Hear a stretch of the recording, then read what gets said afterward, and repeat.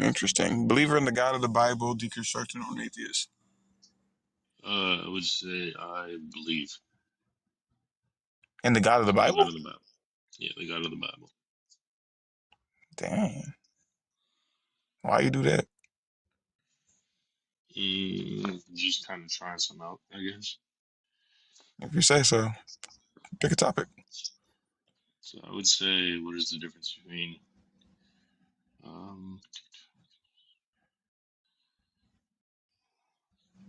Also, I think you be pissing people off from like the very beginning. Like, who, me? no, not you. No. Um, Hold on. What's what up do to the you? YouTube fam? Appreciate y'all so much for being here. Hey, Silly Goose, Marduk. Satan was framed is my favorite motherfucking name. What's up? Tintin Will Mill, Brian, hello. The Avatar Arcade, hello. Stimuli God, hello. Make sure y'all smash the like button over there. Share the stream out. We just now getting started. Sorry about that, Golden Goose. Go ahead. It's Golden Goose or Golden Flake? Golden What? butterfly. Golden Butterfly. I'm sorry. Sorry about that. It's Go all right. I ahead. might change the golden goose now. Go Mm. ahead. I would say number 4. Why is faith or belief necessary for blessings or salvation, but not for judgment? I think. Can you explain what you mean by that? Why is faith or belief necessary? Or sorry. Yeah. So what we're saying is, like, have you ever heard the story of Elisha and the she bears, where he called down the No. curse of the she bears on the kids? Oh yeah. Okay, yes, Yeah. yes, I remember that one. And so Elijah, in order to call down the curse from your God, he has to have faith and belief in your God's power, right? So that works Hmm. for him, and that was a good thing for Elisha because it was um, avenging Elisha, because the kids were mocking him and telling him to die and follow his master, right? Um, but did the kids have to have faith for that power to work on them? Um. Yeah. Okay, I see what you mean now. Wait, hold on. Give me one second. I'm so sorry.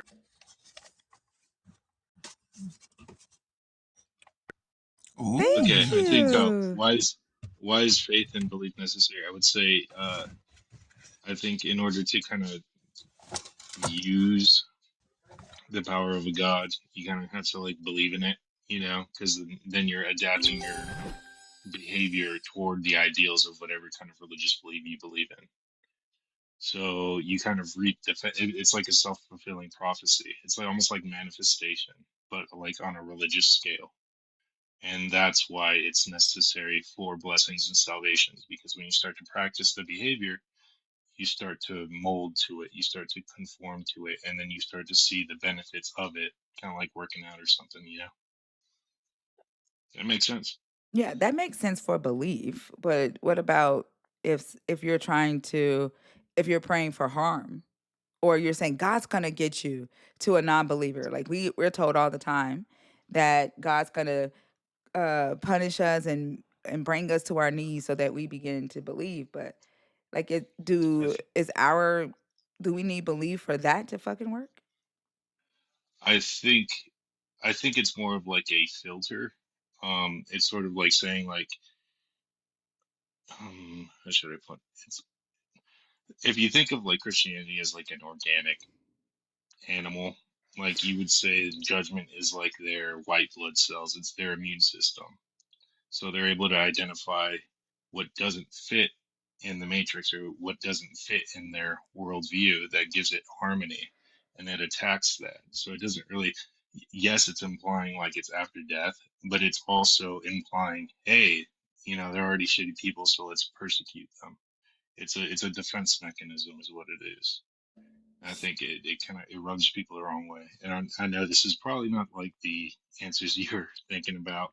Well, so I know why they do it, but does that mean that there really is no power? Mm,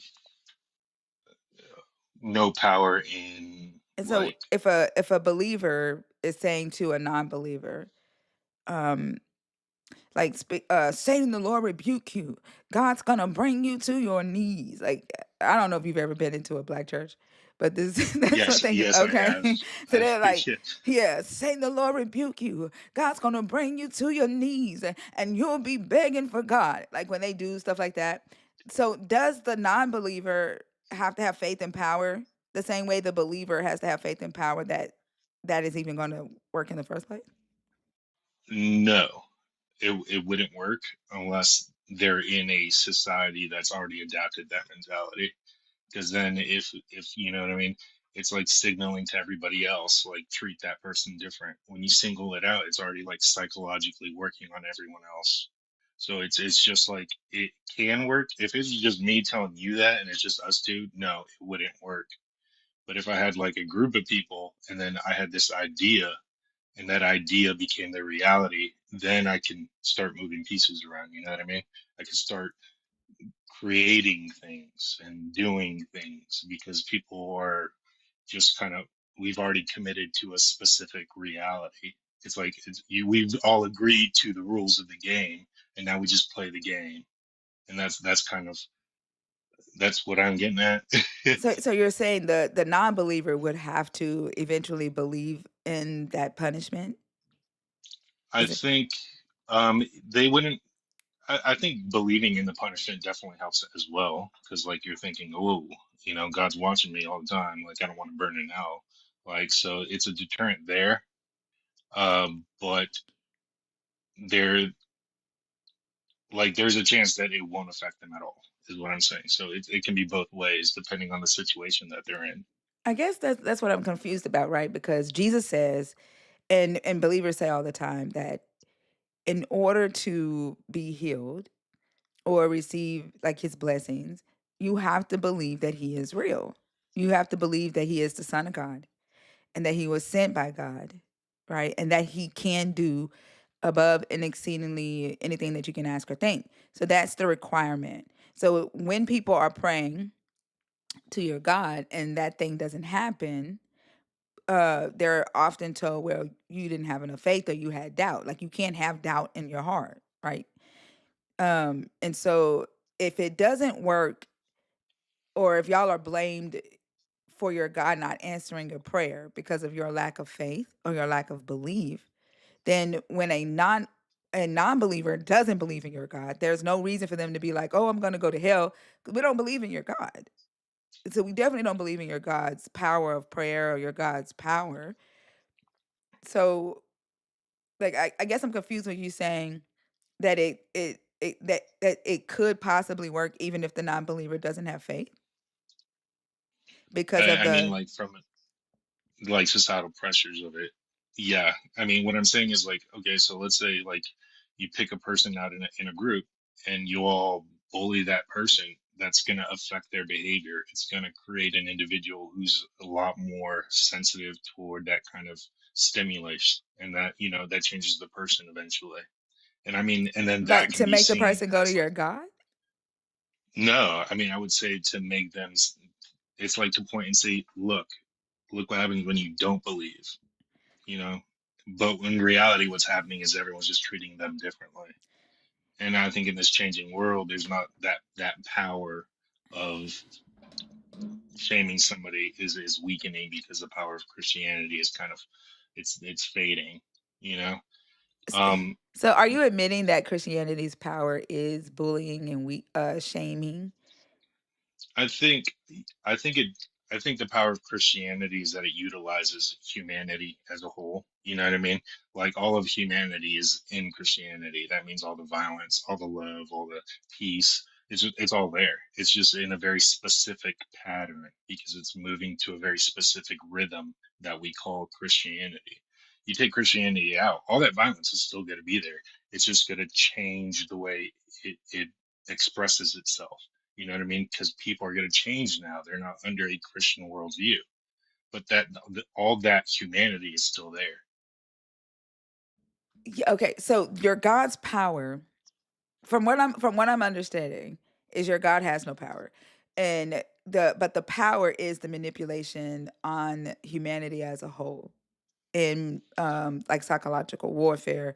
Um, manipulating the thoughts and minds of people, whether it is for good things or bad. I think, yeah, I would say that's part of it. You know what I mean? But that's just a part of being a human being. I mean, could you say that you've never manipulated someone? And I'm not saying like it's good to, but I'm just saying like it exists within all of us. Not And so claiming to therefore be it's a kind not claiming to be a supernatural deity, no.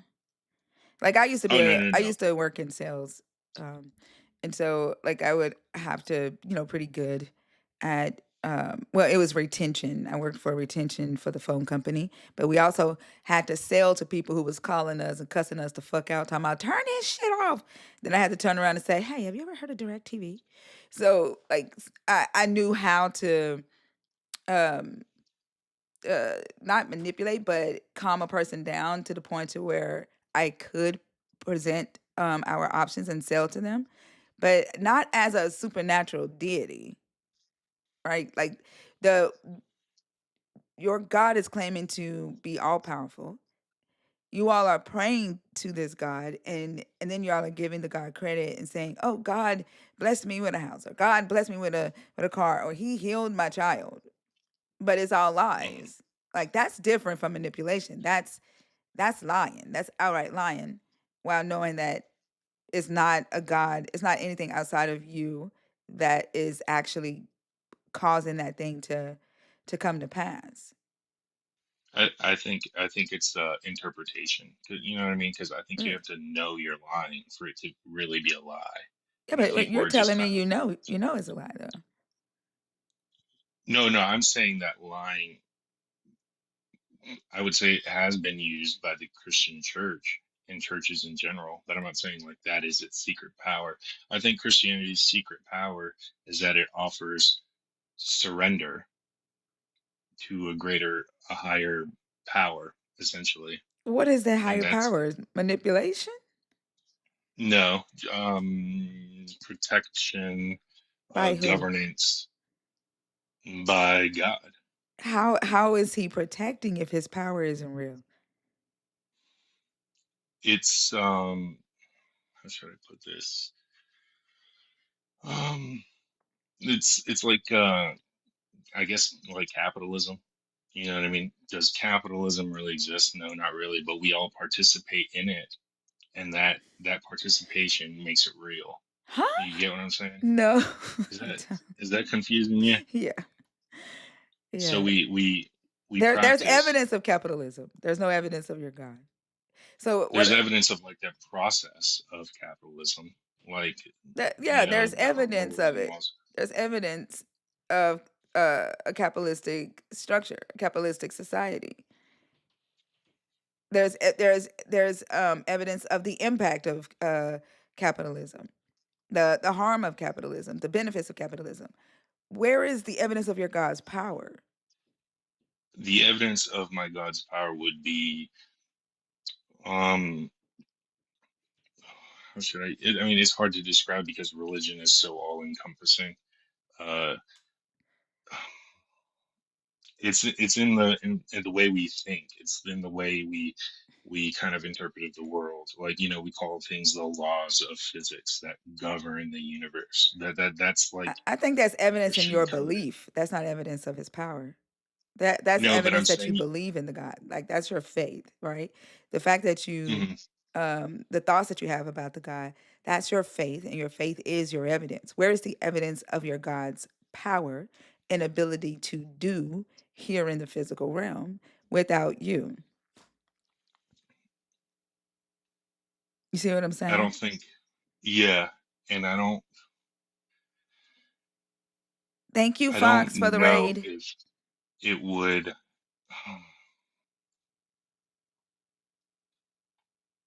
Like, do you see what I'm asking? Like, what you've said so far is that um it's the power is in humanity, like with your ability to manipulate humanity in the name of your God, making humans believe one thing, convincing them to do certain things, and then crediting your God.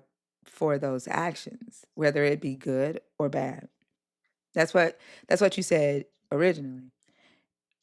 And so, but now you're saying that there is protection in your God, and I'm asking, like, where is the evidence of this protection outside of a human being? Like, because that I would say uh, I wouldn't say there is. I guess. I mean, it's I don't know. I don't know how to answer that question. Whether or not that there is like this great creator. I mean, we don't know. That's why like faith exists. Is because I mean nobody knows. Technically, everyone's an agnostic because no one knows. Mhm. You know what I mean? Well, Um, some people claim they know, but yeah, I agree. So back to, like, there's no power. um, okay, so the power is in the human being. Like it doesn't exist outside the human being, as far as like I can tell. But it's as far as like defining the Christian God, yes, like it exists within the human being, but it's that the Christian God is supposed to represent like the dynamic motion of the universe. It's like we don't know what the universe is. We know that it's doing something. It's I would say the God of the gaps. I would say, yeah, but I mean I don't really think anything's wrong with that. It's like shooting into the dark. You know what I mean? Like we can't measure it, but we know it exists. This experiential life that we're experiencing. How do you not see anything wrong with giving something like that this type of manipulative power? Because while you're saying that it can be used for good, it is often used for bad, right? There are people prey on weak-minded individuals. Um, let me say, there are some people who are a part of this belief system because they are manipulators, and they can prey on weak-minded individuals, convince those weak-minded individuals that they have some anointing or some authority from this God, right? And then they're speaking to the minds of those individuals and mind fucking them, right? And controlling them and doing their bidding, right? Kind of like you said that if you wanted a person bullied in the church because you didn't like them, or they did something to piss you off, you could convince other members in your church that God said that this person is the devil, and God's going to bring them down. And then you're constantly talking to that group of people, and then they start bullying that person, and what you wanted to happen ends up happening, right? This is a very dangerous it's a very dangerous type of, I would say, faith, because it creates victims. And like when you think about what Jesus says, right? Um, love your neighbor, not love your neighbor, love your enemy, right? Turn the other cheek. If they sin against you, forgive them 70 times 70. So, like, it benefits the abuser more than it does the one that's getting abused, and it makes the path straight and easy for the oppressor or for the abuser, the one who's persecuting the victim. So it's a I don't I think it's very dangerous. I wasn't saying like that Christianity is like that is its power, is its manipulation. I was just saying earlier that manipulation will exist in any metaphysical structure that we create. Any kind of system that we create, there's going to be corruption and there's going to be manipulation in there. What I'm saying is it's just going to look different because it's interacting with different rules and different um, ideas about the universe. What I'm saying is Christianity. You think of Christianity like a song. It is a very specific song. There are other songs that you can listen to. There's Hinduism. There's even atheism. There is the. It's just yeah, it's a song, and you can dance to it, and learning how to dance to that song, you're becoming a person. You're becoming a very specific kind of person. And people gravitate toward the song that we call Christianity, and And they it like the way that it transforms them. no, not everybody. And that's Not what, everybody. right. And so we started off talking about what was how your God, how your God's power works within Christianity, right? And you said that the power was within humanity, and that it is Yes. right, and it is basically humanity manipulating other humans in order to believe that the But power works, and that's the power of the belief. yeah, but you use manipulation You don't when I like don't that think word. that's the most. I don't think it's accurate because it implies that you have to know that you're No, manipulating no, someone. you don't. It's a conscious, because You don't have. if you're not conscious of it, then It's still you're manipulation. passing along information. It's still manipulation. You are still, just because you don't know that you are manipulative doesn't mean that you're not manipulating. It's still manipulation. That's like this is why I point out in the Genesis narrative, right? A lot of believers think that just because Adam and Eve lacked the knowledge of good and evil, that meant they couldn't do anything good or anything evil, just because they was not aware of whether or not that thing that their bodies were doing was good or evil. Not knowing what something is called or not being able to identify it doesn't mean it doesn't exist. Like, how many times have you um, noticed like a bug outside that you've never seen before, and you're like, "Damn, Yeah, I've encountered that. Yeah. huh?" Yeah, and then once your brain recognizes that type of bug, you're like, "These motherfuckers been here all this time."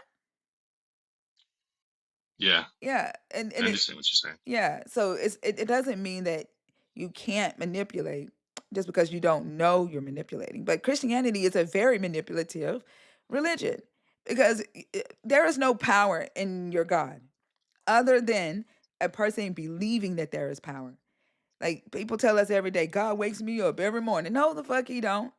Your body works. Like you first off, you ain't dead when you sleep. Your body Yeah. works the way that it works, and then with the moment I ask if your alarm clock goes off and you don't wake up, you sleep past your alarm clock and you are late for work and you get fired, is that God's fault for not waking you up on time? And they say no. Well, how is he waking you up every morning and it's not his fault?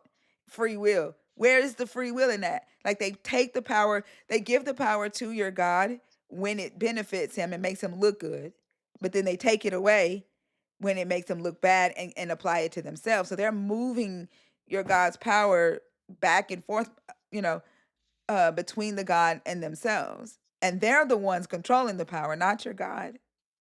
That's and they do that for themselves. They do that when they're testifying about your God or witnessing to people about your God, trying to convert people. It's manipulative. Okay. Yeah, I understand. Yeah, I can see what you're saying there. And just to clarify, when I meant like, you have to know you're manipulating is like the other day I thought I saw a UFO. I mean, I did see an unidentified object. I don't, this isn't a crazy story, right? I saw lights in the sky, didn't know what they were. They're technically unidentified objects because they didn't fly like a plane. So I go and I tell my wife, hey, wake up, because this is like 5 in the morning. I just saw lights like up in the sky. I didn't know what the hell those were. They're not a plane, blah, blah, blah, blah. You know what I mean? Like, if it was a plane or if it was something else, like it was not in my perception of it. You know what I mean? That if it was a plane and I'm telling them it But was something else, that's not the you get what same. I'm saying? I know what you're saying, Exactly. but It's that's not not the the same same. thing. That's not manipulation. Exactly. But So when so, someone but when it is manipulation what believers are doing. That's no, not. what I'm saying is, yeah, but in the foundation of like certain religions, they're not going around thinking I am going to do this. They're using my example, that's usually what happens is like they experience something, they don't know what it is, and then they create a story out of it, No, I'm not not talking to about their manipulate. experiences. I'm not talking about their experiences. Yeah. Like manipulating the text. They will redefine words, and they know they're doing it. They Oh, like will. King James Bible and all that. No. I'm talking about believers today. I'm not talking about the translators. We know the text was manipulated. We know it. Like I'm talking about believers today will come on our stages. We will read directly from the book with them. They'll pull up their book and we'll pull up ours, and we will read with them, and they will redefine words right in real time. They will reject what's in the Bible right in real time for the purpose of whatever narrative it is that or doctrine that they want to push. Like there's so many different doctrines. There's 45,000 different doctrines, and within each of those doctrines, whichever Christian we're talking to at that moment, they have a different interpretation or a different doctrine that they've created for themselves within a specific denomination, right? But so in order to hang on to whatever they told themselves, they will manipulate the conversation. They'll manipulate the words in the text. Um, they'll like they will sometimes will outright just lie and make up shit right here on the spot for the purposes of trying to hang on to their belief or convince someone else to believe. That's manipulative. And then like they may not know it's called manipulation, but they damn sure know when they're lying. They know when they're lying. Hmm. Okay, yeah, I understand your context now. And yeah, I do think people do that a lot. I guess where my faith is coming from is that, that's just their journey, you know what I mean? That's just someone else's interpretation. And, and of course they're probably thinking the same thing about me. And I don't know, it's kind of like it's a hard thing to think about because like I'm sure even if you were among your peers who didn't believe in the Christian God, if you delve deep enough into their psyche, you would find things that you vehemently disagree with. And But it's it's not just, it's about hard. disagreements. It's about the harm that it causes. Exactly. And I mean everything, all the negativity that comes with, you know, and what I'm saying is like there could be views that they have that do cause that you find to cause harm and all that stuff. I mean, like that's what I mean. I Like would you know, if they're causing harm, they wouldn't be my friends. Like that if harm is visible, right? Or it's felt, right? It's seen yeah. in some way. There's no way that I would need to dig deep down in my friend's psyche to figure out if they're causing harm. If they're causing harm, they're causing harm. Right? There's impact. We don't need to dig deep down in the psyche of Christianity to see the harm that Christianity has caused throughout the world. We don't need to do that to see the harm that Islam has caused throughout the world. And we don't need to see the harm that Judaism is causing. Like, it's seen, it's felt. I would have to do some Google searches to see the harm Buddhism has caused. I know that I've done a research to figure out which religion has like the wealthiest versus poorest members. By the way, Christianity is pretty bad. The Mm. majority of Christians are fucking poor, but Buddhism Uh, is right there. Buddhism is but right there. Islam I don't want to. somehow Islam's members are wealthier than Christians, It's part of the but oil. Judaism has the wealthiest members, the wealthiest followers. Interesting. Well, I don't want to take up any more of your time. I've been on here long enough. Thank you for having me on here. You're welcome. Have a good one. You too. Yeah, Hinduism has uh, a poor follower base. Like their followers are uh, typically on the poor side too. Like it's interesting. It's Mm-hmm. interesting, huh? So, mm-hmm. Yeah. There's You Mr. broke. Nelly now. You giving all of this stuff to everybody else. Hey, Nelly. Yeah. Hey y'all. Yep. Mormons were pretty high up on the list, Marduk. Uh, Judaism, um, Mormons, Presbyterians were within Christianity. Presbyterians were pretty high. But yeah, it said that the highest average income of a Christian was $18,000 a year. That sounds about right. 18,000 a year.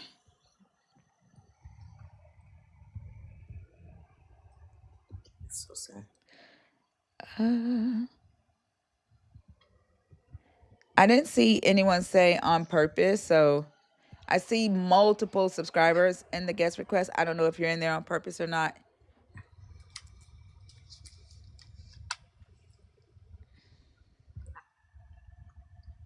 You said Violet Bulis. Highly thought you're not connecting.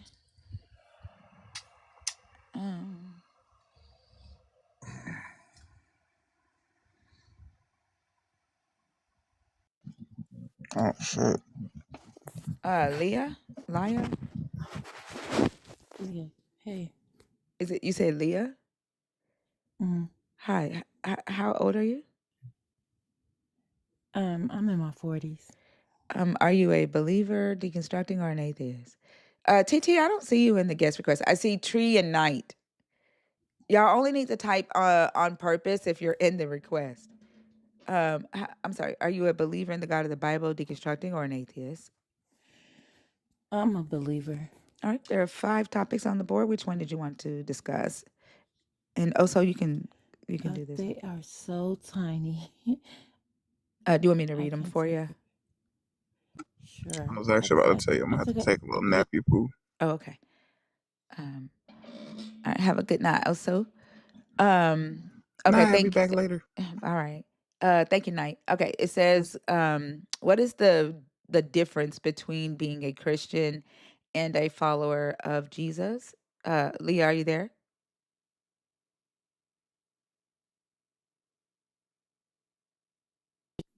I'm here. Okay.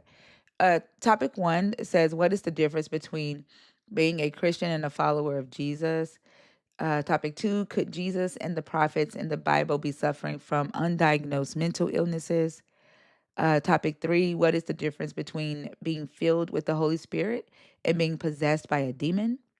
Topic 4, why is faith or belief necessary for blessings or salvation, but not for judgment or punishment? And then topic 5 is, why is choice or slash free will so important to your God? And Nelly, do you want to do this one since also dropped? No problem. Okay. Um, what's that first one say? What is the difference between being a Christian and a follower of Jesus? Yes. Y'all keep tapping the screen up and feeding the bees. Help us So get were you more gonna on the answer FYP. it, One sec, Nelly? 1 second, Leah. Y'all, Oh, please okay. keep tapping the screen and feeding the bees. Help us stay on the FYP so we can get more conversations and fill these dead spots. I appreciate y'all so much. Go ahead. Nelly, you got to go on mute when you vape. Yeah. Yeah. Oh, I was waiting on what he had to say. No. But What's your are you thoughts a on it? believer? Are you a believer, Mr. Nelson? No, I'm not. Oh, okay. So, first of all, as far as like, I was so confused about the other guy. Was he a believer? The Uh, one That uh, that uh, was why- just on? the Hold on. There's no need to talk about anybody else. Just have a I conversation know, about but you. It doesn't matter because we're not going to talk to you about somebody else's conversation. So, like, we want to oh, okay, we I want to get talk it. to you. Yeah. But everybody in Yeah. here on stage is an atheist except for Holy Ghost up above you. She's Oh, deconstructed. okay. Yeah. Okay.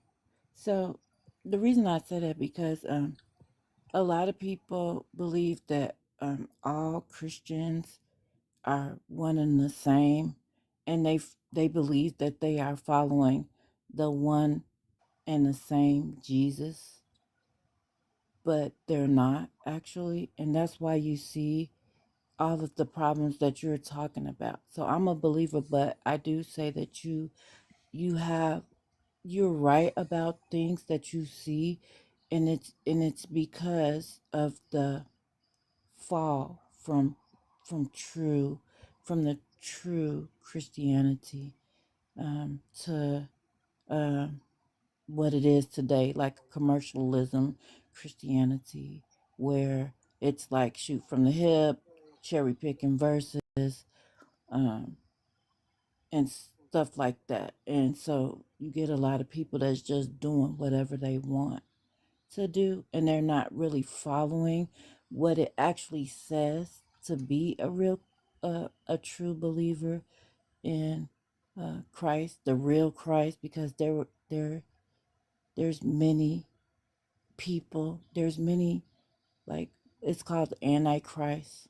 So there's many people who have come up and said, "Oh, well, I'm Jesus," or "He's Jesus." A lot of Since Jesus died, so many people have claimed to be Jesus and will have people follow behind them. For instance, like Nature Boy or whoever, right? Or people lead these churches. So there, that's what you're seeing, and so you will see all this badness that you're seeing, but they're not following it correctly. And that's why they really, when you talk to people, they can't give you any answers either, because they're following something, but they're not following it in truth. So they really can't answer deep questions or stuff like that. And some deep questions, it takes, like, you really got to go and look at the book, because the book is it's so big, it's huge. So if you sat and asked me like 20 questions, I might not know all the answers to the question. I might have to get back to you. And so people who are just talking and talking, answering questions that they do not know the answers to, but they're just giving you what's in their heart or on their mind and stuff. And so, So okay, you said a lot there, but I'm gonna try to. I was trying to jot things down as you were going.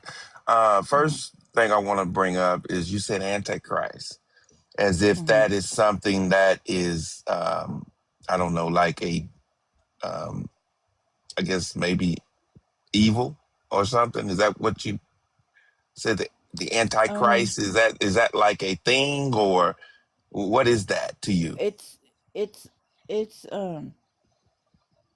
it can be anything. It can be a person. It can be other spirits, like we Satan, or because people who Okay. believe in the Bible do believe in Satan for the most part. Most people do, right? Okay. And Well, so, you have to believe in Satan. If you believe in God, you have to believe in Satan. right, right, So exactly. therefore, that's So, just how that goes. But hold on, we don't get too far off. okay, Okay, so first of all, I want to do a correction there when it comes to Antichrist. Antichrist, the only thing that means is you're just not a follower of Christ. That's all it means. It doesn't mean it's a demon. It doesn't mean it's a person or thing or this demon, some type of devil thing. It doesn't mean that. Anti means exactly what it means. Anti. I mean, against, right? Doesn't it mean no. against? The Yes, word it just anti, no. it means Anti means that you're just not a follower of that whatever it is. You don't you're anti it. That's all it is. it You also know. can mean that you're against it. It doesn't just simply mean that you don't follow, like I don't eat cake. Or you could be anti-cake, like I hate cake, and if you ever bring a cake over here, we're destroying the cake. Like it, Okay. it's yeah, it's different. It's Well, I different mean, than just like me as an not liking the atheist. cake, Okay, so huh? me as an atheist, I would be an anti-Christ because I don't believe Sure. in your Christ. So I mean, I would be anti-Christ. Okay. Uh, No, but yeah, no to problem. but I'm not. But am I a demon? I didn't say you was a demon. Okay, that's what I'm saying. That's my point. That's my So, point. We okay, label things and add things too. So just like you said, it could be a demon, it could be this, it could be that. it No, it can't. It only can be what it means. hold on. It Hmm. can be demons because just as well as uh that's not saying that you are a demon or that you have a demon. Hmm. It is saying that, so Jesus and God is um let me catch the words. Sometimes I forget my words, but they are like spiritual beings, right? And so Satan and the demons are spiritual beings, and so they are in enmity with each other, right? And so Satan will use people just as well as um, God and Jesus will use people, right? So I'm not saying that Satan is using you, right? I'm not saying that you Okay. Well, have a demon. Okay, wait a minute. I'm not saying that you are a demon or have a demon. I'm saying that these demons play a hand in the things we see around the world, not even just about religion. The other things we see in the world, like what he was just saying, like capitalism and racism and all these other isms, right? Where do they come from? They come from your They book. come they come from they come from They're in your they come book. from The structure is in right. your book. The But structure is do you know? in the Hold book, on, but hold on. Do you okay. know that the demons in this book, they are the first to call your Jesus the Son of God? And he stopped them. They wasn't the That first, doesn't but mean he actually anything. made They were the first he to acknowledge that he was the Son of God. So they're not right. And antichrist. but They were for the hold on, you and I can't talk at the same time. yeah, that's So true. yeah. So they can't be antichrist and calling him Christ, acknowledging that he is Christ. That doesn't make That's sense. not true. Yeah, Anti is antichrist. it Like might it's not people. make sense, Hold on, but hold if on. they You and got I can't talk at the same time, Leah. that's true. So you We should not. can't talk at the So same time. right. I'm So not that trying to means. So overtalk but you or you are anything. doing I that. thought you. But you Well, are I doing it. You apologize. can't. Like for some I reason. apologize. For some reason, Christians are anti-conversation. For some reason, No, I thought you. I thought you you couldn't have. stopped. I Because you I, couldn't I have. don't want to argue with you. Okay. I So got a lot all of right. So stress. please don't. Okay. I'm not trying to. You I just are, thought but you I don't. stopped. You're still doing it. But I apologize Like because I that. thought Okay. you stopped. Like that's ridiculous. It's okay. Go ahead. No, I don't need you to tell me to go ahead. Okay. Like that's ridiculous. But anti means that you don't believe that Jesus is Christ. You are not a follower of Christ. Like that's what your book says. The demons believe he is Christ. So it doesn't make sense to say that demons are anti-Christ. They submit to his authority in the book. There it doesn't make sense.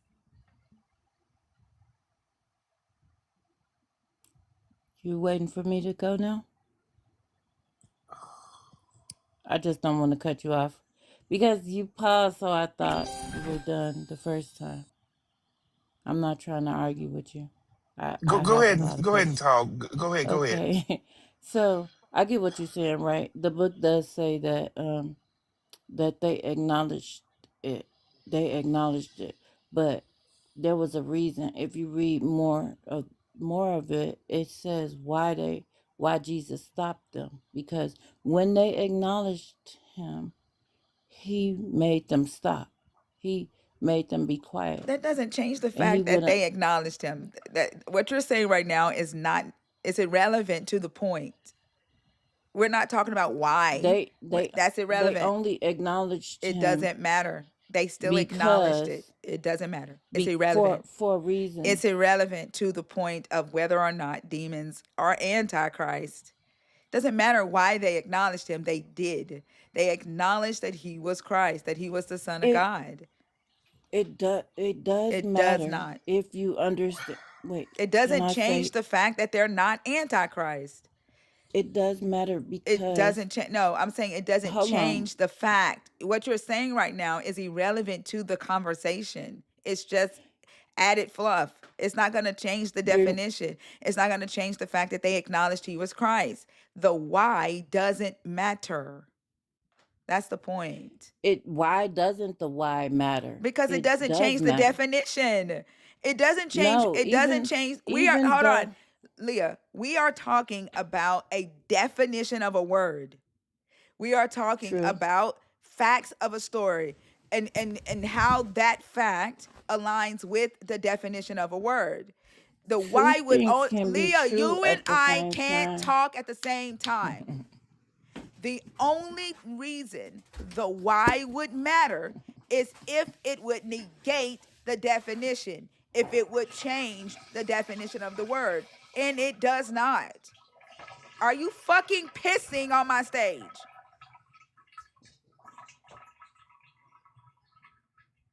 Look, I'm a little Wow. Are sick, you peeing on my and stage? I'm sick. I Okay, don't give a damn. and Why don't you go on mute? I just lost a lot of family members. Go Okay, on. so I Are don't want to you be okay? cursed out. Are Like, go you? No, on I'm not okay. mute. I'm sick. Go on But mute. Nobody wants to hear you do uh, that. okay, you just peed on me. Y'all are not. You Y'all won't are let me. not okay. Y'all are You not you okay. Wow. won't Oh let my me god. talk. Oh my fucking Maybe we god. not okay. But Yeah, look, demons do no, recognize Jesus. That's why all of y'all serve that motherfucker, because y'all are all fucking no, demons. look. Okay, give me a chance to Go talk, ahead, Nelly. right? Go ahead. I can't talk to the piss art. Go ahead. Mm-mm. The fuck? And please, ma'am, go on mute. Handle your business. We Flush ain't the got no toilet. milk. We don't want to Let's hear that. go. Well, we don't want to hear that. That is so disrespectful. That is totally.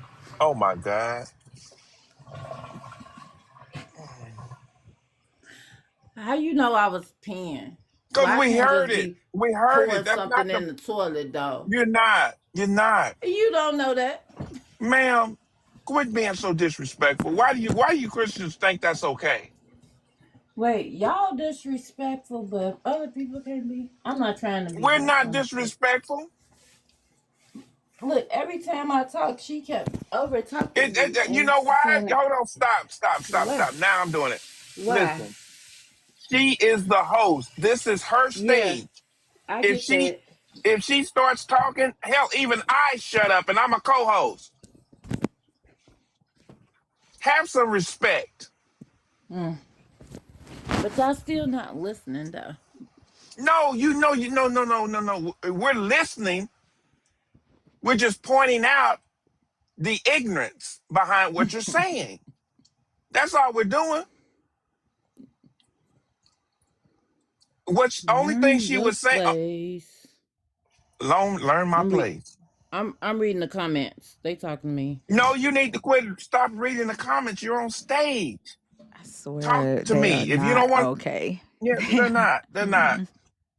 And I'm not even sure I No, can even but have a conversation with you. I want to say this, right? Okay, I apologize. No, Let me say this. Okay, is it pertaining to the topic? yeah. So when she was saying, she's saying that, um, they can't be antichrist because they acknowledged him. It was a reason that they acknowledged him, right? They It was doesn't acknowledged. matter. That's the She was point. That's being. the point. No, It no, wasn't. no, no. That does Why not isn't? matter. Why doesn't it matter? Okay, I'm getting ready to explain it to you because it's not going to change the definition of anti. That's why. It still matters, right? Now, how does Because it it matter? wasn't because who they was talking through was a girl. They was talking through a girl who was possessed by a demon, right? It wasn't an Okay, actual demon does not that was talking. matter. They was That talking doesn't matter. through. That doesn't matter. Well, why y'all Let me ask you this: you does the demon recognize Jesus as being Christ? Does the demon recognize that as being the Son of mm-hmm. God? Yeah. Okay, so he's so what does that mean? Did It's it like change? even Did it change anything? they know that he the Christ. That doesn't mean that they for him, right? Like I know the man Nobody down said the that. You're adding to it. You're adding to it. I don't understand how I'm adding to it because you just said it doesn't matter Okay. if they believed him or not. They Okay. knew who he was, right? Okay. They knew he Let's move on because obviously you're not understanding what antichrist is going to mean. okay, Some type of even we different can type of move devil on to from the you. word antichrist, right? Y'all got stuck there, and when I try to No. explain it, Hold on. then you First kind of John, don't let me First John finish it. 22. First John 2:22. Who is the liar but the one who denies that Jesus is the Christ? This is the Antichrist, the one who denies the Father and the Son. The demons don't deny that Jesus is the Christ. So they cannot be the Antichrist. The very definition of what Antichrist is in the Bible. We would be Antichrist. We deny that your Jesus is the Christ. We deny that your Jesus even exists. The demons in this book do not. So they cannot be Antichrist. But they not for him either, We right? didn't Oh my say they God. were. That's not the Right. point. But I also didn't say. I said what I first started saying was that the people and the demons don't believe in him. Some demons, we know that the demons do know that he exists or whatever, but they don't have faith in him. I guess you could say it like that. They don't put faith in They him, don't have to have faith rather, in him right? because they can see him. It literally James 2:19. You came in here saying that the fake Christians say a lot of shit and they don't know what they're talking about, but it sounds like neither do you. And you would No, be by I your know very what own, I by I your very I'm fucking understand, but I talking. also said, Pissy, I'm okay, talking. man, By your very you own also words. is By your crazy well, as I heck. don't respect your motherfucking ass the way you I just don't pissed on my respect stage. you Cool, neither. then we don't Yeah, respect each other. peed all Then on we you. don't fucking respect each other. By your It's very fine. own words. By your very own words, a motherfucker that comes on this stage and just says shit, despite what this book says, are not true Christians. So you would not be a true Christian or a true follower of Christ. You just said Untrue. demons don't believe. Your book in James chapter 2. Nelly, you got to go on mute. I didn't say they And you Oh don't just damn said, believe. in I James, said yeah, they don't you put said they faith in don't them. believe Him. that in Jesus. You said they don't believe in I Jesus. said that. They No, I don't. didn't. You said they don't. You No. I yes, the said fuck they. you did, and I No, I can replay didn't. it. Okay, you are a fucking I said they liar. don't put faith Sure. in Okay. him. Okay. Hold That's on. two Listen. different Listen to your own words. motherfucking words. I said Listen they to your didn't own believe. fucking words. I can't even hear it.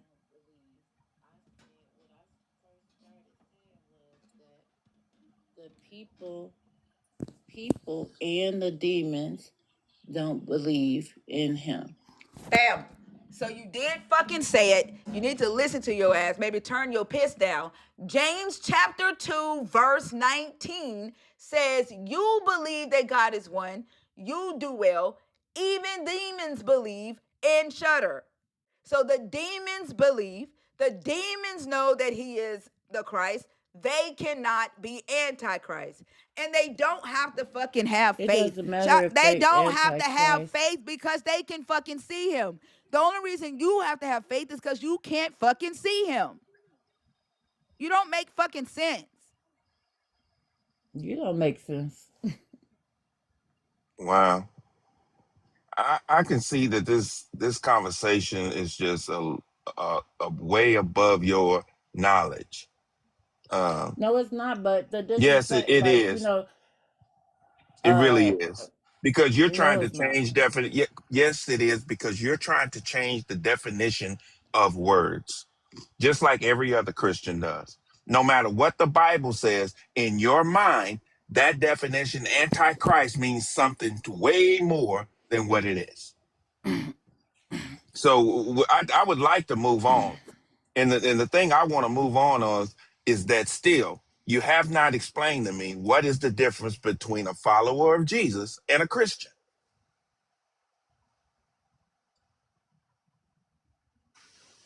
A follower of Jesus is supposed to be a Christian. There shouldn't be a difference. There shouldn't be a difference, but yet, It's not supposed to be a difference. so what makes you okay? So what is okay? So what makes you right and make them wrong?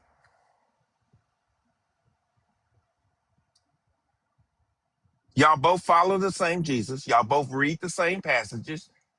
Y'all both have the Not same God. that's what I'm trying to say though. Not everybody who claim to be a Christian follow the same Jesus. Okay, well, let's Some test that people theory. Jesus wait. Some people Jesus some people feel like Jesus is God, a three in one. Some people feel that Jesus, you know, is this other person or this person or that person. A lot of people got different definitions of who Jesus actually was. Okay, so is Jesus God to you? Mm-mm. Oh, so what did it mean when Jesus said, I and my Father are one? What Union. did he mean? What did he mean? He meant that they were on the same page. They were in union with each other. That they had the same thoughts, but not that they were the same person. You Because know what? one, the word one Mhm. can mean not just one, that they the same thing. It doesn't have to mean that they the same thing. Now you can look that Okay. word up. You might Okay. have okay. If I You know say what? any Christ I'm not means gonna one even fight God. with you on that. I'm gonna let you hold on to that. I'm gonna let you hold Okay. on to that. Okay. Okay. But Sure. you still haven't explained the difference between uh, Because a your, father can't be his own son. okay. What Well, father you saw be his own son? okay. Well, let me Yeah. test. Can I test your theory? Okay. You say that you are a true believer and the other ones are not. So let's test some things out, okay? I like to go back to the Satan, the Lucifer in this Satan. book. Satan. Satan. Okay, I Y'all call it got you. Satan, but it's actually Satan. That's what it is. Okay. Okay, but I never I heard know I it need to. like that. Yeah, well, okay. Well, I know this. You're getting ready to see something though. Okay, so let's go back to the Satan. So now let me question. I just want to ask you a question about Satan. Does Satan is Satan? Let's see. Is Satan a? I'm trying to make sure because I gotta. It's hard for me to do this because the level of intelligence that you have when it comes to this book. So I have to make sure it's something that you're going to fully understand. So is So Satan see, out to like just? that's an insult, right? No, that's not an insult. That is Okay. a fact. That is a Okay. fact. But Okay. then y'all don't want you don't want to be Have you read? insulted, Okay, right? stop, ma'am, stop, Just ma'am, it's a ma'am. fact. There's a reason why I'm doing that, and the reason why I'm doing that is because I know that you have not read this whole book. Have you? Let's be honest. Have you read the entire book from beginning, from Genesis to Revelations? Have you read it? Um, Just be honest. It doesn't take that long. You know you haven't. It's I okay. would say over a long period of time I have, but by the book being so big, you know what I'm Hmm. saying? Because people be like, I read that book, and they feel Okay, like they know what that's all the fine. words say, all the pages, but the That's Bible fine. is so huge, you can't really just be like, oh yeah, Okay, I that's just fine. read Well, that. You know what I'm let's go saying? back to the Satan. Is the Satan out to get you? It say not to get you. Yeah, Satan out to get Mm-mm. you. He out to get everybody. He's out to get everybody. Okay, and also this Satan that you Mm-hmm. claim um, is the one that causes all the bad things in the world and stuff like that. That's Satan doing that. right? He don't cause all the bad things in the world. People make choices and bad things happen. Sometimes things just happen because they, wrong place at the wrong time. But Okay? he Is got his Satan hand in it. responsible? He got his hand in it. So Satan. Not for every single thing. Of course Okay, not. great, We make great. everybody make choices. Yeah. Okay, great. So the Satan is responsible for all the evil in the world. We can say that. That's fair, right? Mm-mm. He's not responsible He's for all the he evil. he's not responsible for every evil. Like people make choices. No, Okay. he put it. Mhm. He brought sin into the world. Well, Satan brought through sin his into the lie, world. through his lies, right? What Through through lies? his through his lie to Eve, Okay. and their Okay. acceptance of the lie, right? Because Okay. they didn't tell a lie; they just believed the lie. Okay. So I'm not going to go too far with that. So just based on what we said, Satan is out to get you. Satan is out to destroy you. Satan wants your soul. All of these things that you believe. Correct?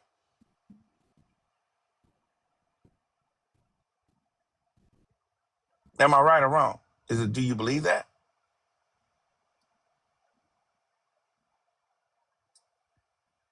Are you still there? That say about Does humans. He don't does care if you destroy yourself or not. He don't care if you destroy yourself. You Okay, I you can asked you a destroy your own direct self. He question. don't have to Does destroy Satan you. want your soul?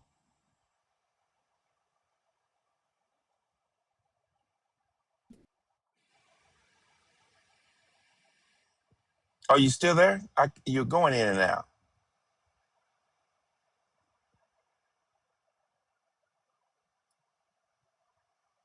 Hello, are you there?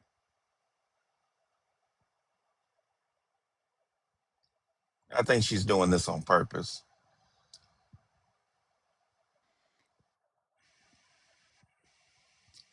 Yeah, she's doing this on purpose.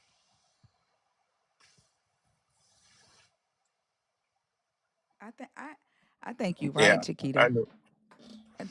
Yeah, Chiquita says she's leaning. I think she's yeah, right. Like yeah. she I is on believe so. point. Yeah.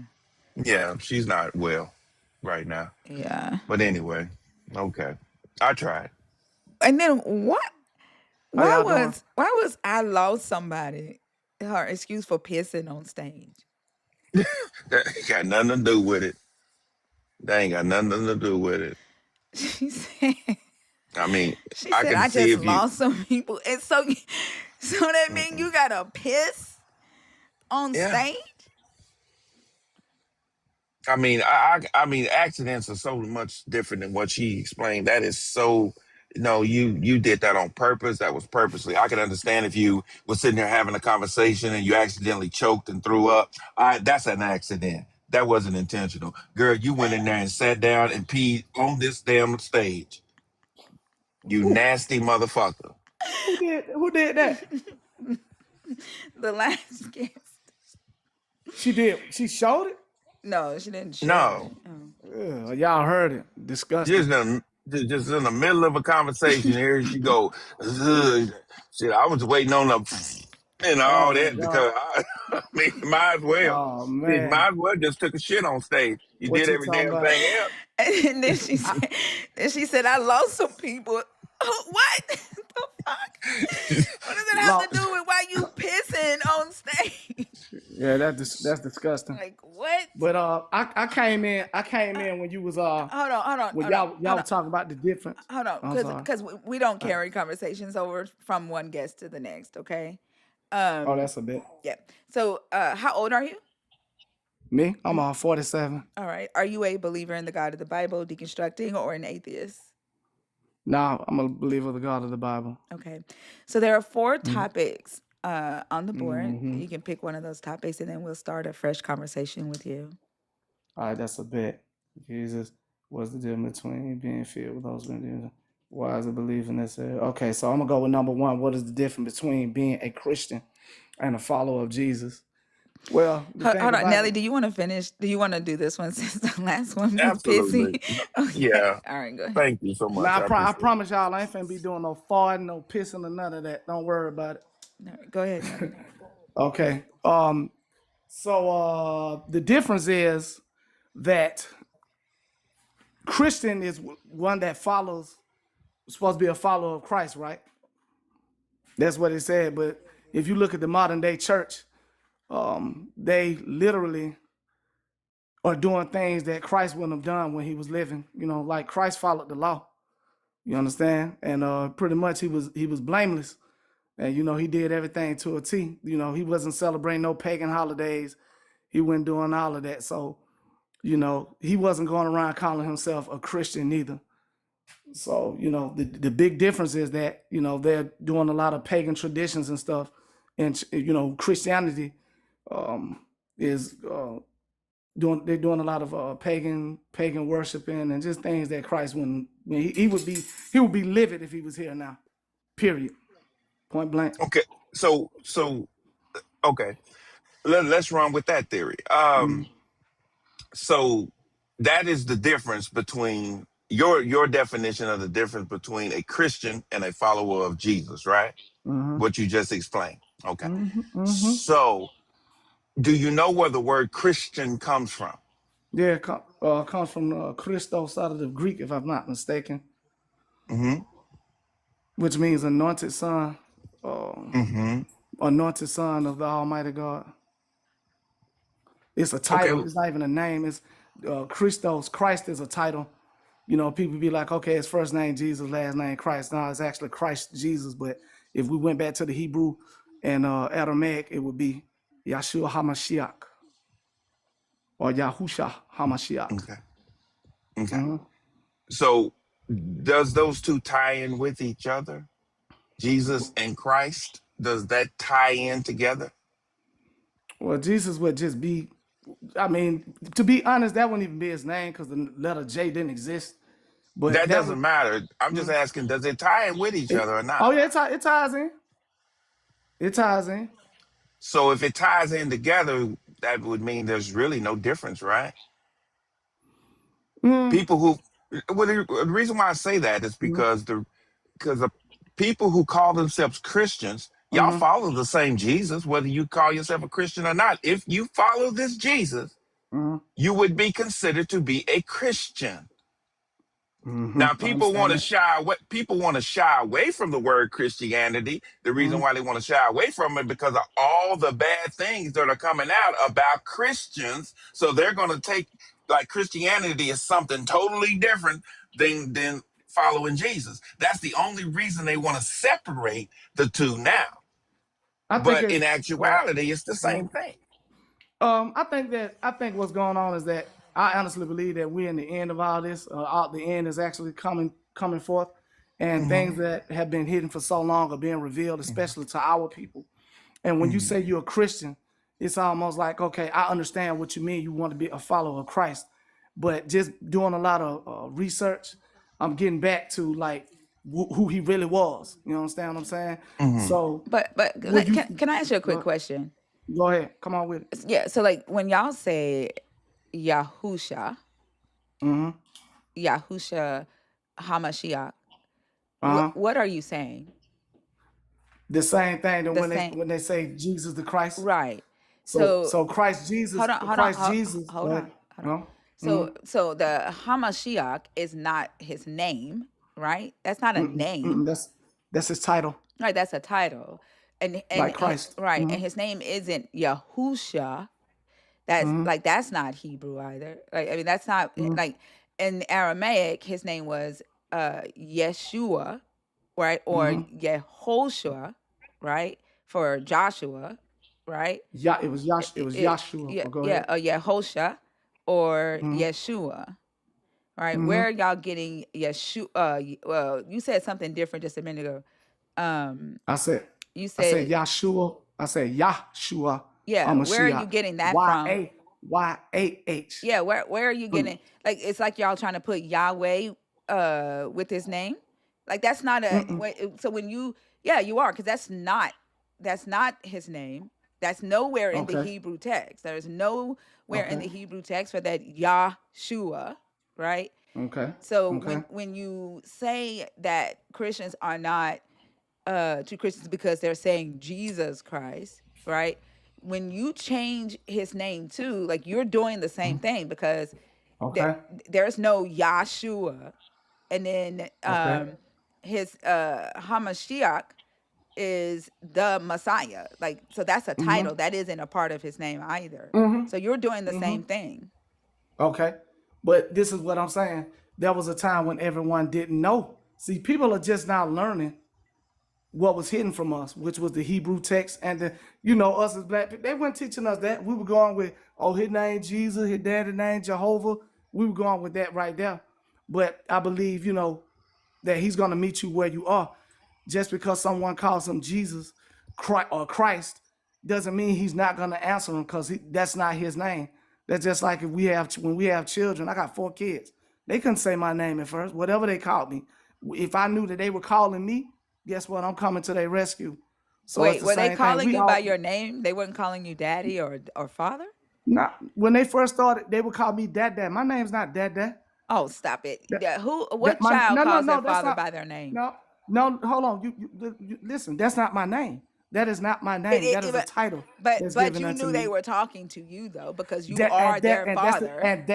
that's the same That's thing. not the same thing as a name. No, but That what I'm isn't the saying same is, thing as a name. hold on, listen to me. What I'm saying is that he knows that the truth has been hidden from us. So guess what? His name, of course, it was not Jesus. His name ain't But just Yahuwah because, either. But okay, this is my point. If your Yahuwah is, kids, if your children call you Quintel instead of Quincy, I'm coming. you know you are going to correct them. You will But not. I'm talking about, Hold on. You will not continue letting them call you Quintel. You're gonna say Dad's name is Quincy. but how does And your that, but how does God, that happen? hold on, and Go your ahead. God Go ahead. has not corrected y'all on his name. Yes, he has. No, he hasn't, because you just called him Okay. Yahushua, and that's not his I name. didn't, You called him I didn't call Yahushua. him, You called him I did not call him Yahushua. Yahushua. I Yes, didn't say that. yes, you No, did. I You didn't. said his name is Rewind to that Yahushua like you did, Hamashah. Sean. Whatever you No, said, I didn't say that. you said the wrong I name. said Yahshua That's not his Hamashiach. name. And then Yeshua is not his name. I said, whether you say Yahshua That ain't his name though. Hamashiach or Yahusha That's not. Hamashiach. That That's ain't. what I Neither said. of those are his names. Okay, well, what's his name I then? just told you what his name was. His name is What is his His name? name is either Yeshua or Yehoshua. That's his According name. to who? According to According to whom? Hebrew. According to Okay. Hebrew. Those are Okay. his names, Hebrew and Aramaic. And so if you are saying that you would correct you would answer your child who calls you Dada. If your child called you Quintel, you're going to say Dada's name isn't Quintel. Dada's name is Quincy. You're going to correct Well, your child. And the so, reason, yes. let me finish talking. Hold on, you want me to let me Let finish? me finish. I'm talking. You cannot cut me off You so that you can say what you want disrespectful to though, say. darling. I'm not disrespecting you. Yes, you are. Now Why you raise your voice? but I We don't owe trying you. to edify. I don't have to We're talk to trying. you like a child. I'm not your So child. no, I'm I not didn't say your you're not my child. I'm child. not your I child. don't I have. argue. Hey, I don't argue with women. Well, then run. So Then go ahead. run, Go ahead. motherfucker, with your Go ahead. insecure ass. Go ahead. Now shut your ass Now up. you shut your motherfucking ass up. Wormhead With ass, your dickhead fucking ass, insecure crusher motherfucking head ass. ass. Yo, wanna be Get Hebrew that booty Israelite hair off your ass. head. At least Get I that ain't booty walking head around off thinking your I'm a head. fucking Hebrew Israelite. Can't even fucking You speak probably a Hebrew, motherfucker. And transvestite. if I was Shut your monkey motherfucker, I'd ass be up. a better Monkey, motherfucking man than you, motherfucker. bitch. We sitting here having a good I'll be a conversation. better. Why you want to You do can't that? handle when a woman fucking corrects your motherfucking ass. You You up here can't saying correct some me. dumbass You shit. can't You up correct here me. saying some You dumbass can't shit. correct me. You up You here can't saying correct. some You out of dumbass order. shit, talking about You some out of order. motherfucking You out Yahushua. of order. That ain't his You out of motherfucking order. name either. And You that There you out of go. order. You out of. motherfucker can't correct Hey, your brother. motherfucking I'd ass. rather talk That to you than shout on motherfucker, guess something what? else. This is my shit. This is my Hey, I shit. know You it sitting is, on my and that's why it motherfucking ain't stage, gonna and grow. I'm You're gonna not talk when the edifying. fuck I want to You're talk. not edifying. Everybody in here know what the fuck I'm saying. Everybody Yeah, in yeah, here, I know. everybody in here A bunch getting of what the nothing. fuck they need What to this get. got to do with the Everybody message, but you. sweetie? Because you What this fucking got to do dumb with and the you message? can't listen because you think with your dick. You think that you got No, power I with your think with my motherfucking dick dick. and you don't use your motherfucking mind. I'm not gonna You cast miss an my. I'm not opportunity gonna to cast my learn some pearls. shit. You miss an opportunity to learn some shit because you think with your fucking dick. And what I was trying to tell your dumbass is that if your father was actually speaking to you, motherfucker, it wouldn't be my motherfucking lips correcting his motherfucking name. It'd be him. And you wouldn't be sitting on this fucking stage calling him motherfucking Yahushua when that's not his fucking name. Because you would correct your child and tell your child to make sure that they know your name is Quincy in case some shit happens and the fucking school gotta call you, the fucking police gotta call you so that they know who to fucking call so that you can protect your fucking child. But your God can't fucking do that. And he got you out here saying some bullshit, thinking that you belong to the fucking Israelites, trying to speak a fucking language that you don't even fucking motherfucking know, motherfucker.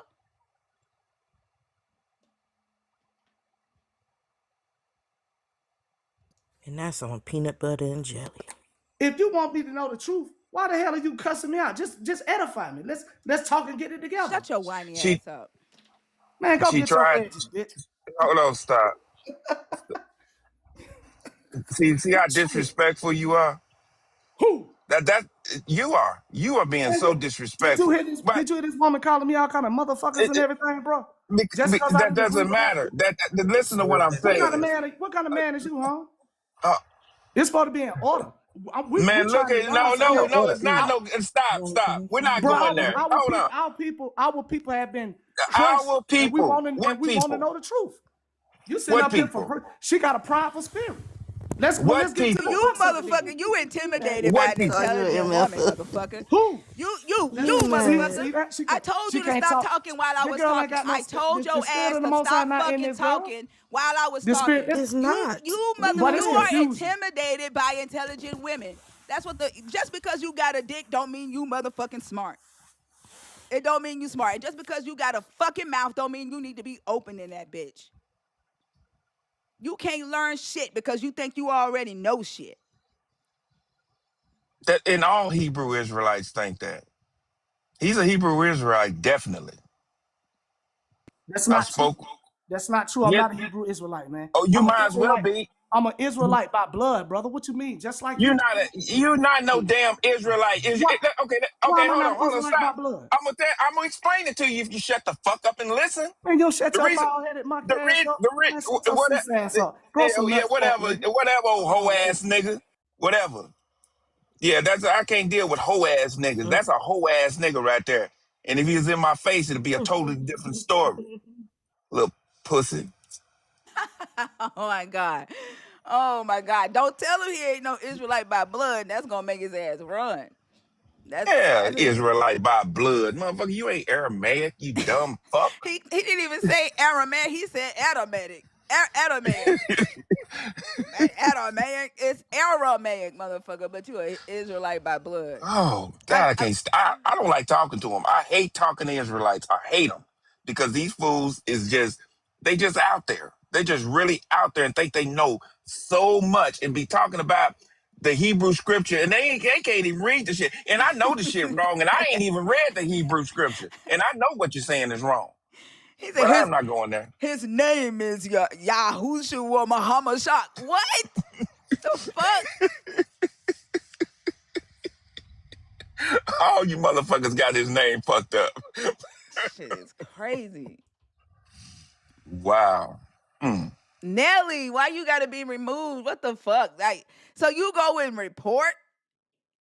You go and report now? Like y'all some babies, bro. I swear y'all some babies. That shit crazy. Wow, that's messed up. I think I talked worse to his ass than Nelly did. You did.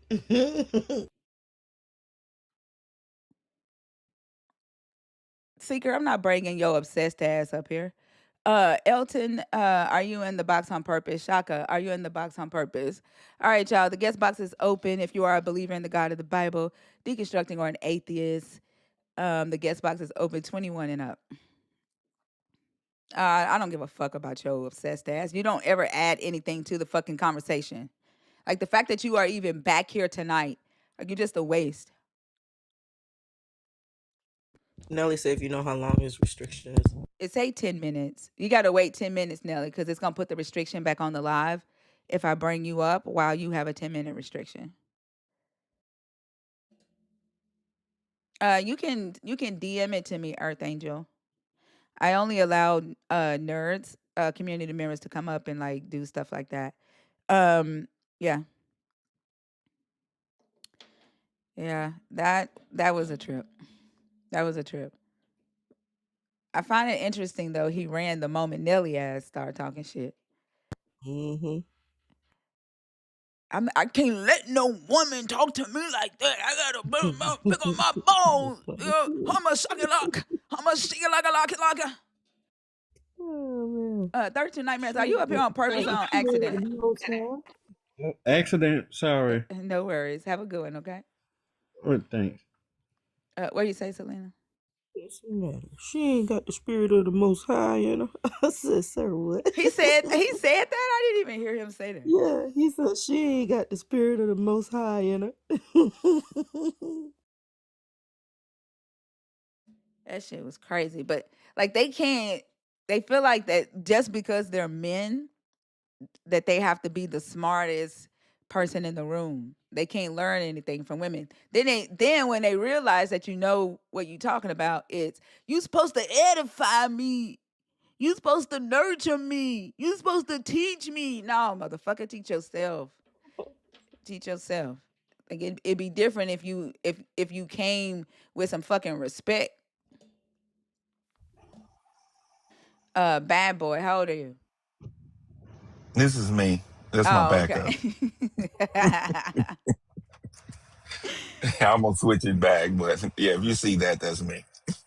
Man, don't nobody want to talk to your begging ass. Like, I don't even know why you in here. Like, you don't add anything to the fucking conversation. You already said that I don't want to understand. There is no reason for your obsessed ass to be in here, Seeker. Fucking begging to come up. Like, you begging to be seen.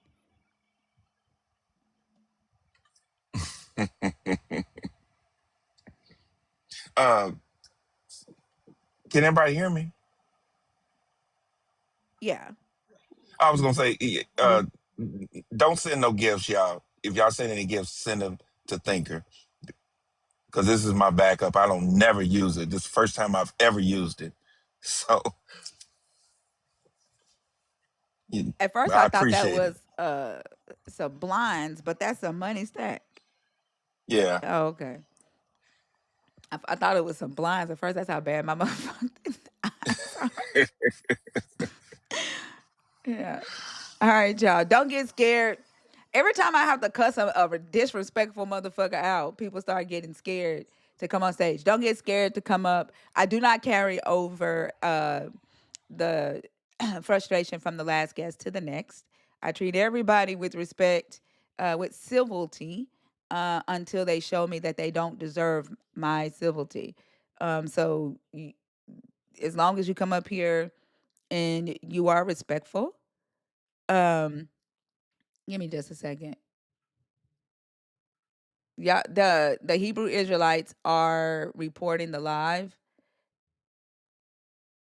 Uh, so they're reporting the live right now because ego is hurt. When one gets hurt, they all get hurt. So so they start reporting the live. But we just keep right the fuck on going. We don't give a damn. If they don't give a damn, then we don't give a fuck. And so we just gonna Mm-mm-mm. keep right on going. But don't be scared to come up. The conversation will be civil as long as you are civil, as long as you ain't pissing on stage, as long as you aren't talking over everybody. We will disagree with each other because we are atheists up here. Selena is deconstructing, so she's the only non-atheist up here, but she is deconstructing. So expect some opposition. Um, and some of the things that you say, there are some things that we may agree on. You do not have to be disagreeing with us to come up and talk about one of the topics. You don't have to be a believer to come up. In fact, we prefer to talk to people who are deconstructing or thinking about it. Deconstruction means that you currently have a belief in the God of the Bible, or you've already decided to move away from that and clean yourself out from that. You're challenging what you know. You're researching, you're accepting facts and logic and data, asking yourself if what you believe is true or not. That's what deconstruction means. Deconstruction does not mean no God. It doesn't mean that you end up at a non-belief in the God. It doesn't mean you end up atheist.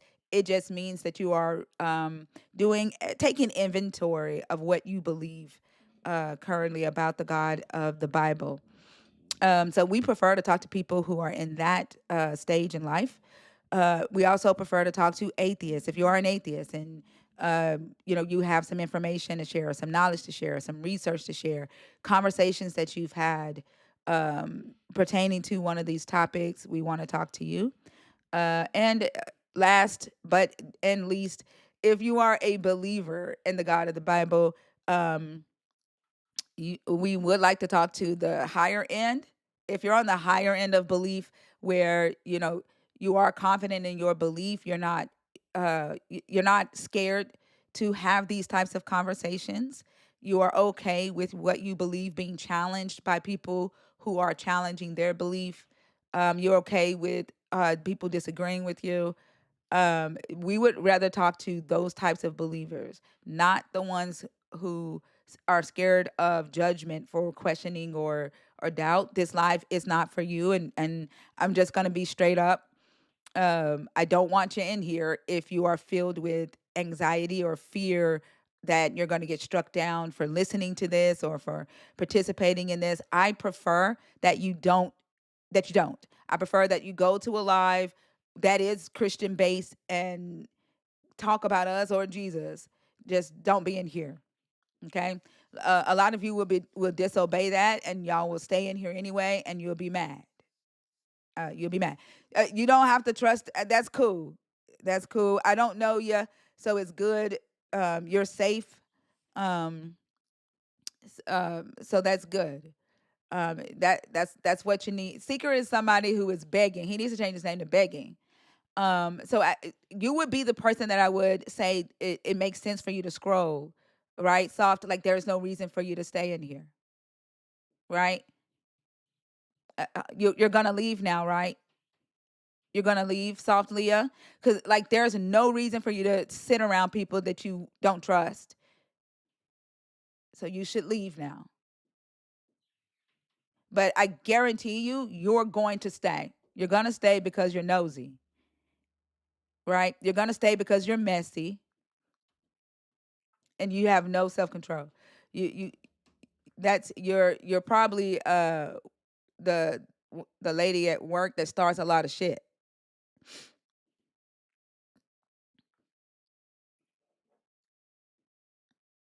I mean, if you want to stay, that's up to you. That's up to you. But I'm telling you, I don't want you here. You're not my target audience. I don't go live for you. So I think you can find people that you can trust on social media. I don't know. Maybe they're not cool. Maybe they're somewhere asleep after saying their bedtime prayers. I don't know. But I'm pretty sure there's some Christians up somewhere talking shit.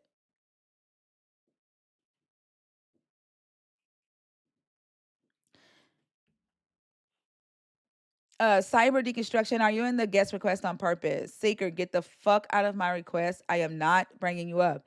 Uh, let's see, who is this? There's no amount of prayer that you can say that's gonna make me bring your motherfucking ass on my stage. Indigo? Hey, thinker, I'm already atheist. I'm here regularly. I just had a question. In your for your community members, do you break down the Bible in there, like the Hebrew Bible and stuff like that? We do that on Saturdays during sub Oh, only. so is it like, do you break down the regular Bible and the Bible in Hebrew language, or is it like Yeah, one? yeah. We study the whole context of the Bible, the Hebrew, the Koine Greek, the redactions, the interpolations, the historical context, archaeology, all of that. But we do that in sub only on Saturdays. Oh, okay, cool, cool. All right, I'm looking to join the community, so I just had a question about that. All righty, that's all I wanted. Thank you. You're welcome. Thank you. I look forward to having you a part of the community. Have a good one. Cyber, are you trying to come up on purpose?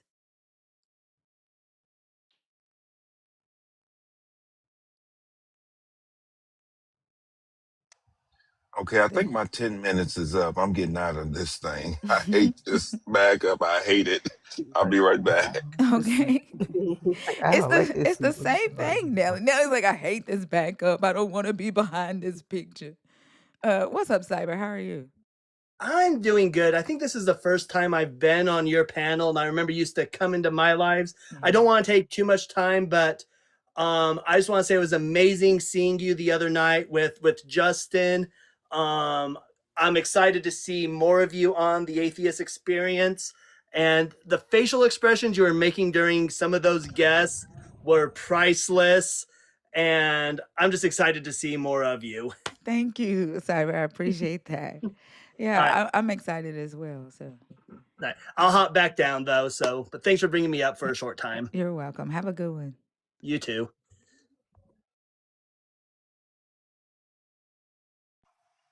I'm back. Yay. And the restriction is still there. But that yesterday it didn't go anywhere. It stayed there the whole live. When Dudette got restricted, it stayed the Oh my whole live. goodness. Yeah. It's Do supposed I to need to be drop down? it's supposed to be a 10-minute restriction, but there for some reason the restrictions, the suspensions aren't ending when they're supposed to. Like Zena's was supposed to end in 24 hours and it stayed for a whole week. Oh damn. Yeah, there's a glitch. There's a glitch in the matrix, no, in the software. Big C, Big C, Big C.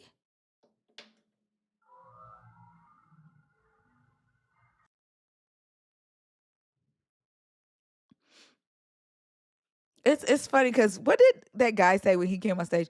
I I'm not like her. I'm not gonna fart. I'm not gonna. It's gonna be a better. It's gonna be a better conversation with me because I'm not like her. I'm not gonna fart. I promise you, I'm not gonna. Motherfucker, you got up here and crashed the whole. Like you crashed your whole ass. Yeah, I mean, I just, I just, I don't like talking to him. I just don't. Like I said, I've had altercations with them in face to face, and yeah, I don't like dealing with them because they're dangerous type of people. uh, you know, and you be trying to be respectful to them, but at the same time, when it comes to women, no, y'all are beneath them. You can't say anything to them. When they speak, you're supposed to shut up. I can't stand that. I just can't stand it. Then I'm he not like like, he like talking about Nelly. Get her in control. Get this is supposed to yeah, be I'm like, what the hell? it's order. Like I can imagine him going order in the court. Order. Yeah, that's wild. What kind of man are you? And then he started calling me names. Your bald head, all this. Man. It'd be so funny the way that they can't handle they like they be reaching for y'all. Whatever man is on the panel, they be wanting y'all to like wrangle my ass in. One time What? there was one on stage hollering for Oso's ass. Oh, Then damn. they holler for Dr. B. They holler for Bash. They be like, "Hey, help me!" I'm like, "God damn!" And all I'm doing is talking, and y'all need another man to wrangle my ass. Like that And is they need to make it crazy. clear. I mean, I'm going to make it clear since we got all these people in the live. If I'm speaking with you and you bring up Hebrew and say this, that, and the stuff in Hebrew, I'm going to shut the fuck up because I don't read Hebrew. Okay? Yep. And I knew you was gonna get it. I knew you was gonna get it. And the minute he said that, Yeshua and all that old mess, I said, think I'm finna get his ass. That's why I shut up. I didn't say nothing. Well, I I said, wasn't okay, even trying to get him because he made a point that Christians are not true Christians because they're calling him Jesus, right? yeah. So I'm Hmm. like, he just said some wrong shit too. So I was trying to prove like that point, like you are doing the same thing they're doing. And Yeah, like if you would correct your child to make sure that they know your correct name for like safety reasons so that you could protect your child, or they call the right parent when something is happening. Your father should do the same thing. He ain't correcting none of y'all asses. that's right. That's right. Like that's the only point I was trying to make. But he can't learn from a woman.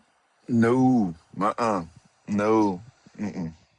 Yeah, that's why I get quiet when it comes to that. When they go to pronounce the name, because I can't even say the names correctly. So but I know it when I hear it. So I knew he was saying some messed up shit. So I said, "Think I'm gonna get him." That's why I shut up. I said, "Okay," and bam, you pop right in. I mute.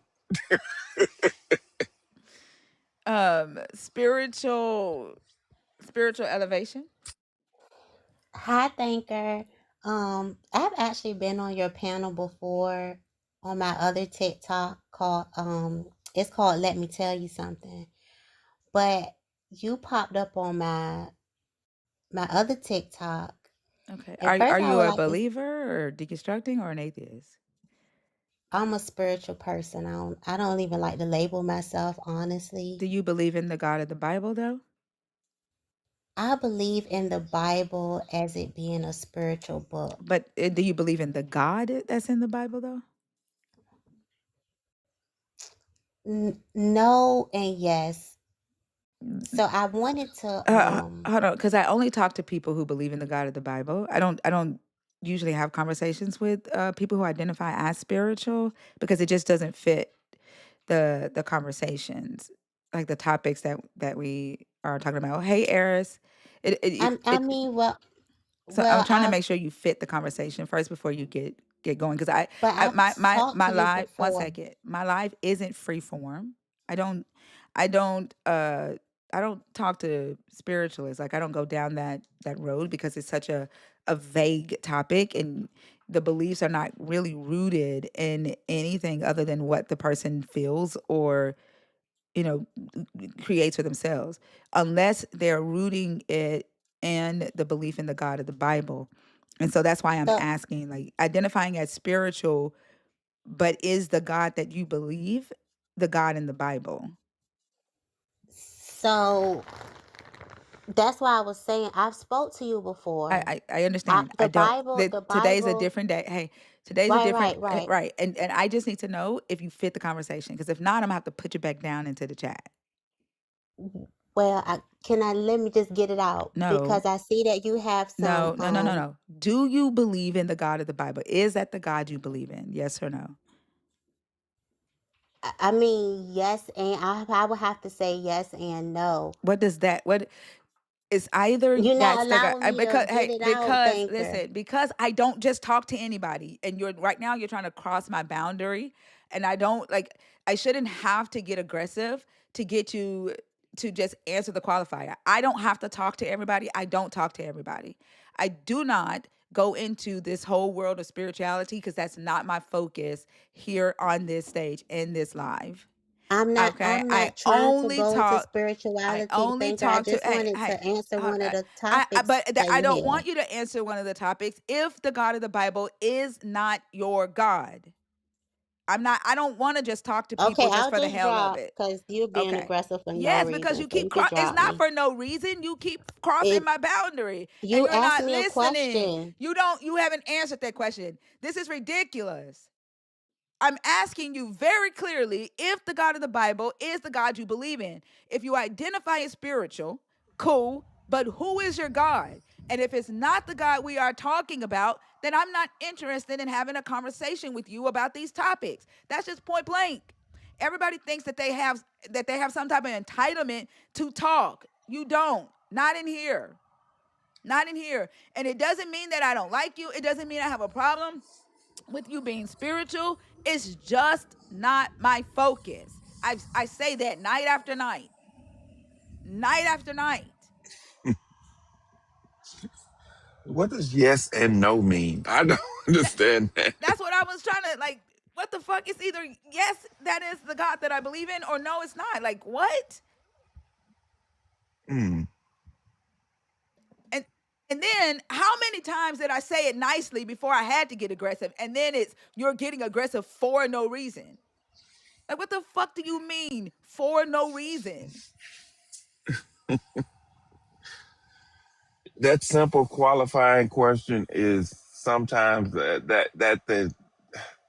that's the hardest thing for them to answer, and that's crazy.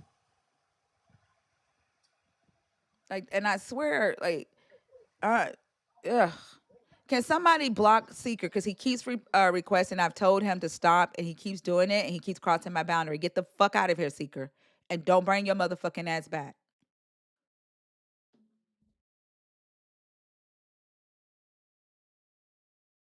Thank y'all.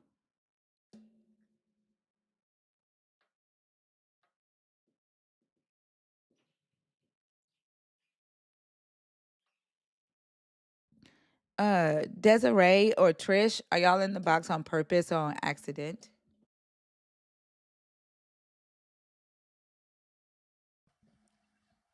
Just for my understanding, could you pronounce that one more time? His name. It was uh, so Which I one? can The lock wrong that in way or the right way? the right way. Yeah, Yeshua Hamashiach. So it's saying like his name is Yeshua or Yeshua, Yehoshua. So it's either Yahushua. Yeshua or Yehoshua, and Okay. then HaMashiach is the Messiah. Okay. So HaMashiach means the Messiah. Mhm. You Okay, see, so I they're got it. saying Hamashiach. That's wrong. It's Hamashiach, not Right. Hamashiach. So it's either Yeshua, not Yah, but Yeshua Hamashiach. I mean Yeshua Hamesh, HaMashiach. yeah, Meshiach, and it's Hameshiach, right? Or HaMashiach. Yehoshua Hameshiach. That's how you say it. Yahushua HaMashiach. Okay. Okay. I Uh, appreciate that. you're welcome. Hey Trish, how are you? I'm good. I just have a quick question about one of the questions on stage. I lost it because I can't see it no more. But it had something about, do you think that the prophets had some type of mental illness? So I had a question. Because when it talks about the 40 days and 40 nights, right, during the wilderness, I was looking up where Moses had to have been. Not Moses. Was it Moses? Yeah, Moses, Mount Sinai. I'm trying to figure out what the climate was during that 40 days and 40 nights because I can't imagine if it was hot and you roaming around for 40 days and 40 nights, hot, hungry, you have to be hallucinating, no? So can you tell me do you know where he was, like the location, and do you know anything about the climate during these times? I believe he was up on Mount Sinai, and that's in the desert. And so, like when he came down, they say his face was shining bright, like which means that the sun had um like is like he hid his face, right? And Mm-hmm. so he must have gotten like face sunburnt from like staring up at the sun while he was up there. So yeah, he was in the desert at the top of the mountain where the sun is just beaming down. And on top, like in those days, the reason why they wore the head wraps was because the sun would beam down on their heads, and that would cause hallucinations. And so that's why they cover their heads in that part of the world.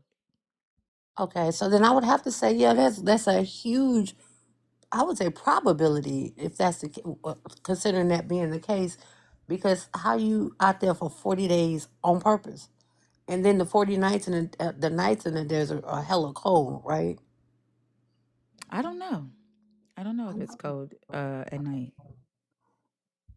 Okay, so I'll stick with just today. I'm roaming in. I live in Texas. It triple degree weather make people lose their mind. I'm talking about ready to fight and all the things. I can only imagine the type of hallucinations that he had to have experienced, or anybody that's roaming around 40 days, 40 nights living in the desert. That has to play mind tricks on you.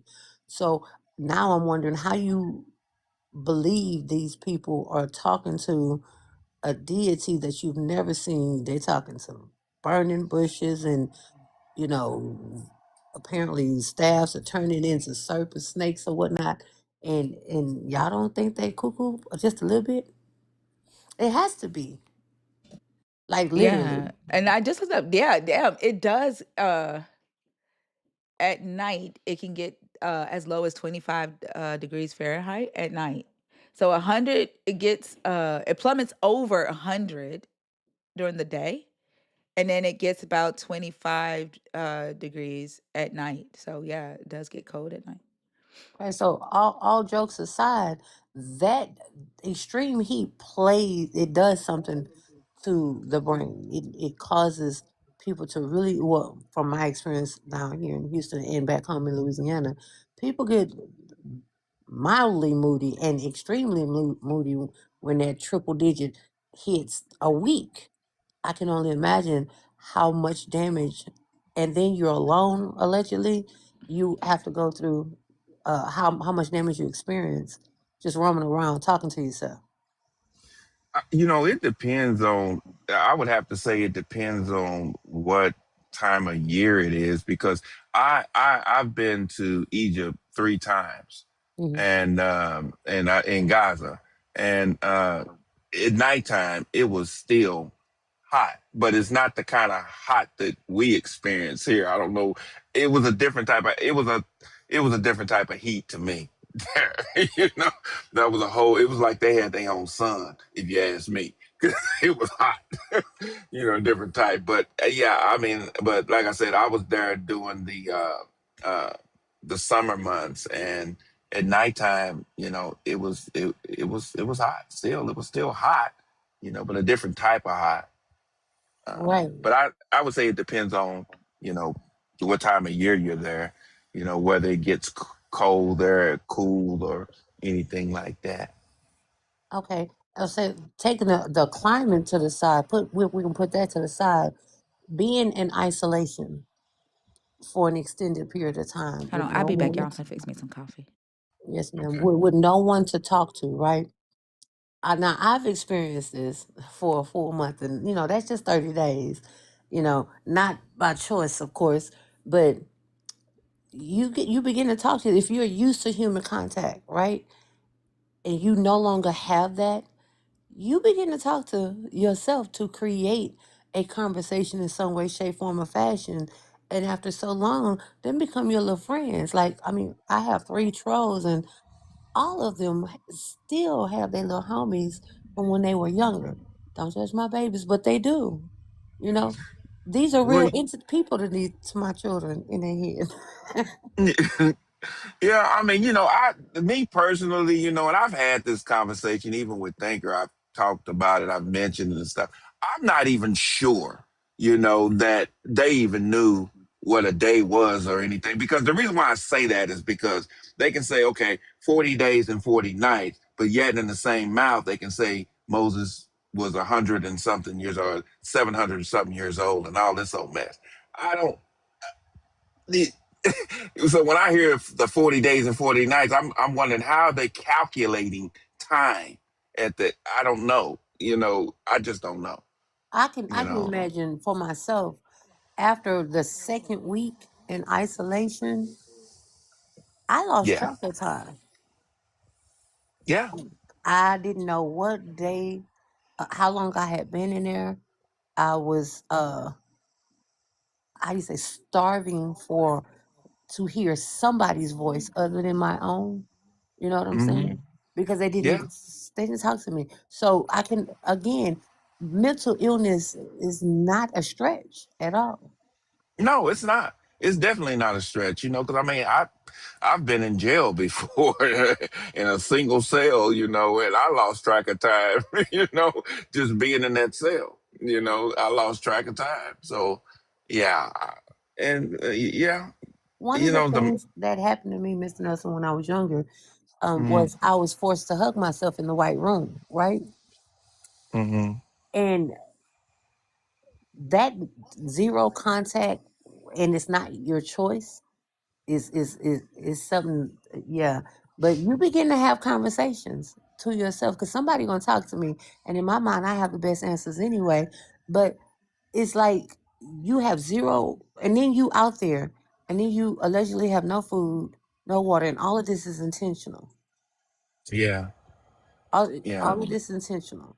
I don't think that mental illness is a stretch, and this is a question I posed to someone recently. You're trusting blindly the words of people who are talking to inanimate objects, and Yeah. when saying is factual because somebody else wrote it in a book, and it's it's the word of God, and the word is breathing right now as we speak because it's in you. It's it is a form of mental illness in many ways. So it begs the question for those who say, those of us who have been labeled with quote unquote many diagnoses, we are demon possessed allegedly, while you are actively choosing to believe that. Yeah. Okay. Well, I was going to say that, it is a mental illness. It is a form of psychosis. And the reason why I say that is because if you just take it and just look at it today, you know, in order to have a belief in this God or to have a belief in this Jesus or have a belief in this system, you have to have a childlike mind. Now, when you take that in the instance and say you have to have a childlike mind, then you look at an adult with a childlike mind, that would be a form of psychosis because if a full-grown adult has a childlike mind, they would say, well, he's under some type of psychosis or he has some type of mental illness. Now, if a child has a childlike mind, that's correct. It's supposed to.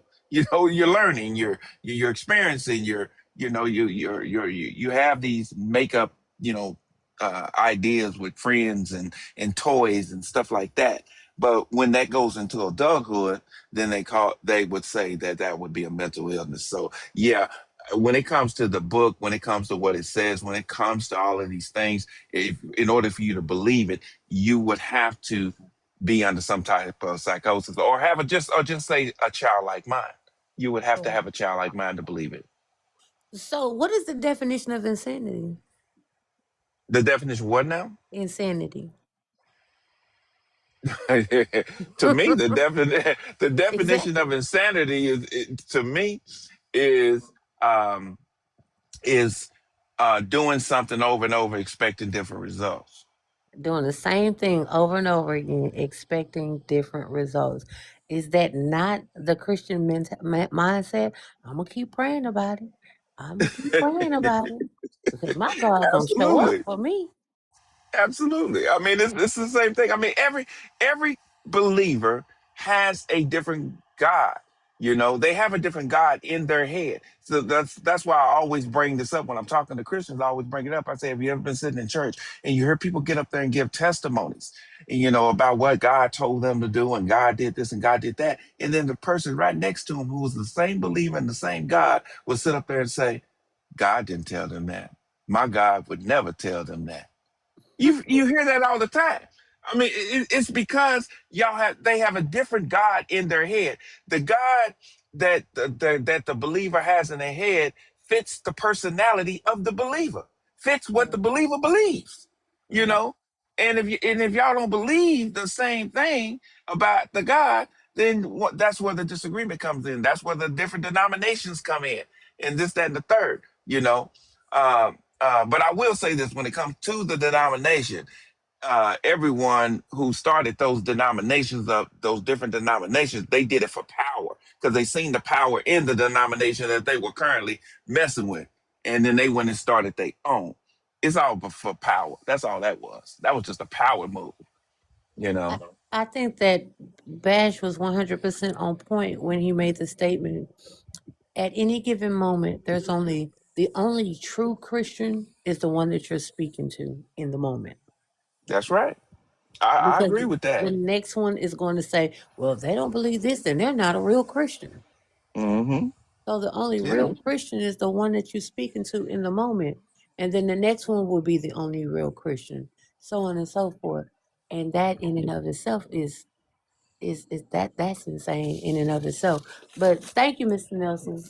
You're I very wanted to welcome. ask that about the climate because it was in that was interesting. Thank you. Okay. All right. Wow, Thank you for coming up. absolutely. All right. Hmm. I was looking at when Moses went up on Mount Sinai. Hmm. It says, the Lord said to Moses, "Come up to me on the mountain and wait there. I will give you the tablets of stone with the law and the commandment which I have written for their instruction." So Moses set out with his assistant Joshua, and Moses went up to the mountain of God. He set out with his assistant. To the elders, he said, "Wait here for us until we come back to you. Look, Aaron and Hur are with you. Whoever has a dispute may go to them." Then Moses went up on the mountain. Did Joshua go with him? Because it says he set out with Joshua, okay? And he had Hmm. the elders wait. Then Moses went up on the mountain, and the cloud covered the mountain. So the cloud covers the mountain to protect Moses from the sun. Okay. Okay. It says, "The glory of the Lord settled on Mount Sinai, and the cloud covered it for 6 days." So he's there for 6 days, and the cloud covered it. On the seventh day, he called Moses out of the cloud. Okay. That's funny. Right. Now the appearance of the glory of the Lord was like a devouring fire on the top of the mountain in the sight of the Israelites. So he calls Moses out of the cloud for Moses to speak to him. And then you see this fire outside of the cloud. Then it says, Moses entered the cloud and went up on the mountain. He's already on the fucking mountain, right? Moses was on the mountain for 40 days and 40 nights. This is when you start thinking, is this an edit? Was this written later by somebody else? And so I'm going to go to criticom.com because here are my questions. It's like, because it sounds like, I don't know. Here are my questions. Was Moses on that mountain for 46 fucking days or 40 days? Did the cloud cover the mountain for all 40 days? Right. 46? Like, what is the, uh, what? Um, And then what the fuck happened to Joshua's ass? Because it says Moses set out with his assistant Joshua, and Moses went up on the mountain of God, and he told the elders to stay behind. Where the fuck was Joshua during all this? And when did he come down? Well, he If he probably, went up. who, Joshua? Yeah. Yeah, that's what I'm trying to figure out. But hold on. Yeah. That's what I was talking. And that's my question too. I'm just not. I'm not sure on this 40-day thing. I'm not sure um, how time was actually calculated. I don't understand it. That's something that always puzzled me. You know, they can calculate 6 days, and on the seventh day, they can calculate 40 days and 40 nights. Yet, in that same calculation, somebody lived to be 700 years old. So I'm trying to figure out, which I know that's impossible.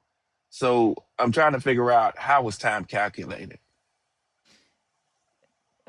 Well, I don't even think the scholars have been able to figure out. That's why they have different estimates for the time in Egypt. And like they're saying that it's symbolic, like they were not actually slaves in Egypt, and that the Hmm. time is symbolic.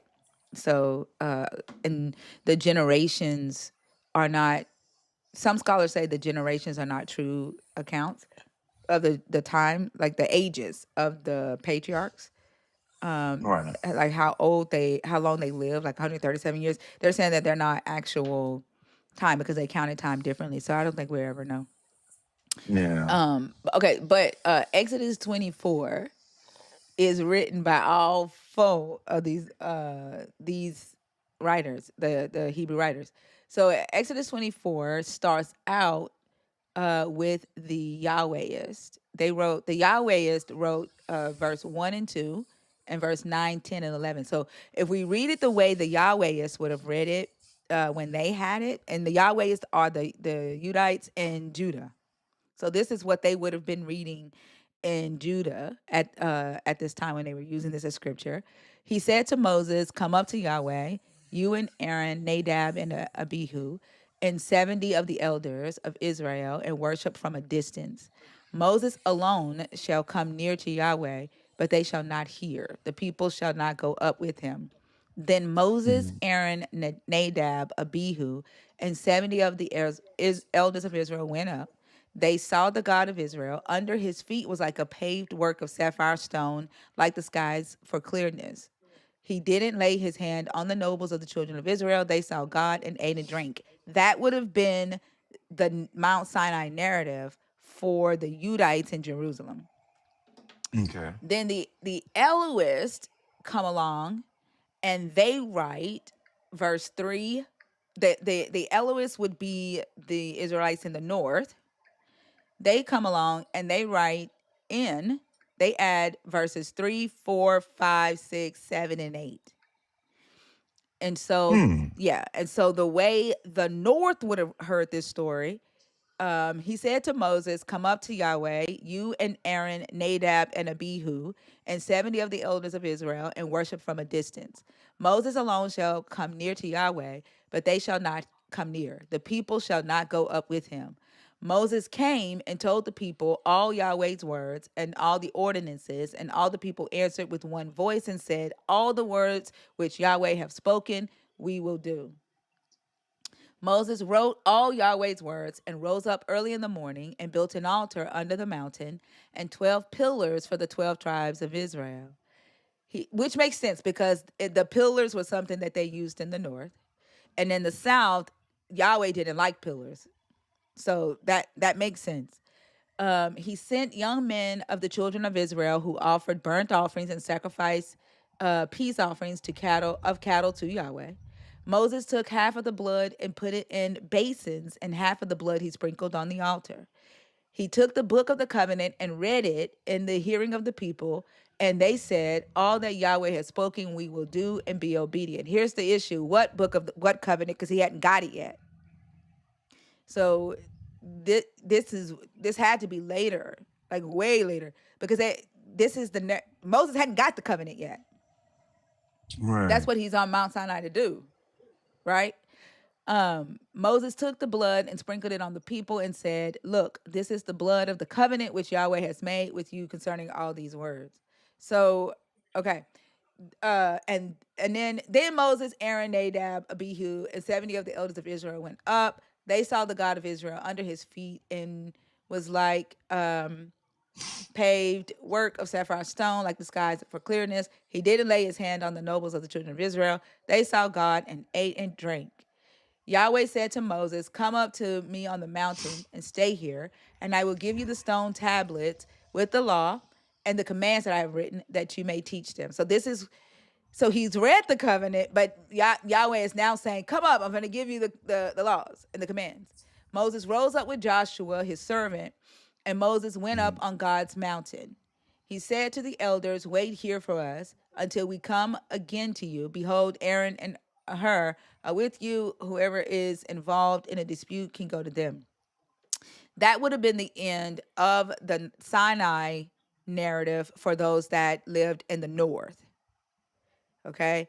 And then Mm-hmm. the priest, the Levites, come along and they add verses 15, 16, 17, and 18.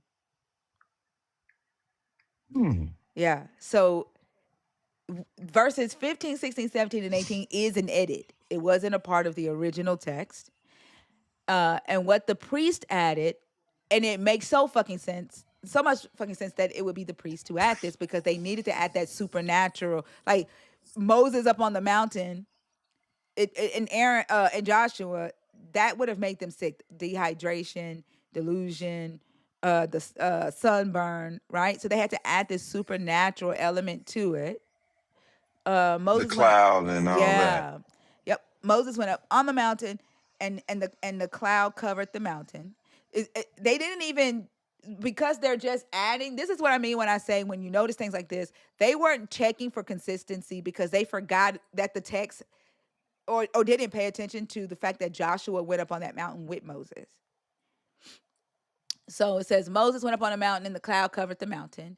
Yahweh's glory settled on Mount Sinai and the cloud covered it 6 days. The seventh day he called to Moses out. This is also how you know that whenever the priests are editing text, they're going to talk about, like, they're going to put emphasis on the Sabbath. The seventh day, the priests are going to put emphasis on that. That's the day they make their money. That's the day Right. divine shit happens. That's the day the sacrifices happen. The tithes are given, the gleaning, like all of that. Yahweh's glory settled on Mount Sinai, and the cloud covered it 6 days. That's the day that you work. The seventh day, he called to Moses out of the middle of the cloud. The appearance of Yahweh's glory was like devouring fire on the top of the mountain in the eyes of the children of Israel. And Moses entered into the middle of the cloud and went up on the mountain, and Moses was on the mountain 40 days and 40 nights. That's yeah. And yeah, that's crazy. So the I didn't know Deuteronomists, that. didn't add anything to this. So it's not all four. It's only three. It's the Yahwehists in the south, who were monotheistic, the Elohists in the north, who were polytheistic, and then the priest. All wrote Exodus 24 at different times. Wow. Yeah, I'm jotting down what you're saying because that's what I was making a note of this because I want to study that. That's wow. I never even thought about that. And it does make sense for them to, because they would know damn well his ass would be smoked by that sun. So them adding the cloud to cover the top of the mountain, yeah, that's wow. Yeah, because he wouldn't have been able to stay up there 40 days without some supernatural intervention, right? Like, the sun alone would dehydrate his body without food or water. Like, he would die. So they had to add something supernatural there to say that Yahweh's presence sustained him while he was up on that mountain. Hmm, that is wow. Damn. Okay, I'm just typing this up. Yeah, I just, yeah, I never even thought about that. C, are you okay? C crawl? G crawl? Oh, I'm sorry. I didn't mean to come up. Oh, no worries. Have a good one. You too now. All right.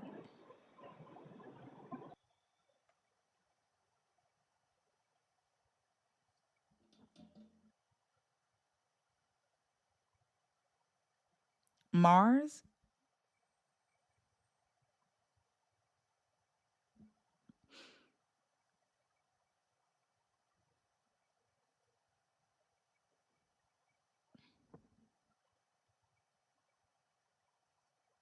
I know. I am Chad.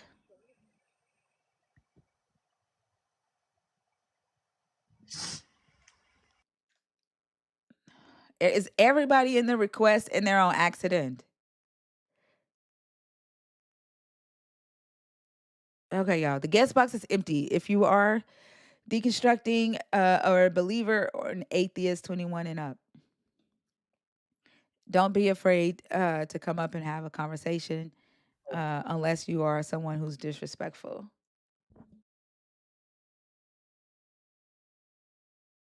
Also, don't be afraid to ask questions. I promise you, a question has can only bring enlightenment to you.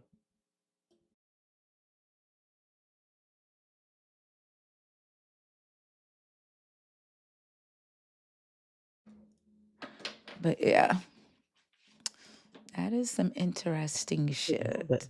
Huh? Yeah. Oop, I hit the wrong button.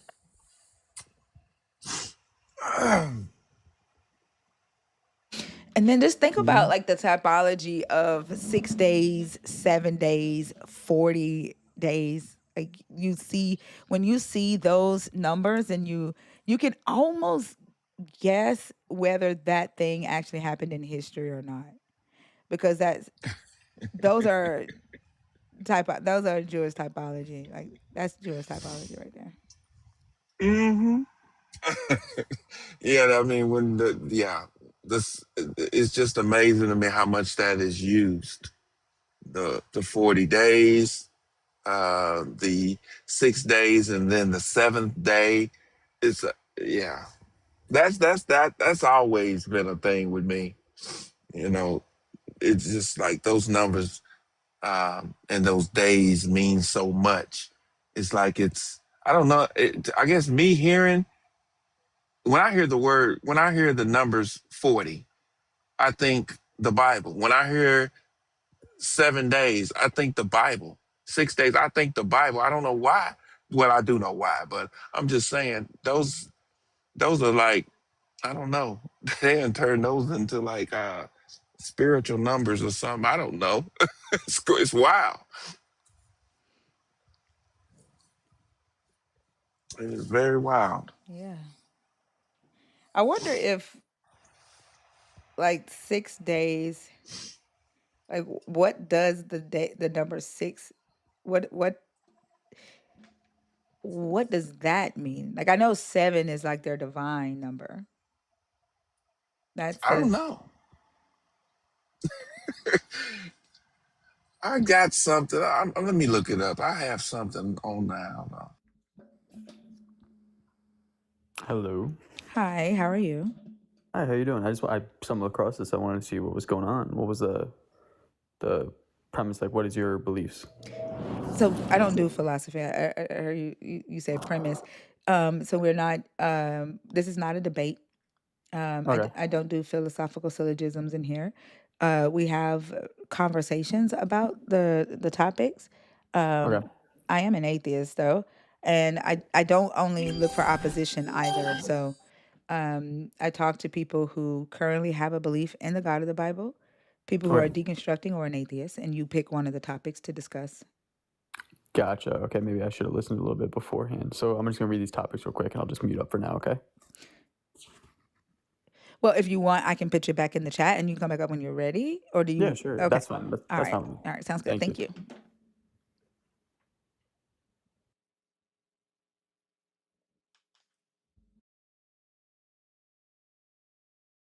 Hey, Salil. Hi, how is everyone doing? Good. How are you? I'm good. I actually just had a question that's kind of along the lines of what you guys were just talking about. When we were talking about like rebuking and what have you, and the next day I wanted to come and talk about a situation because I had remembered it came back to my mind, but the conversations got so good. I'm like, I don't want to, get in on this because you guys were talking about like the narcissistic abuse, and so I just waited. But the question that I had was pertaining to numbers, like in the Bible and using numbers, and actually seeing like a couple of people like dropping stuff in the chat, very similar to some of the indoctrination that I've had as it relates to numbers. And so one of my like first like rebukes when I first went to that church was we had a group of women within there that we kind of like did like a woman's Bible study, I guess you call it or whatever. And we were all on a email chain, and this was back in 2008 when I very first moved there. And so I sent out something. I actually can't even remember exactly what it was, but it was something along the lines of like numbers and significance of numbers. And one of the things they said was that, using like astronomy or astrology, sorry, and using like meanings of numbers and numerology and stuff is not of God, but you preach out of the pulpit, the number of completion or, like you said, significance for numbers and things like that. So I was just wondering how you like what you guys' thoughts are on that as it relates to because I in my mind that's numerology. Like that's what that is. But they said it's not and it's not of God to, like align with the stars or numbers or things like that. So what are your thoughts on that?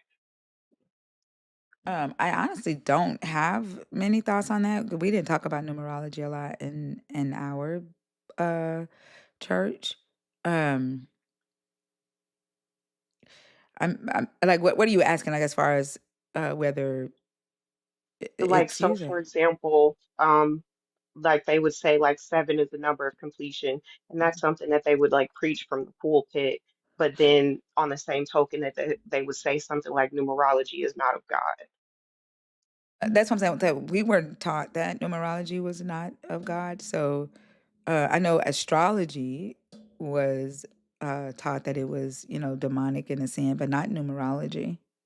Yeah, I mean, they said the same thing for like astrology too, because like the thing I sent out had to do with like significant numbers and like horoscopes and things. Um, but you know, I like one of the ladies like pulled me to the side one day and was just telling me that that's not how we do things. This is not of God, and numbers or numerology is not a biblical principle, but it just doesn't make sense when they use like there's a lot of significant numbers in the Bible. And so it could just be where, I was at, or, maybe she didn't really know what she was talking about. And she was, pulling, because it was a minister. It wasn't like, just a regular church member. It was like a minister put me to the side and was talking about it. So I just kind of, wanted to see if anybody else had had that same kind of experience. I didn't. I don't know, Selena or Nelly, did y'all? Like, were y'all taught that? No, no, I wasn't. That's Mm-mm. interesting. Okay. Well, yeah, because and even like sometimes when I would ask questions about like numbers or like seeing numbers, because I think somebody else has said that, but like I see 122 all the time, which is my birthday. Obviously that they be catching my eye all the time because it's my birthday, 122, but like that's something that I see all the time. And you know, they just made it seem as if like I was doing something wrong. I think that um so I have heard like saying angel numbers. Yeah, Yeah, that I think that um they say that that is divination, and you're giving power to something other than the Holy Spirit, right? And because the Bible doesn't say that God speaks through um like in that with that method of communication, like through angel numbers, um it's divining basically. So it's not necessarily that okay, numerology is wrong, it's getting the messages from the numbers, and so it's divination. Does that I make sense? see. Yeah, yeah, that does make sense. I still don't understand how that's not of God, you know what I'm saying? Like, I mean, I understand like your explanation now, like how they would tie it back, but I still don't like with all of the, symbolism and things that are used in the Bible, like I don't understand why numbers wouldn't be, Because it's not like coming from the Holy Spirit to them, right? Like yeah. that, yeah. All right, well, yeah, I mean, I guess that kind of answers my question as it relates to that. And then um also, kind of wanted to talk a little bit about, and now I can't see it because it was the suffering from undiagnosed mental illnesses, like could the prophets and whatever. And so I also wanted to know, like, have you heard the theory, or do you know of the theory that like Paul was like hallucinating the whole time too? As far as like on the road to Damascus, like, Like as far as like everything that he was doing, like even writing to churches that didn't exist, or like stuff mm-mm. like that. Like No, those um churches did exist. Those, at the time when he wrote y- to them, yeah. the Church of Corinthians existed. The churches were real. Like they the thing is that we have to ask ourselves when this stuff was written, right? Yeah, When did okay. Paul write? But like as far as like on the road to Damascus, Paul did it. The writer of the Pauline letters never said that he saw any of that. That was Luke who said that. So if I'm not we familiar with that. like in Acts, the light and him being blinded, and the voice coming out of the light speaking to Paul, like his conversion on the road to Damascus. Okay, yeah, yeah. That Okay. narrative was written by the Luke. It was written by Luke. It wasn't that wasn't written by Paul. And when Paul talks about his conversion, he doesn't mention any of that. And Okay. so, if we look at and take what Luke said about Paul's conversion, we could definitely, uh, look at it and consider it a hallucination. But I think the purpose, the reason the writer added the witnesses, right? Because each time Luke writes about Paul's conversion, their witnesses are there and they also see what Paul sees or hears what he hears. So they write in these witnesses as evidence of a supernatural thing so that people wouldn't be able to say that it was a hallucination. Right. Gotcha. So and I think Acts 9, when he talks about it, the people see the light, but they don't hear the voice. And then Yeah. in Acts 22, they hear the voice, but they don't see the light. Yeah. Um, Paul just says that he received revelation from Christ. He doesn't say anything about seeing a light or hearing a voice for his conversion. And then there's one more, like there's like it's told like three different ways, but the uh, Lucan writer is what I call him because he writes multiple things. He focused on having witnesses as evidence for this supernatural thing, so that people wouldn't say that it was either a lie or some mental illness. That makes sense. I mean, even though it probably is all not true or anything, but it definitely would make sense to like the triangulation, basically, to have somebody pull in and say, this is because it's not a miracle, or it's not like something that can really be proven if it just happens to one person. So it would make sense that they would try to say that multiple people saw it.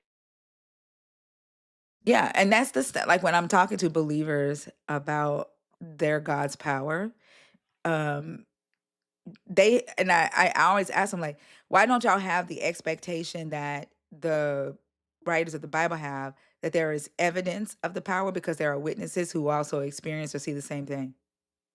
Why is his power or his voice only um, able to be witnessed by you, like, or who it's happening to? Like it has changed from what the Bible says it is versus what we experience in real life. And they don't get that. Like Oh, if for example, and I was talking to my daughters about this today, if an immaterial uh source like UV rays is engaging with your body, your physical body, you can't physically see the UV rays, but the evidence that uh, the rays are engaging with your body is it changes your skin, right? So it leaves evidence that it was there. And so when I'm asking the believers, what is the evidence of your God's spirit, his immaterial spirit engaging with your physical body or with the physical world? And so what the writers wrote in, the evidence was Paul going blind. So Paul engaged with this immaterial source, this light, and the residue that it left behind was Paul's blindness. So it's proof that it serves as evidence or proof that Paul engaged with something supernatural. Also, other people saw it, other people witnessed it, or other people heard it. So that's evidence or proof of the supernatural thing engaging with the physical world, right? Like, but we don't have that today. We keep asking believers for that, and they have no expectation of that because they've been indoctrinated into their faith is their belief. And I think this is like also um something like this conversation like this is what guide my research, because when Luke was writing, the Hebrew writers had not yet written the book of Hebrews, and that definition of faith did not exist.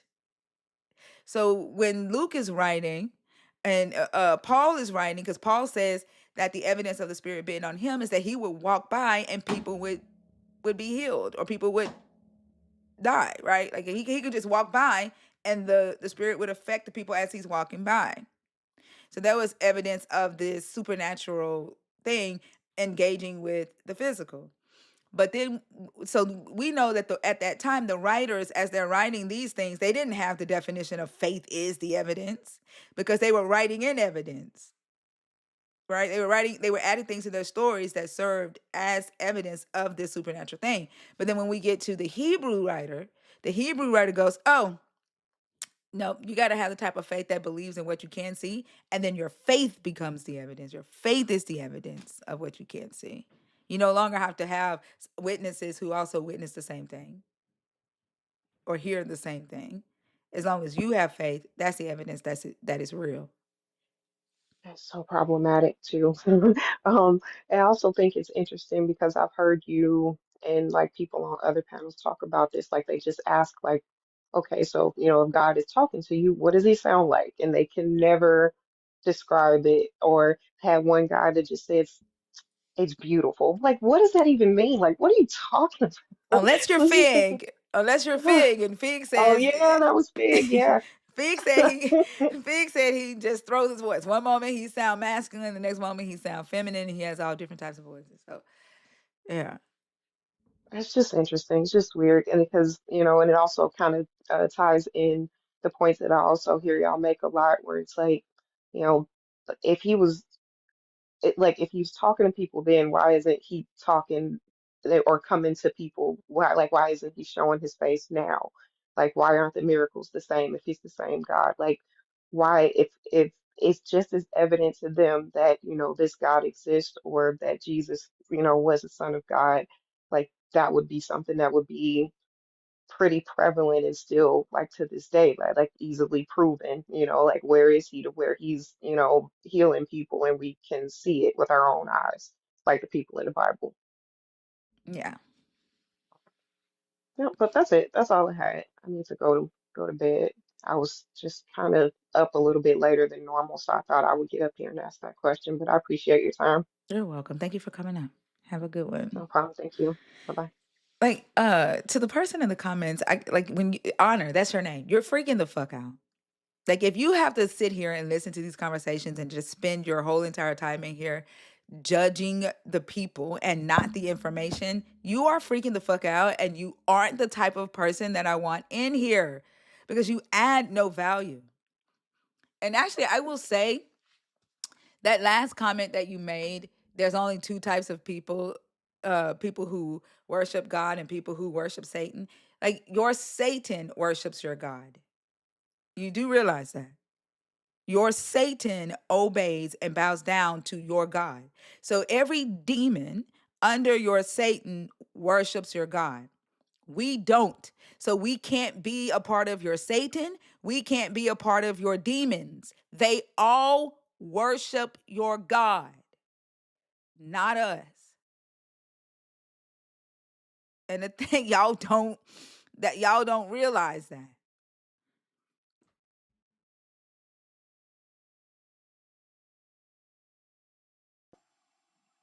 Yeah, that's wild too.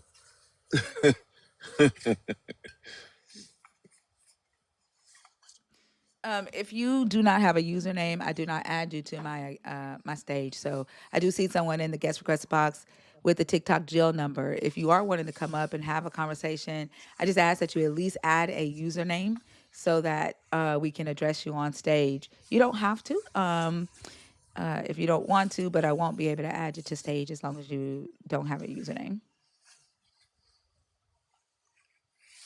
I mean the I don't understand the logic behind you read the Bible, don't you?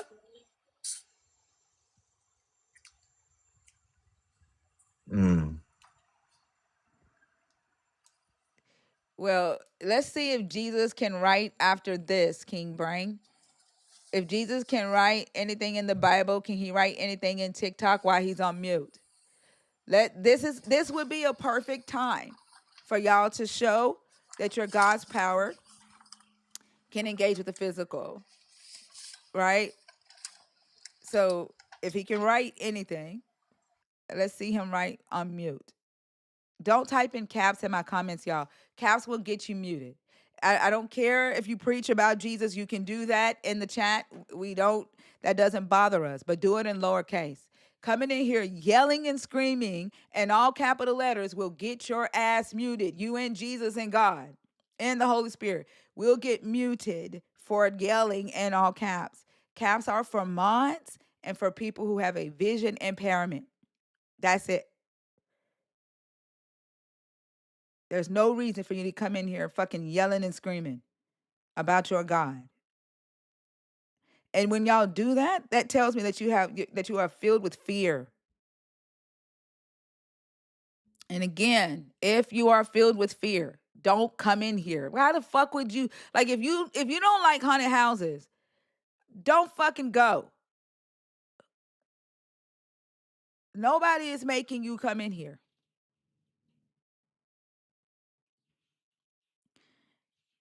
I'm offended because you just sound dumb. I'm offended because y'all like being dumb. I'm irritated at how ignorant y'all like to be. That irritates me. And then I'm irritated because it feels like dumb motherfuckers like being around smart motherfuckers just for the purposes of irritating our asses.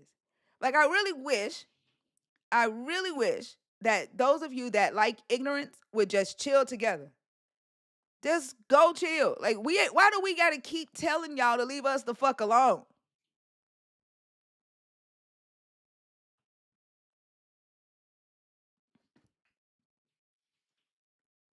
You mean my daughter looks like me?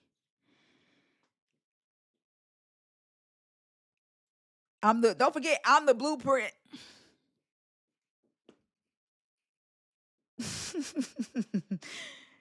how I look like her? She look like me.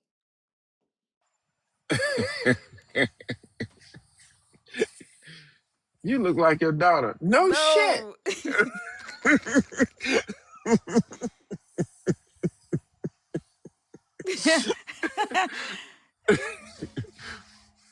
And Yeah, how do you think that happened? right.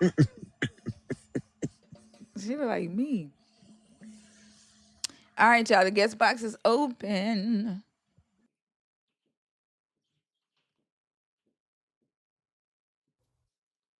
Ja B. Hey, Thinker, how are you? Good. How are you? I'm good. How old are you? I am 33. All right. Are you a believer, deconstructing, or an atheist? Definitely deconstructing. Okay. And which topic did you want to talk about? I want to talk about number 3 because I've been in here a few nights and I haven't heard anybody respond to it, so I just wanted to respond to that one. I'm sure I Awesome. probably missed it. Okay. Um, I don't really think there is much of a difference, and I say that because I remember as a little kid when I was still a Christian, and this lady caught the Holy Ghost in front of me. It was the scariest thing of my life, and I wanted to stop going to church. And then when I think of being possessed, that's a supernatural force, whether it be good or bad. I think it's the same thing. Like my aunt's a minister, and I told her that day, I was like, I don't want to go back to church. She's like, why? I was like, that was really scary. And I was like, I was like, do you do that? She was like, well, I speak in tongues. I was like, oh, that's scary. I was like, I don't think that's God. I don't even know what that lady was saying. And I just think about every moment that I've seen somebody like catch the Holy Ghost. I'm like, are you playing or is something really scary happening right here? Like it never feels like a positive experience for me. And I think that's when I really started shying away from the church, is seeing those kind of things. And once I was in my 20s, I'm like, okay, yeah, this is it for me. But the Holy Ghost, the catching, I don't think they're different. I think that's the same. I think that's the devil in the church, personally. That's how it makes me feel. I think so I wouldn't necessarily say the devil. I think the devil and the God are all a part of the same system. Mm-hmm. Um and then like I think that a Satan is different than the devil, but the New Testament writers make them synonymous, and I have Mm-hmm. my thoughts for why they do that. But I can see how scary that was now that I look back, because I used to speak in tongues and I used to Mm-hmm. do all the shouting, and my kids told me that it scared them too, because I took them out of church very young. My oldest was Mm-hmm. 7 when we stopped going to church. But I was still a believer. And I would do the speaking in tongues and all that at home. Although I wasn't going to church, we would go every now and again, but I wasn't as faithful anymore. He was probably like 7, 8, something like that. But that I realized now how I have indoctrinated them into this fucked up ass belief that like words like like they would hear me speaking in tongues in the shower. And I never thought about what the hell my kids was like. What the fuck is mama doing? Never, not once did I think about what that was doing to their mind. But they did tell Yeah. me like it did fuck with them, and it had Yeah. them scared. Like, and even now, even though they're atheists, all but one, um, they still hang on to the idea of spirits because of my ass speaking in tongues and teaching them about the Holy Ghost. Yeah. Yeah. And I have a question for you just because I know you are a mom. So my kids are younger than yours. My oldest is 14. I got a 5-year-old and a almost 1-year-old.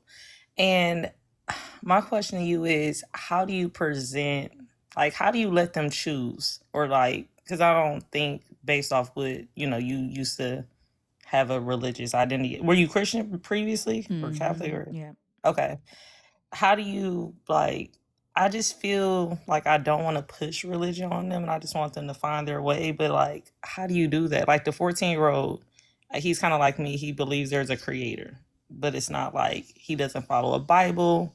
Like I'm real big on like what feels good, like what's integrity. Like we're focused on like the moral compass more than like religion. And I think he's a good kid, but I'm just like, we were Christian at first when he was a little kid. So I think with him going to church, that kind of maybe have helped him kind of figure things out for himself. And I'm like, what do I do with that 5-year-old and 1-year-old? Because now, I have no religious identity. Right now, I wouldn't even bring it up to the 5-year-old or the 1-year-old. Well, yeah. Yeah, but I would teach them about questioning early on. Mm-hmm. Like when they start having conversations, and you know, um, ask, why is this? Why does that happen? Like, what do you think? Mm-hmm. Asking them what do they think instead of like giving them the answer, helping them Mm, explain why they think a thing is, and then helping them learn how to find and seek answers the right way instead of you doing the mm, thinking for them. Just teaching them how to think. I think would be you're at the perfect age to do that, yeah. to raise thinkers, and then teach them how to protect themselves from the shame of being a thinker, because people who don't think will ostracize thinkers and try to make them Mm-hmm. feel shameful for being someone who thinks. Yeah. Because there are a lot of people in the world that just they don't want to think, they want to outsource it, they want to be lazy, and Mm, they don't want to feel bad for not wanting to think, so they're going to make you feel bad for being someone who does. With little children, that type of shame is very powerful. mm-hmm. And so I would teach them early on how to protect themselves from that. And then with your 14-year-old, having conversations with them, um, I saw Oscar said don't talk about it. And I do agree, like not talking about it Mm-hmm. with the younger ones. But with your 14-year-old, you're going to have to, because it's everywhere. Right. And it's even in, damn near in the schools.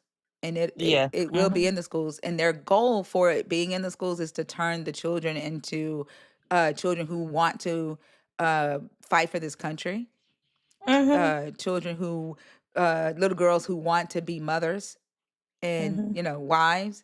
And so they're trying to indoctrinate the kids early on using the Bible, right? Yep. Absolutely. And so uh I would have conversations with your 14-year-old about it, but from a historical aspect and critical Mm-hmm. thinking. Yeah, Yeah. agreed. Agreed. Okay. Okay. That's very useful.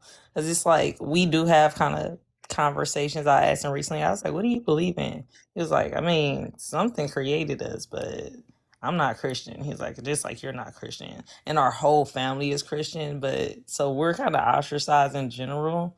And he's seen me like have tough conversations because I'm also like, I don't eat like them. Like I'm vegetarian and that causes conflict. I'm like, how the hell do what we eat make y'all so angry? Like it's very crazy. Yeah. Okay, cool. Well, that is helpful. I appreciate your time and you creating this platform for thinking. And I'm gonna drop. You're very welcome. Thank you for coming up. It was great meeting you. Absolutely. All right, have a good one. Me too. King Brain, you are on mute for the entire live. So when you are muted, you cannot come on stage, unfortunately.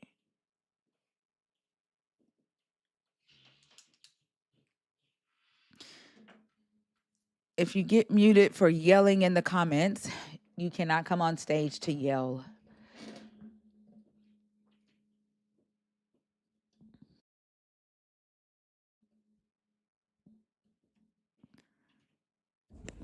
B,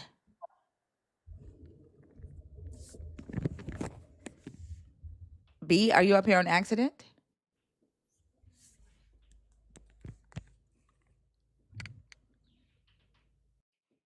All right, y'all. The guest box is empty. If you are a believer in the God of the Bible, deconstructing, or an atheist, thank y'all so much for being here. 561 of you in here on TikTok, and 88 of you. I need to refresh the page.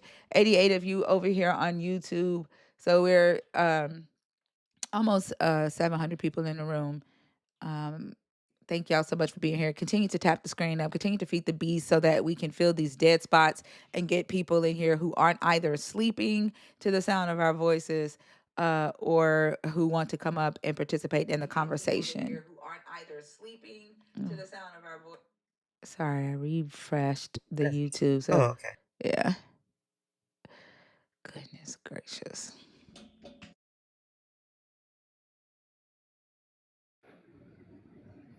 I heard you've been making a change, Tukes. Is that true? A change? Yeah, I I heard that your whole personality has changed. Is that true? no. Oh, you're I'm still still. you're still an annoying as a believer, a disrespectful believer. You're still that? I have never been that. Yeah, you were. Yeah, you I'm. were. Yeah, you were. The very fact that you are on my stage right now. What was the last thing? Like you continue to come in here after I've asked you not to, right? And the only reason why I brought you up is because I saw you on Minnie Kwan's live, and Mhm. Minnie Kwan and Fox the arsonist said that you were trying to be better. Mm. But by your own words, you are not. You are still the annoying, disrespectful, boundary crossing Christian that you were the last 3 times that you came in here. Right? Because I was gonna let you stay. I was gonna let you stay based on what Minnie Kwan and Fox the arsonist said. But by your own words, you are still that same person. I didn't say. I don't know what person that was. Okay. All right. Well, thank you for coming. And I guess when you decide to be better, that's when you'll be able to come on my stage.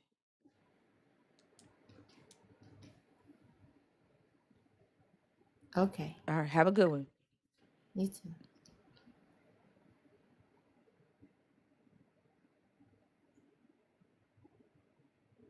You don't know how to drop. You know how to drop I'm tubes. trying to figure it out right now. You I know how to drop do. tubes. You've been doing I this for damn near do. 2 years. You've been doing this for damn near 2 years. You know how to drop. No. Yes, you do. Okay, yeah, I got it. Shit don't make no damn sense. Yeah, something really wrong. That's the crazy thing is I was gonna let her ass stay based on what Quan and Fox said that she was trying to be better. She's like, no, okay, then get the fuck on because you are full of shit. Uh, Zah Smith, Zah,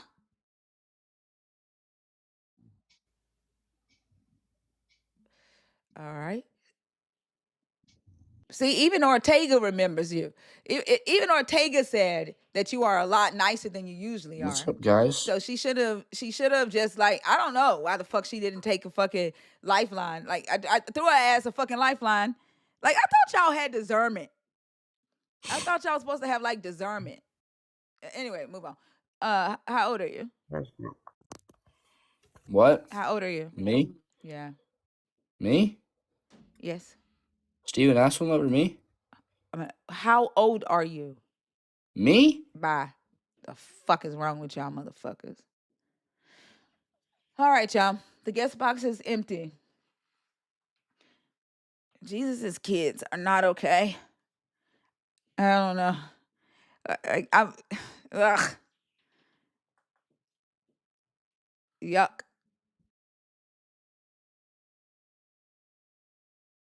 Jesus's kid, Yahushua's kids, Hamashakanyaki's kids, y'all are not okay.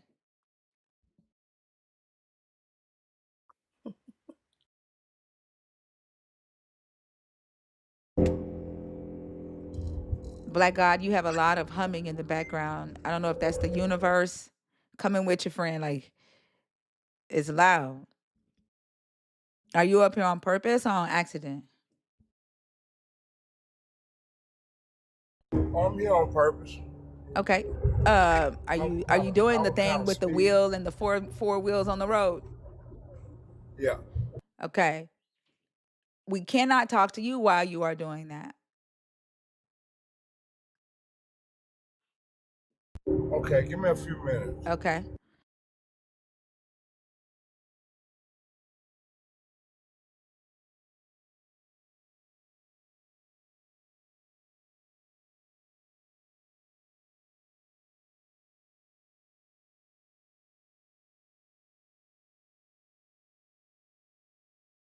That did sound like the hum of the universe. Have y'all ever heard the hum of the universe?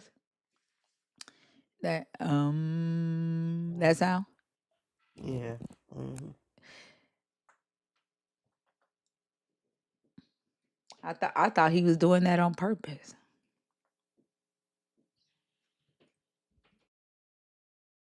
It did sound like it.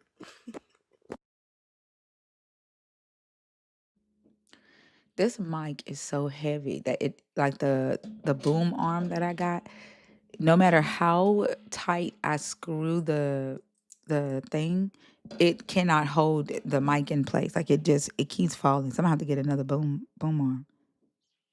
But the crazy thing is that I thought the the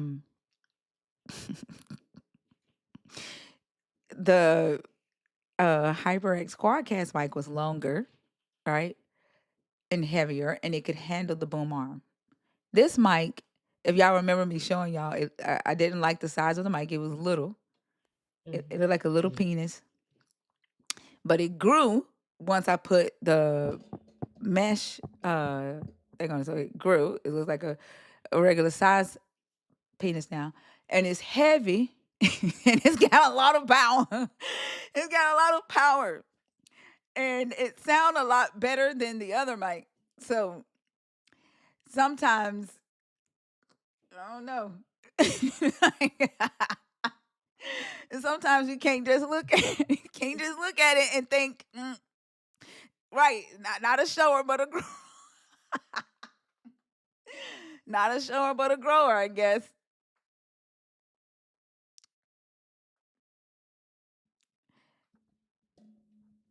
I guess.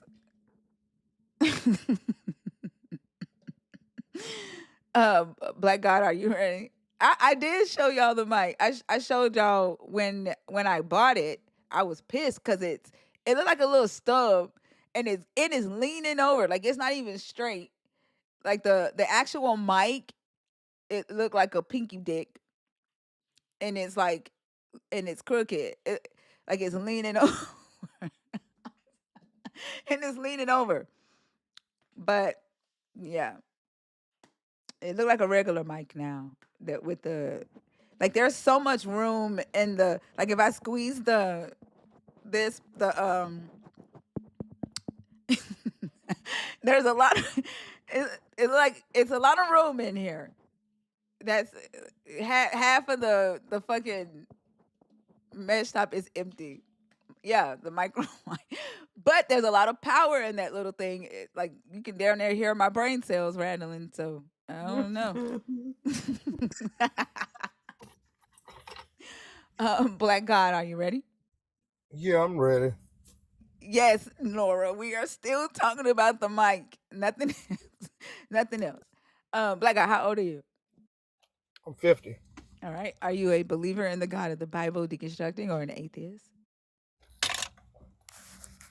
Um, the God of the Bible. I'm not an atheist. I believe in God, but Is it the God of the Bible I though? just I believe yes. I believe it's the same God of the Bible, which is also the Bible, God of the Quran, the Torah, the Holy Tabernacle, the all of them. Buddhism, Hinduism. I I mean, think it's that's the just same you God. claiming that your God is the only God. Like a Buddhist wouldn't agree with you, right? Uh, Why not? because they don't see Yahweh as their. First off, Buddha isn't a god, and they don't see Yahweh as Buddha, so they would not agree with you. Well, Yahweh is a terminology. You know what I'm saying, or a Uh, reference that someone uses to define God. It's still no. Yahweh is a name that Christians gave to the Tetragrammaton. It's not a terminology. It is a incorrect pronunciation of the Tetragrammaton and the for the Jewish God. And Buddhists do not see Buddha as Yahweh or the Tetragrammaton. So you saying that the God that you believe in is everybody else's God, um, it's just you claiming that your God is the only true God. But what we talk about in here though is the God that is talked about in the Bible, the God of Christianity, the God of Judaism, and then for some it is the same God in Islam. But we don't talk about Islam in here just yet. We will in the coming months once we get our host uh, established for that. But right now we are talking about the God of that most believers of Christianity or Jesus Christ or Yeshua, whatever you call him, or the Jewish God, the Hebrew God, whether you call him Adonai, Yehovah, Yahweh, Jehovah, Yahashua, Hamashaka, whatever you call him, that is the God we discuss in here. Gotcha. Um, And just which to is let you the know, same I God. am an atheist, and Selena Okay. is deconstructing from this religion, from this belief. So she's deconstructing from. Yeah, I don't want you to comment on that. I just want you to know where you All are. right. Yeah, she's deconstructing. Okay. I'm an atheist, but uh, you would pick one of the 5 topics to discuss with us. And what are the 5 topics? I can't really even see that. Topic number 1. So the entire subject is Christianity produces foolishness, but the 5 topics is what is the difference between being a Christian and a follower of Christ? Topic 2, could Jesus and the prophets in the Bible be suffering from an undiagnosed mental illness? Topic 3, what is the difference between being filled with the Holy Spirit or being demon possessed? Topic 4, why is faith or belief necessary for blessings or salvation, but not for judgment or punishment? And topic 5, why is choice, aka free will, so important to your God?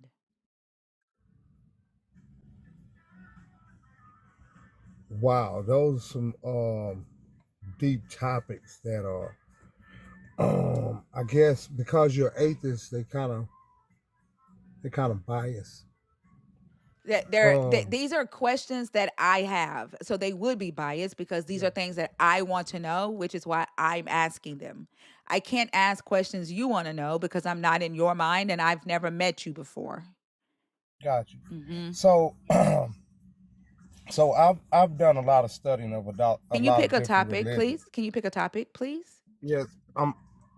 So the topic of why free will is so important to my God. Yeah, choice. The choice is what I want to know. Why is you having a choice, and I know you guys call it free will, so important to your God? Because you have no restriction and you was created in the image of God, meaning that you can create everything that God created.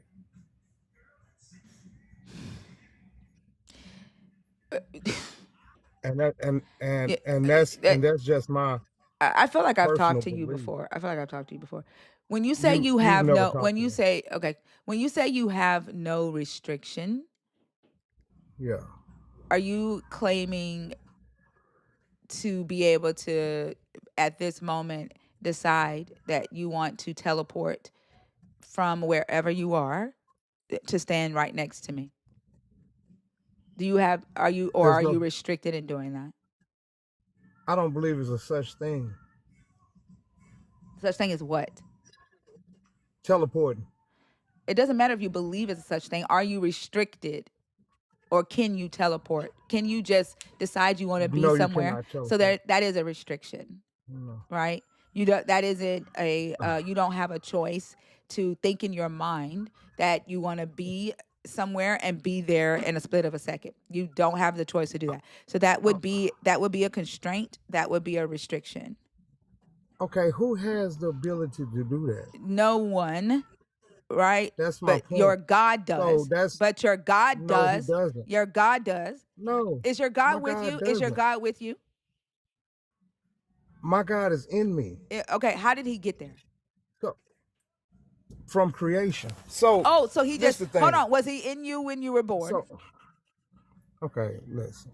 Was wait, Yes, just okay, like so your he mother, so just like hold on. your mother and Hold on. father is in you. So was your God? My mother is not in me, and neither is my father. My father is in the ground. My father is deceased. Okay, so Their DNA is in me. Your God that doesn't have that DNA. yes. No, he doesn't. DNA is for humans. Your God does not have any DNA. Okay, so And all right. again, So you're atheist. So if you are talking about a different God than is in yes. this Bible, then you don't fit this conversation. Okay, so can I explain myself real quick Can you without make sure that you are talking about the God that we discuss in here? If you are talking about we're talking you about and I this. cannot talk at the Yes. same time. Okay? I know you keep cutting If me you off. I'm not cutting you So off. I am giving you instructions for how to participate in my live. got you. So if I can explain myself. If you are talking about a different God than the one that is in this Bible, then you do not qualify for the conversation. Okay. So I'm talking about the God of the Bible, right? But I'm talking about the God of the Bible out of the ancient Sumerian text. That's not the God of the He, Bible. same God. It's not the God of the It's the Bible. same God. Listen, you're not going They to be gave him I'm going to tell you this again, they gave okay? him different Hey, names. you I are mean, not A, talking but about the same God. We are not talking about Shamash. We're not talking about Marduk. We're not talking about the Anunnaki gods. We are not talking about that. If you are not talking about Jesus, Yahweh, Yahama Shamiaka, whatever y'all call him, then you do not fit this conversation.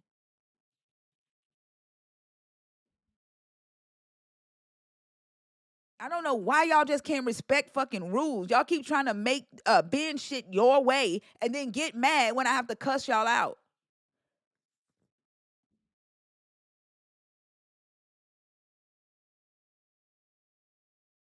You are on mute.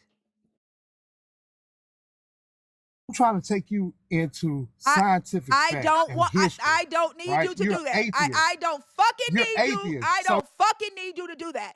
I know what the fuck I want to you're talk arguing about. a point I that don't has fucking need no shut the fuck up. I don't fucking need your motherfucking ass to do that. If I wanted to talk about Babylonian gods, Sumerian gods, that's what the fuck I would do. If I wanted to read the Enuma Elish, that's what the fuck I would do. If I wanted to talk about the Hammurabi laws, that's what the fuck I would do. If I wanted to talk about Namu, that's what the fuck I would do. I don't fucking need you to do that. I told you what the conversation is about.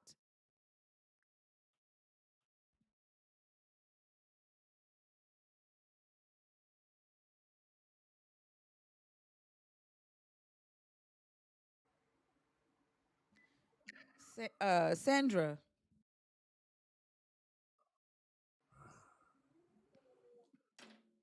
Yeah, my live is empty with 617 people in here, dumb fuck. That's why your ass is in the chat, because you can't fucking listen. Land of no, what? Landon? Yes, Hi, how are you? I'm doing good. Do I need to like say like my name or like any Uh information or just anything? your age, please, and if you are a believer in the God of the Bible, if you're deconstructing or an atheist. 22 and a believer in the God of the Bible. Okay, there are 5 topics on the board. Which one did you want to discuss? I guess one, but I'll like tell you like my thing with it, and you can let me know if it's like appropriate with the prompt because I know you don't want to go off prompt, you know. Yeah, go ahead. So my main confliction is that you're saying that in Judaism and Christianity they worship the same God. I disagree with that. That's not the prompt. Okay, all right. Well, Yeah. that's what. No, no, Yeah. no. I didn't say that they worship the same God. I did not say that. He said they did. But don't like I don't talk to people about another person's conversation because people misquote things and you mishear things. Hmm. And that person isn't on stage. I want to talk to you about what it is that you understand, right? And then I can share with you what I think I understand. Okay? Bounce ideas off of each other about one of these topics on the board. And the topic that you chose asked, what is the difference between being a Christian and being a follower of Jesus? And the reason I am asking that is because I get believers up here every day who say, I'm not a Christian, but I am a follower of Jesus. Or I'm not a Christian, but I follow the teachings of Christ. So I want to understand what the difference is between those two things, because from my understanding, a Christian is someone who follows the teachings of Christ. So what's the difference? Well, the difference would be like Christians adhere to the religion Christianity, and anybody can be, you know, a follower of who they believe Jesus is based off of Islam, based off of just I'm being not an asking about agnostic. Islam. I'm asking not don't bring in any other belief system. Just those two things. What is the difference between someone saying that they follow the teachings of Jesus and being a Christian? I'm not talking about Muslims. I'm talking about people within who believe that Jesus is God. Yeah, Wh- adherence to the Orthodox tradition would be the I'm not difference. asking you that. What is adherence to the Orthodox tradition? Being a Christian? Adherence to the church that Christ founded. That's being a Christian, or what? Being a follower? What is it? That's being a Christian, not necessarily being a follower of Jesus. So being a Christian means that you follow the Orthodox uh, Tradition. tradition, which is what? The church that Jesus Christ established. No, what is the Orthodox tradition? I'm telling you, it's the church I that know Jesus it's the Christ, church. apostolic What succession. do they follow? What do they teach? What is their traditions? The Eucharist, the uh, theosis, things like that. With the Eucharist is communion. Are you saying followers of Jesus don't participate in communion?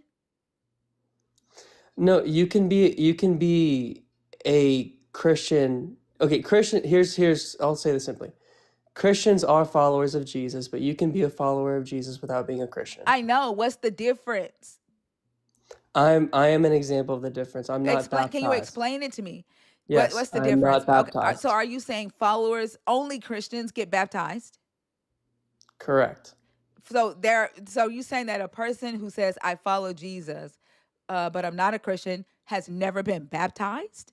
Correct. Muslims are the exact example. They follow I'm Jesus. not talking about Muslims. Like, please do not bring in another religion. I'm not talking about Muslims. I am talking about people who believe Jesus is God. Okay, no other religion. people who Mm-hmm. believe Jesus is God for that question. Okay? Well, you can follow Hey, Jesus without believing he's God. oh my fucking God. What is wrong with Jesus followers? God damn it. Listen to what I am trying to explain to you so that you can understand what I am asking. I thought we were on a good path when you said that a Christian follows Orthodox tradition, but it sounds like you don't Mhm. really know what Orthodox tradition teaches. Okay? When there are a lot of people who have been baptized and claim to just be followers of Jesus, but not Christian.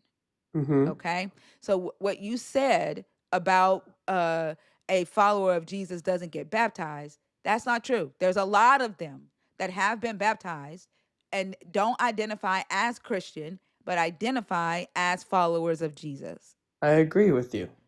That's not what But you said.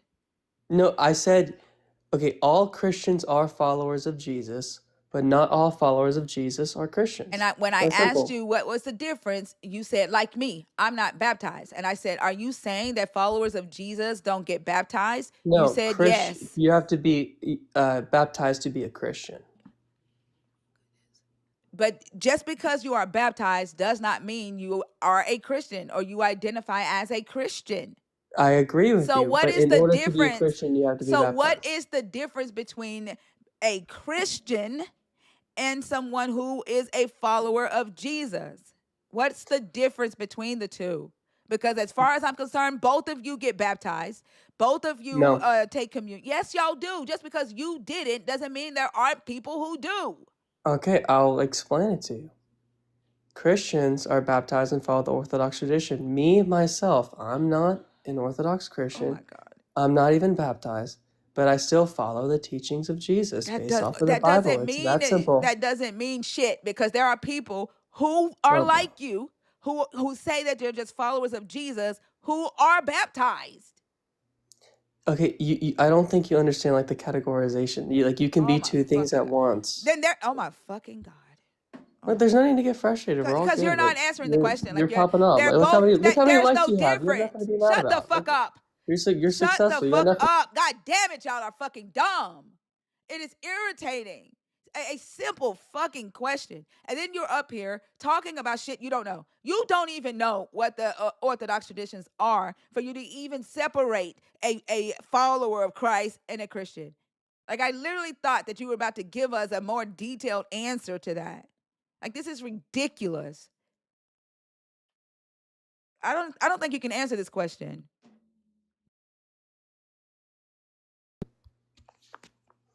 I'll answer the question. Do you want to ask it again? So just we're very clear, we clarify everything that we're trying to, discover. I did ask it probably more than 3 times. And I think you're so focused on yourself, like, that you can't answer it. Like, you think, I don't know why, but for some reason you just keep saying, I'm not this, I'm not that, I'm not this. Like, you're not giving anything. Like, I don't think you can answer this question. I don't know. Maybe you should pick another topic. Well, no, because all the other topics have faulty presuppositions. The They're first one is the only. questions. They are Yeah, questions. the questions have faulty Oh my presuppositions. fucking God. It's literally debate 101. I'm not fucking debating Why are you you mad? because y'all are irritating as fuck. Why does Jesus' children always Calm want to fucking down. debate? I'm It's not fucking okay. debating you. Y'all are fucking irritating, condescending, arrogant, ignorant motherfuckers. I am not fucking debating you. Please get down. You have irritated the fuck out of me. You Get down. You have nothing of value to add. 300K and you're mad. Get down. Get down. 300K and you're mad. I'm glad you noticed how many followers I got. Get down.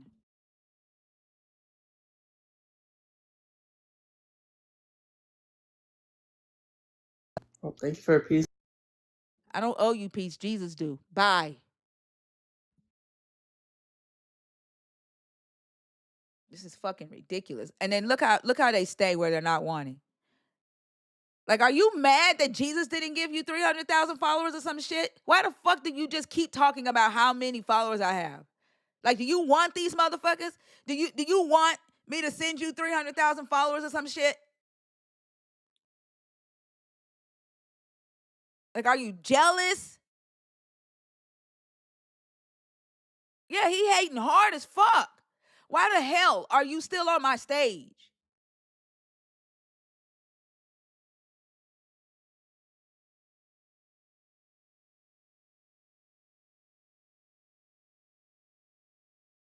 I guarantee you, he believes that he should be the one that has the 300,000 followers. She shouldn't have that. I'm blonde hair, blue eyes. I should have that. We rule the world. It's supposed to be me. Like, why the fuck you keep pointing that shit out? I don't give a damn about a number of followers. The fuck? Get down off of my stage, bro.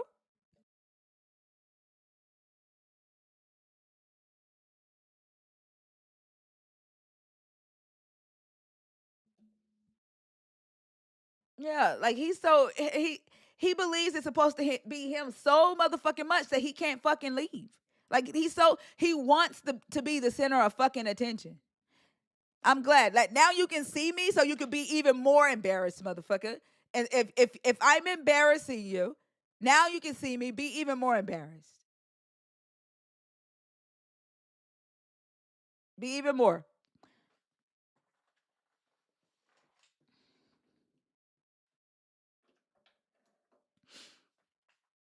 Like the fact that you are just chilling there is proof that you deserve the fucking cursing out that you fucking got.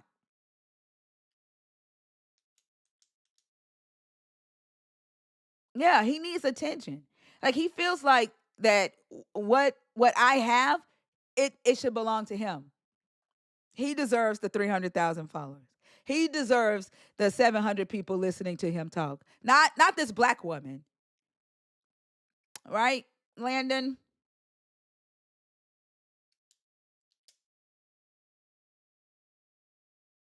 right? It's supposed to be you, Landon.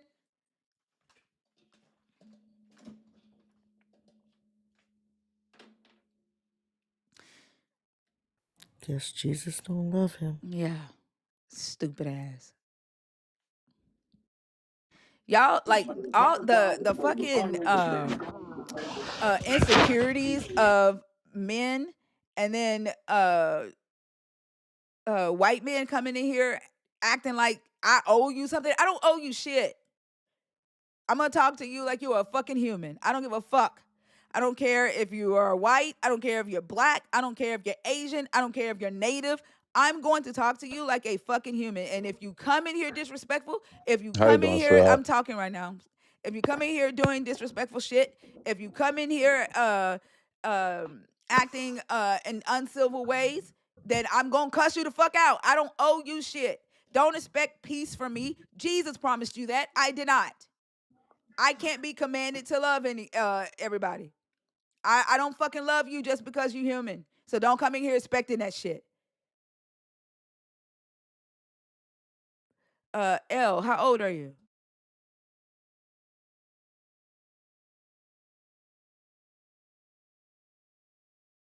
L, it is so interesting that they want to talk when I'm talking, but when it's their turn to talk, they don't. Mm-hmm. You're on mute, L.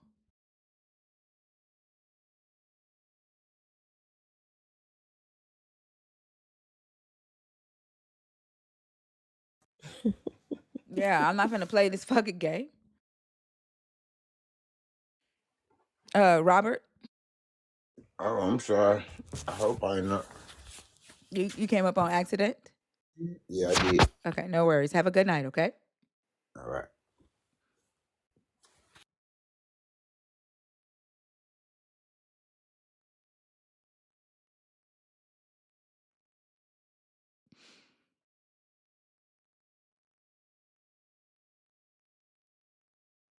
L, why are you back in the request? You were on stage. You wouldn't come off mute. Why are you back in the request?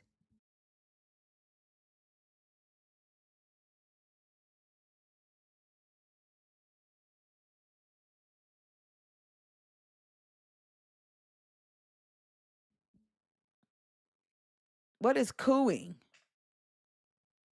Oh,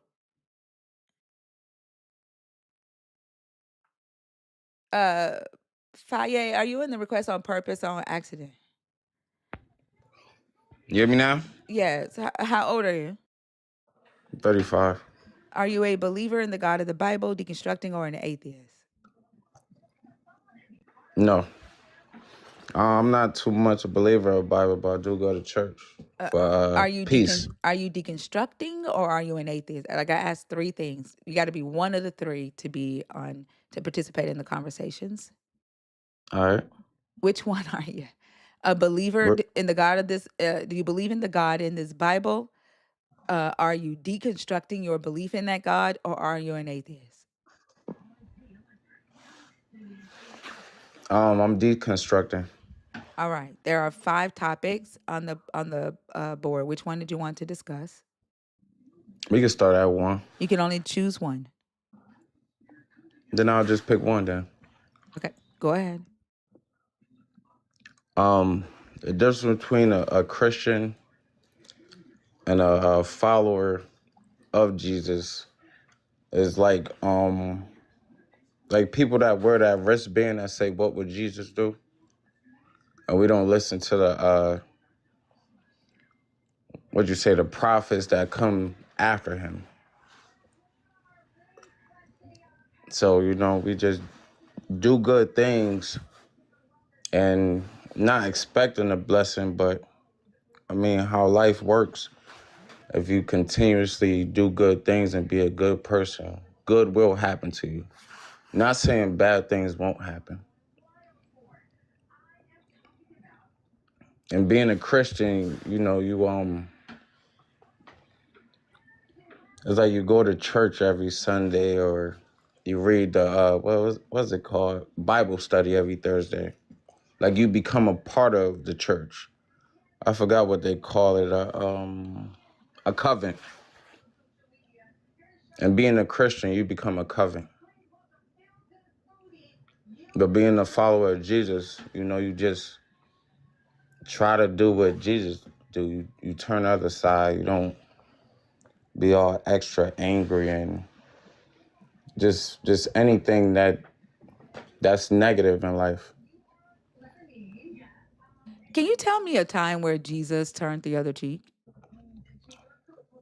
When he ran away, When? when everybody wanted to, when he doing his prophets and helping people, like when he made fishes, and then they ran them out of, I think, Israel or Jerusalem. They ran him out of wherever he was at,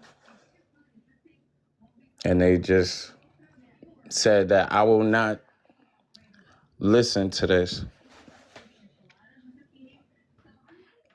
I can't. There is no story in here where your Jesus made fish. Like I'm gonna say something right quick, okay? And I'm not trying to be funny, but the plural construct of fish is fish, not fishes. Okay. Are you there, L? Yeah, I'm here. Okay. Did you hear me? Yeah, I heard you. Okay. I used the wrong plural. Yeah. And that's okay. Like we live and we learn.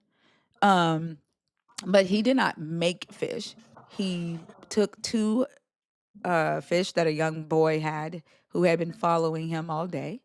Mm-hmm. And he multiplied that to feed 5,000. Right. But It you, doesn't say that he made 5,000 fish out of 2. Like we don't know. He no, could have cut it up into smaller pieces to feed 5,000. We don't know what he did, but yeah, he multiplied those 2 fish and the bread that the little boy had and fed 5,000. And then he did it again in another time and fed 4,000, right? yeah, Yeah. But that's not turning the other cheek. Like no. they were not But what I'm after trying to him. tell you is Hold on. after that. You and okay. Well, I'm You sorry. I'm hold on. sorry. Okay. Um, there they were not after him when he did that. Like they had been following him all day, and he had taken them out so far It had gotten late in the day. They were not around marketplaces for them to go and buy their own food for dinner. So he just said that he would feed them there. Like, the people were not poor. It doesn't say that they could not afford their own food. In fact, the disciples say send them home so that they can go and buy them something to eat. So there's no indication that the people who have been following him were too poor to feed themselves. No, no, you're right. But you do know in the Bible he did go somewhere where they didn't want him there. Where does he turn the other cheek is what I'm asking. When he ran away, instead of just destroying the world. If supposedly Jesus actually had those powers to create damnation, he There walked away. No, he didn't. Like, there is never a time in this book where Jesus turns the other cheek, where someone strikes him and he just allows them to. There's or where someone says something against his teachings and he doesn't say anything back. Like, Jesus doesn't turn the other cheek. He teaches you to do so. Where is there a time where Jesus takes off his clothing and gives it to someone in need? Are you talking about Mary, the girl that touched his foot No, I'm when asking she put you. on her robe and No, he gave her the robe? no. I'm asking you if you can point me to a time in this story where your Jesus takes off his own clothing and gives it to someone in need. I'm not sure if he ever did that. Okay?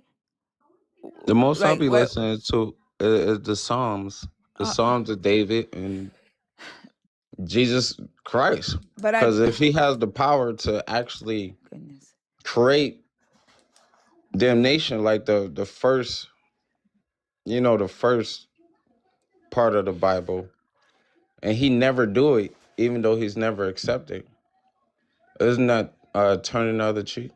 No. Um because if Jesus is God, Jesus kills a lot of people in this book. In fact, Jesus says when he comes back, his followers are gonna kill people. So no, he doesn't turn the other cheek. But I'm asking because you say that a Christian goes to church, and not all Christians go to church, but you say a Christian goes to church.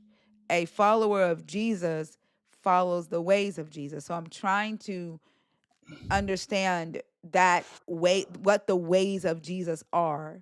Like, are you talking about doing what Jesus says and not necessarily what he does? And that's following the ways of Jesus, like just following what he tells you to do, even though there's no account of him doing those things himself. No. What I mean by that, I'm not trying to say follow what Jesus do, because I don't think nobody ever want to go through that. I Go through what? just, follow the path that he does. I don't. And a Christian, they read their Bible from front to back. That's not And they true. mostly, whatever. Hold on, El. You're going on something else. Hold on. There are a lot of believers who read their Bible front to back. In fact, we are non-believers and we've read this book front to back multiple times. So that's not. Yes. So that isn't true. But what I'm asking you is, like, what exactly are you saying? What do you mean when All you right. say? Let me Right. get the Since question. you're, Al, let me get the question out, please. okay. Goodness. And y'all really can't see why I be going the fuck out, why I be crashing out. What I'm trying to understand is, what do you mean by a follower of Jesus follows the ways of Jesus? What do you mean by that? Oh, man. Because we're going to the Bible, and not every, aspect of people that seen Jesus, because Jesus is also in history.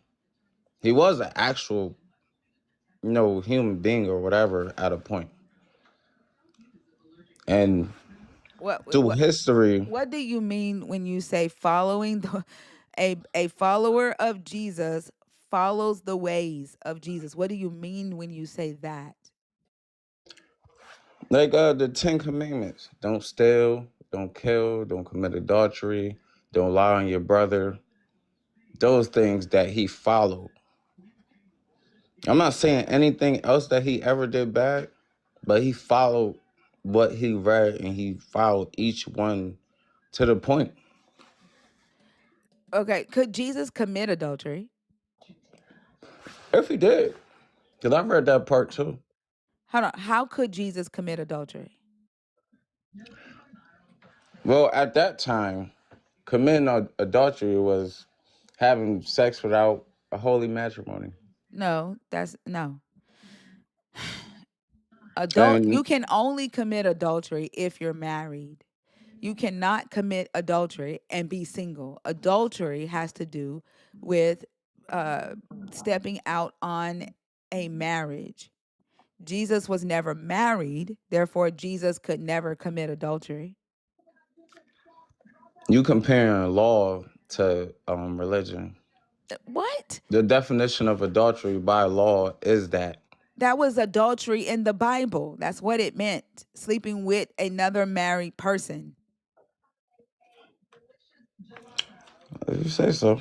That is the definition of adultery, and that is what it That means in the that is the Bible. definition of it. And that's what it means in the Bible. How could But Jesus commit adultery if he was never married?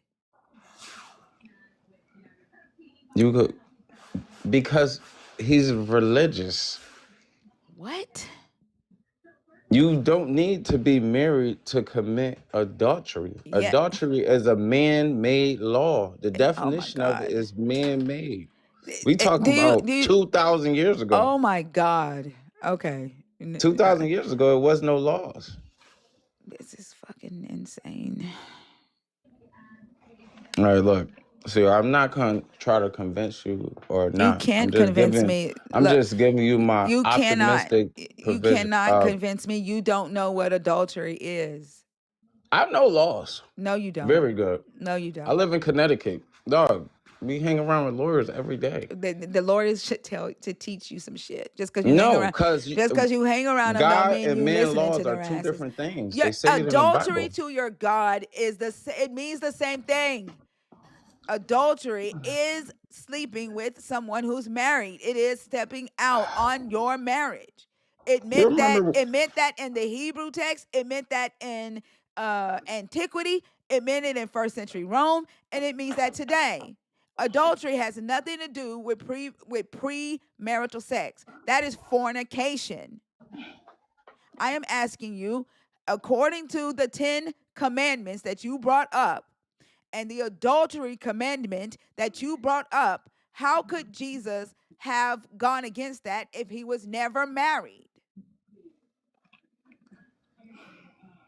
what is the definition of marriage? Without, putting a ring on your finger. What is the definition of According to marriage? according to your Jesus, the definition Yes. of marriage is what he said, or what he claimed he said in Genesis chapter 2:24. According to your Jesus, where a man and a woman comes together and the two are one. Yes. So Your Jesus never did let's that. but that's why I say he never committed He adultery. couldn't because he was never married. Exactly. We're actually agreeing on this. We You can't say that someone follow followed a what he law. said. You cannot say that he followed a law and that he was tempted with committing adultery when he was never married. You can't be tempted to commit adultery when you don't even have the qualifications to commit adultery. So he never did it. We actually agreeing with each other. Oh my You just fucking literally God. just said the same thing. Oh my He could not commit fucking God. adultery because he's not even in a position to commit adultery. Oh my fucking God. You really agree with me? Yeah, sure I am. I'm agreeing You with you. are. I You say am. he's not in a position to Yep. commit adultery, right? Then you said that how would he ever commit adultery? I didn't say he ever did. I said he didn't. And you agreeing with me? This is fucking dumb. How could he have? That's the question. I didn't say could he have. I just said he never did. I said the question is how could he have? If he never put himself in a position to. Because he never put him in a position to.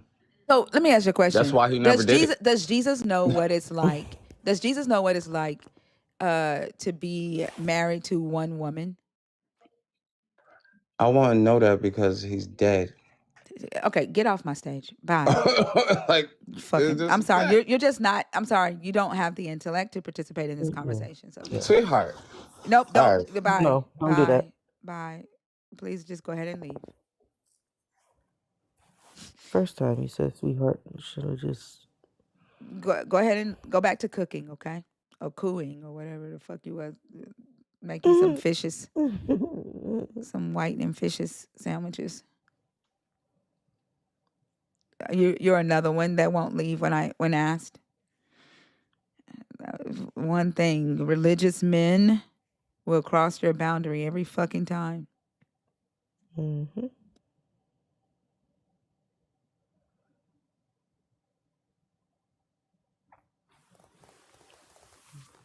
This motherfucker said I wouldn't know because he's dead. Goodness gracious.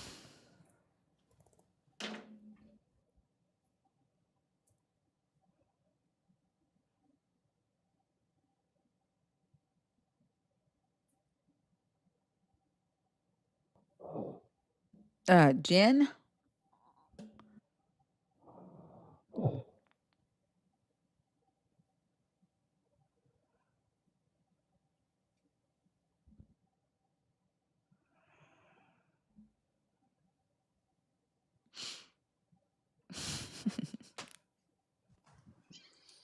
Sorry, thinker. That was accidental. I didn't mean to come up.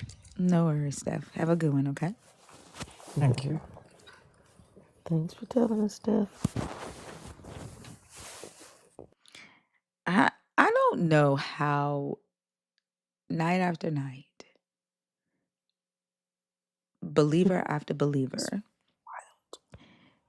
can come up with the logic that they have and say the things that they say that is from a place of obvious a lack of knowledge, like a lack of education. I'm not even talking about Mm-hmm. a lack of knowledge in biblical history or antiquity. I'm talking about just education, basic general education. Night after night. And then believers sit in here and they hear that. Even the ones who have college degrees will sit here and hear their fellow believers in Christ lack basic fucking literacy skills. And that does not strike you as a problem. That doesn't, like, how can you be focused on trying to show a non-believer or an atheist that Jesus is the right choice because Jesus taught you to love your neighbor as yourself when you don't even fucking love your own brother and sister in Christ to care enough to ask yourselves why so many of y'all lack basic education. Y'all don't care about each other. Like that, y'all can't because y'all are never ever appalled. You never ever want to help your brother in Christ when they're on stage. Selena, is that you sleep? Did you fall asleep that fast? Say again? Did you fall asleep that fast? Probably, yeah. That was quick. But I gotta get up in a couple minutes anyway. I was trying to catch a quick nap. Go ahead and go on me. Go lay down. Oh, I'm laying down. That's how I fell asleep so fast. Um, I don't understand it. I don't get it. Like, there's no way in hell. Like, I don't even think that y'all realize that non-believers are even watching that and how y'all treat each other. The love that you claim your God supernaturally gives you to love every human, and how you don't even apply it to the people who are within your fucking cult. Y'all will sit there and watch because the thing is, y'all look at each other, and you're judging each other and saying, I'm better than that Christian. I'm not that Christian. I'm better than that Christian. So you don't even throw that Christian a fucking lifeline because you Yeah, about separate. each other. You're embarrassed by their lack of education. You don't want to be thought of as what they are. So you sit there and you don't offer them any help. You don't offer them any type of correction for accountability. But y'all will sit in here all fucking night because you think that you need to correct us because we don't believe. And then y'all will say that fucking judge not, lest ye be judged by that same measure. But that applies to fucking y'all.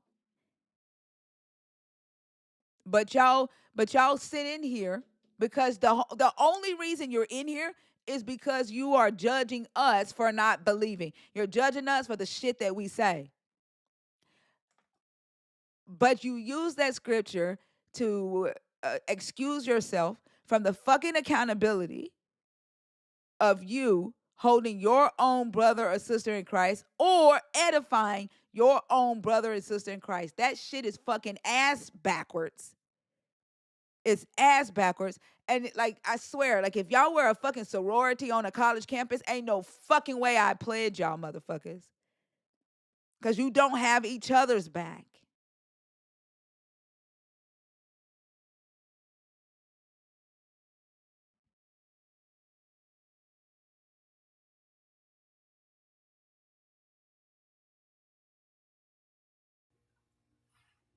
Hey, Is y'all. Teresa a Christian?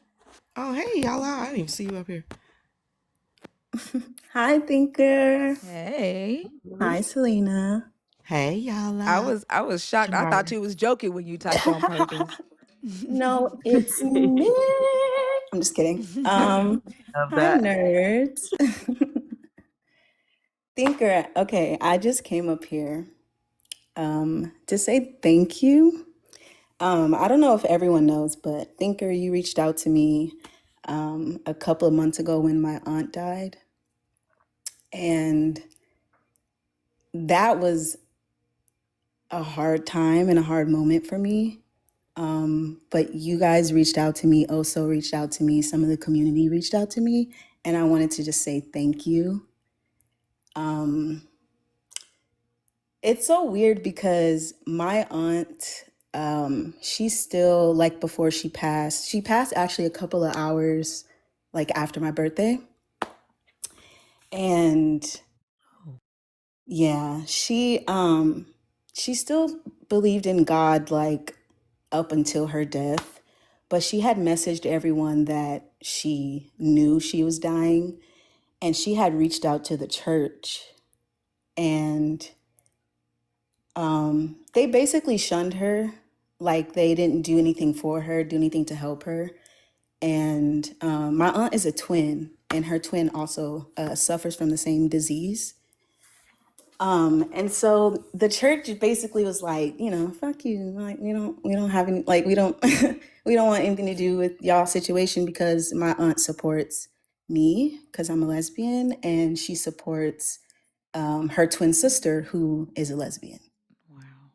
And so it's just been really tough. Like her kids have been coping with um, just what that was and how that situation just kind of like got them questioning now. And as far as I know, I'm the only open atheist in my family. But my cousins, they're like questioning. So I sent them your live. And it was really big for me because I've been terrified for so long to actually, just try and talk to my family about atheism. Because, like me and my siblings were severely abused growing up. I was raised in foster care. I'm not going to go into it, but very religious, Pentecostal, old school. We don't need no music. And yeah, it's been hard trying to deconstruct, but I actually ran away from LA with Cabria 3 years ago, and we both deconstructed together. And we found you. And I thought that was like the craziest thing because we both were in a different place in the world and was thinking about deconstructing at the same time. And we both like told our stories. And we met each other and we were like, what the hell? And we both found you at the same time. So it was really just a weird, crazy moment. And I told you I had a dream. Y'all got married. it's happening. It's happening. Really? Oh, definitely. I I actually, yeah, I'm gonna. That's something I'll tell y'all later. okay. But yeah, I'm just really thankful for you. Like my sister, she used to be in here. I don't know if you remember. Her name was Styled by Akira. Mm-hmm. Yeah, she used to be in here. She actually, I didn't know that was your sister though. That's your blood sister? that's my blood sister. Oh Yeah, wow. yeah. I mean, she loves you guys, but um, I'm in therapy now because my sister is my best friend. But I'm in therapy because my sister actually went back to our abusers and back to the faith. And I think it's because she struggled with homelessness. And she knew that she can go back because, like, the way that my home was structured was like, when you go back to my home, it's like you take care of the elderly there. And so that's just what it takes to go back home. Like, as long as you take care of the older people in the house, which is my grandpa, who's a bishop, he is still alive. And as long as she, does things for him, massage him, like, I don't know, all the weird things, she gets to stay. And she actually did go back. And I'm in therapy for it because I feel like I've been trying to help her, and it's just been really hard. But I know she loves you guys. Like from time to time, she'll be like, I did click in, but I didn't stay and listen. And I'm just like, don't let don't let these people manipulate you because you're having a hard time. And I tried my best to financially support her. I just can't. But yeah, I just wanted to say I'm thankful for this community because you guys have y'all are amazing. Well, we fucking love you.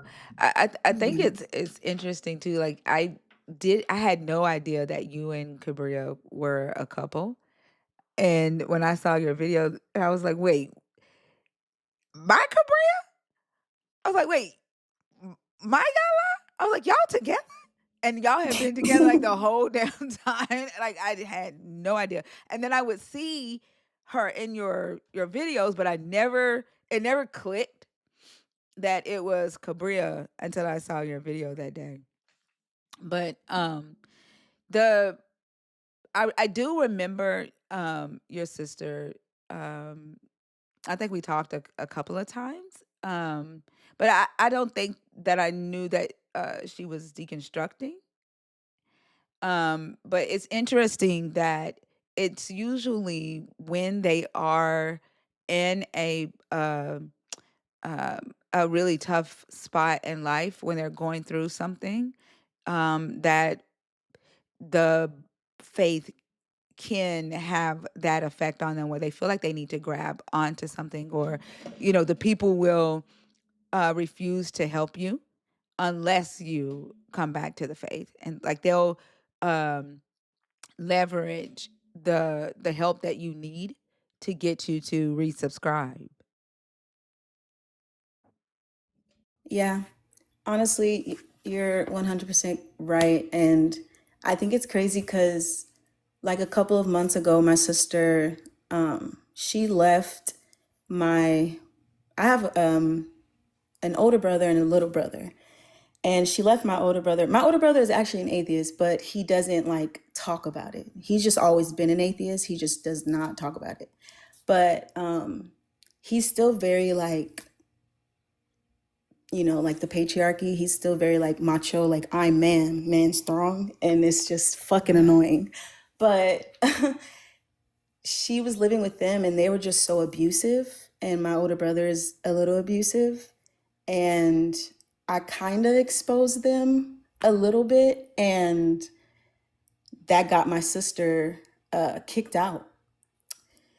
And so she reached out to a church and they were able to help her for a night, but they weren't able to like help her for a weekend. And she's like, I have 2 kids. Can I just have the weekend? But they only helped her for a night. And so she reached out to me. And so I ended up getting her a place to stay for 2 weeks until she found another place to stay. And then she didn't tell me that she was, going back until I found out. And I'm just like, I could help you. There's a community that I've found, that I've been a part of, that could help you. Not to say like you guys are obligated, but you know what I mean? Like there are people that you could speak to instead of going back to your abusers who don't help you but continue to emotionally abuse you, manipulate you. And literally it's bow down to my grandpa or die, basically. Like my grandpa threatened me. Like he threatened me, and he followed me to Texas. Thinker, like, he threatened ya girl. Like He followed you? yes, he threatened me. He did the whole touch not my God's anointed, like the whole, Yeah, yeah. and he basically said he was putting a curse on me, and he told my biological mother to contact me and tell me, because I had actually just said, when I started deconstructing what was going on, that he knows who, murdered his sister's daughter.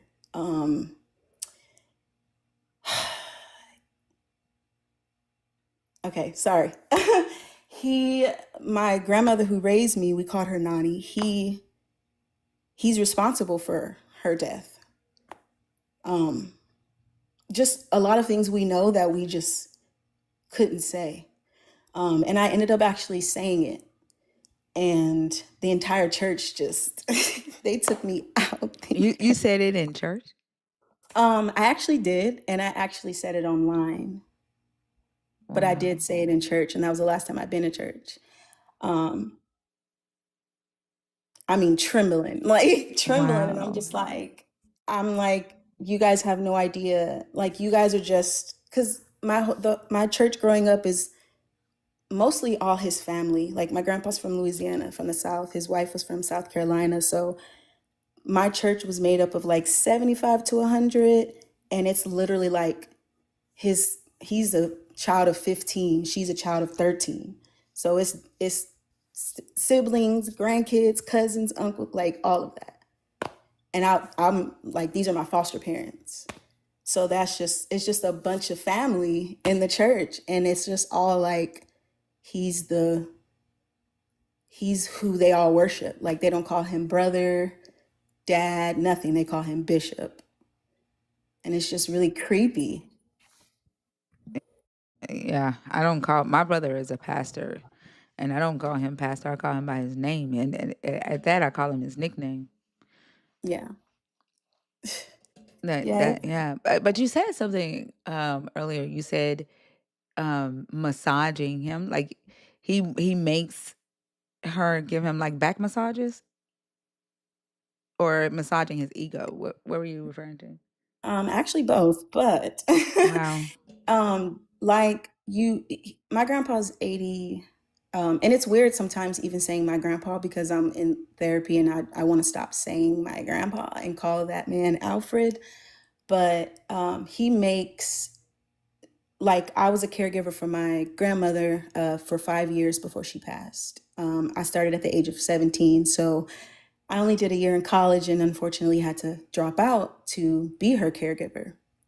And so when you move into a home with them, because again, they're foster parents. So throughout my whole life, it's been so many foster kids that came in and out of my entire life. So, and like people who would come stay with us, who needed a place to stay.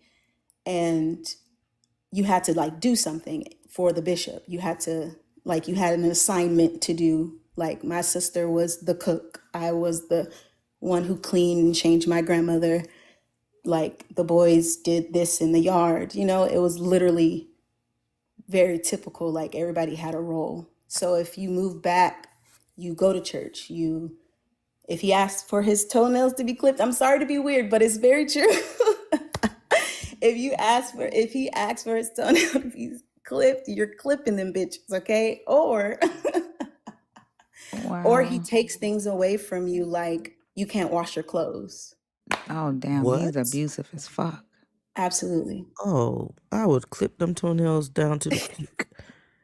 Make him Absolutely. bleed. Exactly. Absolutely. Ugh. Absolutely. That was my experience. And not to take up too much time, but yeah, my grandmother, before she passed, honestly, she was deconstructing. I didn't even know it at the time. I didn't really understand it. She was actually like changing and being more open. Unfortunately, she just got so sick so fast, and I was so young.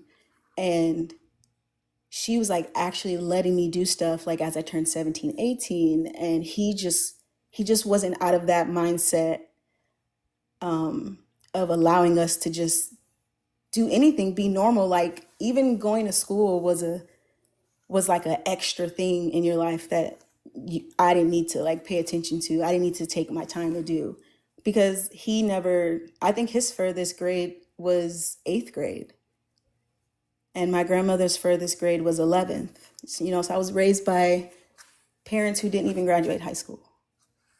And so they didn't want you to excel past what they were able to do.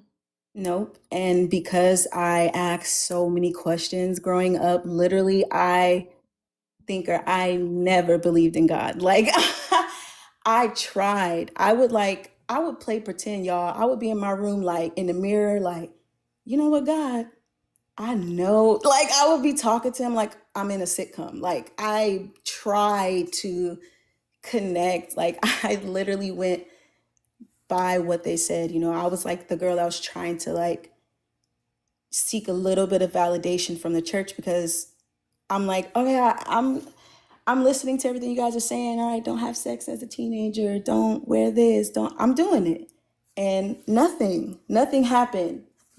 Just nothing in my life. I was beaten the whole time, like neglected the whole time, like just nothing. And I'm like, this is weird. And so I started asking them questions, and I promise you, Thinker, I annoyed the fuck out of him until he called me demonic, and just then I came out. So that was even worse. But they used to lash me, with switches. And, if I'm asking this question, they'll tell me to ask it again in a different way until it's asked in a way that they could answer it, like an answer they want. So it was just weird manipulation, just weird.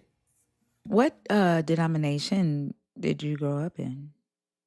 My grandpa, Pentecostal. Yeah. Yeah. I'm so sorry that you went through that. And I know, like, that does nothing for your experience, but I think I remember when you first came in here, like, you coming up on stage today is huge. You've been on stage one time before, um, aside from the time that you threw your phone, but you came up one time before and talked a little bit. But this is really huge for you to come up and share your story. You've been a part of let me not say a part of the community. You've been our friend for 2 years. It's been 2 years now, right? Yeah, Yeah. yeah, Has been yeah. a little bit over. Yeah. Yeah. And this is the first time like we're really hearing Yala's story. And I understand why you would have threw your phone the first time that you came on stage.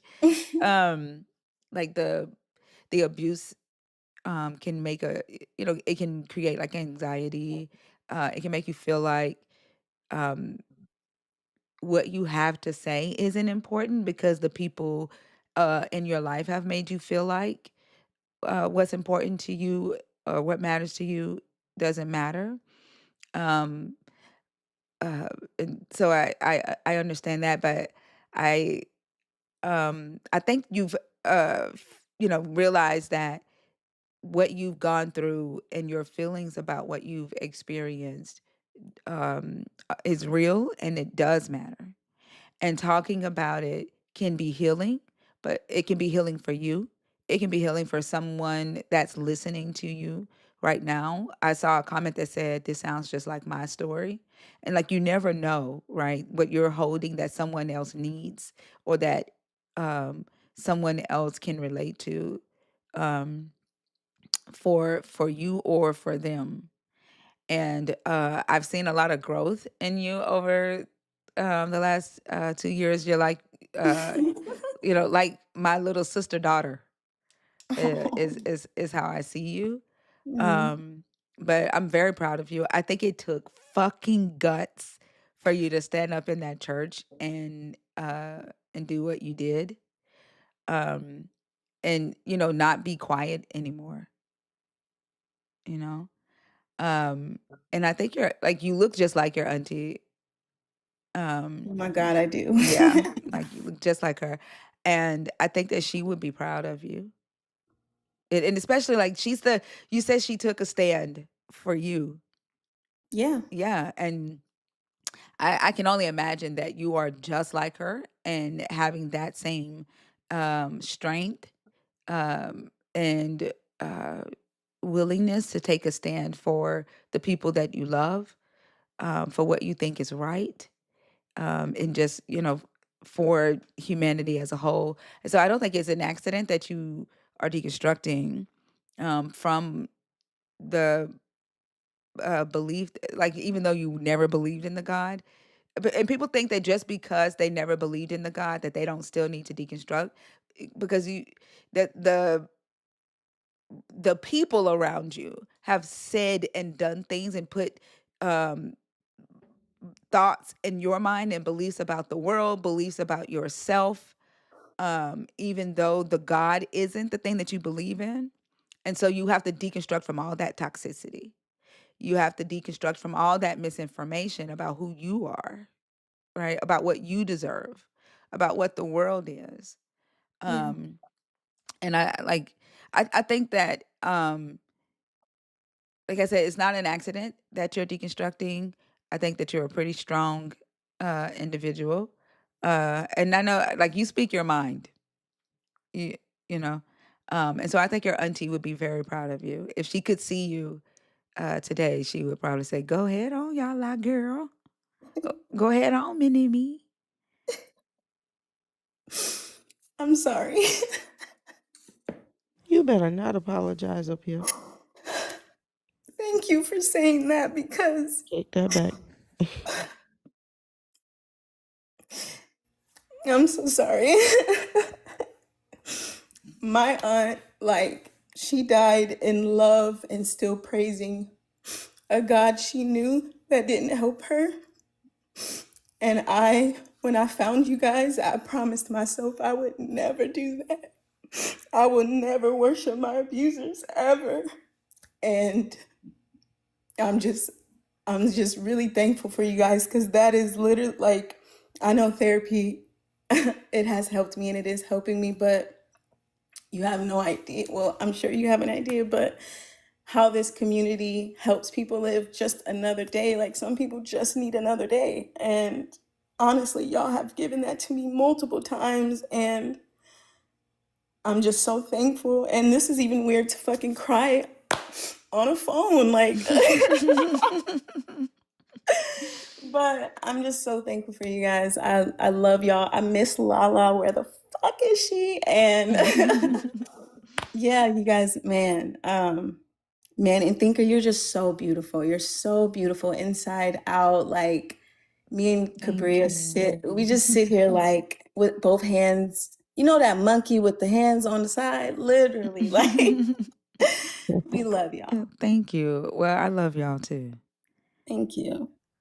Love you too, y'all. Thank you. And okay, so last thing, we are debuting in June as a duo. Oh my gosh. Yeah, we're our That's duo. crazy. Yes, our duo name is called Theory.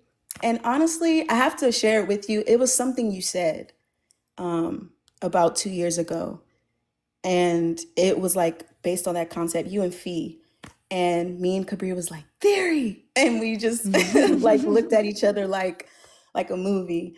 And so that's our duo name. And we're actually releasing music. Like you said, we need more deconstructing, radical, like, music. And so that's what we're also writing. And I your love music that. inspires me, your writing inspires me, and I want to collab with you so bad. Yay, let's do it.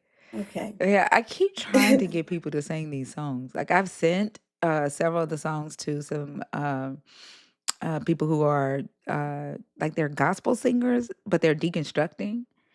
And they told me to email the lyrics to them, but I haven't heard back from either of them yet. I've sent it to multiple people, but I do want singers to sing the songs that I've written, and I think that more people should.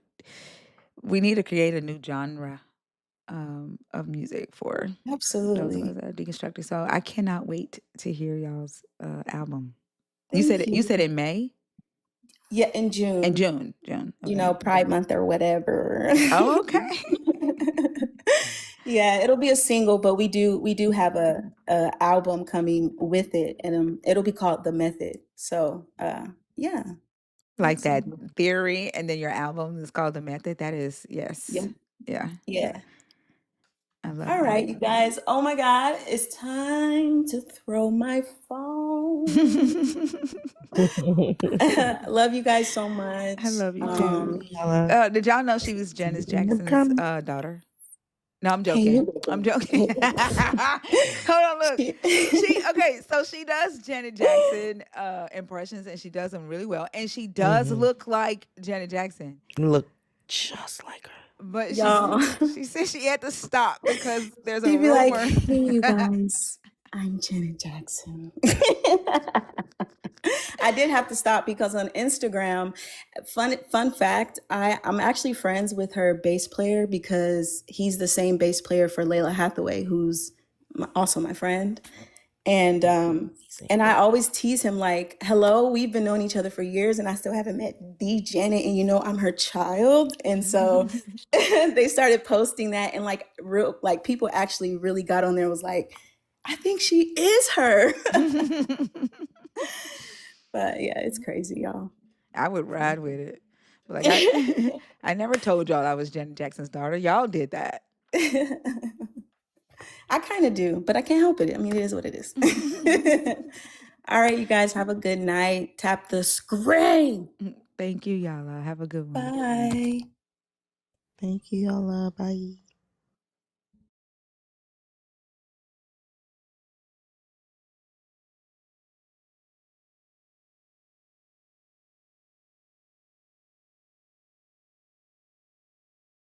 Let's see. All right, y'all. The guest box is open if you are a believer in the God of the Bible, deconstructing, or an atheist, 21 and up. Decon Recon? Okay, Decon is knocked the fuck out. All right, Ted, I'm going to assume that you are in there on accident. TikTok throws you in there about 5 times a night. There's almost 700 people in the room here and another 100 on YouTube. So we have 800 people watching the live stream. We shouldn't be waiting for conversations, y'all.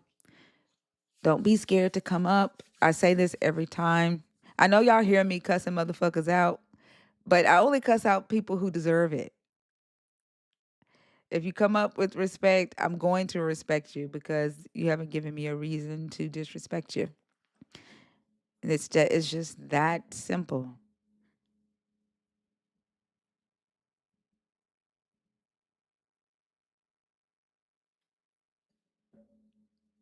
Master at Arms.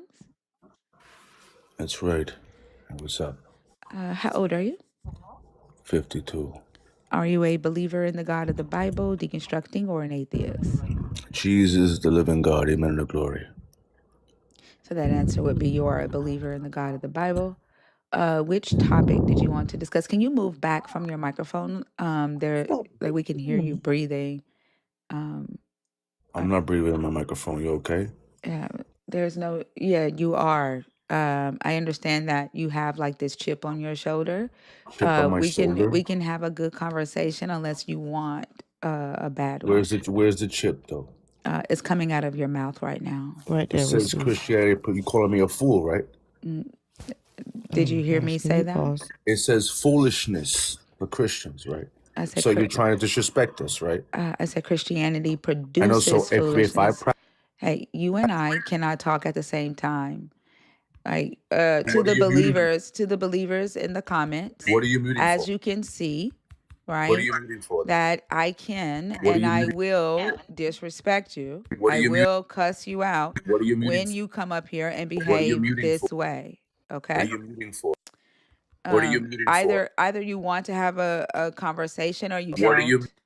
Either Why you are want you to have a muting? conversation or you don't. Then why are you? This isn't going to get you anywhere. Then why? You know where it's going to Why are get you you? muting? Why are you muting? Can y'all drop them, please? Why are you muting? We're not gonna Why play are you we're not muting? gonna play the mute Why are you function. muting? There you go. Now you can fight in the fucking chat. That's not gonna get you anywhere. Not gonna get you anywhere. It's a waste of fucking time. You can come up here with a chip on your shoulder. You can keep requesting unless Jesus throws your ass on my stage. You won't be able to say shit, will you? You and Jesus both will be in the fucking chat, constantly hitting requests, not able to do a damn thing about it. Hey Fee, how are you? Good morning, y'all. It's been crazy tonight. I've had it all while I was in and out of sleep. I came up, I was going to ask this guy if he thought that that was the best way to demonstrate that Christianity doesn't cause them to act foolishly. He wasn't gonna 'Cause be. There was no conversation to be had with him. He it was just gonna seems like fight the that's mute button the whole time. right. And it seems like if you think that that's a mischaracterization of your belief system, then come up here and talk about it. Like, don't come up here and show your whole ass. But he doesn't really care. Like he's not defending his Jesus. He's defending himself. Like he doesn't care how it makes him look. He doesn't care how it makes the belief looks. Like, and you can keep requesting. You're not gonna get on stage. Like you are a fool if you will sit there and keep requesting as if you can do anything about it. Just because you request doesn't mean you're going to be pulled up on stage. That's what fools do. Fools rush in and fools do the same thing over and over and over again, expecting a different result. You are a fool. I don't think they can talk about this belief system without themselves at the center of it. Like it's you're right. Like it wasn't about Christianity, it wasn't about Jesus, it wasn't about the Bible. It was that his ego was hurt. He felt personally offended or attacked by this, which is so ridiculous. Yep, unfortunately.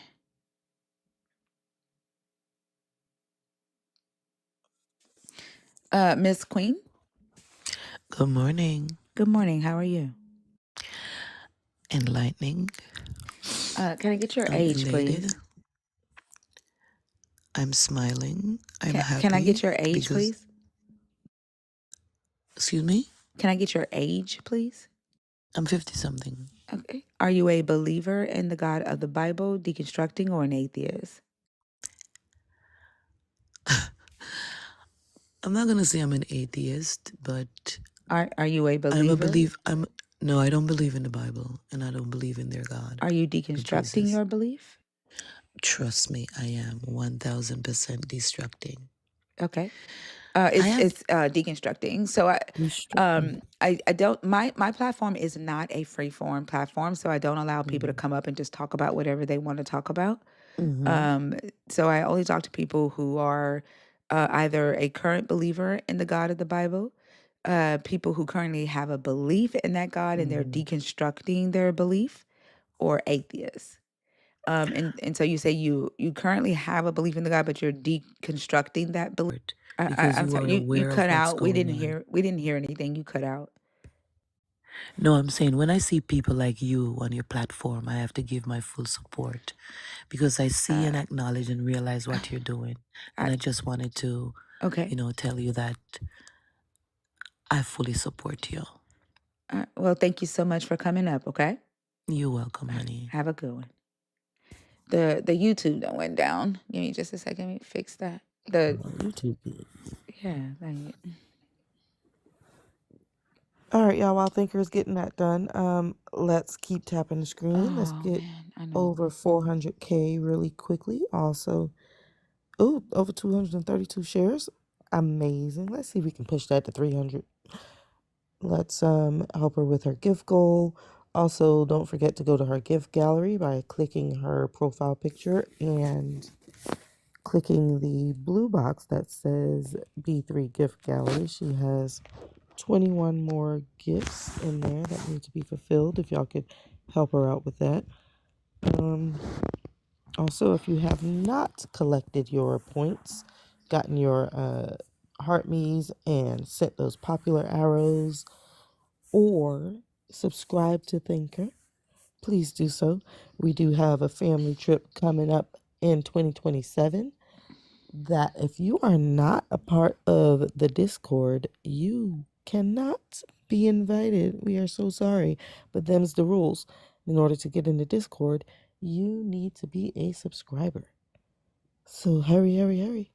I'm a little confused about the list because it says only 20 spots. Is that just for Really? priority, um I, or is it I hope only it's just 20 priority. people can go? Because that, like, there's people bringing family members, so that would take up all the rooms. Like I'm so It's confused. I think it's just priority. I'm not sure what the priority it in the on the sign up sheet because I filled it out yesterday. It says it's just priority. I mean, it's not the cap to the number of rooms we have or the number of people that can go. Oh, okay. Okay. Xfinity is doing their fucking modem check shit, so that's why the YouTube went down. So I have to wait for No. that to, yeah. Xfinity is always a problem. I don't know why they always do it at 3 o'clock in the fucking morning.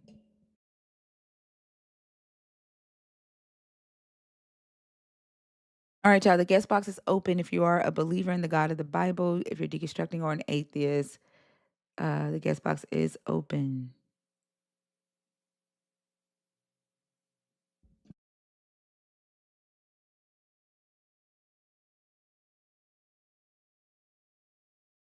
See if it's done ran its course. I can't remember if white means it's back or not. Let's see. Yeah, okay, it's done. Let's see if they're back. All right, there we go. Y'all are back. Okay. Annika, are you in the request on purpose or on accident?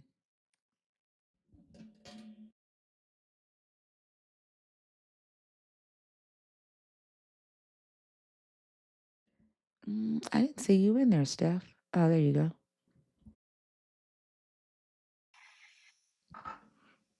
Hey, Steph, how are you? I think I'm good, thanks. I thought I'd make up for my screw up earlier. I was walking my dog and he jostled me and I must have accidentally hit the request button. Anyway, thank you for having me up. It's really great to listen to you. I listen to you most nights. You're welcome. What topic did you come up to discuss? Well, the one I thought about was number 2. I think it is. Yeah.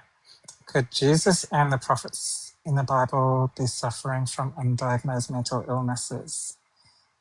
And my goodness, like it's actually even before I saw you putting this topic up, I thought this about um, Abraham, the story of him taking his son out to sacrifice him.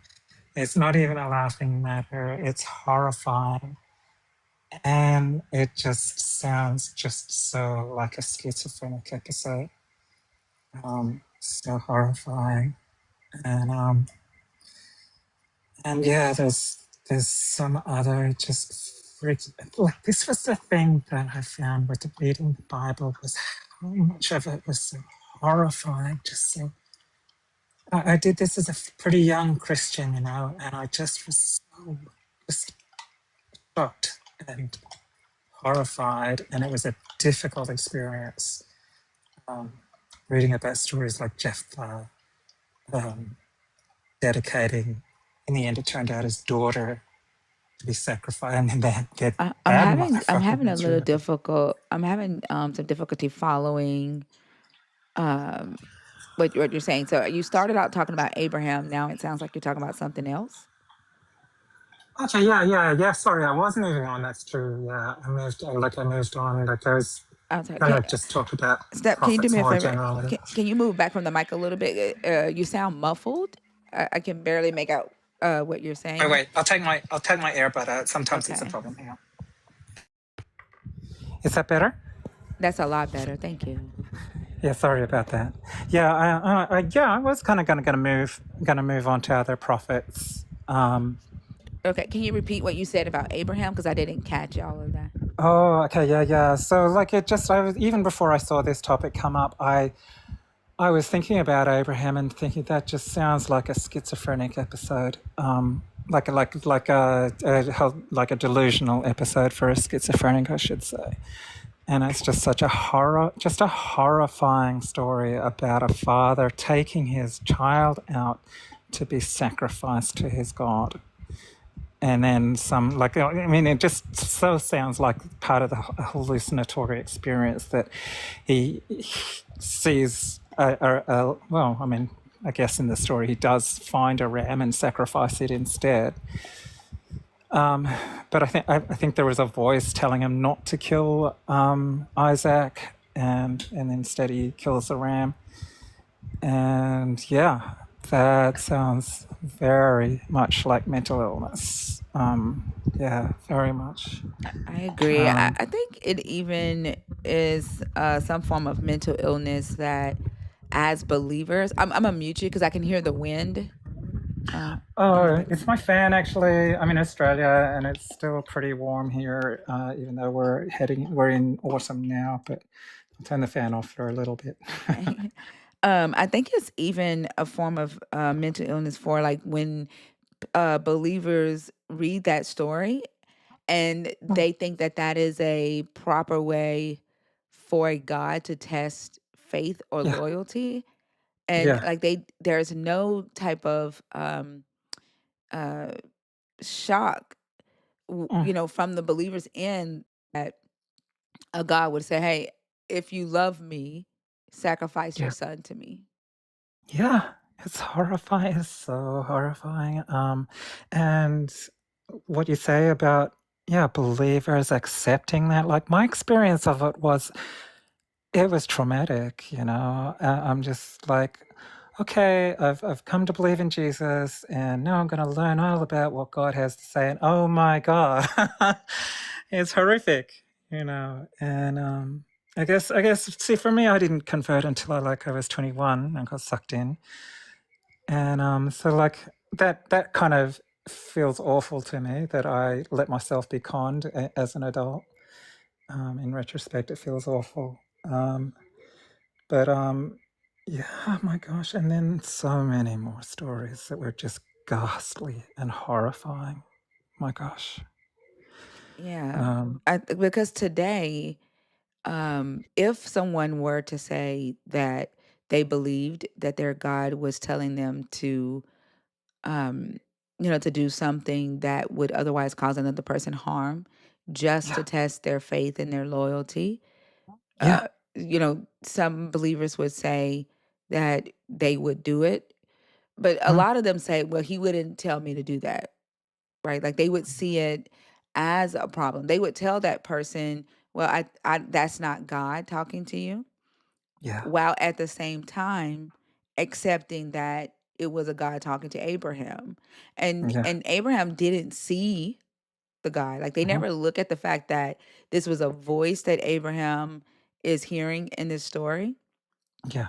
It's Yeah. also not Abraham telling the story. It's somebody else True. writing Abraham's story. So how they know what Abraham heard in his Yeah. head, I don't know.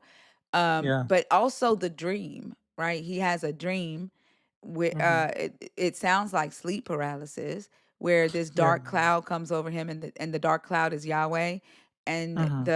in the dream, Hmm. Yahweh tells him to kill a bull.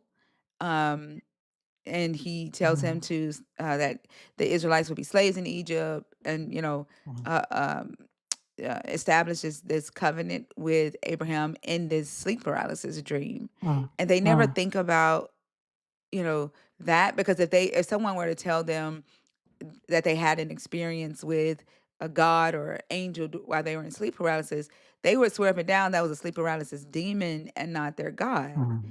And so I, Hmm. I think it's a form of mental illness even today for them to see faith in God and loyalty and divinity and Abraham's story, So but true. calling it demonic Hmm. today. Hmm.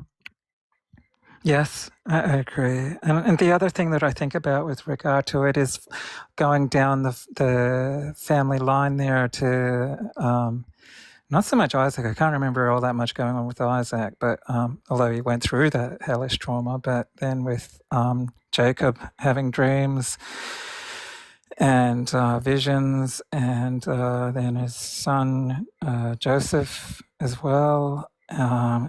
It is really makes me think of the hereditary aspect of things like schizophrenia. I think if I remember rightly, that can be a factor.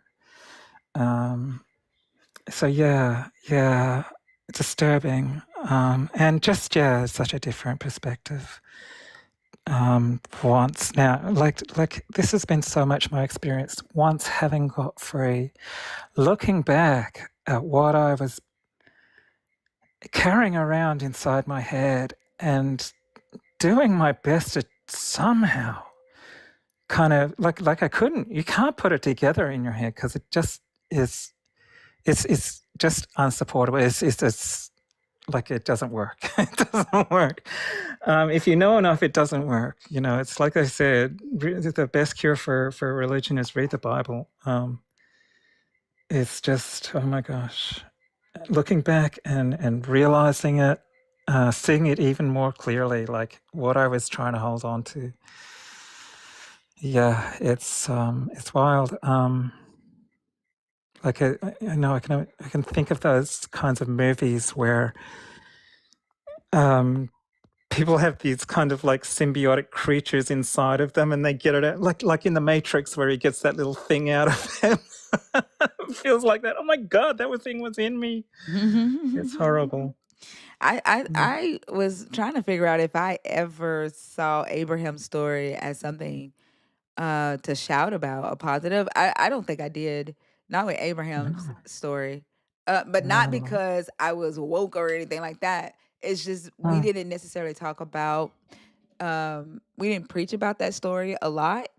But Yeah. had they preached about it, I probably would have saw it as, something holy, because that's the mindset that I was in, and I talk about how Yeah. we danced to the Jericho Mm-hmm. story, and not realizing that we were shouting and dancing and praising this God for genocide. Oh my That is God. in fucking insane, right? Like, Oh God. yeah, that is insane.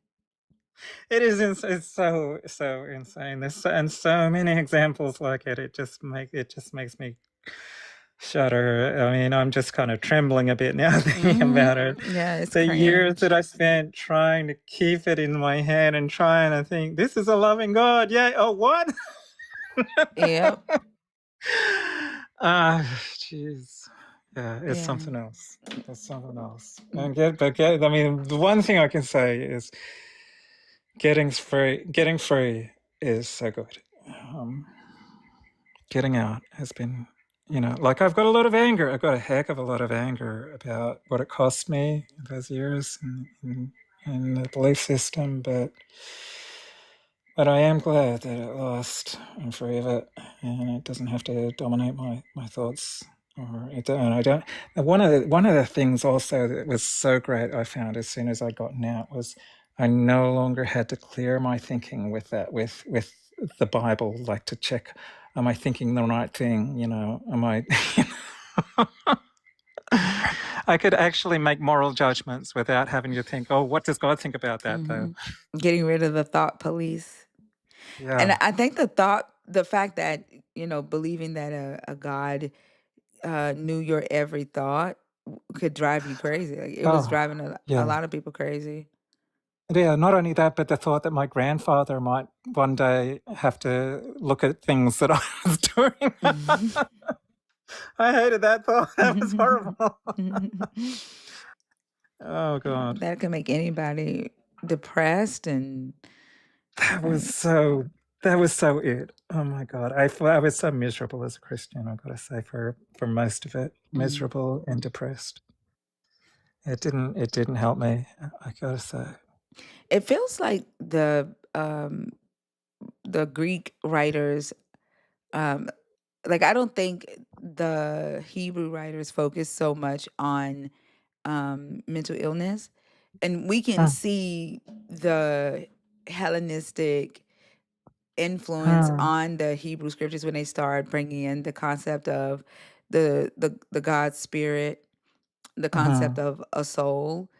mm, But we see it a lot with the New Testament writers, and the New mhm, Testament writers were Greek, except for mhm, the writer of Revelation. mhm. But it seems like they've built the belief based on, or the necessity of, mental illness. Yeah. Right. Wow. Yeah. I mean, that perspective as well was something that once I got out and I started listening to deconstruction content, and and I was able to examine the evolving beliefs that are that change throughout the Old Testament and New Testament. And here was me back there thinking, but why didn't God know where Adam was in the garden when he's supposed to be all knowing? And like, just not really getting it. Again, it was another thing that didn't make sense. But yeah. So And I to be really convinced appreciate it. that, oh, he is all knowing, he was Yeah. just being sarcastic. And it's like, what? Right. Or he was just being Yeah. rhetorical. Yeah. And we would It just allow, didn't hang together for me. yeah, we allow ourselves to just accept these answers for shit that we should know. Like, that's not all knowing. I know. I know, and to watch, to like in all of these deconstruction spaces, to watch Christians trying to gaffer tape it all together, like all these gaps in the story and things that make no freaking sense. And part of me feels sorry for them, and part of me wants to just say, "Look, open your eyes." Oh my gosh. Yeah, I agree. Yeah. Did you have anything else? I can't, actually, I think I'll leave it for another time. Yeah, but I just want to say thank you to you, Thinker, and to all of the community. And sorry, I'm looking at Holy Ghost. I always have to look. I can't remember names. I'm sorry. And everybody also, and everybody that often comes up. I appreciate so much what you do. This meant so much to me when I was just newly deconverted, and looking to understand. At last able to open my eyes and take in the new information that I had been hiding from for all those years. You're So so thank you. welcome, Steph. I appreciate you for being a part of the community as well. Thank you so much. You're welcome. Okay. Have a great day. Thank you. Bye.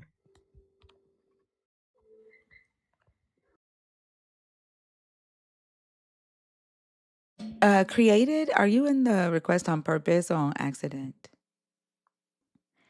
Lucy? Hi. Hi. How y'all doing? Good. How are you? Okay. Can I get your age for TikTok purposes? And let me know if you are a believer in God, the Bible, deconstructing, or an atheist. I'm not an atheist and I don't believe in that Bible far as I control religion. But I know are it's you something that deconstructing? created.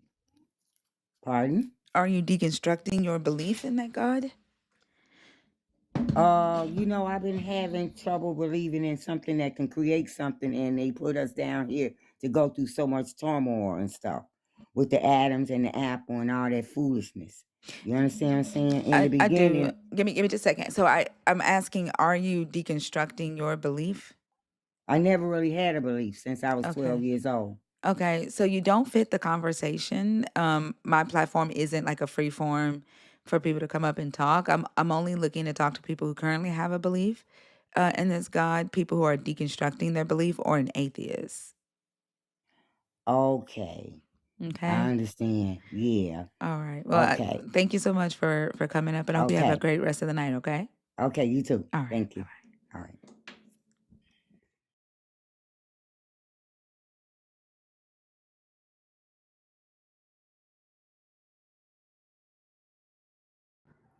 Hello. Chilo. Chilo. Chilo. Hi. How are you? Good. How are you? I'm good. Can I get your age for TikTok purposes, and let us know if you are a believer, deconstructing, or an atheist? Yes, I'm 31 and I'm a believer. Okay. In the God of the Bible? Yes. Okay. There are 5 topics on the board. Go ahead and pick one, please. Let's see. What is the difference between being a Christian and a follower of Jesus?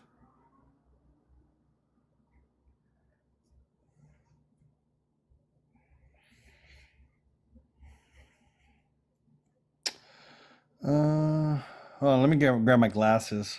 This is I really can read small. them for you. Number 1 is asking, what is the difference between a Christian and a person who says they are not a Christian, but they're just a follower of Jesus? Number 2, could Jesus and the prophets in the Bible be suffering from undiagnosed mental illnesses? Number 3 is, what is the difference between being filled with the Holy Spirit or being demon possessed? Number 4, why is faith or belief necessary for blessings or salvation, but not for judgment or punishment? And number 5 is, why is you having a choice or free will so important to your God? Okay, so here's a question. Can you pick a What if I topic want? first? Can you pick a topic, please? Well, what if I wanted to Can you? discuss No, I your don't. headline? No. All of it is about the headline. They all lead back to that. Oh, okay. Yeah. Well then we can definitely go with we'll go with 1. Let's go with 1. Okay. Fee, do you want to start off? Yeah, I Okay, can do go that. ahead. Go ahead and tell us your thoughts, Cheeto. Am I going? Okay, I thought somebody else was going. No, she's the Okay, host so that you're going to be talking to first. Like, we're all going to talk to you, but she's going to start the conversation with you. okay, got it. Okay, so the difference between being a Christian and a follower of Jesus.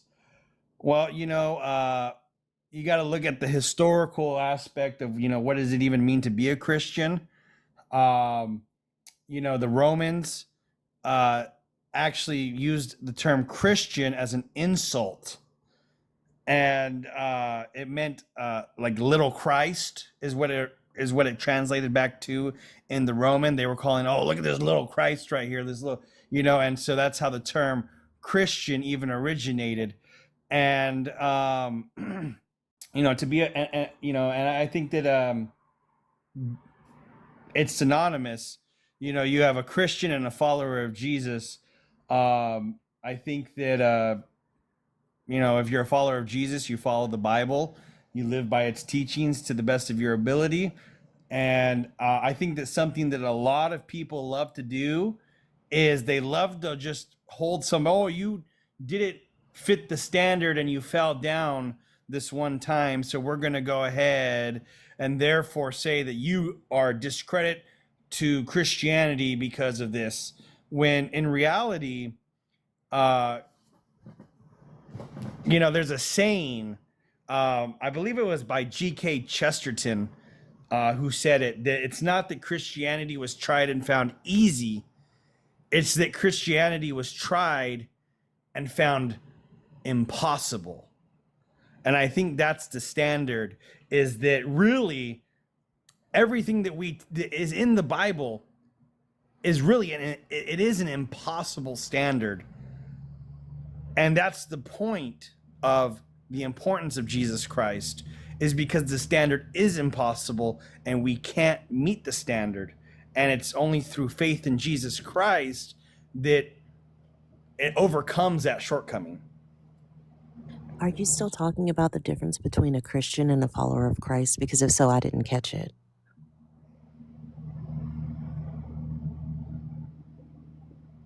Yeah, I said they're synonymous.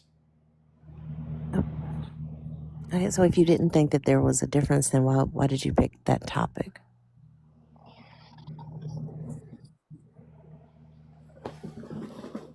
Because I'm saying there is no difference. Okay, so if there is no difference, then ultimately when believers come up here and they say to us, I know you're not in their minds, but I don't disagree with you, right? I told somebody yesterday that I think saying that I'm a follower of Christ but not a Christian is like saying I don't eat animal products but I'm not a vegan. I think it's just ditching the label but keeping the ingredients. Like it's the same thing. So based on that, why is it that, or do you agree? I know you said you wanted to speak on the main topic, and Thinker said that all of them led to that. And I don't see a difference in the behavior of people who say they're Christians and the behavior of people who say they follow Christ. I don't see a difference in the harmful implications of this belief and the way that it plays out in society between people who say they're a Christian and those who say they follow Christ. So that distinction does nothing. It's a distinction without a difference in a lot of ways, because they do the exact same things. They worship the same God. Each of you have a different version of this God and a different understanding of what this God requires and likes and things of that nature. But I don't see that calling yourself one or the other produces any better fruit than the other label or lack thereof. Well, it's like for me, it's like tomato. You're absolutely, it's the same word, no matter how you pronounce it or put a different spin on it. It's going to be the same. And what I'm just trying to figure out is because she said that every topic leads back to the headline, which is that the Christianity produces foolishness. But I just don't necessarily agree with that. I think that You're exhibiting it right now. the modern world that we live in is built off of Christianity, and without the Christian influence, I think that it would be a totally different world than what we live than what we live in today. Take example. Look at you have the Didache, which was written in the 2nd century of the this was a time period where Greece was still pretty big. The Roman Empire was definitely huge, and you have practices that they're doing, they were into pedophilia, you know, and you have the didact, they write the didact, and all of a sudden it says, oh no, we're ending this practice. This practice has to end. It is not okay for a man to sleep with a child or a woman to sleep with a child. You know, this is just a natural thing that's going on. You know, I think that you know, you look at the Don't modern the don't move modern too. Hang on a second. Don't.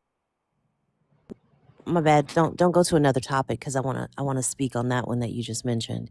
You think Christianity is different? do I think Christianity is what?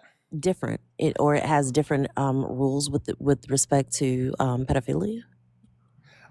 I said that it was the Christians that brought to the mainstream the banning of pedophilia, you know, as a society. It's because of the Christian value that it was banned. Where do you get that from? Because I can point to a scripture in the Bible where your God tells his chosen people to kill all the men, all the women who've slept with a man, but keep the little girl virgins for yourself. I don't think that he wanted to take them to Chuck E. Cheese. So I don't see where you're drawing this distinction between the approval or the acceptance of intimacy with children between Christians and the Roman Empire. I mean, So your God, I did give you the I did hang well on a hold second. Hold hold on. on. You God may dang, you've been talking, you've been freaking talking for the last few minutes and she did not cut you off once. Yeah, and I was literally in the middle of a sentence, right? Like I'm not disagreeing with you that that was rampant in that part of the world in that time, but Christianity didn't fix that. I mean, your God put his seed in a child. So I'm not sure how you're divorcing yourself from that practice at all. Would you like to elaborate your when you said that God put a seed in a child? Which child are you referencing? Mary. So you're making the claim that God committed pedophilia with Mary. Is that your actual claim? I mean, if you think about it, I mean, I don't look. This is an internal critique. I don't think a spirit can impregnate a woman because I know biology, right? So I don't want to get into the weeds of that. But we were talking about this the other day. Was it Rachel? Was it Rachel or Rebecca Thinker that was? Rebecca. Yeah, Rebecca was 3, right? Like this book is filled with. You have to think about the fact that women, specifically little girls in this book, they were fodder. Like they could just be. Anything could be done with them. They were considered their father's property until they became the property of their husband. Your God gave his people instructions to steal little girls coming from a festival because they had killed too many of their opposition, I think, and couldn't find any wives for themselves. Like this book doesn't protect, this belief system doesn't protect children in that way.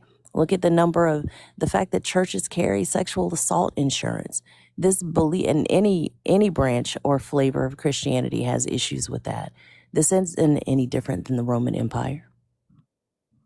Yes, except In the proto evangelium of James, it says that he says that Mary was dedicated to the temple at 3 years old, and she became that's I'm not sorry, one Christian. second. I didn't say That it was. I didn't say it was, but please stop interrupting us.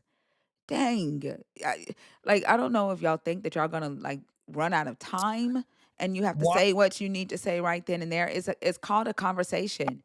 Like show that Jesus actually does have some type of effect on you to be a better person, and just wait your turn to speak. Wait your turn to why are you speak. citing something Wait that's not wait your turn to speak. Damn. This is exactly why Christianity breeds foolishness. You guys lie about what this God does for you, and y'all are the most undesirable human beings on this planet. In the Evangelium of James, the writer says that Mary was dedicated to the temple at 3 years old.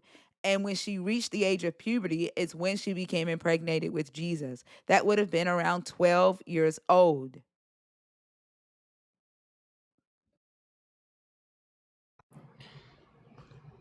okay.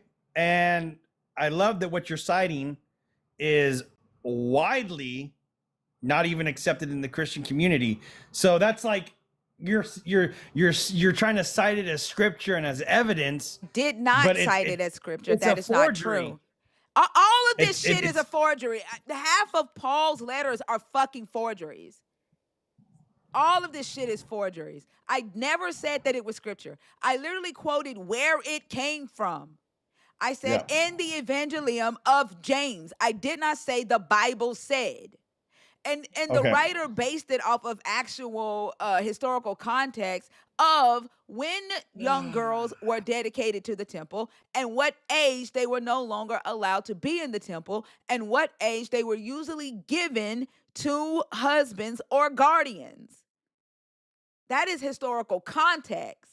But I specifically gave you where that came from. Why are you screaming? Because you are disrespectful as fuck. You have irritated the hell out of me. And that's not You're screaming. And that's not screaming. This is. Shut up. You're being very, very facetious. Well, then you because should not have cut me off.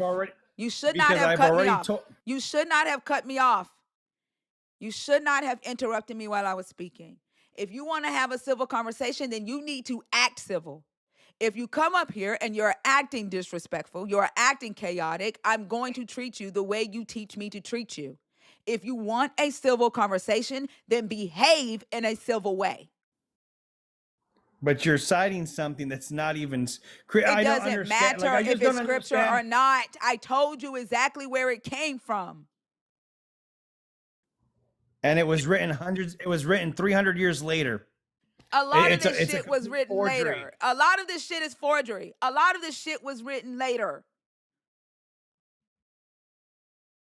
I mean, the first thing she said was that it came from a book. She never said scripture. She never said Bible. So you made a contention to something she didn't say. She told you where it came from. We know which of the books are, depending on your denomination and your particular brand of Christianity, we know how many books are in this Bible and we know the names of them. So, yes. And so, but my question is why would you even bring up a book? Because it is based on cultural norms. He based it on cultural norms. At that time, little girls would be dedicated to the temple at age 3. They could no longer work in the temple when they reached puberty, which was between the ages of 12 to 14. They are then taken from the temple and given to a husband or a guardian. That was the cultural norm. And had you not started crashing the fuck out, you would have heard me say that according to the Evangelium of James, Mary was 12 based on the cultural norms.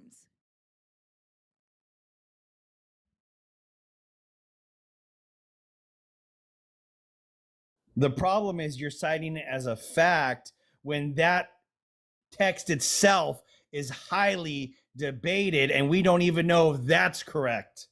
That's the problem. You're citing it as a fact. I said when it's not a fact. It is a fact that culturally, little girls would be dedicated to the temple around age 3. That is a fucking historical fact.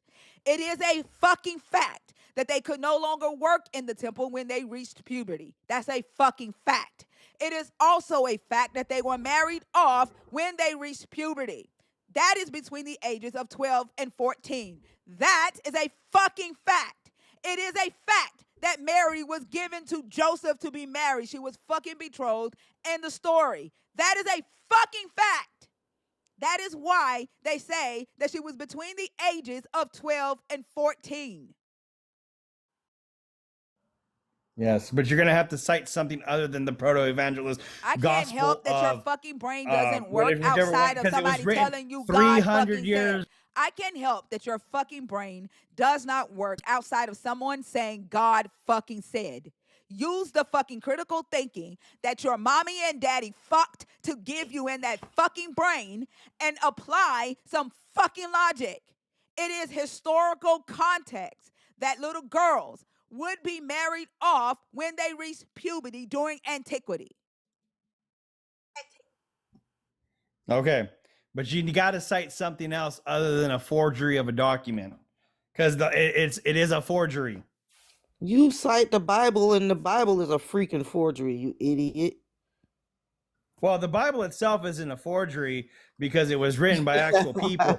You know, so Paul wrote. You don't even know who wrote. You don't So even in know the who so wrote in the the Bible. so in the Bible, when Paul Paul didn't claims even meet your Jesus. Stop it. Paul didn't even meet when your Paul Jesus. You don't even know who wrote You don't even know who wrote Mark, John, Luke. None of those when books. Mark And wrote, and those things came decades after Jesus' supposed crucifixion. But Selena, did So you you hear? wanna yes, and they were But still Selena, alive. did you hear go ahead. his logic? It's not a forgery. He says what's written in the Bible is not a forgery because they were written by Because actual wrote, people. because people wrote it. As if fucking elephants wrote the Evangelium of James. If you let Foolishness, me I tell you. Foolishness, I tell you. if you stop Why muting, are you yelling at me? Stop yelling at me. I'm scared. I'm scared of the white man. Please. Stop, please, no, please, please, don't do it, no, please, someone get him, please, someone call, please, I can't, please, are you gonna hit me? Are you gonna hit me, sir? Please, as I was saying, are the you gonna hit Bible's me? not a No. You gotta calm down first. As I was saying, the You promise? Bible's You not a no, no. Wait. forgery. Are you Let's move on because I don't feel like okay? doing the crash out thing tonight. I really don't. As I was saying, the Bible's not a forgery because when Paul is writing, it is actually Paul writing. The problem is with Oh, that wasn't me. with what was cited, they're claiming to be a person, the proto-evangelist of whoever, but it was not that person. It was another person who lived 300 years later, but the text is claiming this is the Gospel of Thomas. So it can't be Thomas writing it because it was written 300 and something years later. Do Think you of do So you that's do why you the do you Bible's not a understand? forgery. Do you understand that only 7 of the letters that were attributed to Paul were actually written by the same person out of 13? 6 of them are pseudepigraphal writings, which means that they were written by somebody else, but attributed. They were giving apostolic bylines and attributed to Paul to make them authoritative. Do you understand that? Do you understand that the writers of the Can 4 you cite that? gospels, do you understand any fucking credible biblical scholar can tell you that? Dan McClellan can tell you that. Joshua Bowen can tell you that. Bart Ehrman can tell you that. Robert J. Miller can tell you that. Any fucking credible biblical scholar, any credible biblical scholar can fucking tell you that. Pull The fact that you pull the don't site up. know, the fact that you probably think that Matthew, Mark, and Cite it. John and Luke, well, Luke was written by Luke, but the fact that you think that Matthew, Mark, and John were written by the Matthew, Mark, and John is a issue with your fucking pastors not teaching you that those were names given to the authors because the 4 gospels were anonymous. So your claim that the information that is in the Evangelium of James is not credible because it is a forgery makes no fucking sense, first of all. Second, I'm not saying that text is canonical. I'm not even saying it's authoritative. I brought it up because the author used cultural norms to age Mary. The author says, because of this historical cultural norm, here is the age that Mary would have been when she was given to Joseph as to be betrothed as his wife. And that is the time that your book says Mary was impregnated with Jesus. That is using logic.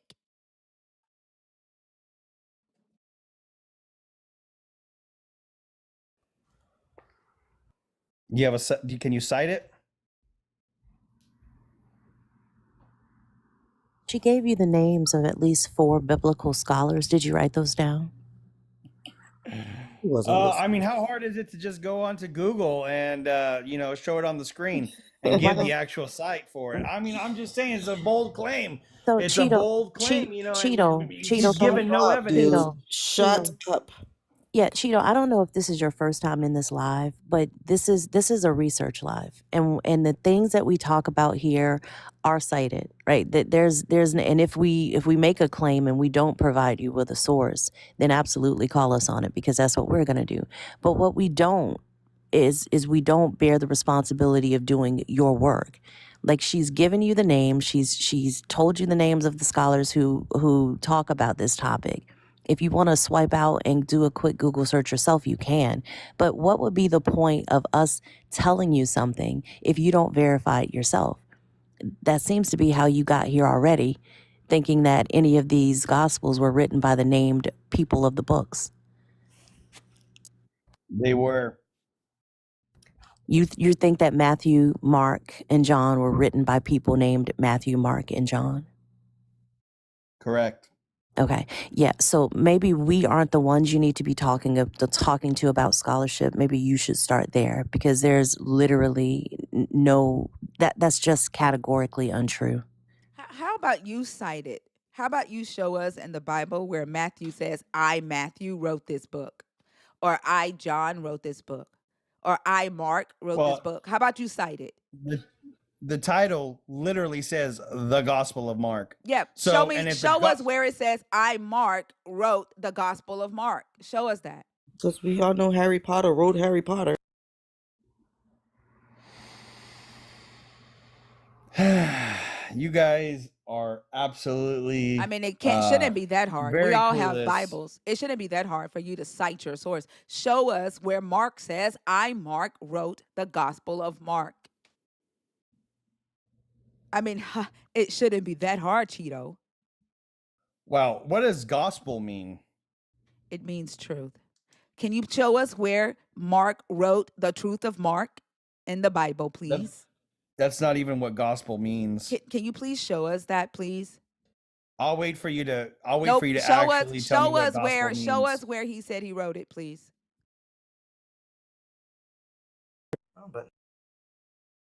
Give us the scripture truth. Give us the scripture of the truth of Mark, Cheeto. You don't even know what gospel means. Give us the scripture where Mark says he wrote Mark, please. You want me to take you seriously, but you don't even know what gospel means. So you're deflecting because you can't, right? Because you don't even know what God. Okay, you said it just means truth, and it doesn't I don't mean know what truth. it means. I don't know what it means. You're right. Now, why don't you show us where Mark wrote it? So, by it literally being the Gospel of Mark, for example, it doesn't mean the truth. It actually means gospel means good news. Sure. So, you show us where he wrote the good news of Mark. Can you show us that, please? it's literally in the title of the good news of Mark. Okay, and so Harry Potter. Harry Potter wrote Harry Potter. Don't talk over her, dude. Well, first of all, you guys have had me muted this entire fucking time, so don't be telling me that and you're fucking laughing because you know I'm right. Sure. Sure. Cheeto, can you please show us where it says Mark wrote the good news of Mark? I'm not gonna sit here and I'm not gonna argue about what wrote what blah blah blah blah blah. Because you can't. Because at the end of the day, you can't, right? my assertion was that Christianity banned pedophilia. That was way back to what we were talking about. No, they did not. Yes, they did. What law? What's the didact? Under what law? Google the didact. Google the didact. Google what the didact is. Is that Catholicism? The didact is Christianity. Is it under Catholicism? It's Christianity. Is it from the Catholic priests or popes though? It is from the year. Is it from the Catholic priest or popes? It is early Christian. There was no. Do Protestants? There Do was Protestants? there was Okay, no all right, cool. Do Protestants follow the didact? Yes. They do. Yes. Okay. And which Protestants follow it? Which ones? I would say every mainstream Protestant follows the didact. Okay, hold on. As well as early. Selena, were you a Protestant growing up? I'm elaborating. Selena, Let me elaborate. Shut the fuck up, Tito. Selena, were you a Protestant growing up? And were you taught about the didact? I was not. Fee, were you a Protestant growing up? Yeah, I was in a Protestant religion. Were you taught about the didact? No, not at all. No. So no, every Protestant does not follow the didact. So which ones? So because they weren't taught about it, that automatically discludes the fact that they follow it. Maybe they got bad teaching. Maybe they weren't ever properly taught. Because, well, friend, you think Matthew wrote Matthew in the middle of Levant region? Somebody named Matthew lived there. Like, I'm not sure if we're the ones who weren't properly taught. Yeah. So, what Google? You still haven't Googled what the didact is. You haven't looked up where it actually straight up bans pedophilia, and they actually address not only the Greeks, but they also address the Romans, and they condemn it, and they say that this practice has to end. And what was the first thing that happened, by the way, when the Roman Empire converted to Christianity? A lot of their old practices of pedophilia and all this stuff went bygone. It stopped existing. If it wasn't for the Christian Wait, you said it stopped existing? Oh, you are so dumb. Right? Like, I'm trying to understand what you mean by stop existing. Have you looked at how much the Catholic Church alone pays out in sexual abuse cases, or the Baptist? Oh, I'm sorry. Go ahead, Thinker. I just want to quickly say that it's pronounced didache. It's not pronounced didact. It's pronounced didache. It's Leviosa, not Leviosa. Oh man. Oh, so because I didn't pronounce it right. I mean, you were taught about it. Still not You were raised on it, and you were taught about it. You should know how to pronounce it. It's the didache. Didact, didache, it doesn't matter. Now that you have it up and you looked it up, please read the part where it talks about how in the quote unquote didache that it condemns pedophilia. Sure. What I will read is the part. What I will read is the part. What I will read is the part that says the didache is often followed by Catholics, Orthodox, and some Anglican and Episcopalian groups, not Protestants. Anglican is Protestant, actually. Thank you very much. Because what does Protestant mean? Protestant means protesting. So if you're not Catholic, you are. Why you say lick like that? You are in the Protestant group because you are protesting the church. Protestant means protesting. So Anglicans and Episcopalians are considered a Protestant denomination. Well, my Protestant ass was not taught about the didache. And it is followed by Catholics and Orthodox and only some Anglican and Episcopalian groups. It is a Catholic teaching. Also, why would you pull that up as a resource when you had such resistance to thinker reading from the Gospel of Jane or whoever it was that she wrote? Because it wasn't part of the Bible. Like it seemed like that was your first protest. No, that was not my protest. My protest is that it's a forgery. It's not that it's not. Wasn't in the Bible. No, that's not my argument, and it's very disingenuous of you to make it seem that that's my argument, because that was never my argument. What was your argument? That it was a forgery? Yes, it was a forgery because the author was claiming to be the disciple of Jesus Right, by but naming it that. And so he's giving the illusion of, oh, okay, I am Matthew, or I am Mark, or I am whoever. But he wasn't, and it was written 300 years later, and it's a Gnostic text. So is when was the Hebrews text. The Gospel of Hebrew, that is also a forgery. Well, I don't call it a forgery. It's called pseudepigraphal.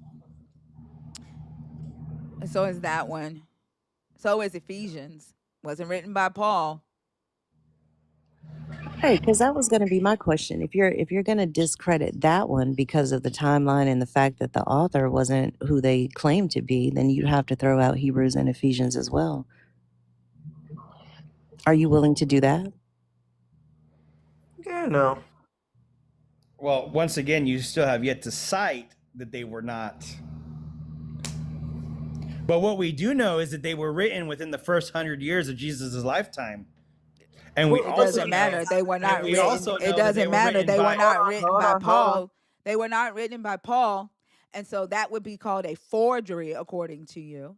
It doesn't fucking matter. And they were not written during your Jesus's lifetime either. Dumb fuck, your I Jesus would have didn't been say dead. that. Yes, the fuck you I didn't did. say that. Your I Jesus would have said been they were dead. He written said they within. were still alive. They were I still said they were alive when it written was within written. 100. Shut up yelling at me. I have already asked you nicely not to yell at me. I've said. But can you tell us what you said when you first got up on this panel? I said they. What's the first thing? What's the first thing you said when you first got on this panel? I said they were Can written. you Hold on, no, remember? no, no. Can you remember what the first thing you said First when of you all, came up on this panel? Can you remember that? first of all, Can you remember the first thing you said when you came on I this have a panel? right. Can you remember the first thing you said when you came on this panel? I'm going somewhere with this. Can you remember the first thing you said when you came on this panel? And then the fifth thing.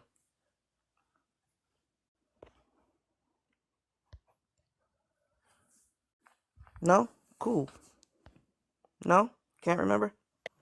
Why am I going to Dang. talk? You keep muting me. Because I'm asking Been you a muted this whole question. time. Yep, because you're talking over me and you can't talk over me. You can't talk over Fee. You can't talk over Thinker. Asking you a question that requires an answer, but you don't want Well, to do that. I'm still trying I to. am still trying to get an answer to a question. I'm still trying to address the claim where you're Cheaty, misrepresenting. cheaty, cheaty, Okay, well, I'll tell you what. We're just going to sit here then until you cheaty. stop. Well, no, we're not. We're not. Because guess what? We don't need you up here.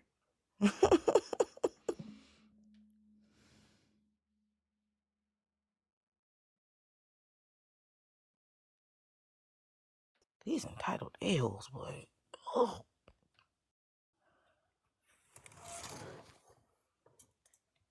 Y'all be dumb as fuck. This is why I say Christianity breeds foolishness. Like the fact that you are back in the request box, like y'all do stupid shit. Like what the fuck makes you think that I'm gonna pull you back up on my stage? Like y'all are dumb. What are you on about? I'm just a banana. Y'all know Boys in the Hood where the guy goes in the store and the man says, "I feel sorry for your mother." Yeah. Like I feel sorry for your mama. You should be Feel up sorry getting for ready your for fucking mama. school.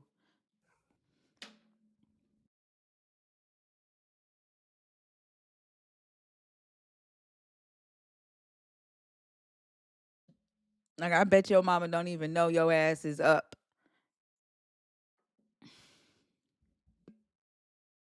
Like I cannot stand. I swear. I can't. Mm-mm. Yep. TikTok has really fucked the minds of our kids. Unfortunately,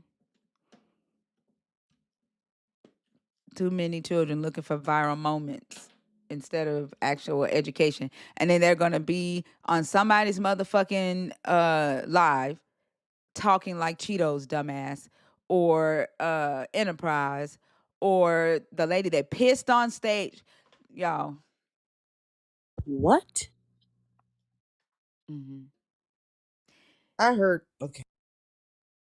She pulled her fucking pants down in the middle of a conversation and pissed on stage, and then said, "Well, I lost somebody.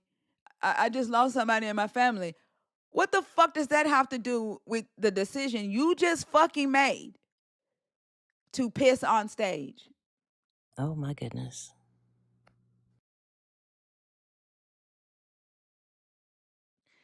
Like, these are the adults that our youth have to look up to, who our youth has to learn from.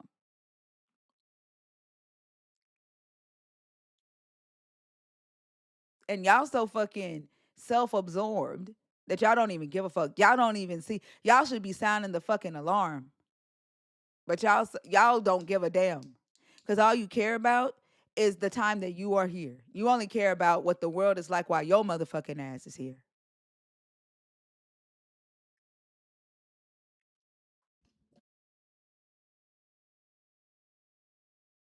I don't understand. Like, I get why, if you have a belief system that is referred to as being foolish, that, that would give somebody pause.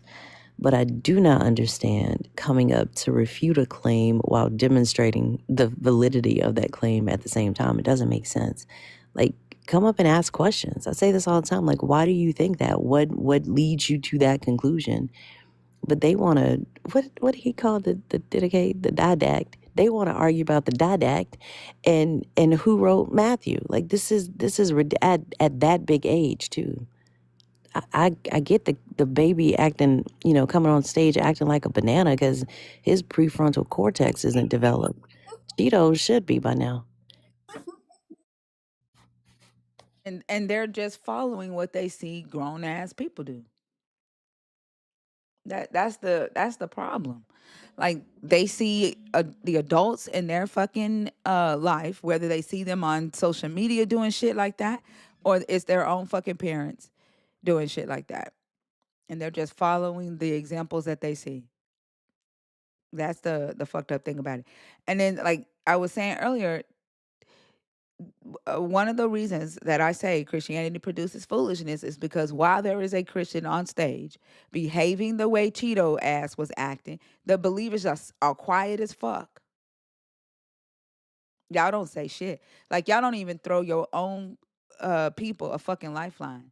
Or y'all don't even correct your own people. Y'all would sit there and watch them do some fuck shit in the name of your God. It's fucking foolishness.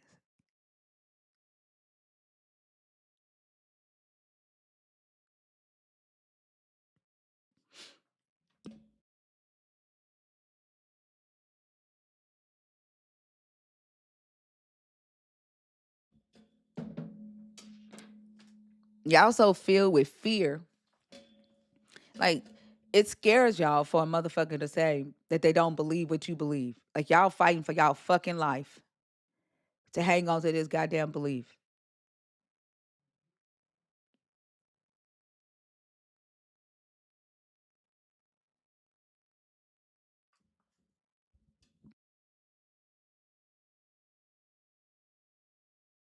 I'm still trying to wrap my head around the idea of pedophilia being completely gone away with. What is happening right now? Can I have my camera on?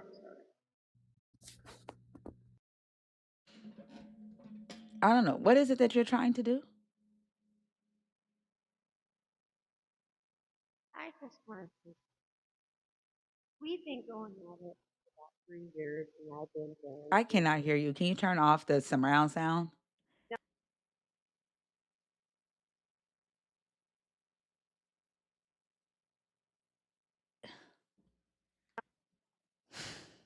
okay, teacher. Can you hear me? I don't, you sound far away. Here. Okay, I apologize. Thinker, I apologize. I That's know okay. you don't have time for stupidity. I get that. Anyways, can you hear me? I can hear you now. Okay, thank you. I just wanted you to give me 2 minutes. We've been going at it for 3 years. I've been banned a couple times, and No, you've told me, no, what if Shannon shut the fuck up? no, You've told me. no, No? no, Why? I want to give you a no, compliment. absolutely not. If I Why? have banned you multiple times, that means you deserve to be banned. But And I then wasn't being you're respectful the to you, and I want to be I no. Mm-mm. You know her boundaries, and here you are doing the thing. If you want to respect her and you want to give her a compliment, you would not do the thing that you're doing now. And I don't know if You you're would up come up here here. sober. I don't know if you're up here because you heard the story that I told about Venus, but Venus earned her respect from me. I don't know who you are. I don't even remember banning you. Like I have no idea who you are. But for you to come up in here and do that, like Venus sent a message in private. Like she didn't do this shit.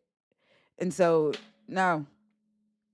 And then I didn't have to ban Venus multiple times. If I've banned you multiple times, there is a reason for that.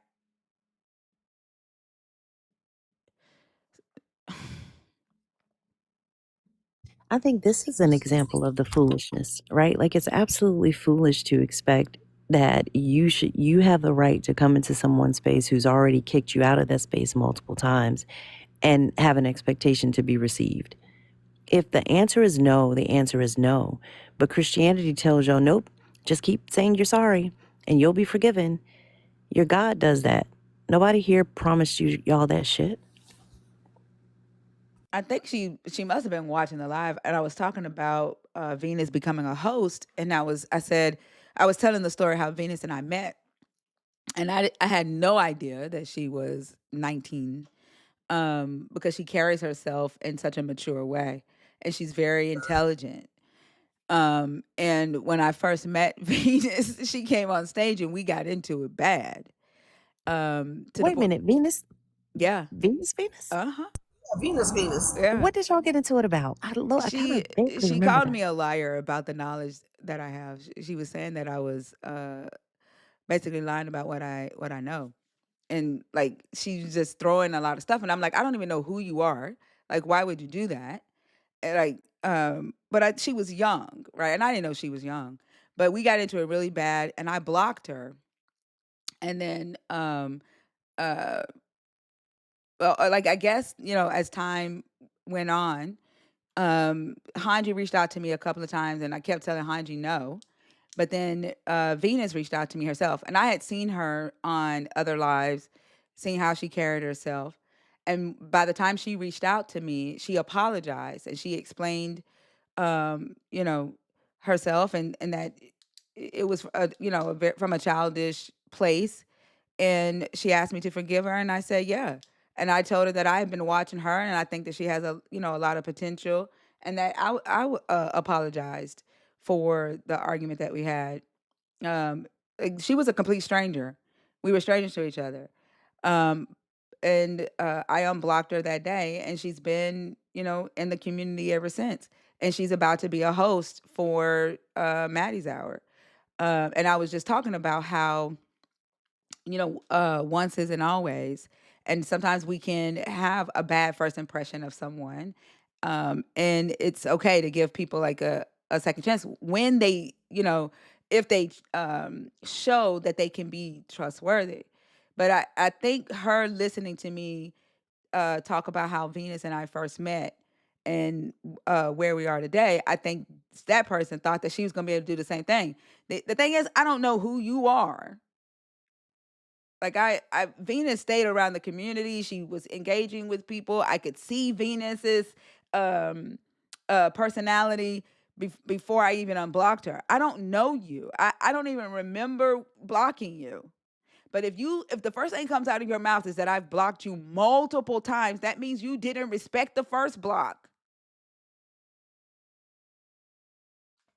If I had to block you multiple times, that means you didn't respect the first boundary. Venus didn't do that shit.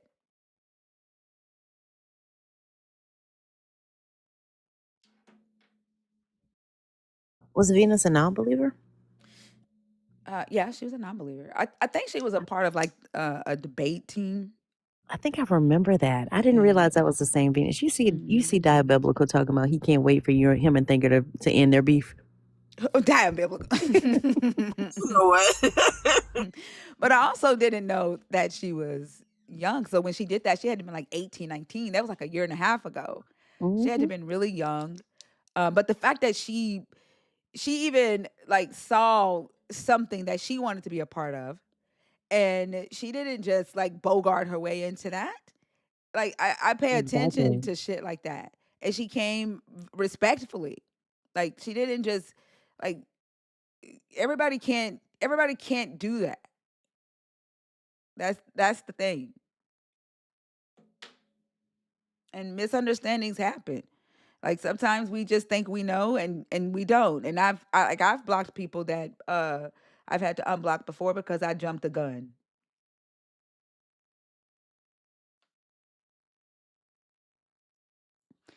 Like I don't know. This shit is crazy.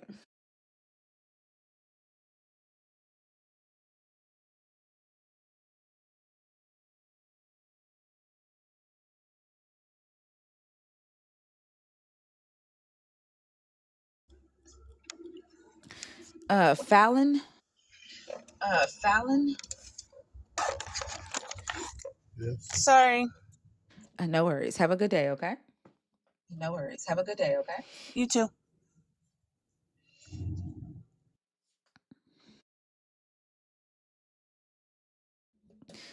All right, y'all. The guest box is open if you are a believer in the God of the Bible, deconstructing or an atheist. 21 and up. It's been really difficult to actually get some good conversations tonight. Like we've had food after food after food after food tonight. I heard Outside of some of it. the people deconstructing, we've had some good conversation with those who are deconstructing. But every believer who has come up tonight has acted a fucking fool on this stage. I heard a few of them, in and out of sleep, and it's ridiculous. Like just the direct question answering must be something that, good grief. I don't know why they can't do it, but I mean, I do know why they can't do it because it's ultimately just it. They realize the issue with their answers, how it paints their God and their belief system. But damn, it's frustrating. That's why I be crashing out. Like I can't stand ignorant shit. Like it's okay to have a lack of knowledge. That's not what I mean when I say ignorant or dumb. So I don't want anybody in here to think that I am talking about the fact that you don't know something because we don't know everything. There's a lot that I don't fucking know. I'm not talking about that. When I say ignorant or dumb, well, sometimes I will tell a person they are fucking dumb because they will intentionally say dumb shit even after we've given them the correct information. I'm talking about basic education shit. And they will choose to keep the incorrect information because of their ego. That's what I mean when I say you are fucking dumb.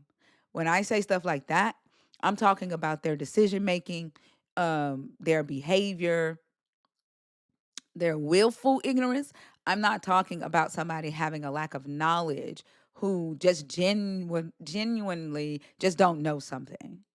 Because it's okay to not know something. But when you reject uh, facts, when you reject definition of words for the sake of your ego or for the sake of your belief, that I just can't fucking do because it tells me that what I see, and I could be wrong, but what I see and what I feel when y'all do that is that you are making a conscious decision to lie and prioritize your ego or prioritize your belief, and you know that there's over 700 or 800 people listening to you, and you say fuck all of them, fuck them. I don't care that I'm about to put a lie out here.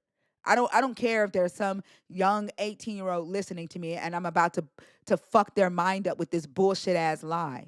That I don't fucking respect. I don't respect that at all.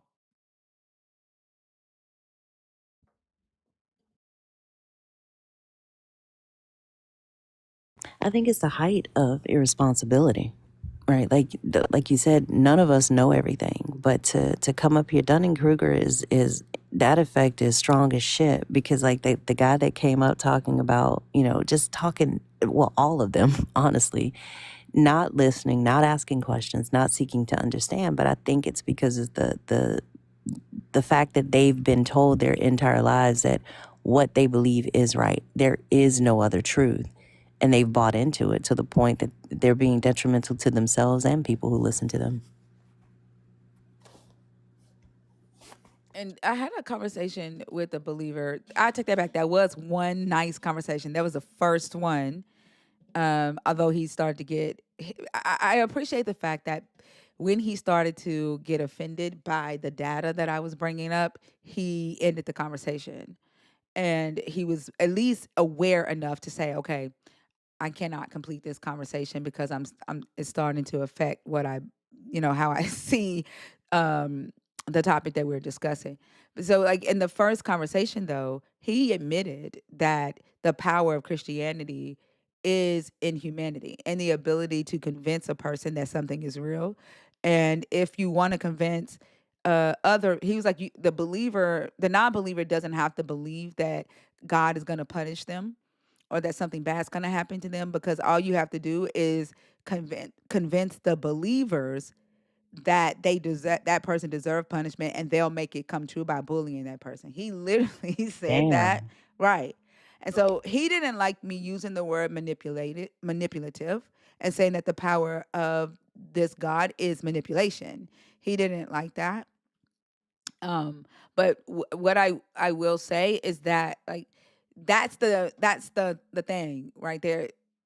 They don't think about their actions or whether the information that's coming out of their mouth is right and true. There's no accountability behind what they say because they're so used to the power being manipulation. And he was saying that, well, they don't know that they're being manipulative. He said they can't be manipulative because they don't know they're doing it. And I said that doesn't mean that they can't be manipulative just because they don't recognize it as manipulation. They could be thinking that what they're doing and what they're saying is right to do, but it doesn't mean that they cannot uh intentionally be manipulating definitions of words, that they cannot be intentionally ignoring whole entire sentences in a book, or ignoring archaeological data. They're making the decision to reject information for the sake of hanging on to their belief, and then reinterpreting or redefining words in order to hang on to their belief. They may not know it's called manipulation, but they are definitely manipulating shit in order to hang on to their belief. And I said it's similar to when you believe that Adam and Eve could not do any evil without them having the knowledge of good and evil. They definitely could do good. They could do evil. They just didn't know whether the good or the evil they were doing, they didn't know how to categorize it, because the God was to be the objective moral standard. And because believers think that if they don't have this knowledge of evil, that they can't do evil. They think that if they don't know what manipulation is, they can't be manipulative. Yeah, and that's just simply not true. Like, not knowing what to label the behavior doesn't mean that you're not engaging in the behavior. And I think we talked about this a few months back, how manipulation definitely has a negative connotation, but any sort of information that you're giving for the purpose of swaying an individual's opinion is manipulation. Like anything we change or move or rearrange is manipulation. And I think that because that word has such a negative connotation to it when it's used in conjunction with a God or a belief system, there's defensiveness. But I mean, he may be uncomfortable with the use of the word, but it's accurate. Yep. But I appreciate him for, you know, recognizing that he couldn't handle the conversation further. What really made him leave was me pointing out. We got to a point in the conversation where he brought up like Hindus and Buddhists and stuff, and he was saying that they're manipulative. And somehow we got to the point of me bringing up the stats that Christianity is one of the members of Christianity has like the highest number of low income followers, with Hinduism following a close second. And I said it's interesting that Muslims are more financially more stable than Christians and Hindus, but at the top were Jewish people. Within the Christian denomination, um, the Mormons were at the top, Presbyterians, and then at the bottom was Black Christians. And the average median income of the Christian household was $18,000 a year. In what year? I can't remember. I have to pull it back up. I don't remember what year, but it was $18,000 a year was the average median income for the Christian household. Wow. Yeah, I mean, if he's the person that's data driven, and like I could see that being pretty jarring for him, because they would absolutely expect the inverse based on what the claims are. Yeah. Bridge.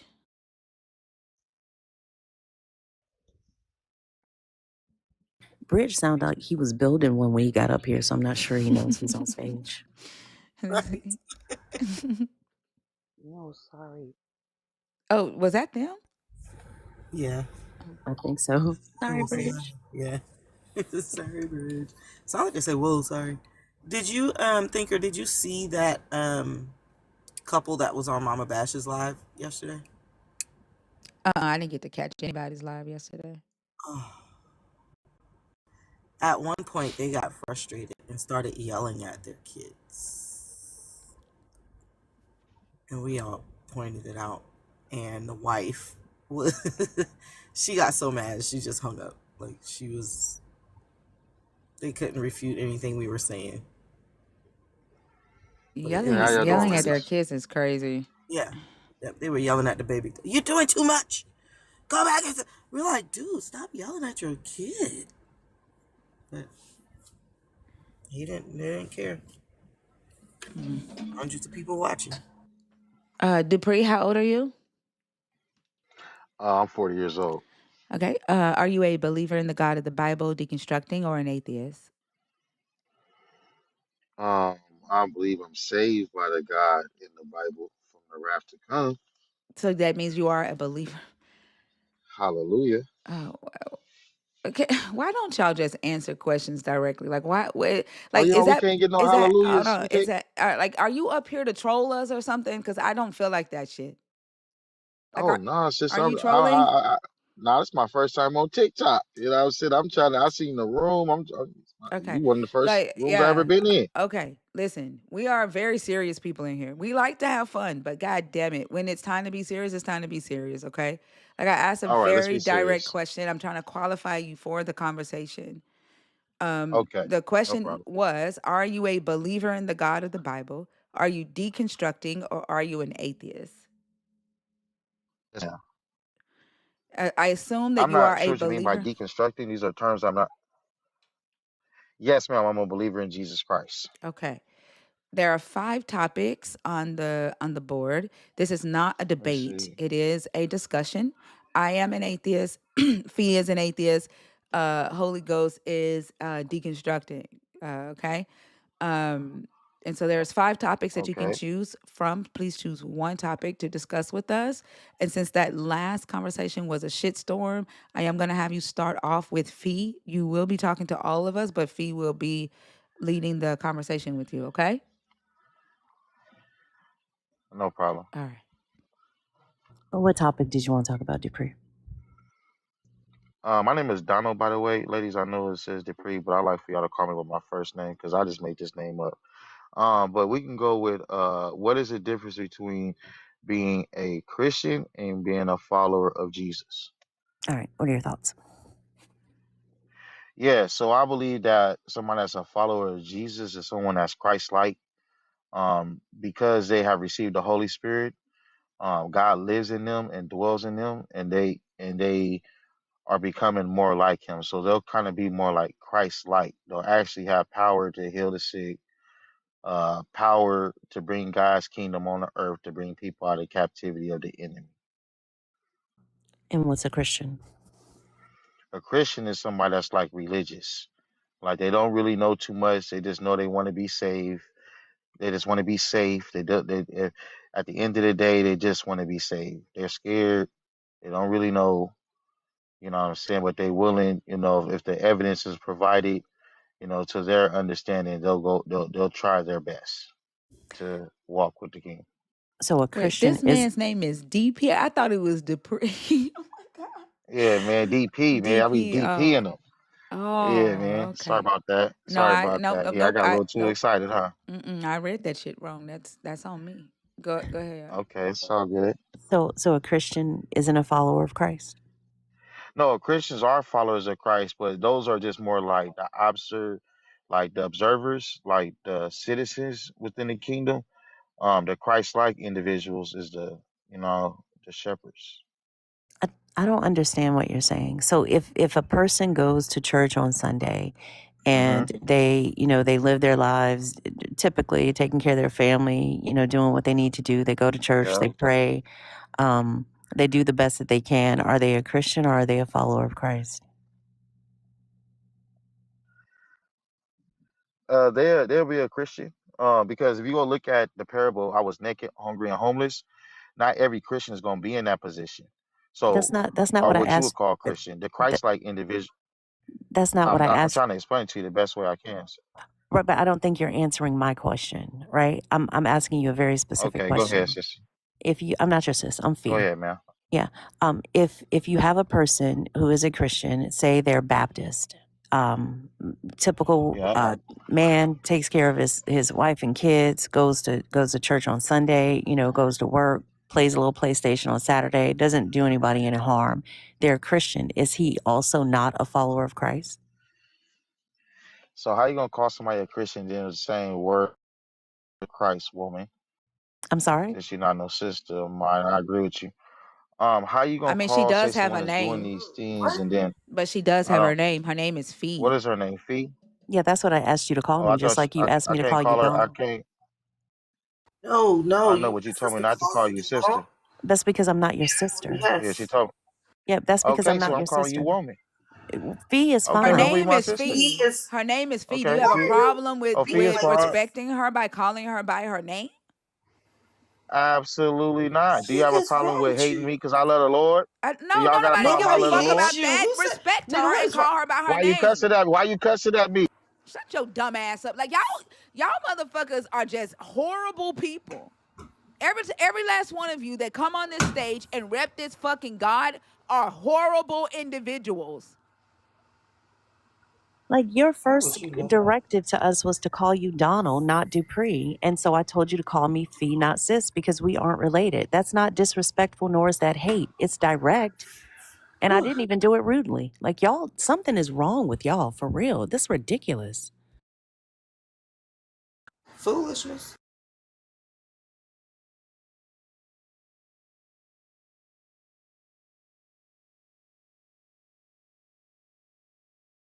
Are you going to respond or are you done with the conversation? Like me asking you to call me by name, derailing a conversation is wild.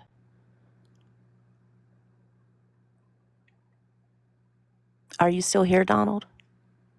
I don't think he knows he's on mute. Probably don't even know he's on mute. Same time. Nigga. Oh, y'all know I don't know how to work this. I told y'all this is my first day on here. Did you hear anything that we said? I heard y'all giving me the business. Well, it wasn't the business, Donald. You I asked me to thought it call. was. Okay, well, it was clarity, right? You asked Okay. us to call you Donald, and we started calling you Donald. I asked you to call me Fee because you are not my brother. And I apologize to you for calling you woman. Okay, well, can you get back to the conversation? Because all of this meta is unnecessary. No problem, Fee. So, reset your question. You said that there's a distinction between a Christian and a follower of Christ. I am trying to understand whether or not a Christian can also be a follower of Christ depending on how they live their lives. I gave you an example of a Christian man who lives a Christian life and takes care of his Christian family. Does that exclude him from being a follower of Christ? No, it does not. And I was trying to give you an example of that. Can I expound? Sure. Okay. So the Christ-like individuals are the naked, hungry, and homeless. The Christian individuals who are not the Christ-like, but they still follow Christ, are the ones that you either fed me when I was hungry or you didn't. And those individuals are going to get judged that way because the individuals that's Christ-like, Christ is doing the likeness in them, which is bringing them the kingdom. So you have to be naked, homeless, and hungry to be a follower of Christ? No, but you will go through trials. And like I said, there are individuals who are Christians who are also going to go through trials, but they will be the ones that, when the scripture says, you will know them because they will drink deadly drinks, or they will drink deadly drinks, because from the observation point of view, these people are going to recognize Christ in these other people who go through these harsh trials during the times of tribulation, which we're in right now. It's going to be plenty of atheists murdering the saints. You do realize that you just said that a follower of Christ is naked, homeless, and hungry. And then when I clarified it, you said no and proceeded to say that atheists are going to be killing people. Like, I think you're demonstrating that top Oh my prompt gosh. in this very conversation. I don't know what you're talking about Yeah. right now. Okay, let me help you then. Because they're Okay. scared of us. Is that what it is? Oh, Yeah, they're absolutely not. terrified. Oh, Yeah, yeah, the absolutely not. fuck y'all are. Yeah, absolutely. See, look at her, still cussing. So, Fuckity no, fuck what I'm fuck trying to fuckity explain to fuck you, for the fuck hey, you fuckity a grown fuck woman. for You the got the fuck right to, you can do what you want to do. fuckity fuck for the Andoro koyari fuckity fuck. yakaya. Andoro Isho to shiara. the boshi kita na Hallelujah. boshi kata da da. Isho to Andiriaka the yariashana. boshi kata. Ondoroko Yes, shada da yariakaya. boshi ka. Isho to Ondoroshiana. la boshi ta Ondorokoya. fuck da. Isha Andiriaka da. Isho ko yariashaniriaka boshi to yariakaya. la Hallelujah. shikata. Ondorokoya. Jesus. La da baga. Ya de ba shi te da. Andiriakaya. Ishokoroba. Ishokodora baradi Mhm. shatata. La de shata no no shikata no no ba yisha no no ba. Ya de shata. La de shiki no mo no ba shinta ne de No, shika. you want to call me a Ya da no shata, no huh? ba shite de na ma jina na Oh, I ain't no ye. gangster. Ya na da Oh, no no. sha. Oh, Isho do no. ba shiki She ne tried to na. call me a shata. Ya da ba. Ya do She ba got the, she shiki got, she got kite the de. adulterous harlot in Yo her. do ba shika do bo. Fuck goody Hmm. fuck for the fuck. See? You done got that adulterous woman in you, and you don't even know what you're doing. Yeah. Why your Holy Ghost stop when mine started? But you get it. I'm trying to figure out.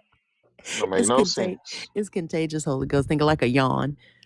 Ndiakayaria, undoroshiara. Hallelujah. When Guardian Shaba. Leviosa, like I'm just trying to be in a video. I don't know what the fuck y'all are saying. Like, are you trying to speak in tongues or are you speaking pig Latin? I don't know what you're doing right now. I had to edify myself in the midst of this darkness. Oh, and edify yourself by gibberish, by just saying sounds out of your mouth as though it has Nah, power. nah, nah. I just hope the Lord on y'all. What is it supposed to do? Then, You sent him to us? maybe Tell, gonna touch tell, your tell his heart. ass You we've know, been sing looking another for him. prophet. Tell He him we've doesn't been have looking I for know. him. hands. I interceded for. Hey, look, I Yeah, already looked hey, out. tell him to come on. Tell him to come on in here. Tell him to come on.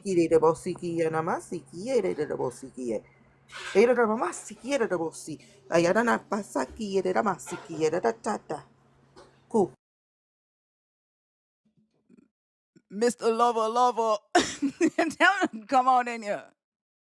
Thinker. Shaba. Tell them to come on. Shabbat. Hallelujah. Shabbat. Praise the Lord. Shabbat. Hallelujah. Tell them to come on up in here. We've been looking for Lot of His mercy. them. Sorry, I was in this second.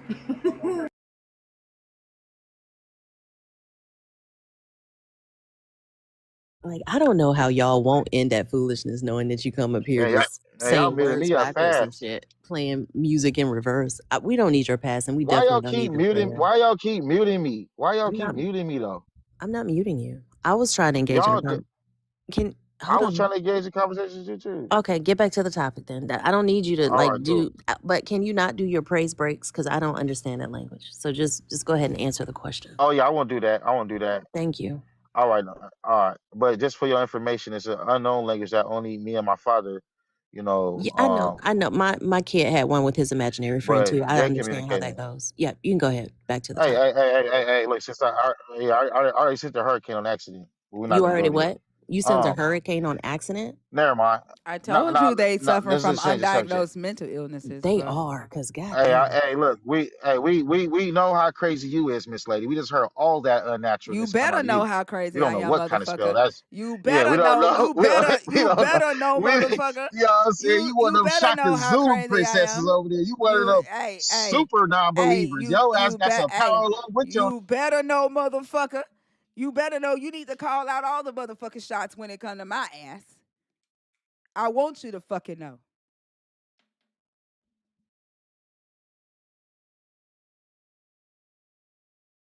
I've Oh, been you're mute telling again. y'all we got No, boxes for Yahweh and you know, and Yeshua and you right know it there. stank too. Bring them both. Bring them both right there. Bring them out. Bring them out. Thinker says she's ready. I'm just saying. Donald, do you want to get back to the topic or do you want to keep speaking in tongues?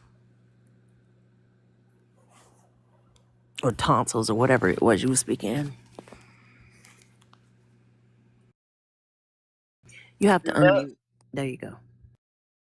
I don't know how to do it. You look, you know y'all got full control of the whole vibrator. All right, you know how y'all get in. Did you say vibrator?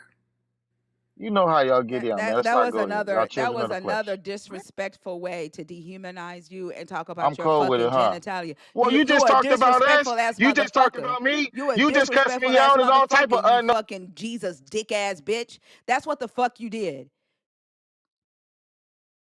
You disrespectful as fuck. Every last one of y'all that have come in here tonight have shown y'all's fucking ass when it comes to this Jesus.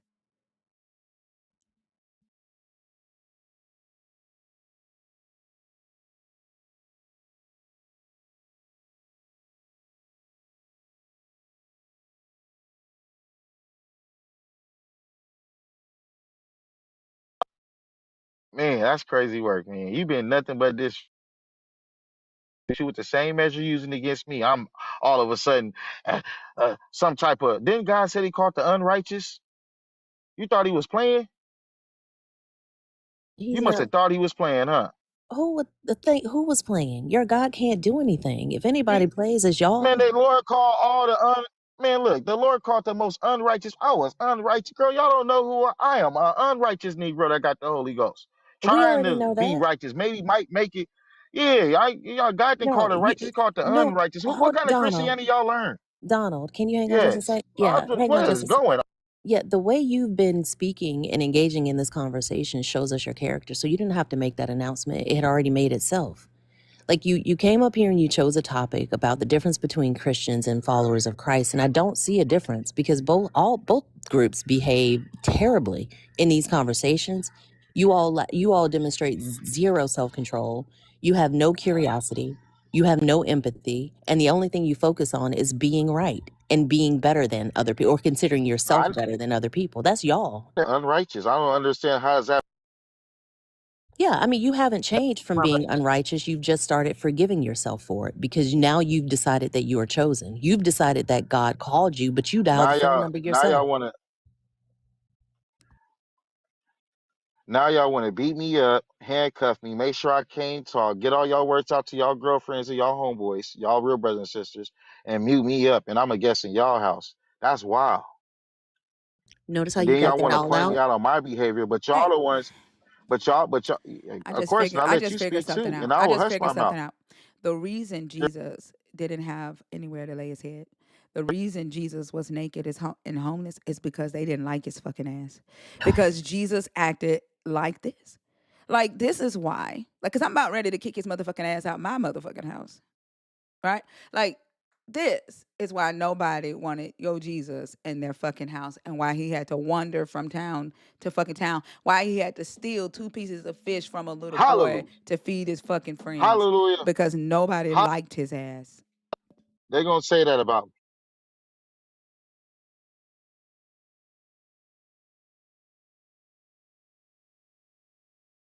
I'm learning how to work it now. I'm gonna go ahead and leave.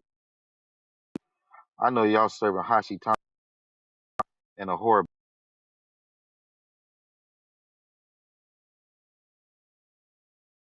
I locked the door.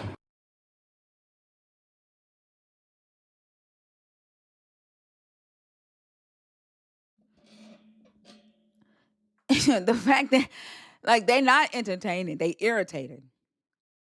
They ain't entertaining, they irritating and violent and selfish.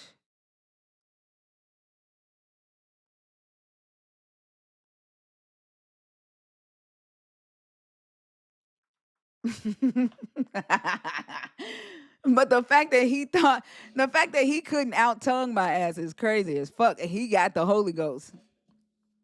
That was Atheo- crazy. Atheos is more powerful than the Holy Ghost. That's crazy.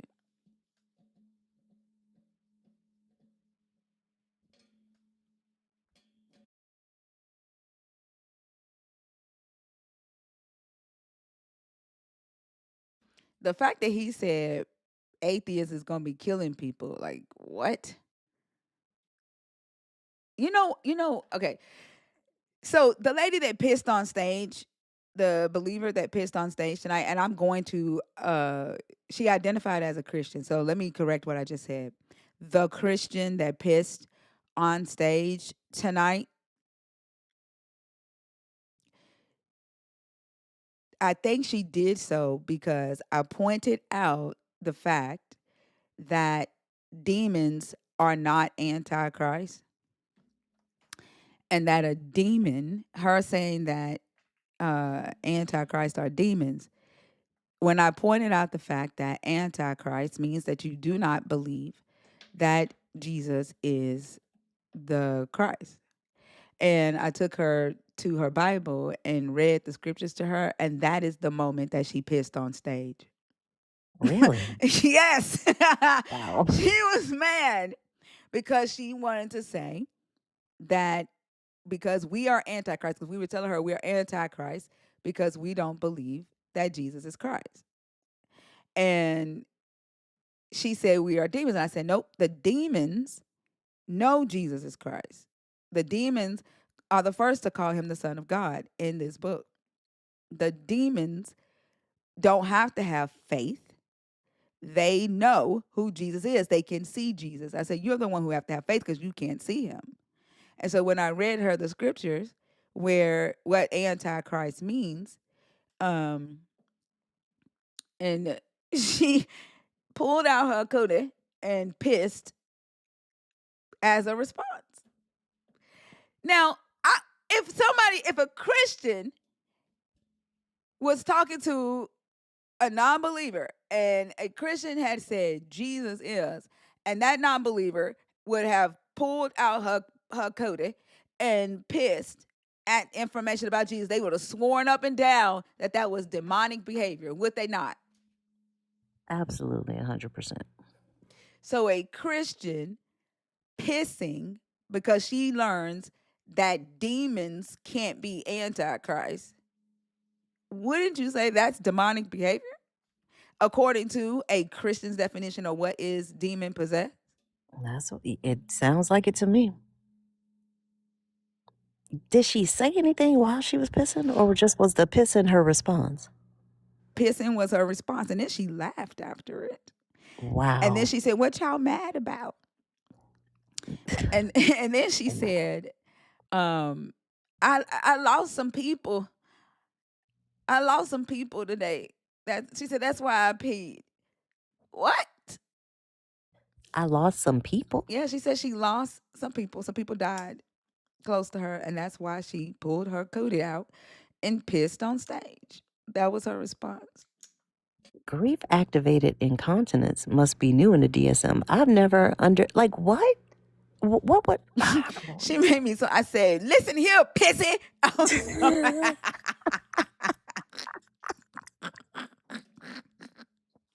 Uranisha, listen, pay attention.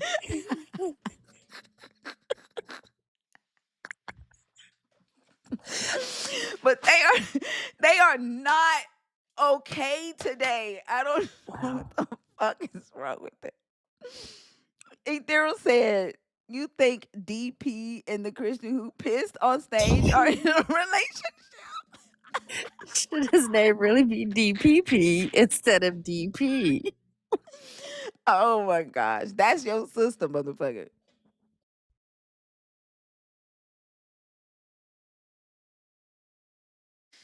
Oh, that shit's crazy. I don't know. Third time's a charm. Fee. We'll try again.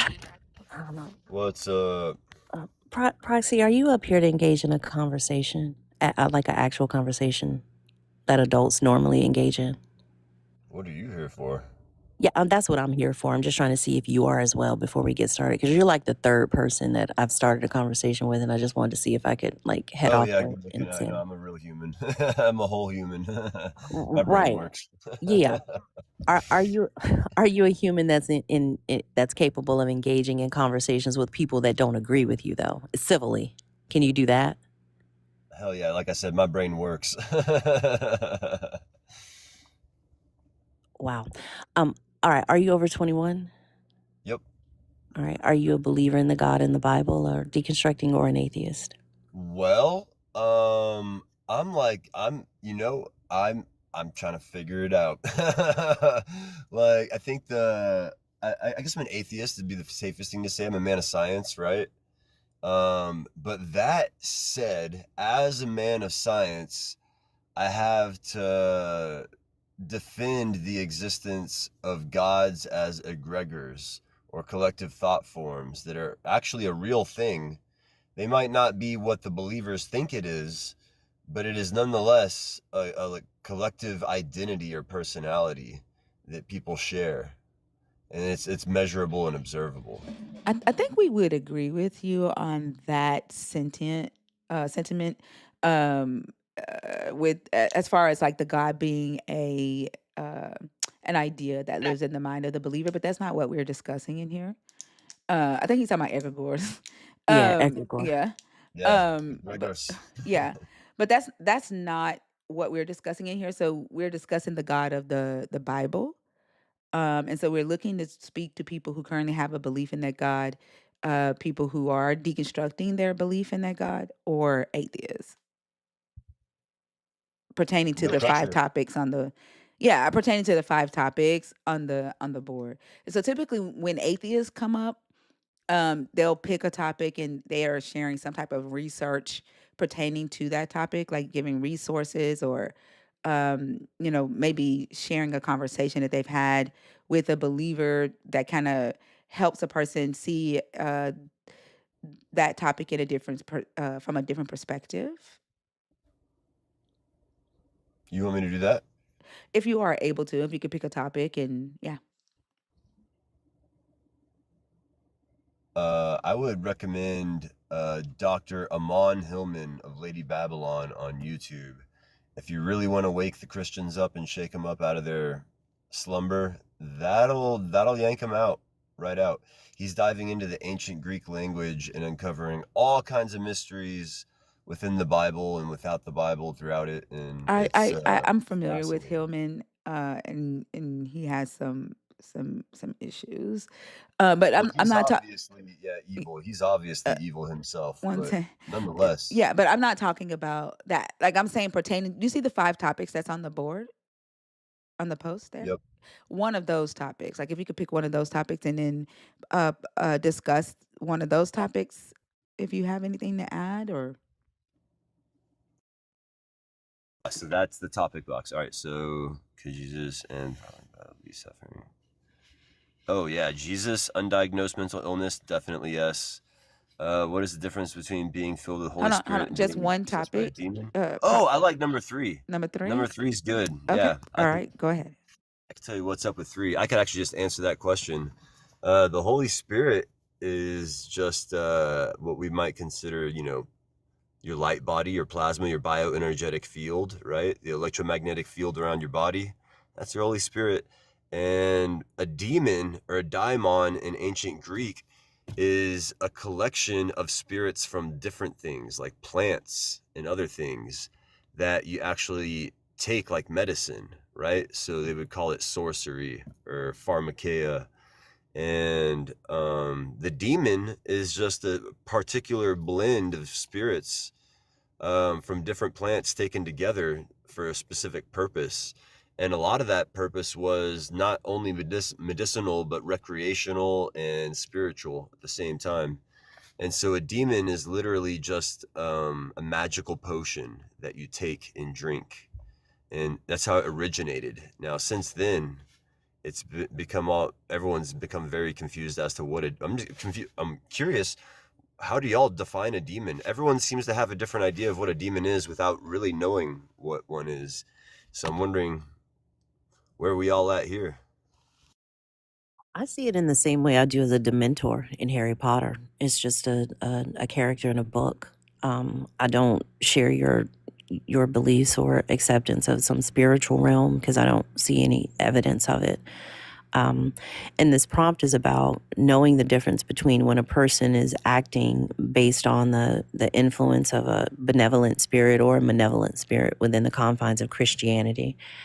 When you take it outside of the confines of Christianity, you're talking about it from a non-believer's perspective. I'm a non-believer that does not accept any magical thinking. So I think that the fact that people can redefine demons to be what they need them to be kind of points to the lack of an objective source for that thing. Cool. I think it's like white magic versus black magic, and you got the Holy Spirit being relatively sober thing, whereas a demon is something aided by nature or herbalaria. Yeah, I mean, okay, I don't know the difference between white magic and dark magic when neither of them can be demonstrated to have any actual power. I think it's just the names that people categorize to acceptable and unacceptable magical thinking. That which is unaccepted in society is deemed black or, dark or wrong. And the shit that you can't explain but you want to accept because it's a shared delusion of society, I guess, would be under the category of white magic, which is not surprising in this. Exactly. Yeah, but that doesn't mean any of it is real. Neither of those sources of Totally. magic have ever fed a kid or protected a child from harm at the hands of people who are supposedly representing any of these deities. A hard disagree, but Well, I would offer there's another definition of demon that might be a little more interesting outside of just the plant itself, but what the plant allows you to see. Because after you take the demon within You you can't say and that. you're Don't like say, you cannot say that quote on unquote TikTok. I know. possessed by Hold on. I know a what you're finna demon. say. I know what you're finna say. TikTok will ban you. TikTok will ban me and you if you let that come out of your mouth. So please don't I don't say it. think I'm about to say what you think I'm about to say. If it starts with a D, please don't say No, the acronym. Like, don't say like any. demon. Yeah, but the one that you're talking about that allows you to see these entities or whatever. Right. Yeah, I don't got you. say it. We'll Don't say name it. Dimitri for that. I could say Okay, thank Dimitri you. instead Thank of you. demon, right? Okay, yeah, thank you. Yeah. There you go. But yeah, that would be a good example of what I'm talking about. On Dimitri, there's a whole topology and like a biology and like a kind of repeating arcana and how do you say archetypes that you see in there that are kind of identifiable damn near. And I'm wondering if y'all have any experience with those. no. Like if I have to take something to bring it on, then it's a result of the thing that I took, right? Like it's altering my brain chemistry. Yes and no. Oh, wait, did I see it before I took it? Well, in some cases, yes. Some Oh, I wouldn't know. Some people do, some people don't. yeah, You well, know. I'm one of the people that don't, right? And if I have to ingest a substance in order to see an entity, then and that entity does not exist unless I ingest that substance, then I don't see why I should believe that this thing is there and capable of doing anything to me in the physical world if I don't take that substance.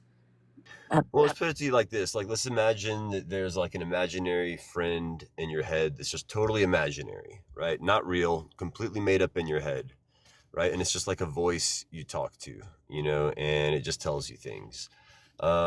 Simple as that. That's kind of like what a TV does, right? In your room. It just sits there and it just blabbers information at you, right? Doesn't really do it. It's not going to jump out and get you. It's not going to like come out and affect your life like that, right?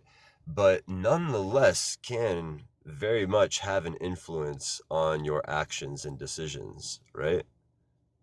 Uh, that's not analogous. A television, the images that we see on television has a source. Like it has a script, it has electricity, it has like radio waves pushing it through electrical device for me to observe it. So if I engage with it, sure, but there's nothing that lives in my head. That there's me, right? Like I am the voice that's in my head. I am the observer of my own thoughts. So I'm not sure why you're positing the existence of some benevolent or malevolent spirit that can't do anything to me unless I invite it, or that has no physical power over me unless I ingest some substance. So no, you and I just see this very differently. Yeah, you're totally free to just ignore it. Like you turn the TV off, right? I don't have to turn off my brain. That's why I'm saying this is not analogous. My TV is not me. Television shows are things that I choose to engage with or choose not to engage with. You're positing that there's Exactly, some like a demon, right? you're no, you're not we're not saying the same thing. You're positing that there's something in my mind or I have access to something, some spirit or something in my mind, and I don't see that being the case. That's not demonstrable. You've got your own consciousness to start with, right out the Yeah. gate. You've got your own voice, your own inner voice. Yeah, but I'm also not a demon, so I don't know how that was relevant to this conversation. Right. But I'm just saying, your imagination is there. It's a thing. It exists. It has imagery. It can even make audio, visual information appear within your head, right?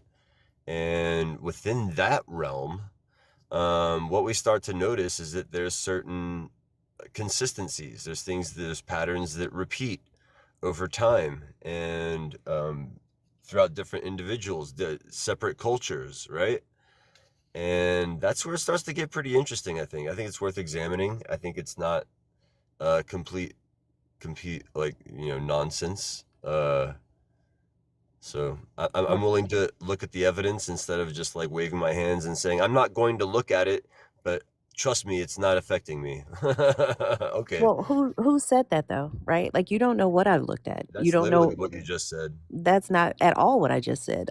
Unbeknownst to you, I You do a said lot of. I'm not Can going to can you peek not do behind the that? No, veil. let her Can you finish not do that? speaking. Like she gave you respect to finish. Let her finish, please.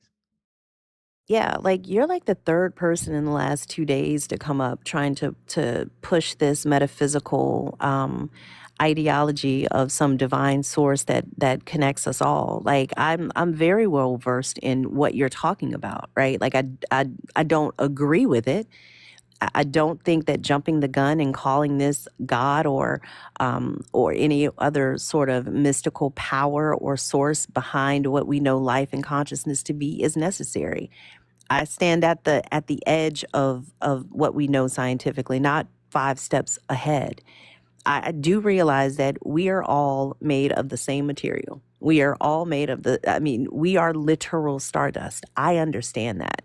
I do know that, like, when we look at the mycelium and the way nature connects and communicates and protects each other and shares resources, I understand all that. What I am saying is that I'm not willing to step 5 steps or 10 steps ahead of what we do understand to posit that therefore this is the God that everybody's been talking about. I think that is magical thinking. And that's the quickest way to slip into some sort of belief system that's predicated on these magical things that cannot be explained, that cannot be quantified, and cannot be measured. Until we can do that, then it's just a cool thing to postulate about. I'm not going to accept it as being true. Proxy, while you are on stage, please stay out of the comments and give everybody the same respect that you're getting to actively listen and pay attention to what you're saying so that you respond to what she's saying to you. It's not right for you to be in the comments while she's talking to you, okay? Right on. I just already agree with her, everything that she just said. For the most part, I agree with most of that. So I was just responding to the chat, you know. Well, your response in the chat was she's paranoid. So not I agree. That's what you responded in the chat. Yeah, a lot of people are illogically afraid of plant medicine. And I understand, like it's a mysterious thing, you know, scary. But I mean, she's a they're actually grower, relatively safe. They're actually relatively but safe. but but she's a grower, and she will tell you that she's a grower. She isn't afraid of plant medicine, and that isn't what she said. Right, but I'm paranoid. See, and that's the very thing that thing we're talking about. If you were actually engaging with me, you could have asked me that question. Yet you just went to the comments to make a declaration about me when you know absolutely nothing about what I do or how I do it. That's what magical thinking does. That's what protecting a belief system that works for you or that is meaningful to you that you think that everybody else needs to accept. Yeah, I agree. It causes you to behave like that. That's why I'm a man of science and not magic.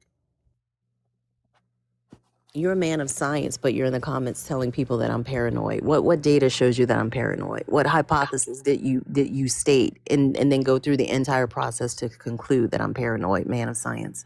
You kind of have a kind of, I don't know, antagonistic kind of energy right now. Like you're kind of attacking me for no reason. It's just weird. I'm asking you a direct question. A direct question is not an attack. It probably feels like an attack because you've come across very pushy with trying to get us to ingest whatever it is you think has worked for you. Me telling you no is not being antagonistic. It's being individual, it's being direct, it's being concise, and it's being clear. What does concise mean? Succinct, to the point, direct. All right, cool. Because I feel like it's less of a word thing and more of a tone thing. Yeah, that's. I knew you were gonna go there. Like for some reason, every time a white man comes in here, y'all want to tone police black women, and I don't allow that in here. No one's gonna talk to you very soft with a fundy voice. We're not gonna. There's no level of respect that you should expect in here just because you are a man or because you are white. If she does not agree with what you are saying, she has every right to say that shit the way she wants to say it. Right. The So we same. could just Hold on, I'm ignore talking skin right now. I'm tone. talking Yeah. right now. I'm talking right now. No, you can. You can avoid skin tone. When the shit comes out of your mouth, it is because of skin tone that you are policing the way she speaks to you. So no, we can't. And the fact that you want to ignore our skin tone is the fucking problem. We are black women, and you need to see that we are black women. Oh, shit. You disrespectful, atheist, racist motherfucker. And this is what I mean when I say it doesn't fucking matter if you are a believer or if you are an atheist. I will cuss you the fuck out if you are an indecent ass human. And you are in here fucking whining because she didn't tell you automatically that you are fucking right. Because Man, you really got me. you can't handle when someone disagrees with you. Fucking Well, cheech you and really got chong me there. motherfucker. Really got me there. You got me so good. Nice clap.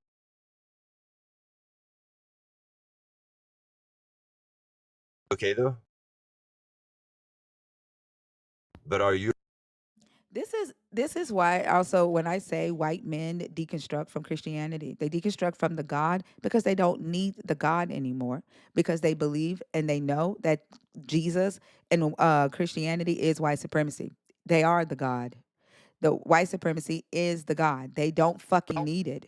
They behave this way because it is them.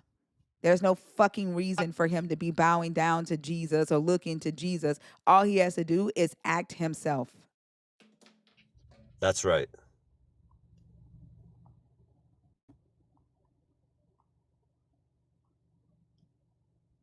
I'm glad you understand. I think this is another example, thinker, too, of the fact that you cannot necessarily be aligned with a religious belief system, but you can still hold some harmful ideologies and have zero levels of introspection and willingness to see how you show up in conversations. Yeah, I think that's a perfect example as well. Yeah, because not everyone deconstructs from the belief system because they want better for humanity or they see that it's harmful. Yep. Some people deconstruct because they don't want power or authority over them, because they don't think they need the power or authority over them. They want to have authority over themselves, but they like the abuse that the belief system comes with. So they keep all that shit, which is why he's saying, I have to defend the egregore. The egregore is fucking white supremacy, motherfucker. The egregore is patriarchy, motherfucker. That's what the egregore is that you are fucking defending. And that is what is spewing Oh, all you out of your misunderstood my motherfucking words. ass right now. Oh, you misunderstood That's me. what you're fucking defending. You totally misunderstood me. Maybe that's why you're so angry. You didn't understand me, right? I think a lot of times you have people with certain personality types that will deconstruct because they like being right. Right. Like, and with most people who pull away from religion, they look for data and facts and information. So you're always going to have a stronger argument when you can back it up with evidence. And I think sometimes they lean towards non-belief as well because of that, because they just want to fight to be right. It's not about making the world better for everybody. It's about, I've got the answer. I have the solution. I said this yesterday. And I'm noticing, I was told myself during the conversations today, I'm going to pay closer attention to it. At the center of every believer's comments about their belief system, they are shining a spotlight or flashlight on themselves. It's always about them. They never point their gaze out to see how it impacts other people. So even when they talk about it, it's beneficial to them, then therefore everybody else should see it in that same way. So it may not necessarily be a system of control that has a deity and a dogma and a doctrine associated to it, but it's still that ego-based need to be right and to dictate to others what's going to solve their problems because it worked for you. It may not have Jesus and a nail and crosses, but it's the same thing, just wearing a different suit. Wow, what do you believe in?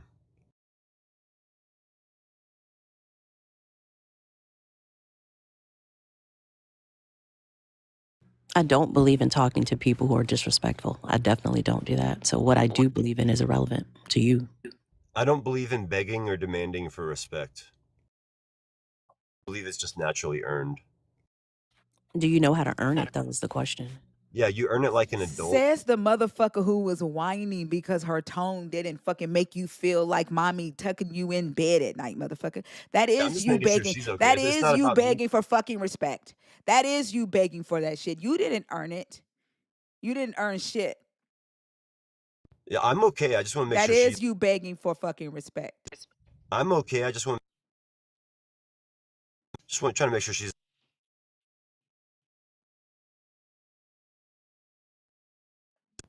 And I just want to point out that motherfucking line, because we are intellectual black women, is a fucking dog whistle for fucking victim. You're a fucking victim because you black. You brought up the race card. Now you begging for people to respect It's you kind of because you black. That's embarrassing. what the fuck you did. Like, speak It's with your embarrassing. chest. You want to be You should king. stop. You want to be king. Speak with your fucking chest, motherfucker. You ain't got to You speak shouldn't in do. fucking riddles. We are intelligent. We know what the fuck you are saying. Say that shit. There's no reason to throw your tribe under the bus Say like it. that. Say that shit. You don't have to speak in You don't need to riddles. drag your We can ancestors into handle this. it. We can This is not handle your it. We ancestors' can fault. This is the handle it, reaction Cheech of and your. Chong. We can handle it, Zach Morris. Say the shit with your fucking chest, Screech. Speak. Stop blaming your ancestors. Yeah, there he I'm the is. product of your errors, There not he your is. ancestors. I'm There the he product of is, your guys. error, not your Yep, ancestors. keep I'm the product talking. of your error. Keep talking. Yeah, I'm the product of your error, not your ancestors, not your family, not Sure. your auntie, not your uncle, not your granddad. It's your fault that you're Yeah. in this position. Yep. Yep, you're absolutely correct. The position of living in houses that we actually own, The crazy thing, businesses the that we crazy actually thing, own. The crazy thing is that you came up in here with a fucking mask on, fucking KKK motherfucker. And then just a few little words by black women made you snatch that motherfucking hood off. You fucking atheist ass KKK. Hell yeah, fuck the KKK. Snatch all their hoods. That's what the fuck you are. You undercover motherfucker. Are you okay, ma'am? Yeah, You've I'm been having perfectly some. fine. I am, yes. I'm perfectly fine. I'm undercover? Yep. What cover am I under? Dimitri. What? What am I hiding? What do you feel like I'm hiding from you? Dimitri. I don't know what you're talking about there, but That's interesting. it's not hidden from you. That's public information, ma'am. Mm-hmm. Yeah, all the information about Dimitri's out there for you to see. That's not hidden anymore. Sure. It was hidden for a long Are time. you fucking done? I think you have some crosses to fucking burn. I got better things to do than that. I got a community garden that needs watering. Then go water that bitch. Are y'all okay? Bye. Y'all are weird. There's no reason to throw your entire race and ancestry under Sure. the bus when you publicly embarrass Go yourself. go water your garden. Thanks for being a perfect example of yourself in front of Bye. your entire audience. Bye.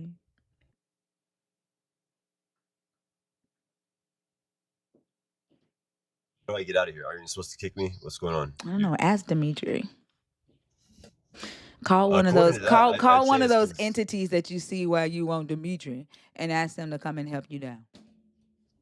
I'd like to see, why is faith or belief necessary for blessings? Why is choice free will? I Mods, think that can consent is y'all good. please Consent is mute important, this right? Would you motherfucker? agree that consent is important? You don't have consent to talk. I like Mm-mm. consent. You don't have consent to talk. Get your Consent ass is off my stage right consent is the cool. fuck now. Bada bing, bada bang, boom. I think I might have the Oso effect this morning. So I don't know if I need to drop down. All praises. I think so. Damn. No, he can't. He couldn't handle. First off, you were able to keep up with his conversation. Again, he came in here dropping, I'm a scientist, all scientists. Like, and he thought that he was gonna be able to come in here and peddle his fucking business. Like, whatever the fuck he is growing or in his closet concocting, he thought that he was gonna be able to come in here and convince people to try that shit. Whatever new motherfucking D-rug you are creating using Dimitri. Like I saw a video today where there's a white guy talking to a black guy about Dimitri, and people all in the fucking comments wanting to see these fucking entities that they are swearing to you that Dimitri is gonna help you see. And saying scientists have been trying to figure this out for centuries. There's all kind of documentation behind these entities because y'all want to see Jesus that motherfucking bad. Y'all motherfuckers want to run to a new D-rug that these motherfuckers are creating for y'all. And all the while, they just think that y'all are fucking money. Y'all are money. Y'all say, "Oh, they hate us because we powerful." They don't want you to come from out under their fucking grip because you are fucking money. Every time they create a new fucking product, where they come to sell it.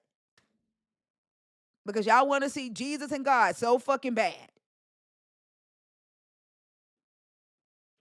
And it's just yet another way to escape from reality. Like Jesus tells you about some promised heaven in the sky and, all these arbitrary rules. And then y'all use substances to disconnect you from the reality of life as opposed to trying to find the resources to help you deal with it effectively and healthily for society and for the betterment of everybody. You want everybody walking around like zombies seeing shit that's not in front of them or dealing with the world that we have. Like, I think it's just another cope. I blocked him out once he started talking about imaginary friends and TV. Yeah, because he peddling that Dimitri shit. Y'all, and then like you do the foolish shit that believers do. Like, why the fuck are you back in my request? Like, I'm gonna bring your racist ass back up here. Like, y'all can't pretend to care about black people. Like, your racism, especially when you're around intellectual black people, your racism is going to fucking come out. You can't even keep the hood on long enough to make $1, motherfucker, when you are around intellectual black people. Bridge, how are you? Hello, my dears. You guys got me dying laughing. I'm I'm sorry I touched I was taking my phone out my pocket and I touched the request before. But I've been wanting to come up and just let you guys know. I'm 77. I am atheist. I've been atheist for can't tell you how long. I've been agnostic for the longest while, since about 2022. 20, 20, I mean an age, between 20 and 22. I have become atheist, I would say, for at least 20 years. And I listen to you guys all the while. And tonight, let me tell you, Thinker, you had me, I had to get out of the bed. My husband would wake up because I was laughing so hard I was shaking the bed when you were doing that getting the Holy Ghost thing. I had to get up and come back downstairs. I was just dying. But you know what I wanted to ask you guys? I have not believed for so long that it makes me stop and think sometimes, what the hell? How the hell have I ended up feeling this way for so long and not feeling in any way funny, even when I take a long car ride. Long ago I would have offered a prayer. Now I can't even, I can't do stuff like that because it's so not real. And I am happy that I've come to the decision that there is nothing out there. And I think a lot of people suffer from the fear of death being the end of everything. I'm 77 and hey, I don't know when I'm gonna be gone. I mean, I feel fine right now, but I don't know when I'm gonna be gone, and I'm happy that I don't have that fear. Really happy. And I wanted to thank you ladies for keeping me during the night. Thinker, I have you plugged into my ear as I sleep. And every time I wake up, I listen to a little bit, a little 10 minutes and fall back asleep. I want to just thank you for being out there and trying to school people. I feel very, very sad that our people have been duped to this extent. They have taken on the whitey man's religion much heavier than the whitey man, and it's sad. I listen to people and I go, oh my goodness, this is really tragic that this is their life and they believe that there is a heaven. But I'm going to end on this note. This is a joke that I had online with a couple Christian people on a regular life, not a religious life, but they were trying to talk about heaven and hell. And the question they asked me was, well, what do you feel is going to happen to you if there is a heaven and hell? And I said, well, truthfully, the way I feel, if there really is a heaven, I have no fear that I'll end up there because I try to live a good life in general. So then the guy says to me, and this is what Christians do. It's like unbelievable. I just said that to him, and he goes, well, what's it gonna be when you end up in hell because you don't believe and you're sitting in hell with all your family too? He adds my family in with all your family and you're sitting there burning for the rest of the time. I said, well, I guess I'll reach over to one of my relatives and pull a piece of flesh off their leg and eat and say, "Oh, this tastes really good." And they got really mad. So that's my little joke. But once again, thank you guys. You're doing the right thing. I'm with you. And in future, if you see me happen to come up and I didn't say on purpose, just ignore me. It means I was moving around or doing something and touched the button. All right? All right. Thank you so much, Bridge. It was so great talking with you. And I'm glad to have you as a part of the community. Yes, thank you too. All right. Have a All good right, one. then. You could drop me. Thanks. All right. Have a good one, Bridge. So apparently we're being reported right now. Y'all tap the screen. We got another restriction. We sitting with two. I don't know if I need to just start like collecting, seeing how many restrictions we can get during each live. Like, I don't know. So we are sitting on two restrictions right now. Tap the screen and feed the beast. Y'all know what to do.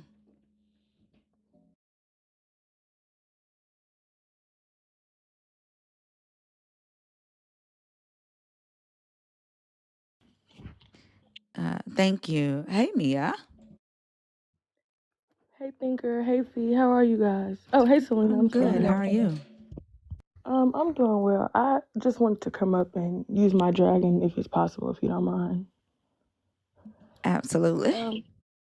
Um, I'm so nervous. I haven't been up here in a while, but um, my dad passed tonight, and I just wanted to, as more and more of my family, they a lot of them work first shift, and as they work up and all these messages wake up as these messages pour in and condolences and prayers, and I just wanted to say just one thing, like when Christians and believers say that it's hard being them, it's hard being a believer, sometimes it feels like a slap to the face, simply because as an atheist who once believed in devils and demons and angels in the sky, there's no deity, there's no devil, there's nothing that you can blame it on to justify the ending of death.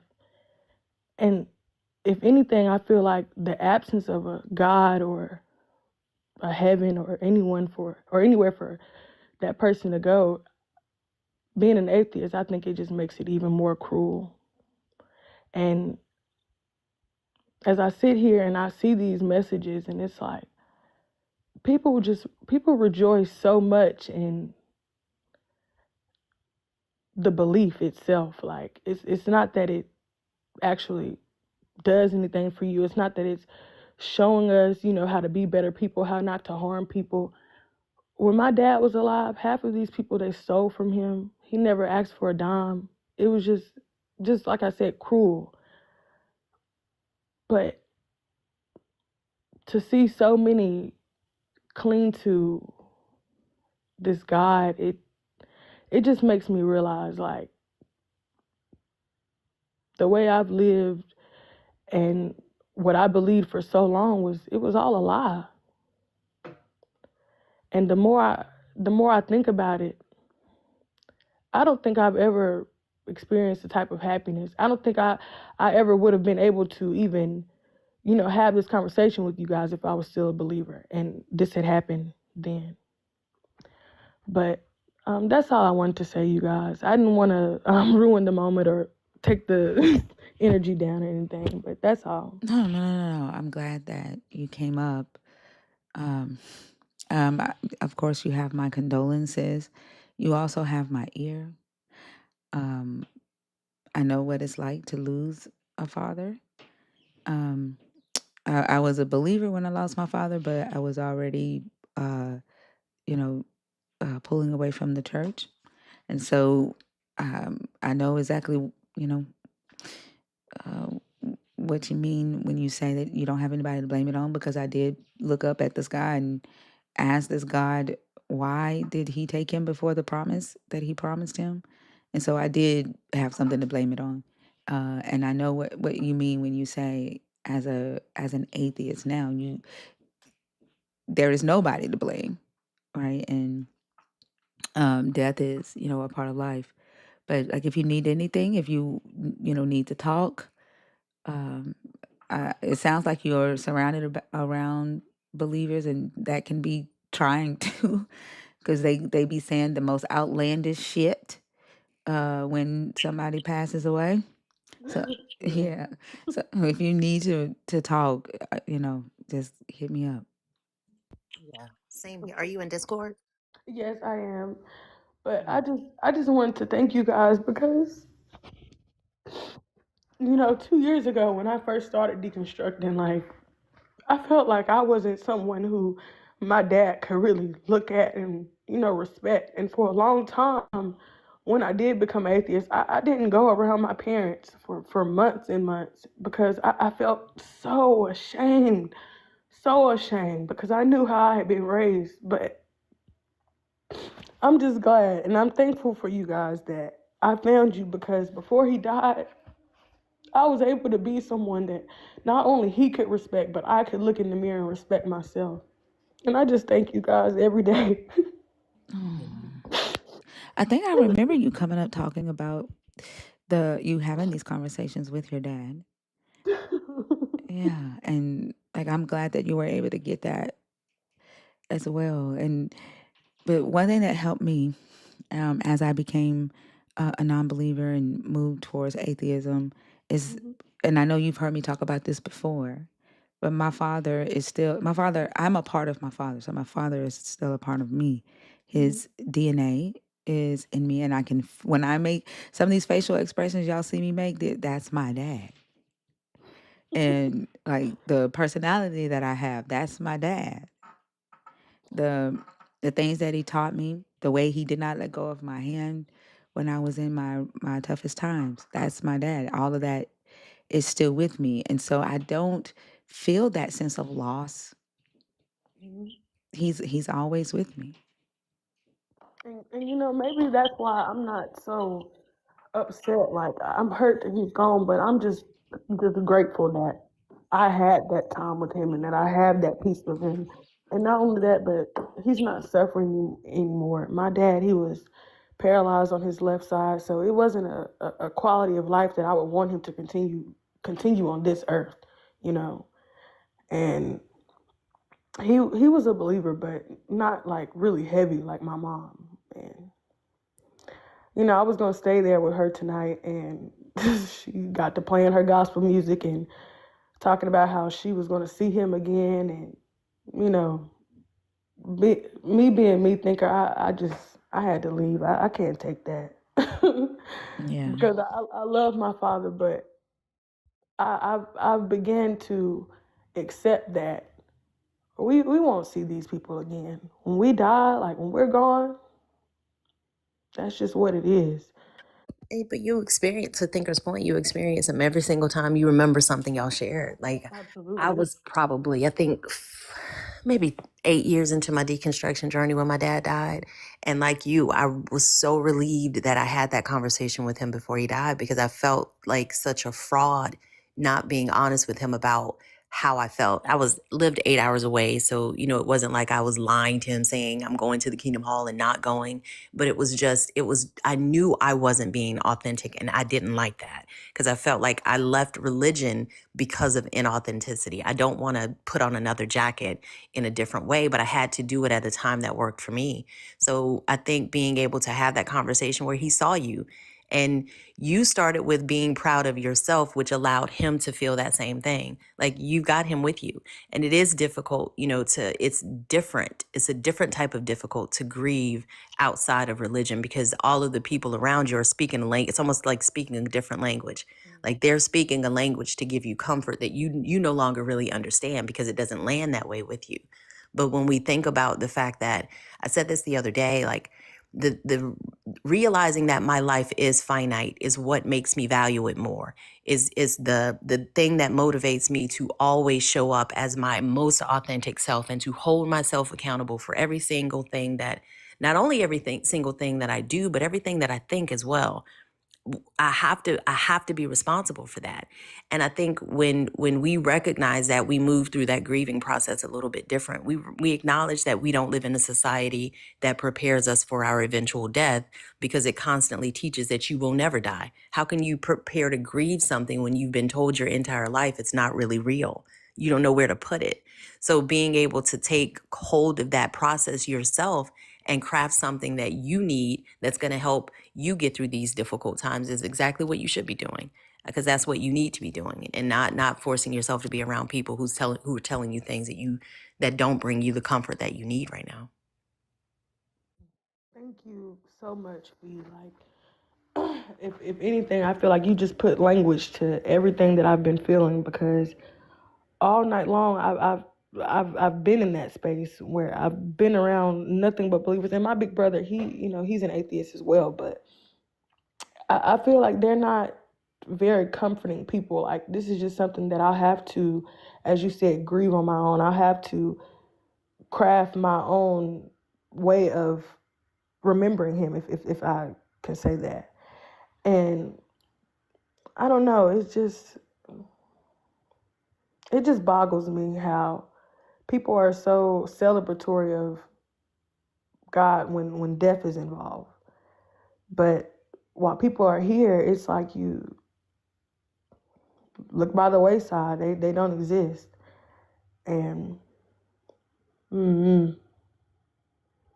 It's all performative. It's like they go in right into, it's like the director has called action. Like how am I supposed to act as a believer when death happens? Yeah. And it's like, I don't even know the words to put to it. Like, just seeing it in person, and the falling out and the carrying on, and oh God needed him home, and God called him home today. He got his wings tonight. And that shit that shit is just too much. Yeah. But thank you guys so much for just, holding space for me. I thank you guys for this space. I thank you all for everything that, you do for all of us. Like, just this community itself has been such a monumental thing for me. Like, I wake up every day and I'm like, let me check and see what Thinker and the Nerds are doing. I have to check in with everyone, and I'm just grateful. Thank you guys so much. You're so welcome, and I'm grateful for having you here as well. And like, if you need to lean on us for laughter, that's what the fuck we here for. I remember the night that my dad passed away. Like, laughter helped me, and I watched. Y'all remember Arnaz J? That was yes, that was my daddy's favorite comedian. I popped in Arnaz J because I had to, feel close to him, but also I had to laugh because, like, the pain, it is unbearable, especially when you have a father that loves you, right? Like when you, Yes, oh my God. My yeah. dad taught me how to drive, how to ride a bike. Not even that.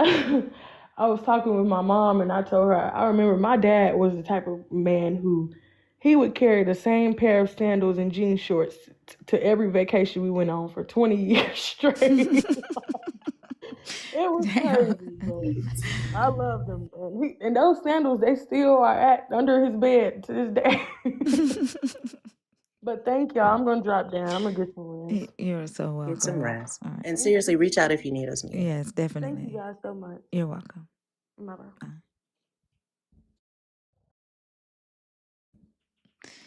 Talking about vacations, I remember the last vacation we took with my dad. He had them long shorts on. I showed y'all the picture. And my dad had a big belly too, but he had on them blue jean shorts that go past your calves, but stop right at your ankles. I guess everybody had the same day, because you couldn't tell my dad he wasn't the sharpest dressed thing in the world. Like, you just could not convince him. Oh my gosh. And then, like, we had rented a beach house, and he was laying on the couch, and I took a picture of him like sleep on the couch, and like I would cut my dad's toenails for him, not because he made me, but because I loved him.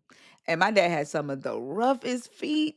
Like, I'm talking about, my dad had some ugly feet. but and cut it. His toenails were hard, like they were like rocks. But I remember him laying on the couch in the beach house, and he was resting. And me and my sister took care of his feet for him and cut his toenails because he had let them motherfuckers grow out, grow out long. But when you have a dad that is there for you despite who you are, that shit losing them ain't no fucking joke. It ain't it's not easy. And then being around people who don't think twice before they speak in that time, because I had to cuss a missionary out because like they wanted me to go to the hospital and identify his body, and I was like, I can't do it. So we sent one of the missionaries from the church. Now, mind you, the only reason why you went with my brother to identify him is because we couldn't fucking do it. We didn't want to see him in that way because they said that the way he came up off the motorcycle head first into the concrete and his mandible crushed his brain. So we was like, oh hell no, like I can't see him like that. She comes back, mind you, and the first fucking thing she tells me is like, oh, he had blood coming out his ears and I didn't want to see him. Like, boy, I cussed her clear the fuck out because we sent you because we could, like, you just totally just negated what the fuck your purpose was of being here. Like, what the fuck? So like they don't think. And then she was like, I feel like it was an honor. Like, what the fuck? Shut the fuck up. And I told her, I said, get the fuck off my mama's porch. Like, I went the fuck off on her. But yeah, sometimes like they just say the most outlandish shit when you're going through it. And it helps to have, people who have been through it, people who know how to help keep your mind in a good space. And not good space doesn't necessarily mean not grieving. Good space means clear. If you need to grieve, grieve. If you need to cry, cry. I remember the first time I saw my dad in the casket and I felt his stomach, and a evangelist was right there with me, and I started to cry, and she elbowed me and said, mm-mm, mm-mm, gotta be strong for your mama. Gotta be strong for your mama. And I respected her so much that my fucking tears for my daddy dried up for 14 fucking years. It took me 14 years to get to cry the way I needed to cry, and grieve my father the way I needed to grieve him. Not to mention what my ex-husband did when I went home and I started to cry in the car where I felt safe with him, and he was mad that I was crying and said, somebody, I wish somebody shut this bitch up. And then that happened at the viewing, so I couldn't cry for my dad for 14 fucking years. 2020, when I met a young man that it was the day before I met a young man that told me my dad changed his life. And I was sitting on my bed thinking about that. And it was like, it was almost like my dad was saying, I lived a good life. I did everything that I wanted to do. And like just memories just started coming back. Everything that he said he wanted to do, he did, he accomplished. And he was still, in so many ways, still accomplishing it, even though he had been dead 14 years. And I just cried. I let out this cry that was so loud it woke my son up, and he came running downstairs. He's like, "Are you okay?" But and since then, like I have I view his death not necessarily as the end, because he's still with me, and he's still with people whose lives that he's touched, and like it's I don't know. So, but being around people who has gone through it and that can help you get through it with actual help and not platitudes or uh, you know sayings like, "Oh, God, he's with God now." That doesn't help.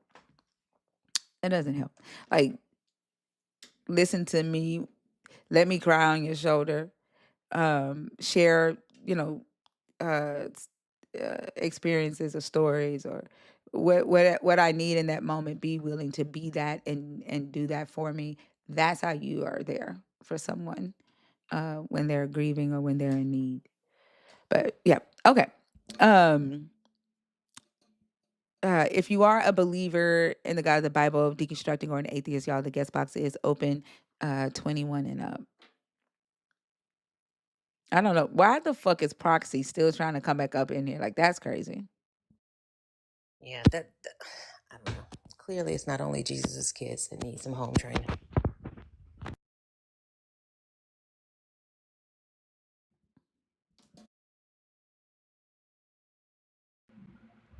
Philosopher? I need to go to the bathroom. Philosopher?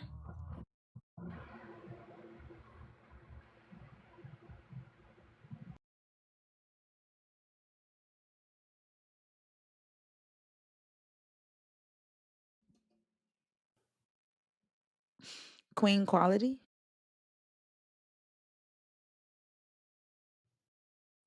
Queen Quality, are you there?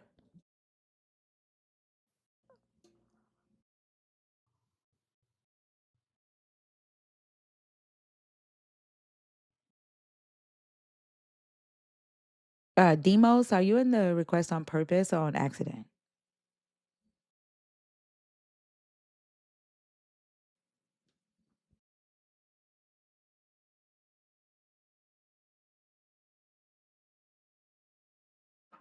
Good morning, Betty Boop. How are you? All right, y'all. Keep tapping the screen up so we can fill this empty space. If you are a believer in the God of the Bible, deconstructing, or an atheist, y'all, the guest box is open. Don't be afraid to come up and have a conversation. Just don't be racist. Don't be racist. Don't be misogynist. Don't be an over talker. TikTok, if you are listening to me, because I know that y'all are nosy, hey, can you get me a thinker gift? Like, thinker gifts would be cool in the gift gallery.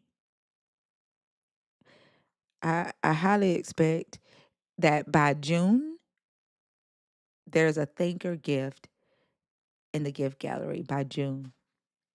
And I'm gonna check back. I'm gonna check back. And y'all are so cold that y'all might do it way before June. But I'm gonna keep checking. That would probably work if China still owned the app.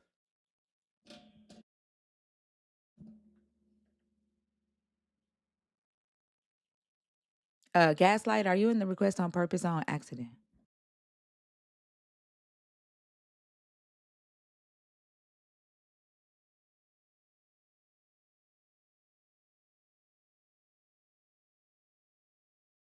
Right. TikTok listens more than God. The fact that they created a pressure emote and like they you know they listen and they made pressure look just like pressure. Xena look just like Xena. You know they listening. Like we need a thinker emote TikTok.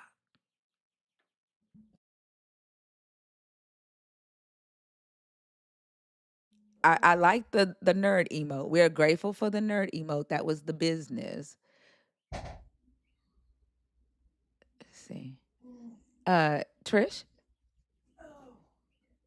Okay, we're gonna take it down. I don't know what you got going on back there, Trish. Gaslight, are you in the box on purpose or on accident? Yep, there's a nerd emote.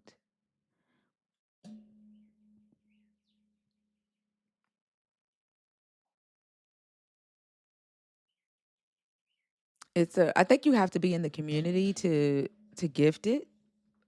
Wait, do you have to be in the community to gift it? Can somebody send a nerd emote right quick? A nerd gift. I think you have to be a fan member, like in a club or something. There you go, right there. That's the nerd emote.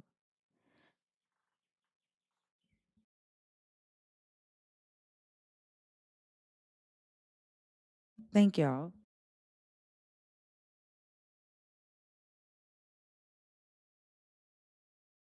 It's the community gift. Okay, yeah. So you got to be a nerd, like a community nerd, to be able to gift it. It should be, y'all. All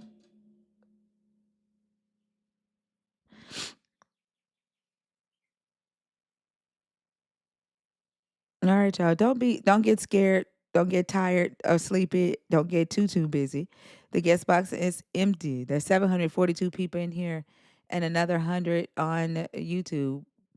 Um, we got to get the YouTube audience built up. If y'all not following us on YouTube, go ahead and do that at Arch Thinker. That's how you watch the replays of the lives, the things that you missed while you were asleep. Because I promise you, the silly shit happens while your ass is sleeping. I promise you that. When they say the freaks come out at night, that ain't no lie. The silly shit happens while you're asleep. So that you can go back and watch it on YouTube.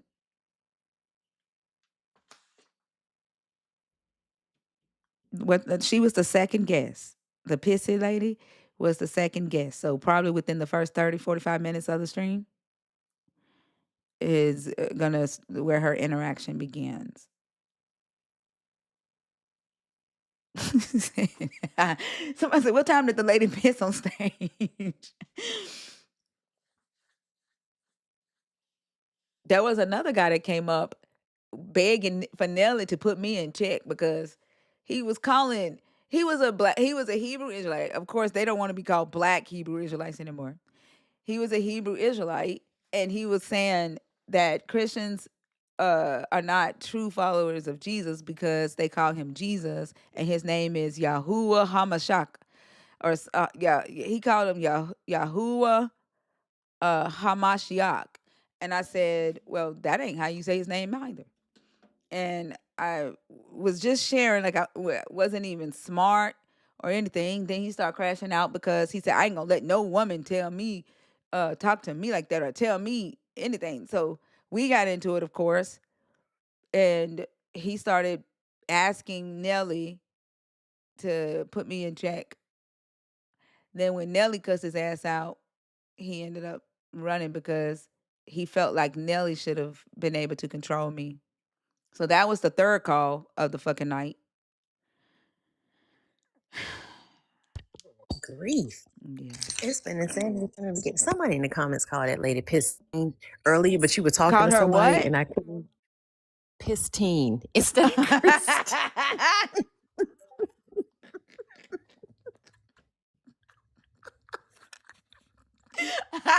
Oh my god.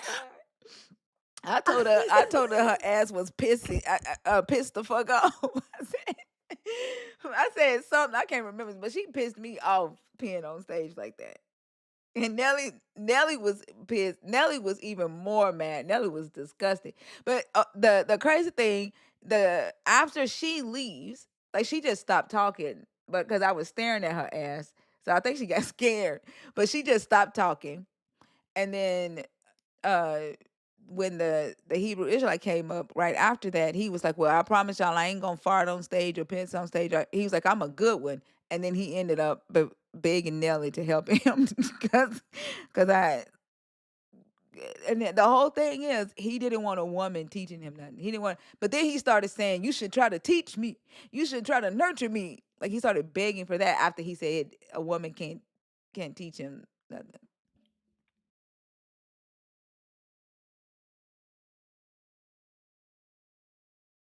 Yeah, it's been a wild ass night.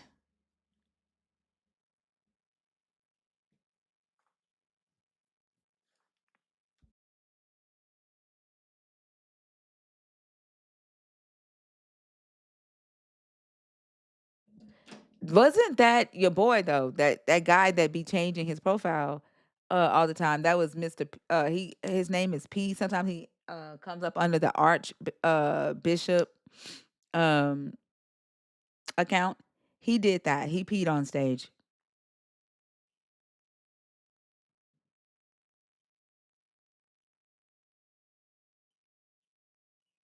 You went to the Lady Gaga concert?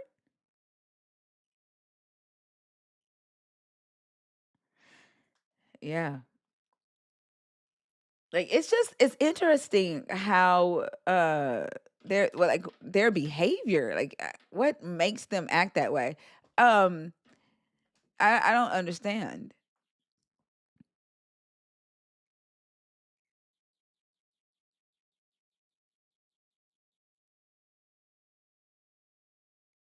Okay, Lucy. Thank you. Wesley, you aren't connecting?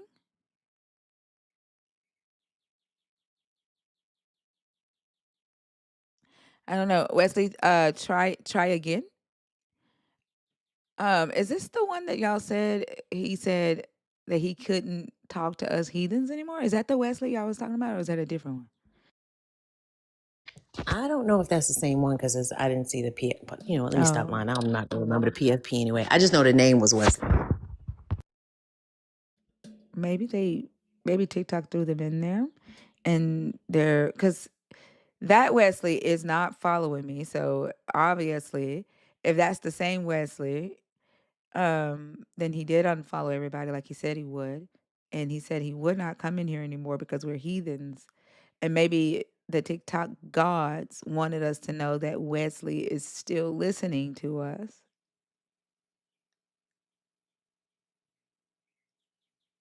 and threw him on stage on accident. Chidi, I don't listen to shit you say. I don't trust you. You be back in bullshit, Chidi. I don't listen to shit you say. Demos, are you in the request on purpose or on accident? Unless you have a nerd badge next to your name, I unfortunately, when y'all be like, no, thinker is such and such, I can't trust it unless it has a nerd badge because I know those people have my best interest at heart. If you don't have a nerd badge, I can't.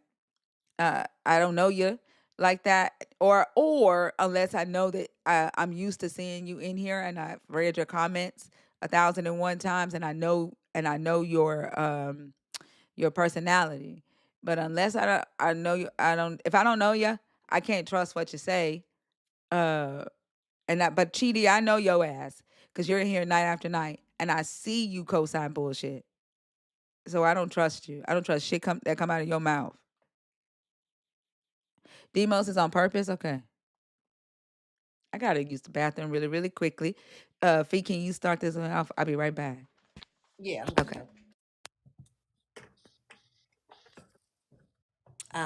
Demos. Hello, can you Good hear me? morning. Yeah. Good morning. How are you? I'm okay. How are you? I'm doing well. Are you 21 and older? Yes, ma'am. I'm 32. And are you a believer, deconstructing, or an atheist? Deconstructing. All right. Which of the topics did you want to talk about? Uh, oh. I've been fighting with the live thingy for a minute, and I kind of forgot why I requested now. Do you see the 5 topics on the Yes, board? ma'am. You can choose one of. Yeah, you can choose one of those, and whichever one you want to talk about, start a conversation. I'd like to pick your brain on topic 5. Also, do I sound okay? This is a really old set of headsets. Yeah, you sound to me. I don't see anything in the chat that indicates otherwise.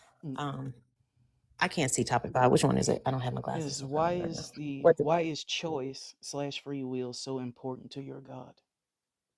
Okay, yeah. What are your thoughts? My thoughts are why it's so important to the God is I think it's more of a control thing. Like the illusion of control that like if somebody thinks they're in control of a situation, they can take that situation a lot further than they probably would if they thought they had a lack of control. That makes any sense? Well, I think what we're talking about in here usually is that believers will cite free will as the reason that the God can't interfere in things to protect. But why is that? Why is free will more important than ensuring that your creation is safe and well cared for? Why would free will take precedence over that? Oh, okay. I misunderstood the prompt then. Hmm.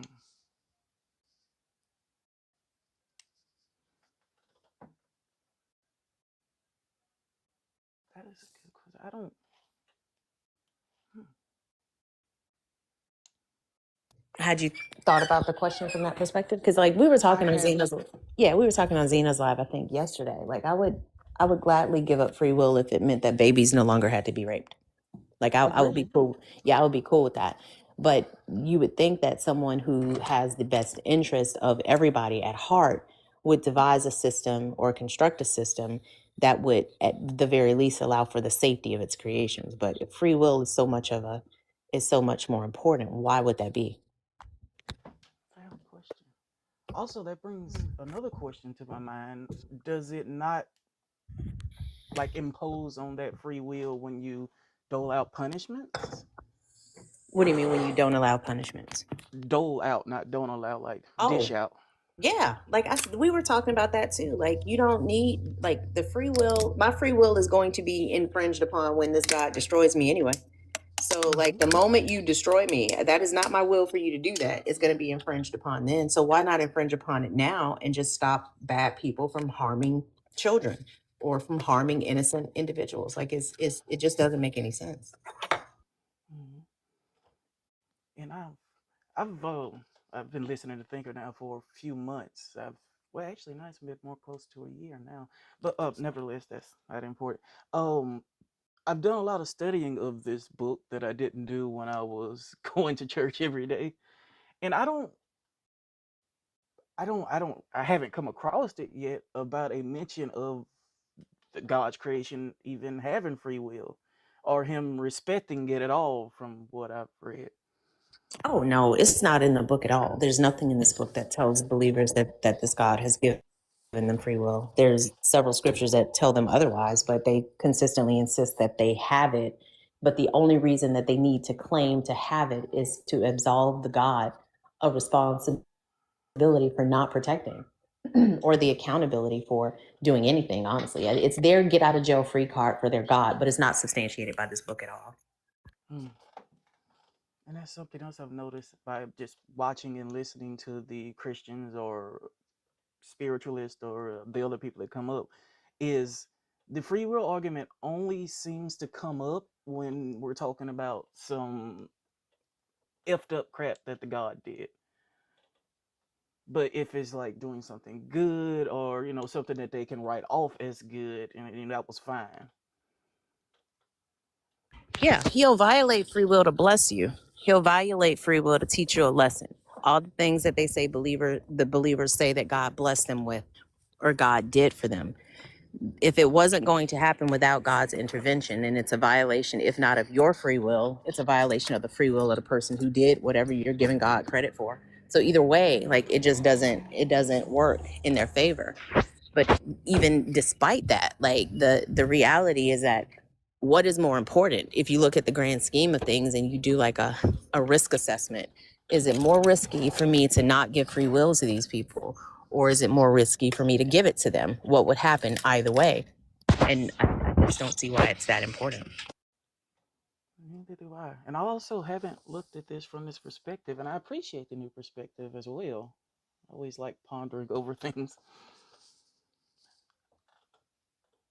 Um, Yeah, do you have anything else to add? um, Yeah, I was gonna no, also man, that say was about that. it. I didn't. I was gonna also say, like, they always talk about, well, it has to be a choice. It has to be a choice. And I asked them why, because if the God just wants people who obey him, right?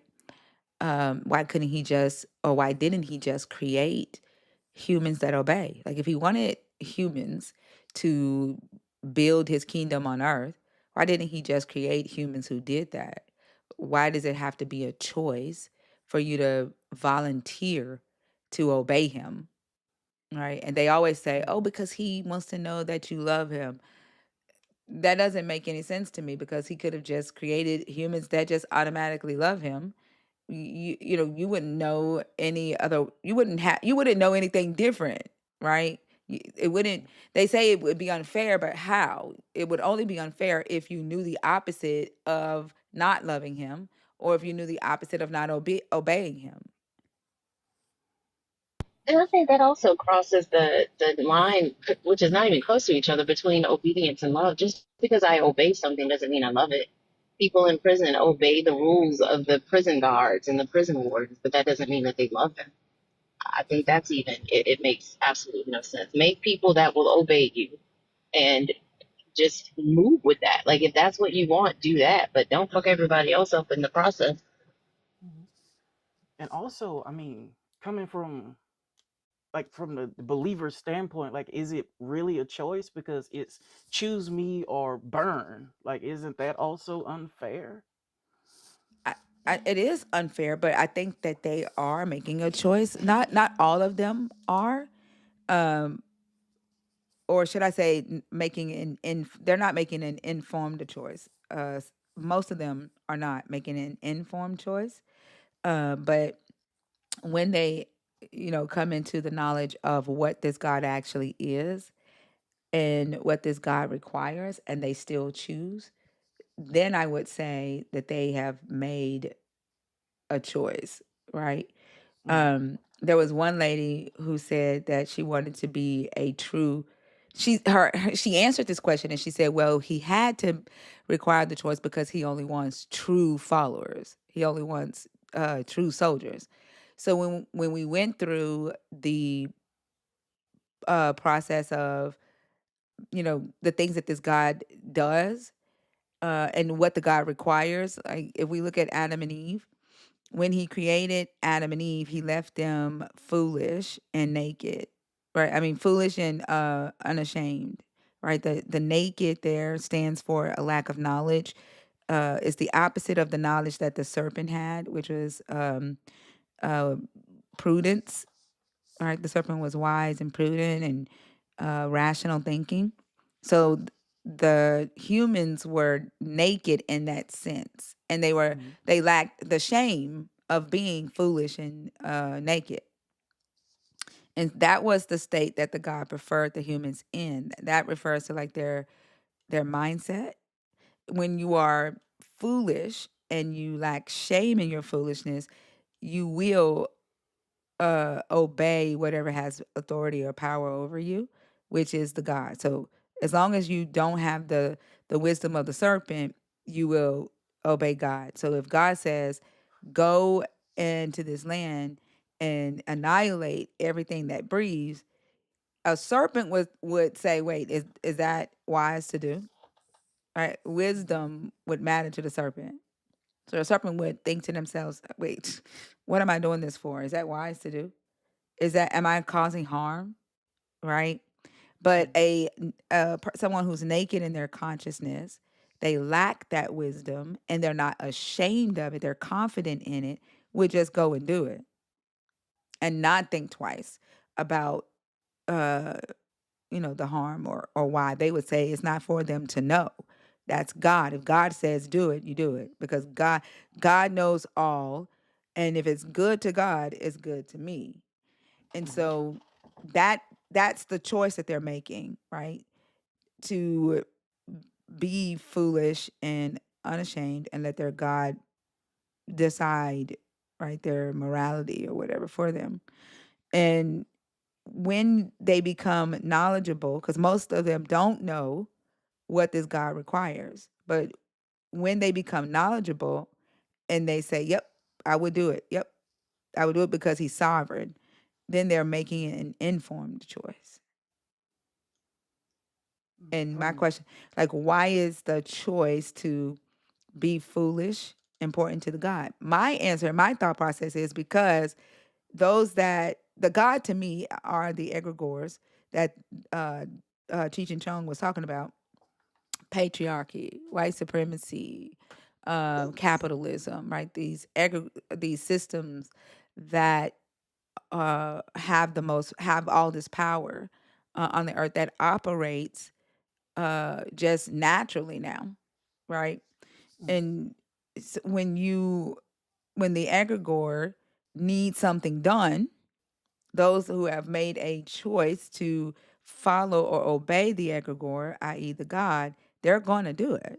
If the egregore needs a war started, they're going to do what's necessary to start that war, whether that be cultural wars or militaristic wars.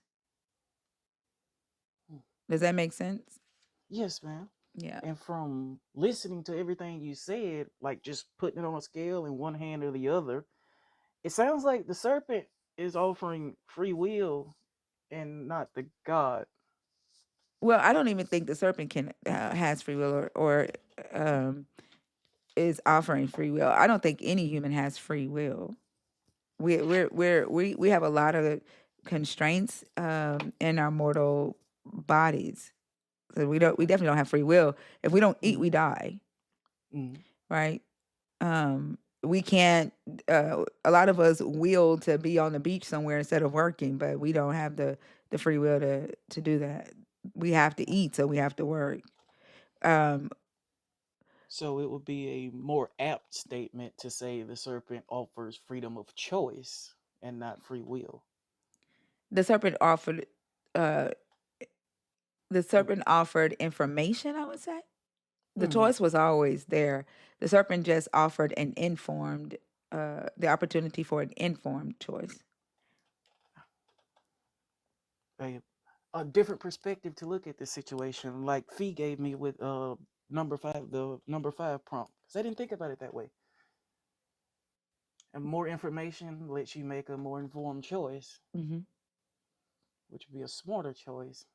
And that baffles me of why. Well, not really. I don't. I'm no. Baffles me of why the God would be against his servants making an informed choice. Wouldn't that be better?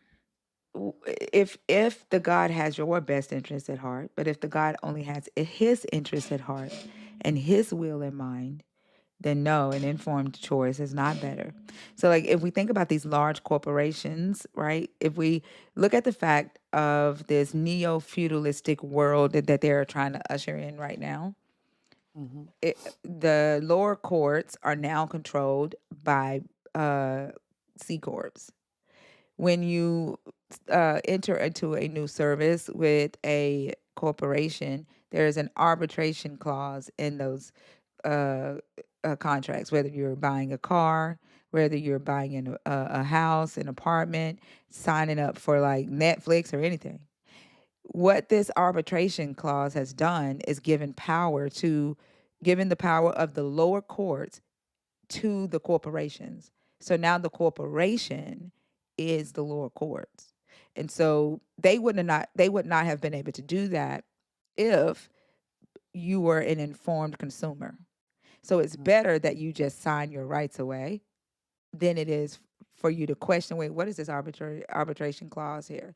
Wait, you're saying that I can't take you to court to sue you, that I have to go into arbitration? Wait, you mean you control the arbitration, the mediation? You see what I'm saying? Like most of us have Yeah. signed our rights away to sue these corporations in lower court. Oh, okay, I got it.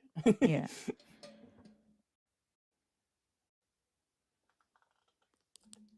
Oh, uh, thank you for putting up with my weird questions. I Oh, they always weren't like to weird. get a That they, off a different perspective. no, that's how these conversations are supposed to go, right? To give people something to think about and then to offer a different perspective on both ends. So they weren't weird questions. I appreciate you. Yes, man. Because I've got this notebook that I used to draw and note and doodle in. It's become mostly pictures of gnomes and notes from Thinker. Sound like a match of my notebook. I doodle a lot while I'm taking notes while I'm talking to people on stage, and I doodle as well. Yeah, it was always super hard for me to turn in reports and stuff because I would always draw over the what I would write down would always be well thought through, but I would always scribble on the edge of the page. Mm-hmm. Yeah. Did you have But anything else to add? no, ma'am, I don't have any more questions. All right. Thank you so much for coming up, and I hope you have a great rest of the morning. You too. Mythical. That guy did say. I know you're saying Deuteronomy because we're talking about doodling, but do you remember the guy yesterday that did say Deuteronomy? That called it Deuteronomy yesterday.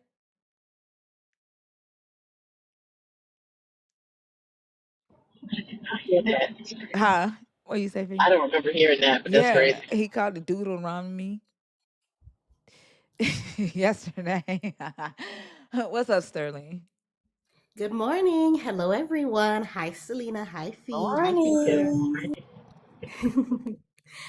So I'm gonna make this quick because I gotta make a dash. But I'm addressing number 5. Why is choice free will so important to your God? And just going off of just hearing what you, Fee, and you Thinker were saying. Just like right now, if you wanted people to obey you, if you wanted people to do XYZ, why not just do that in the first place?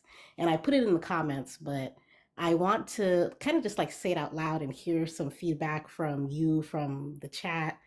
Um, at the end of the day, I really think that this God is just the people who made him.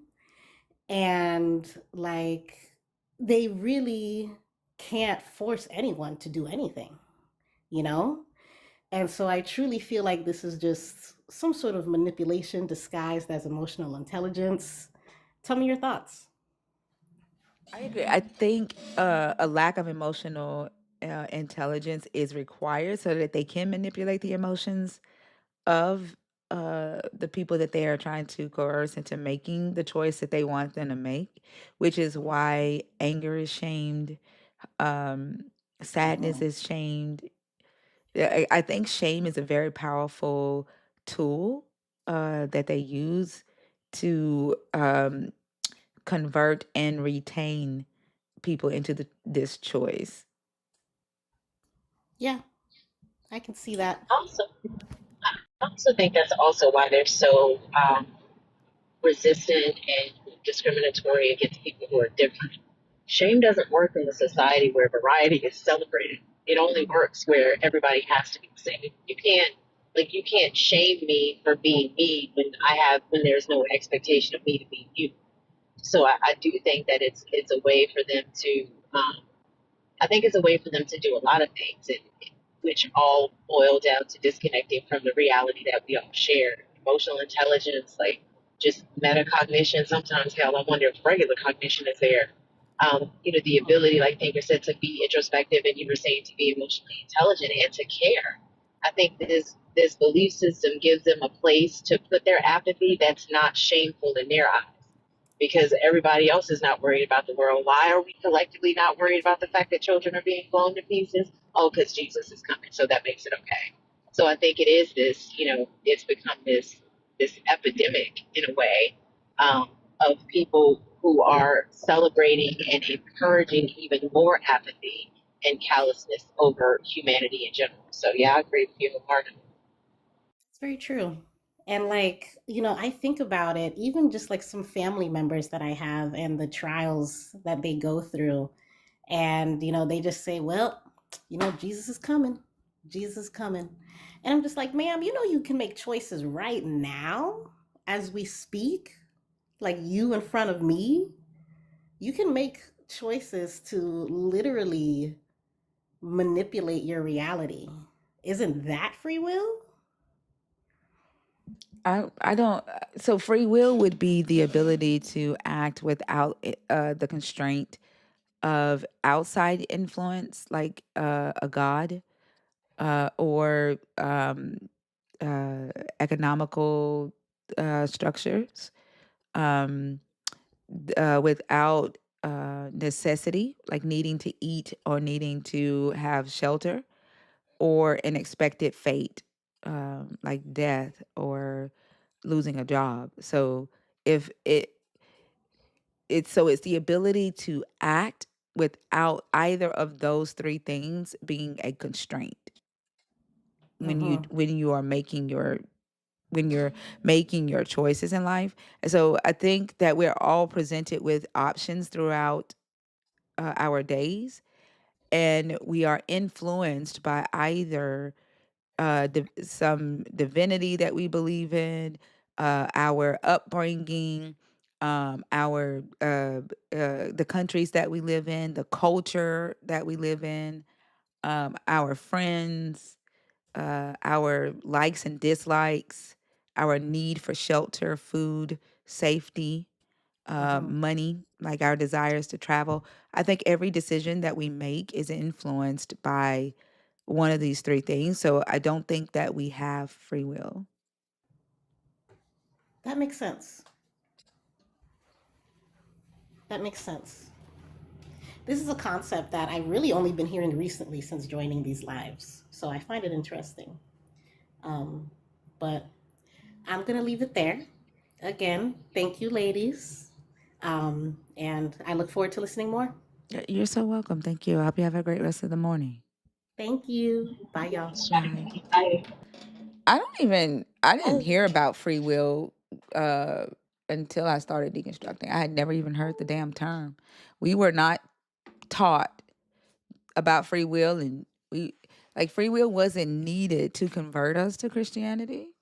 I was born in Christianity, but I don't remember my dad ever preaching about free will and talking about any of that whenever he had his altar calls.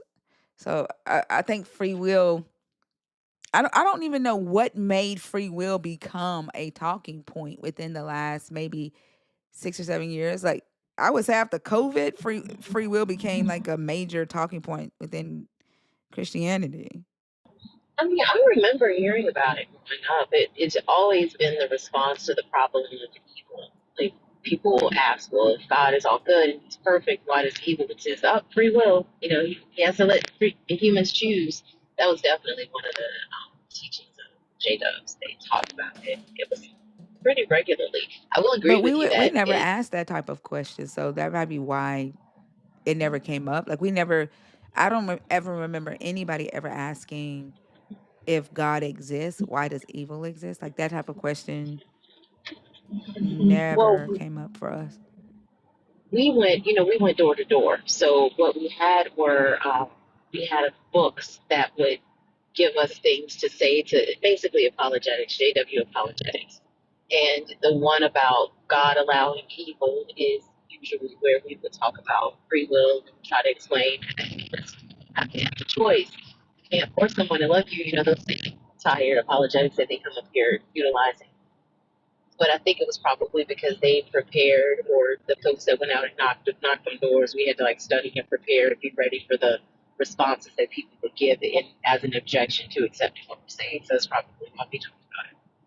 I mean, we witnessed on Saturdays as well and went door to door. That's why I don't ever remember anybody ever asking that question until I started deconstructing. But it again, it could be because of the different denominations. And like Kojic is really strict on questioning God. That's why I would always get in trouble.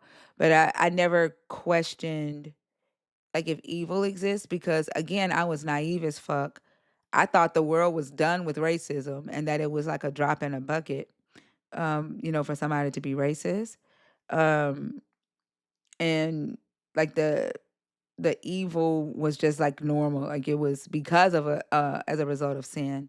But we were never taught that it was people's free will that was making them sin. It was just that we live in a world of sin, so sin is inevitable is what we were taught. Oh, wow. Yeah.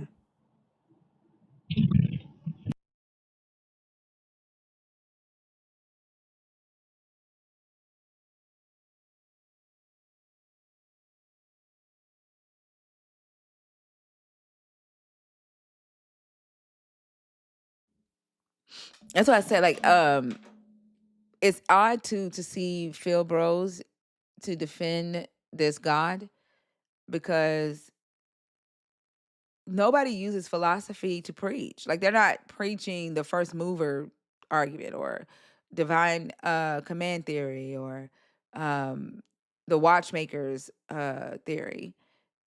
But to defend the God, they go to philosophical syllogisms, and I think that's really interesting to me. And I think when they do that, the reason they're doing that is because they know that the Bible itself can't can hold up to scrutiny. So I think that's why they're reaching for philosophy, which is odd too because the book demonizes philosophical arguments and tells them to stay away from philosophical arguments.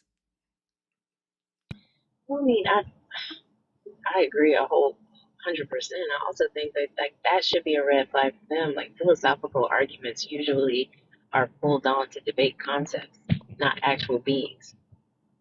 Like, so the fact that you have to rely on philosophy to try to prove your God's existence kind of validates that it's an idea in your head or a concept.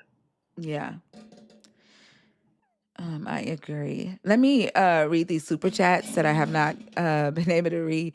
Not that Bible, Jason. Thank you so much for the $5 super chat. It says, "Not the demons, oh lordy." That was when Pissy was on stage. Um, again with the $2 super chat. Not that Bible, Jason. This her first time hearing any of these passages. Yeah, and I think that's why she pissed. Um, not that Bible, Jason. Again, turn your cam on, quick Shua. Let's see your snaggle. That was the guy that was begging Nelly to save him. Shout out to Brian for being one of the deepest minds ever. I agree. Not that Bible, Jason. Welcome to the nerds. Uno Gustave. Welcome. I appreciate you for being here. TMF J747. Thank you for the $5 super chat. It says, "My bad, Brian. Super sorry. Thanks a lot." I I don't know what happened there, but thank you for the super chat. And Brian, he said he's sorry. So you got to forgive him. Not because Jesus said so, but because, hey, he paid $5 to say he's sorry. But thank you so much. If you're not following on YouTube, make sure you do that at Archthinker. Let's go ahead and keep going. If you are a believer in the God of the Bible, deconstructed, or an atheist, y'all, the guest box is open. I don't know what I did. I can't see the comments anymore on YouTube. I don't know how to get them back. What did I do? Oh, I'm just gonna refresh the screen because I don't know what the fuck I just did. Big C, you are not connecting. I don't know if you're trying to come up on purpose on accident. If so, please resubmit.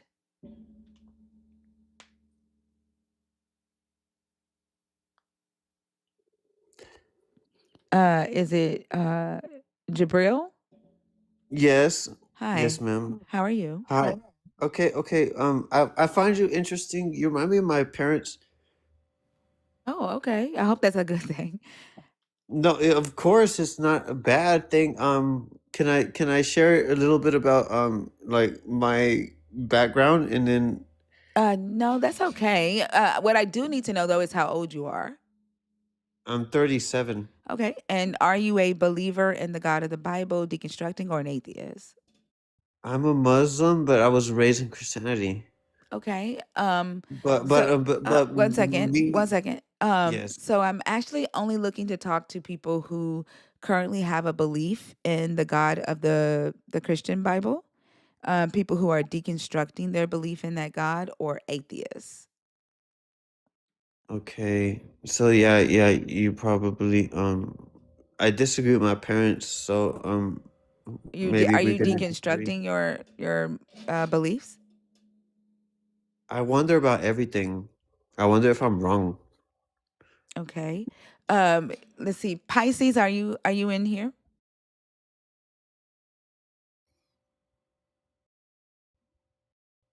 Give me just a second. Let me see. S- I don't know much about Islam. We do plan on adding Islam deconstruction to our stream once we get our host onboarded and set and ready to go. Um, When but you say but the right word now deconstruction, when you say that, what do you mean by that? you're questioning what you currently believe and asking if it's true, doing the research, accepting facts, doing away with or discarding what is not true or illogical. Some people deconstruct and end up no longer believing in the God, or they deconstruct and reconstruct into a more healthier belief system, but still believing in the same God. But yeah, right now, like this stream right I now think is right now focused maybe I on should. deconstructing Yeah, I think Christianity. I think I should just listen and then I should come back whenever there's a better window of time that you could discuss something with me. Yeah, that's what I'm trying to explain to you. I don't deconstruct Islam in here. I do Yes, I have. would I'm sorry. never Let me want to. I finish would never speaking, want to please. change what you're doing. I'm sorry. Okay. No, what I'm trying to explain is I am building a host team for people who want to deconstruct from Islam, but we're not ready yet to have those conversations. Okay. Oh, okay. So it's just bad timing for me. I have to apologize, and of course, you you're doing something else. It just bad timing. Thank you, ma'am. You were All right. kind. All right. Thank you. Have a good one. Okay.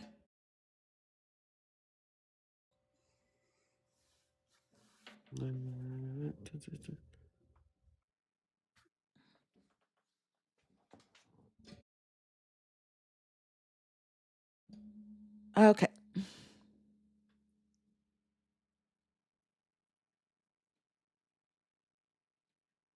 All right, y'all. The guest box is open if you are a believer in the God of the Bible, deconstructing, or an atheist, y'all. 21 and up. Believer in the God of the Bible.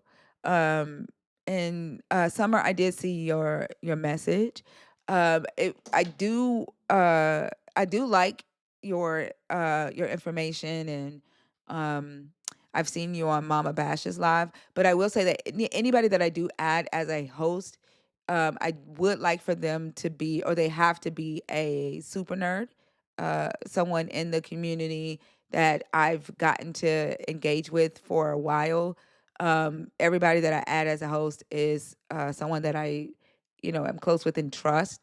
And so, if you ever decide to become a community member, I think you would make a good asset to the team that we're building for Islam. So I mean, that's something to think about.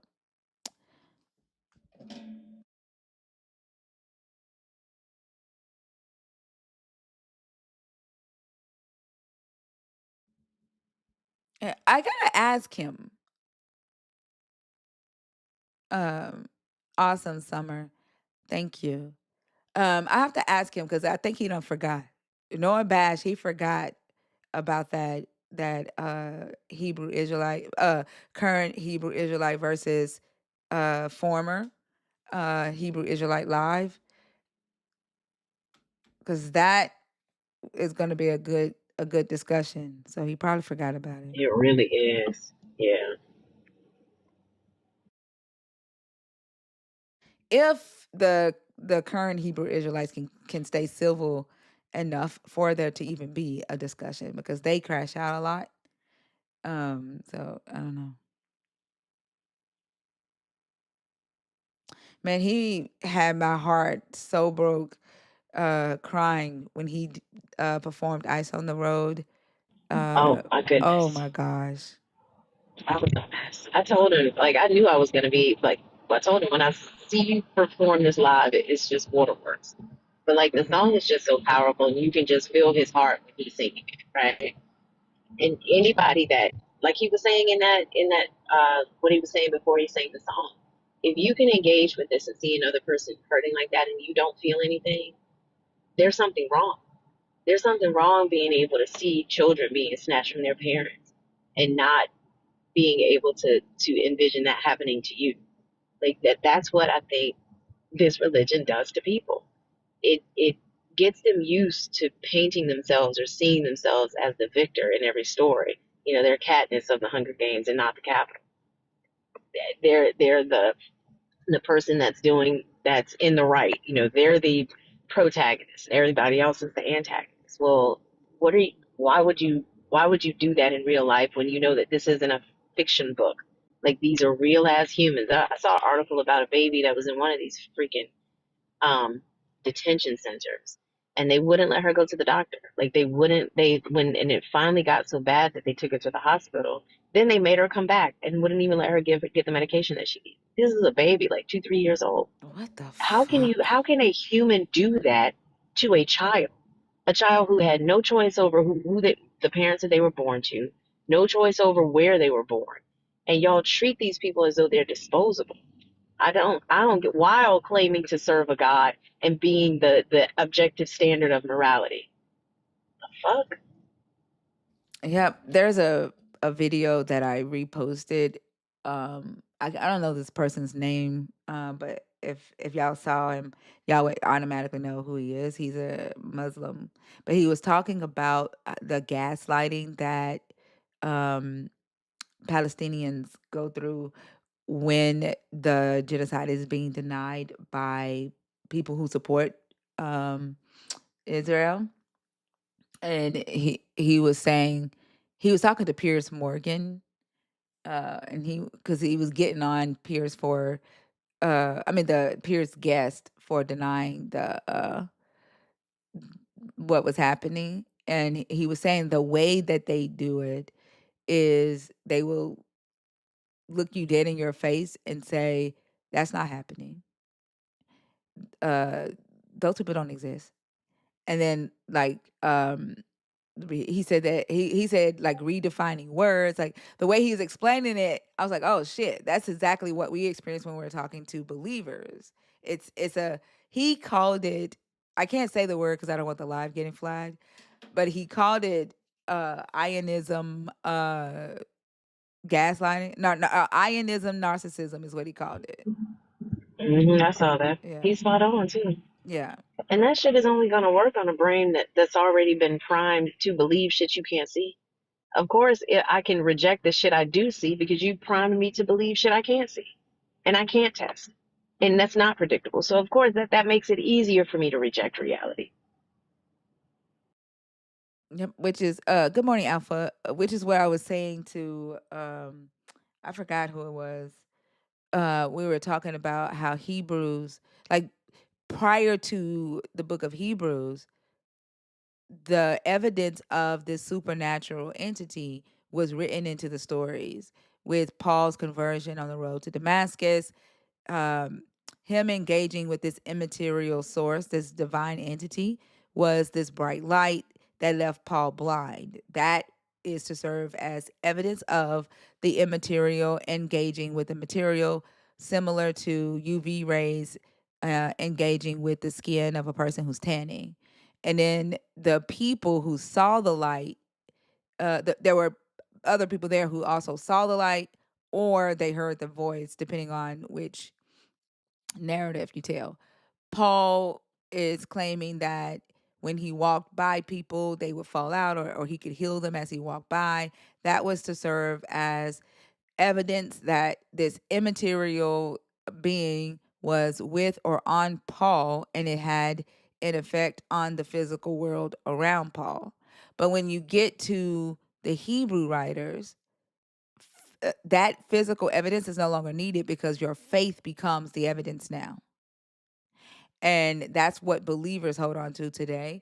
They don't, there doesn't need to be a physical change or any residue of the so-called spirit engaging with them, or engaging, with the physical world, because that type of evidence isn't required for them to believe anymore. Just the fact that they do believe is evidence enough.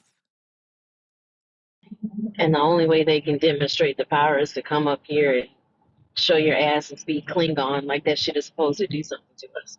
Like that somebody needs to actually make an account of how Christianity is presented today. Like I feel like we're doing it with these conversations, but put this shit in a book and say it, speak it correctly. Like say what it is. You come up here and make noises and throw olive oil on people and think that you're healing in the name of Jesus. Like, this shit is ridiculous. And that's why I had that question, what does rebuke do? Because I do think they think rebuke works like abracadabra, the same way he thought him speaking in tongues was gonna, like, I don't know what he thought was supposed to happen, but he expected some type of reaction. And the way he did it was as if he had the authority to talk to like whatever demon he thinks is in me, and that I was going to obey whatever the fuck he was saying, or that he was putting, like, they do it like they're speaking curses, and like it's very diabolical. But in their mind, they're executing the power they believe they have when they do that shit. Somebody tagged me in a Dude, video of a guy dressed up like a demon in Africa. Y'all gonna drive these African Christians crazy. The guy was dressed up like a demon, hopping out of bushes.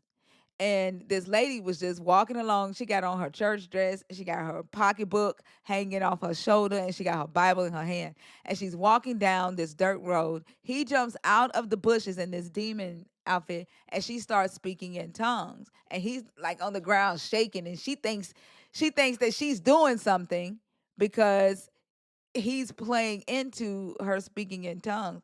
And the comments were like, she gonna go to church and she gonna testify and she gonna tell everybody how she, cast out a demon, how she had the authority and power over a demon, and she really thought that she was doing something.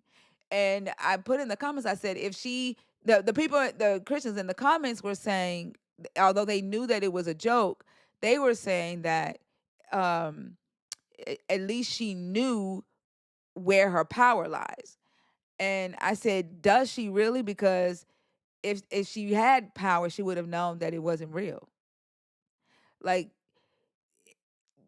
not being able to discern that you're being tricked and that that's not a real demon, that's fear. That's not power. That's like, Exactly. yeah, the if it was true power there, it would have told her that it would have recognized that that wasn't a real demon, and there's no need to fear, or there's no need to use the power. Like, that's fear. And I Like think a lot of with believers don't know speaking the in difference. with speaking in tongues, like, do the people who believe it automatically respond like it's effective? Like, is that just what the understanding is? I think Falling so. out and convulsing and stuff? Yeah, I think so. I think it gives it authority for what you say, because a person who is prophesying, for example, if that person is respected by the person they're prophesying to. So if they say, I see God, like, this is what they'll do. They'll pick somebody out the audience and they'll say, I see you on the side of your bed at night.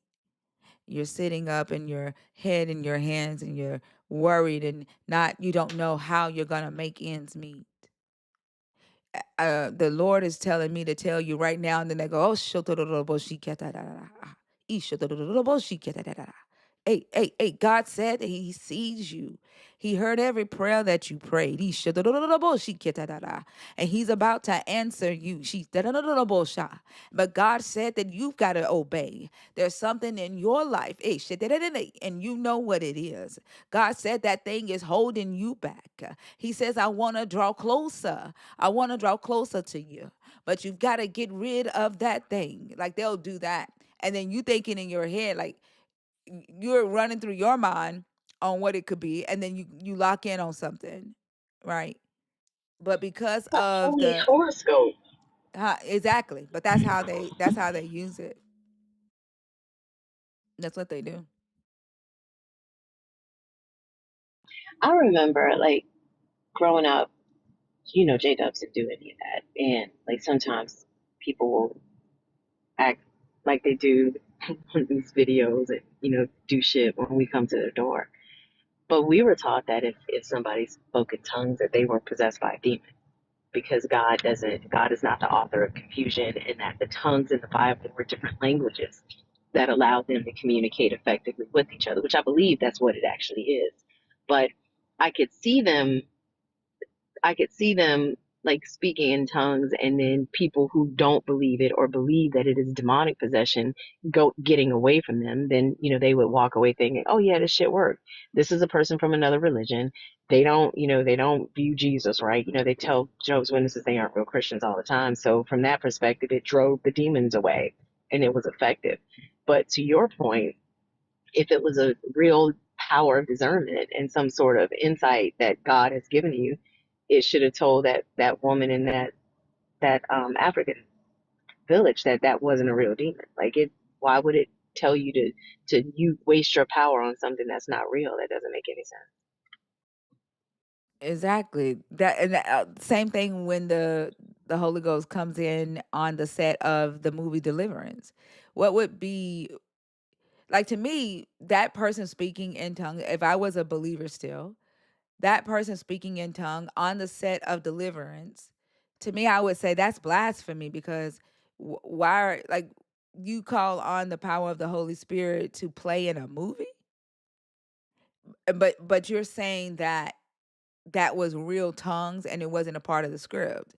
So what did the Holy Spirit feel it needed to fight in that moment? Because that was an actor. That wasn't a real demon. You weren't in any real danger.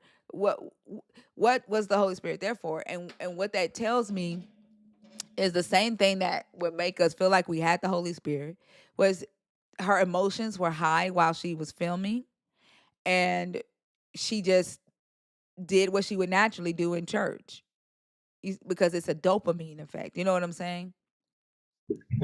That's exactly what it sounds like to me.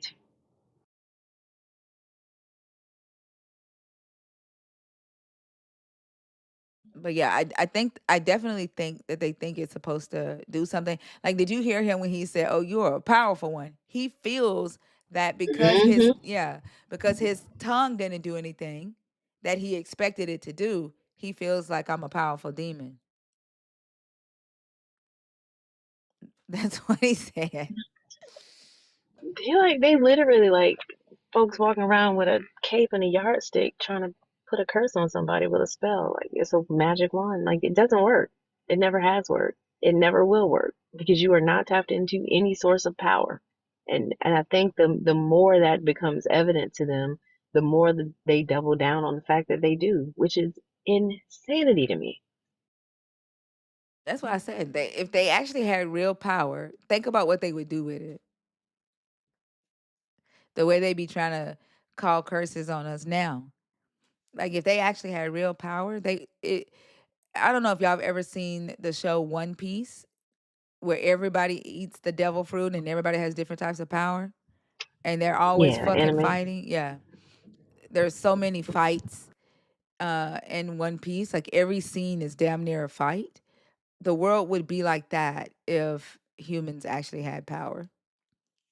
That we don't respect each other enough to be able to have any real power.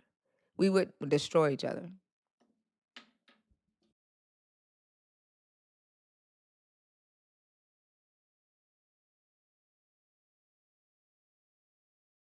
No, I've never seen that. What is that on Netflix? Coda.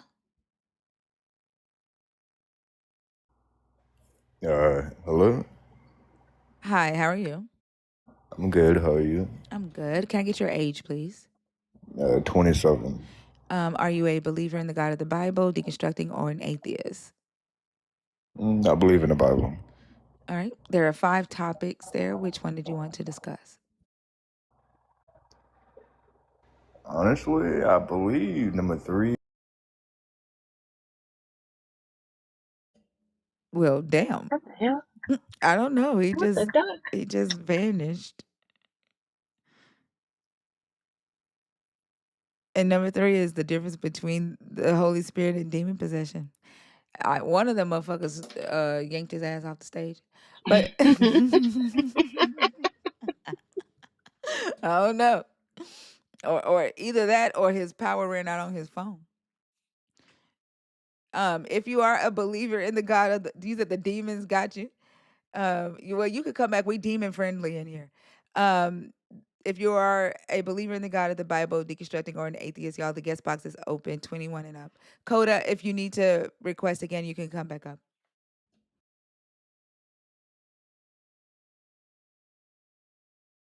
I don't know why TikTok randomly kicks people off. It did me on either Mama Bash or Zena's live yesterday. It's done it a couple of times on your live. Just disconnected by live creator. Like, okay. This app is glitchy than a motherfucker. Like, I don't even post content on my page anymore. Like, it doesn't make sense for me to have as many followers as I have, and they got me in the search thing, like where they got me as a long form content creator. So my content works like if you're searching on Google or YouTube. I'm not in the algorithm where you get fast growth. They got me as a search creator, and I fucking hate that shit. So like my content is people see my shit by either if you are already following me, I come up on your FYP, or if you're searching a specific keyword. What determines how they group you though? Because that's weird. They give you a score as a creator. They emailed me the other day something about a creator critical score, a critical creator content score or something like that. and they sent me an email saying something that that was an error with them calculating my score, so they had to correct it. Like that, everybody has a score. Nolly,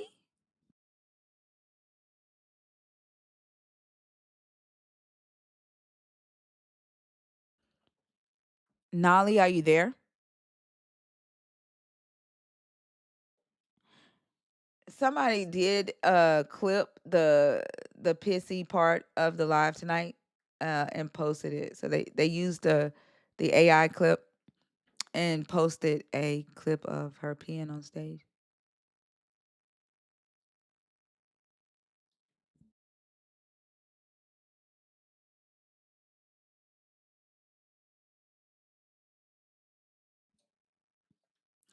The lady that peed on stage tonight, and as after we talked about the fact that demons can't be antichrist,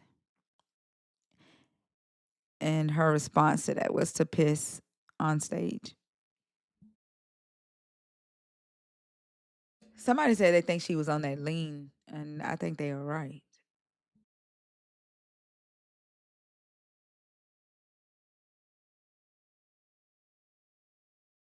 It's crazy that it's hard to tell. Let me find it. I'll play it. Hold on.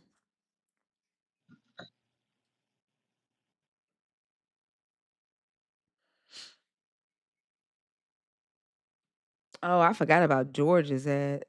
George was the good conversation. He was the first guy. This is her. Hold on. You have to believe in Satan. It doesn't mean it's whatever it is. Hold on. Let's say that. That does not matter. Why doesn't it matter? See him. Don't. A lot of people got different definitions of who Jesus actually was. In Christ, does that be doing no fault? Oh, that's the Hebrew Israelite. Are you still there? Say does they didn't tell him. Is it okay? But I know I need to. Yeah. Well, okay. Well, I know this. I don't know. I think I'm close. Just like every other. Despite what this book says, are not true Christians. So you would not be a true, but the one who denies that Jesus is the Christ. This is the Antichrist, the one who denies the Father and the Son. The demons don't deny that Jesus is the Christ. So they cannot be the Antichrist.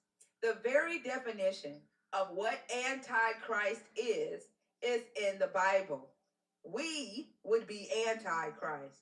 We deny that your Jesus is the Christ. We deny that your Jesus even exists. The demons in this book do not. So they cannot be Antichrist. But they not for him either, right? We didn't say they were. That's not the point. Right. But I also didn't say, I said what I first started saying was that the people and the demons don't believe in him. Some people, some demons, we know that the demons do know that he exists or whatever, but they don't have faith in him. I guess you could say it like that. They don't put faith in him. They don't have to have faith in him because they can see him. It literally, James 2:19. You came in here saying that the fake Christians say a lot of shit and they don't know what they're talking about, but it sounds like neither do you. And you would be I'm fucking talking. Pissy, I'm talking. Well, no, she already done pissed there. Hold on, because I just called her pissy. Hold on. Let me see. Where is she pissing? When they acknowledged him, he made them stop. He made them be quiet. That doesn't change the fact that they acknowledged him.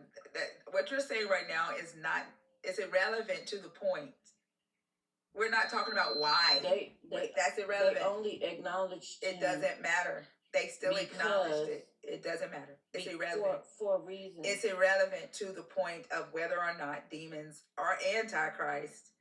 Doesn't matter why they acknowledged him. They did. They acknowledged that he was Christ, that he was the Son of God. It does It matter does not. if you understand. Wait. It doesn't change the fact that they're not antichrist. It does matter because it doesn't change. No, I'm saying it doesn't change the fact. What you're saying right now is irrelevant to the conversation. It's just added fluff. It's not going to change the definition. It's not going to change the fact that they acknowledged he was Christ. The why doesn't matter. That's the point. Why doesn't the why matter? Because it doesn't change the definition. It doesn't change. No, it doesn't change. We are, hold on, Leah. We are talking about a definition of a word. We are talking about facts of a story and how that fact aligns with the definition of a word. The why would, Leah, you and I can't talk at the same time. The only reason the why would matter is if it would negate the definition, if it would change the definition of the word, and it does not. Are you fucking pissing on my stage?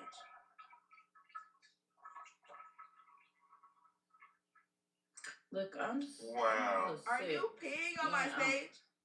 I'm sick. Okay. I don't give a damn what you go on mute. I just lost a lot of family members. Go on. So are you okay? Cursed out. Like go on mute. I'm not okay. I'm sick. Go on mute. Nobody wants to hear you do that. Okay. You just peed on me. Y'all are not. Y'all are not okay. Y'all are not okay. You won't let me talk. Oh my fucking God. Maybe we not okay. Demons do recognize Jesus. That's why all of y'all serve that motherfucker. Because y'all are all fucking demons. Look. Okay, give me a chance. Go ahead, Nelly. Right? Go ahead. I can't talk to the piss art. Go ahead. Fuck. And please, ma'am, go on mute. Handle your business. Flush the toilet. We don't want to hear that. We don't want to hear that. That is so disrespectful. That is totally. Oh my God. How you know I was peeing? Because we heard it. We heard it. That's something in the toilet, though. You're not. You don't know that, ma'am. Quit being so disrespectful. Why do you Christians think that's okay? Wait, y'all disrespectful, but other people can be. I'm not trying to be. We're not disrespectful. Look, every time I talk, she kept over talking. You know why? Hold on, stop. Now I'm doing it. Why? Listen, she is the host. This is her stage. Yeah, if she starts talking, hell, even I shut up, and I'm a co-host. Have some respect. But y'all still not listening, though. No. We're listening. We're just pointing out the ignorance behind what you're saying. That's all we're doing. What's the only thing she was saying? Learn my place. I'm reading the comments. They talking to me. No, you need to stop reading the comments. You're on stage. I swear. Talk to me. If you don't want. Okay. Yeah, they're not. And I'm not even sure I can even have a conversation with you. I want to say this, right? Okay, I apologize. No. Let me say this. Okay, well. Is it pertaining to the topic? Yeah. So when she was saying, she's saying that they can't be Antichrist because they acknowledged him. It was a reason that they acknowledged him, right? It doesn't matter. That's the point. That's the point. No. That does not matter. Why doesn't it matter? Okay, I'm getting ready to explain it to you because it's not going to change the definition of anti. That's why. It still matters, right? No, how does it matter? Because who they was talking through was a girl. They was talking through a girl who was possessed by a demon, right? It wasn't an actual demon. Does not matter. That doesn't matter. That doesn't matter. Let me ask you this. Does the demon recognize Jesus as being Christ? Does the demon recognize that as being the Son of God? Yeah. Okay, so what does that mean? Did it change anything? They know that he the Christ. That doesn't mean that they for him, right? Like I know. Nobody said that. You're adding to it. You're adding to it. I don't understand how I'm adding to it because you just said it doesn't matter if they believed him or not. Okay. They knew who he was, right? Okay. They knew. Let's move on because obviously you're not understanding what antichrist is going to mean. Okay, some type of different type of devil to you. The word antichrist, right? Y'all got stuck there, and when I try to explain it, then hold on. First John, don't let me. First John 22. First John 2:22. Who is the liar but the one who denies that Jesus is the Christ? This is the Antichrist, the one who denies the Father and the Son. The demons don't deny that Jesus is the Christ, so they cannot be the Antichrist. The very definition of what Antichrist is in the Bible. We would be Antichrist. We deny that your Jesus is the Christ. We deny that your Jesus even exists. The demons in this book do not. So they cannot be Antichrist. But they not for him either, right? We didn't say they were. That's not the point. Right. But I also didn't say, I said what I first started saying was that the people and the demons don't believe in him. Some demons, we know that the demons do know that he exists or whatever, but they don't have faith in him. I guess you could say it like that. They don't put faith in him. They don't have to have faith in him because they can see him. It literally, James 2:19. You came in here saying that the fake Christians say a lot of shit and they don't know what they're talking about, but it sounds like neither do you. And you would be I'm fucking talking. Pissy, I'm talking. Man. By your very own word. I don't respect your motherfucking ass the way you just pissed on my stage.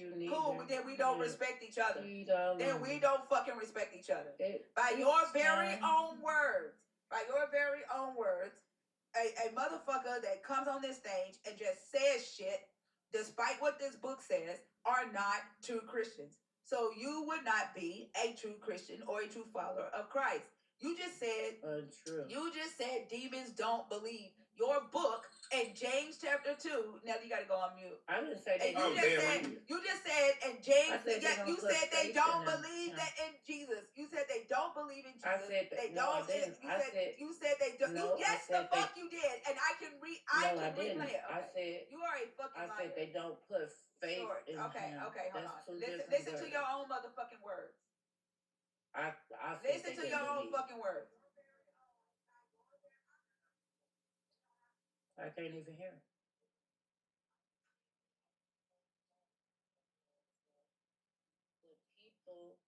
The people and the demons don't believe in him. Damn.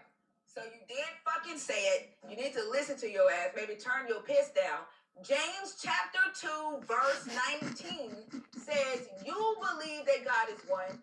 You do well. Even demons believe and shudder. So the demons believe. The demons know that he is the Christ.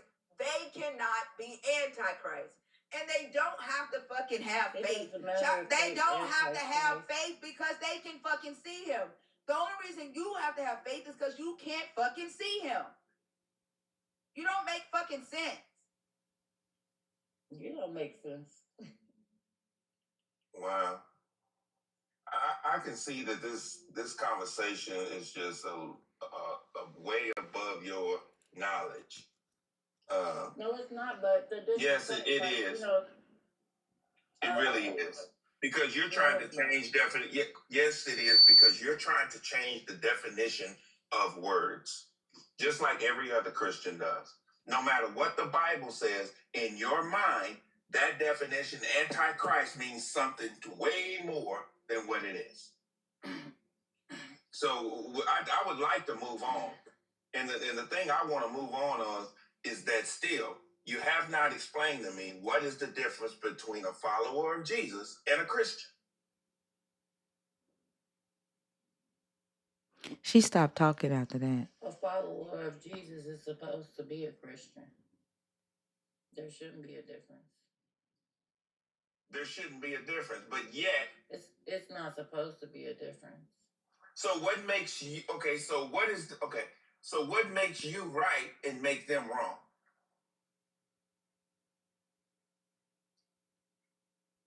Y'all both follow the same Jesus. Y'all both read the same passages. Y'all both have the same God. That's what I'm trying to say, though. Not everybody who claims to be a Christian follow the same Jesus. Okay, well, let's test that theory. Wait. Some people feel like Jesus is God, a 3-in-1. Some people feel that Jesus, Oh yeah, I forgot. I don't think she do the Trinity. Person. A lot of people got different definitions of who Jesus actually was. Okay, so is Jesus God to you? Mm-mm. Oh, so what did it mean when Jesus said, "I and my Father are one"? Union. What did he mean? What did he mean? He meant that they were on the same page. They were in union with each other. That they had the same thoughts, but not that they were the same person. You know what?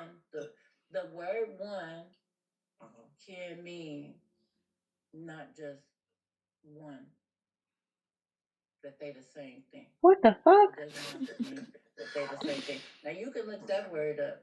You might have. Okay. You know what? I'm not gonna even fight with you on that. I'm gonna let you hold on to that. I'm gonna let you hold on to that. Okay. But you still haven't explained the difference between because your father can't be his own son. Okay. What father you saw be his own son? Okay. Well, let me test. Can I test your theory? Okay. You say that you are a true believer and the other ones are not. So let's test some things out, okay?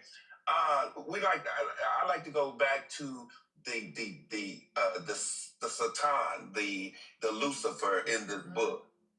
Satan. Okay. Y'all call it Satan, but it's actually Satan. That's what it is. Okay. Okay, but I know I need to. Yeah. Well, okay. Well, I know this. You're getting ready to see something though. Okay, so let's go back to the Satan. So now let me question. I just want to ask you a question about Satan. Does Satan is Satan? Let's see. Is Satan a? I'm trying to make sure because it's hard for me to do this because the level of intelligence that you have when it comes to this book. So I have to make sure it's something that you're going to fully understand. So is Satan out to just? That's an insult, right? No, that's not an insult. That is a fact. That is a fact. Okay. But then you don't want to be insulted. Have you read? Okay, stop, ma'am, stop. Ma'am. There's a reason why I'm doing that. And the reason why I'm doing that is because I know that you have not read this whole book, have you? Let's be honest. Have you read the entire book from beginning, from Genesis to Revelations? Have you read it? Just be honest. It doesn't take that long. You know you haven't.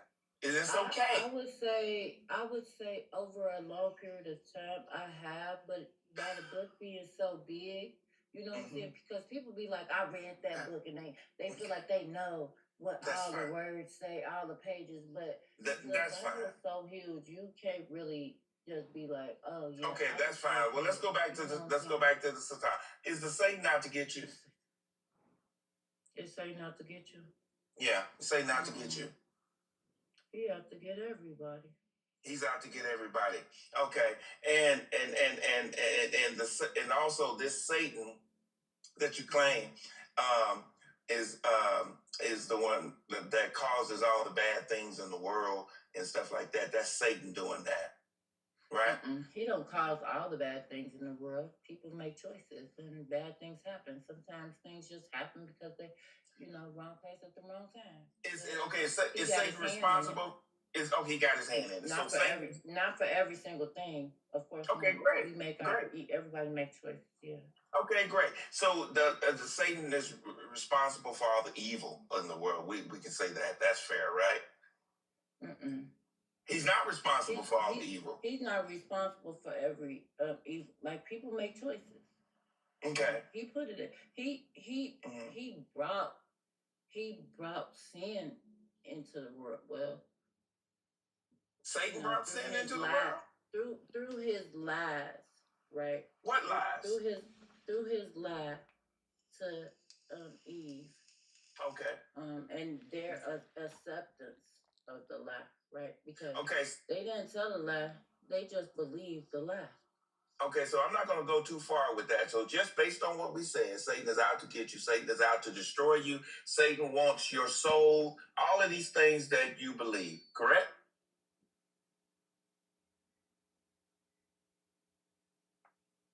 Am I right or wrong? Do you believe that?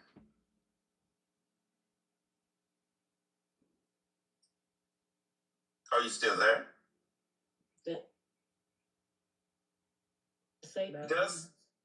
He doesn't care if you destroy yourself or not. He don't care if you destroy yourself. Okay, I asked you a direct question. Does Satan want your soul?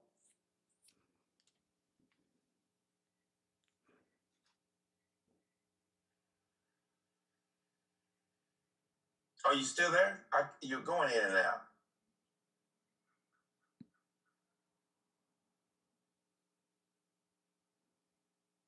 Hello, are you there?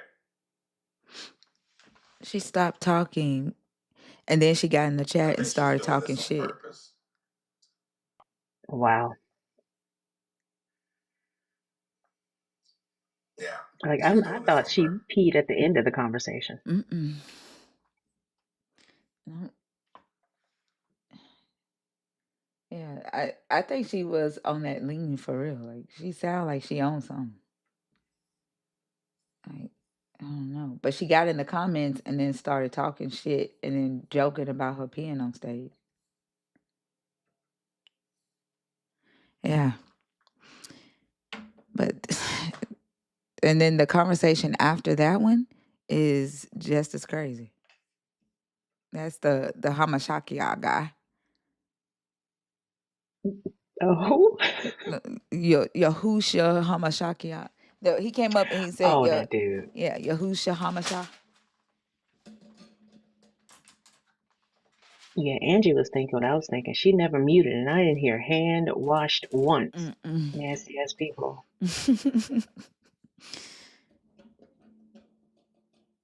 I think so too, TMJ. TMF. He said, I think they're so lazy that they want to stay stupid. It's just easier. I think you're right. Keep in mind, if you are a subscriber and I don't see a comment saying that you're in the box, in the request on purpose, I will not automatically add you. So if you are in there, please comment on purpose. If you're a believer, deconstructing or an atheist, y'all, the guest box is open. How long has it been since we had a guest? I'm trying to see. It's been a minute. Yeah. Are we slowing down? Are y'all done? It's almost 700 people in here, and the guest box is empty. If you want to come up and have a conversation, we talk to people who currently have a belief in the God of the Bible, people who are deconstructing their belief, whether that means that you are just questioning what you believe, challenging the facts of the belief, the data. It doesn't necessarily mean that you are doing away with the God belief, although some people end up, doing away with the belief altogether. Not necessarily everybody ends up at the same place when you are deconstructing. And then we also talk to atheists. You do not have to disagree with the points. You can be someone who agree and just want to share your thoughts on the point. This is not a debate live. It is a discussion and research live. So don't be afraid to come up unless you are disrespectful. If you come up with disrespect, I am going to disrespect you. But if you come up respectful and civil, it can be a respectful and civil conversation.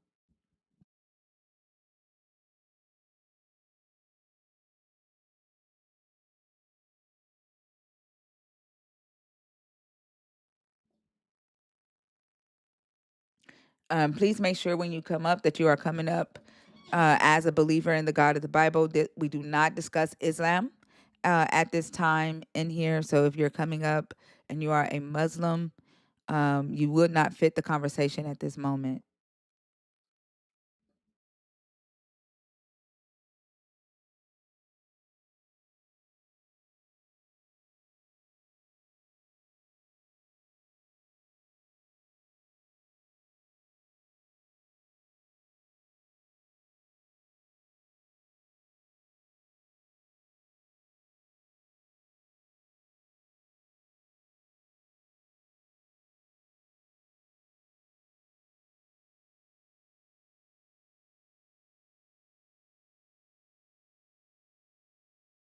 Mm. All right, y'all. Tap the screen. Do something to help us get some people here. I feel like everybody in here is here to watch right now or listen. I mean, so without conversations, there's no point for us being live if you don't come up and talk to us.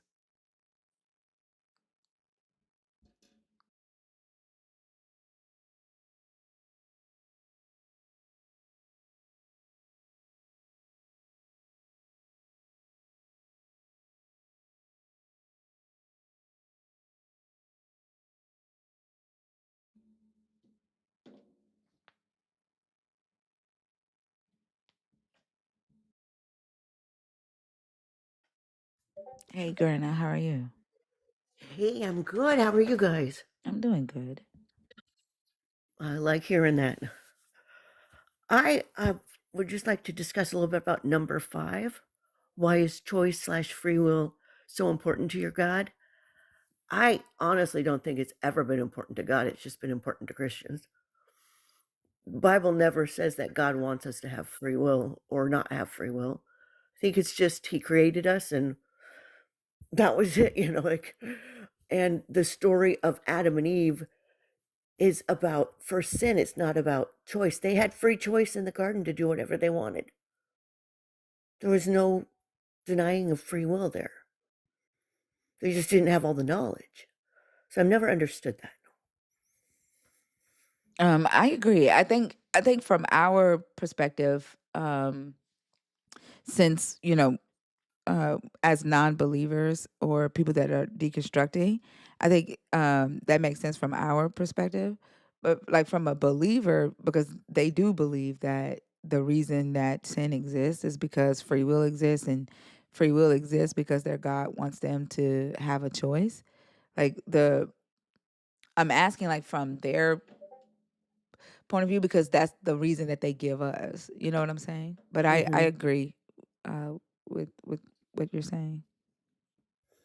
And I guess, I know I've heard you say this many times, but it just never seems to click with people that whoever whenever someone is showing their free will in a negative way, there's always someone on the other side. And what about their free will?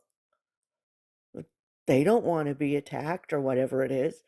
It's like, so there's free will to do bad, but not to do good. I don't get it, or to not have it stop, the bad Right. stop. Right. So, yeah. Yeah. And see, and the question, like, I'm not asking the question, like to discuss free will per se, but more so like why they believe that a choice had to exist in the first place. Like, why couldn't their God just create what he wanted? Like, why do they believe that they had to have a choice at all? You know what I'm saying? Yeah, I do. Because it's almost like if you were to create a human or something similar to it, wouldn't you want it to have autonomy? Like you'd want your children to have autonomy? You'd want them to be able to make their own decisions. That's what you raise your children up to do, I would hope. You know, like so that they can live in the world and make good decisions and this and that. And Well, I don't see well, why it'd be different. that's what they're saying, that the God wanted them to have autonomy.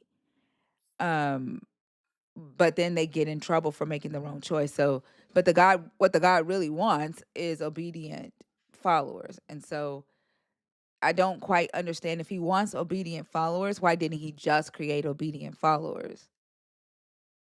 Right? Like, Good point. yeah. Yeah.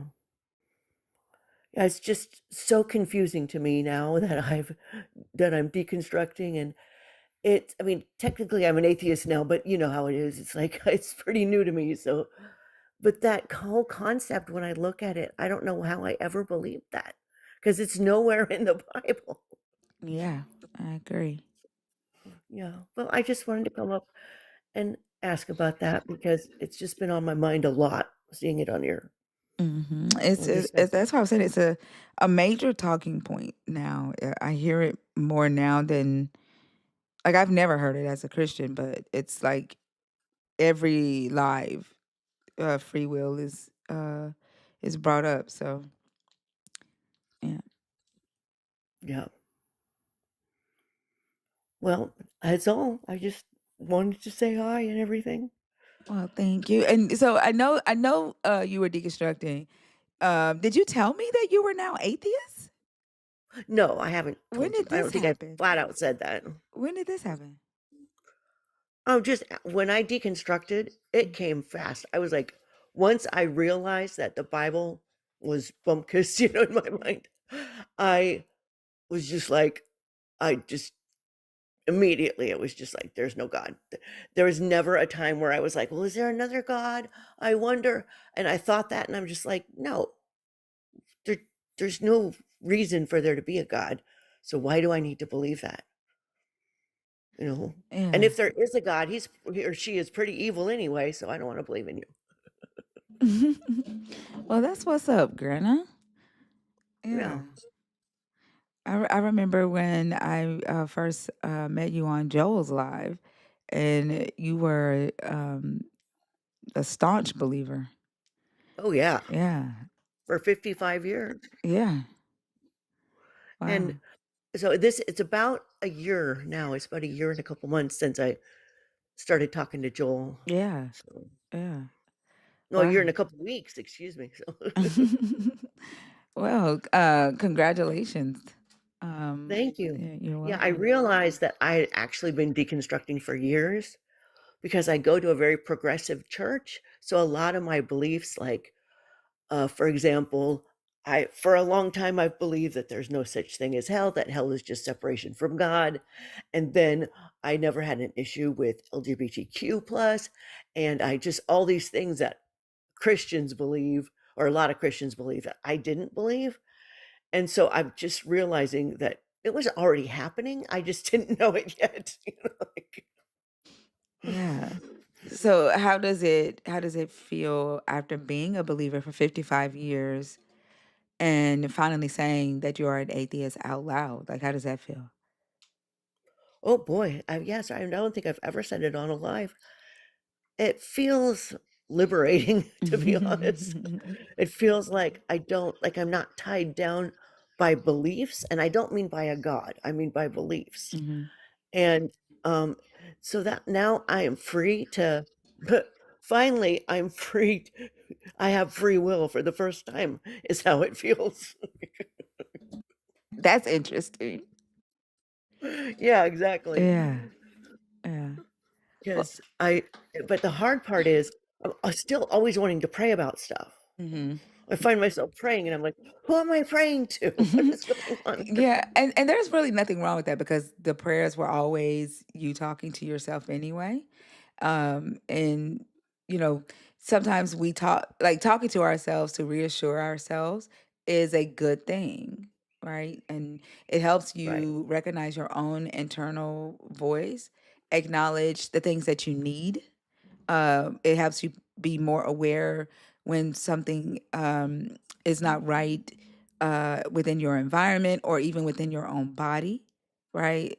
So that you're not ignoring trauma or, um, just it's not it's there's nothing wrong with um, still praying or talking to yourself, or even if you feel like you're just saying words out into existence. Like, there's nothing wrong with that. But it is a habit that it took me a while to break too. So I bet. Yeah, what was I going to say? I just had something in mind. Oh, like I kind of try and think about it now as like wishing upon a star. Obviously, when I wish yeah. upon a star, I don't think the star is going to do a thing. You know, like, Yeah. I mean, getting the words out, like it doesn't make right. sense to hold things in when you're worried about something.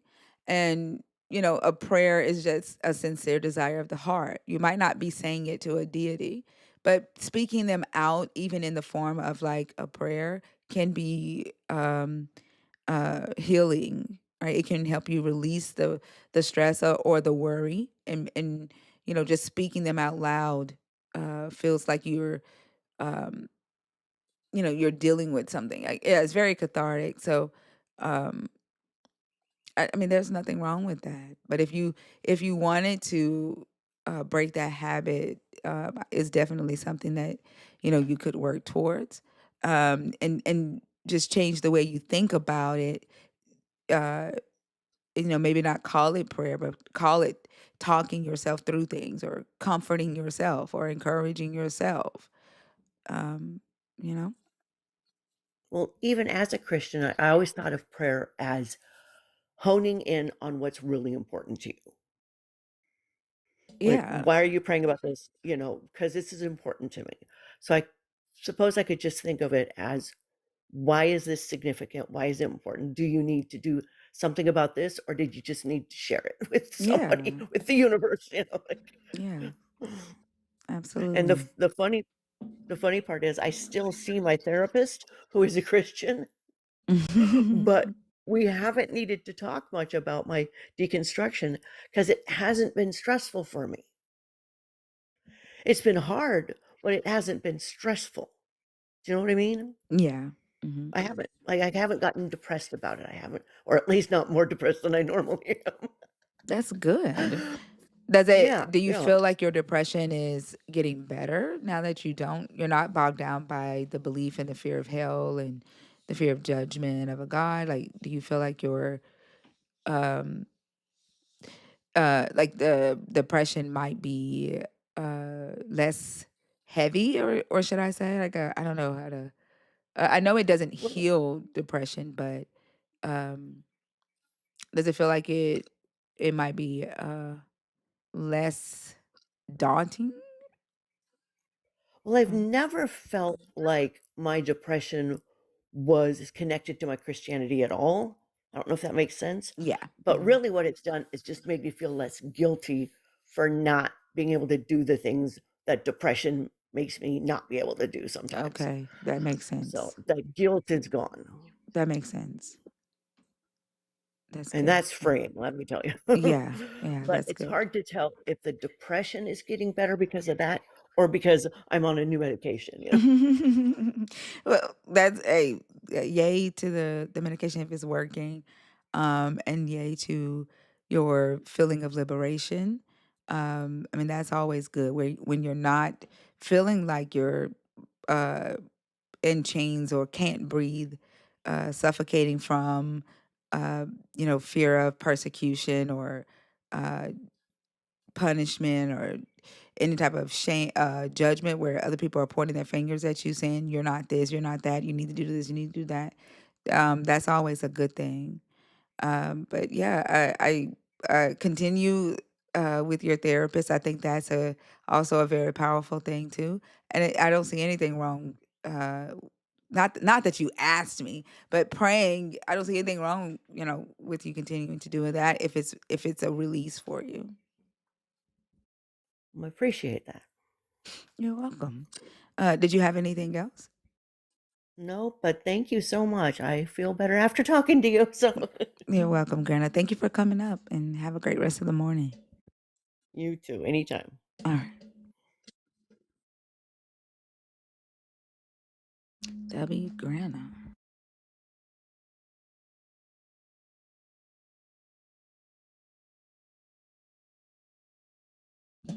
Chrissy, K. Panay, and Theo, I see y'all in the request. Are y'all in there on purpose or on accident? Theo, what are you coming up to talk about?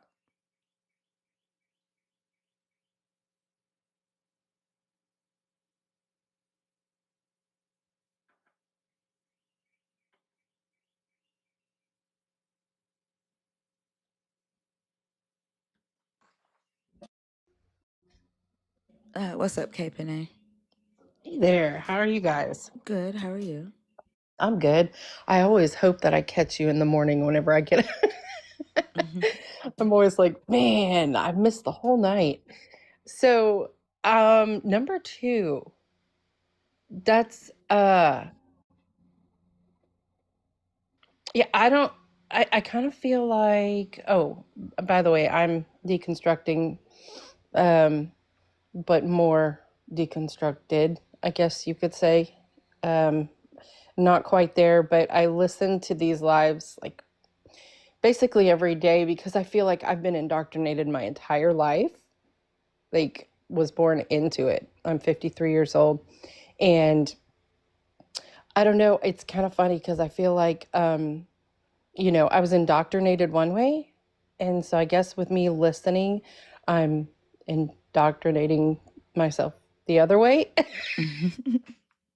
on purpose. Because you guys have more knowledge than any church I've ever been to. So, which is really kind of insane. But number 2, I was reading that, and okay, you guys are gonna think I'm probably nutty. I don't watch a whole lot of TV. A friend of mine told me she was talking about Game of Thrones the other day, and she said something about it, and I said, "Yeah, I've never seen it." And she was like, "What? You've got to watch it." It's not normally my kind of show. But I decided to start watching it. I am only on a couple episodes in, and all I can think of is this is what it was like in the Bible. And it is insane. One of the things that the lady says is you make your own history. That's not what happened. You lie and you tell it how exactly you want it to be. And so number 2, where you said that, I don't even think it's mental illness. I think it's just control. I think they just wanted the control to stay with them. And so the Bible was put out there to say, hey, look what's happened in the past. And when you don't listen, this is what happens. Well, number 2 isn't talking about the Bible itself. It's talking about the prophets. Right. No, I'm the people. sorry, keeping it. It's talking about the visions that they have, the auditory hallucinations that they have, the voices that they hear telling them to do specific things. And so it's asking, could they have been suffering from undiagnosed mental illnesses because of those things? Yeah, quite possibly, actually. But I wonder if it's more the people who listen to the prophets wanting the control. Does that make sense? No, because it was the Okay. prophets that was hearing the voice of the God in the book. It was the prophets, the ones that were walking around but naked for 3 years, or tying themselves up with ropes, or stabbing Then yes, themselves, definitely or mental illness. Yeah. No, that's insane. yeah. That really is. But I don't know. It's actually disgusting, and I don't know how much of this show I can watch, but seeing it, when you read it and you see the things that they do and how they do it in the Bible, it's disgusting. But when you actually see it played out on a show that basically is showing what happened in the Bible, that's hard to watch. Yeah, I agree. And in fact, even in Game of Thrones, you can tell that those people were suffering from mental illnesses too, because they were taking medicines and Yeah, yeah. So it's insane. And I wonder if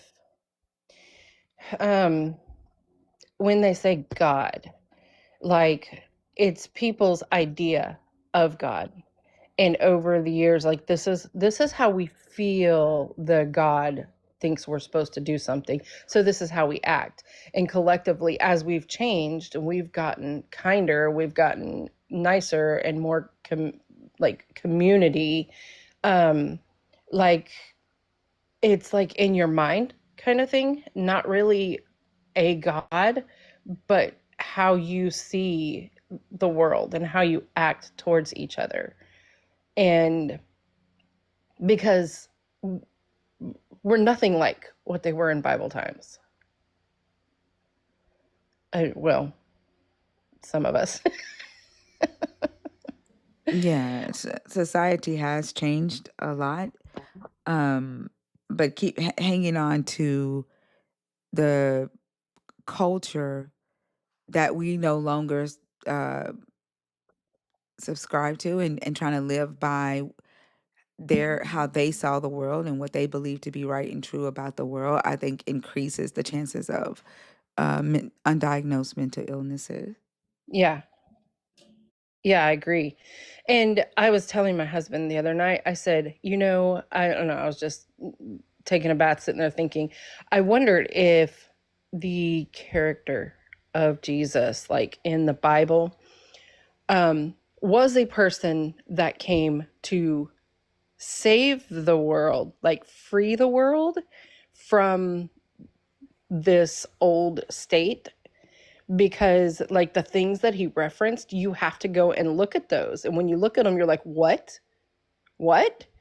And it's like almost like, hey guys, wake up, this isn't right. And But then Jesus doesn't do that though. Like yeah. where are you seeing that he's telling them to?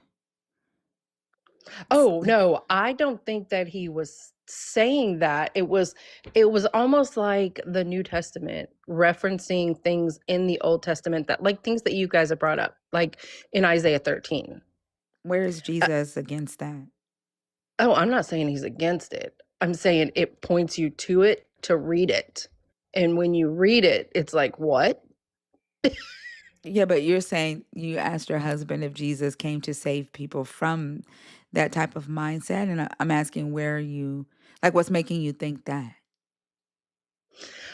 I guess kind of like, well, with these lives, you guys are pointing out all of the things, right? And so it's like, but you're not reading it. Pay attention to what it says.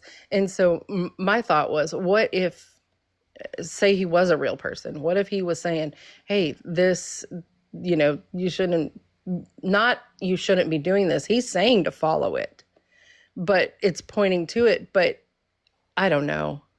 The whole It thing is sounds like that. confusing to It sounds me. like you're using Christian logic right now. Probably Yeah, because I'm because saying indoctrinated. yeah, and it sounds like you're still hanging on to Jesus, and you're trying to find the good in Jesus.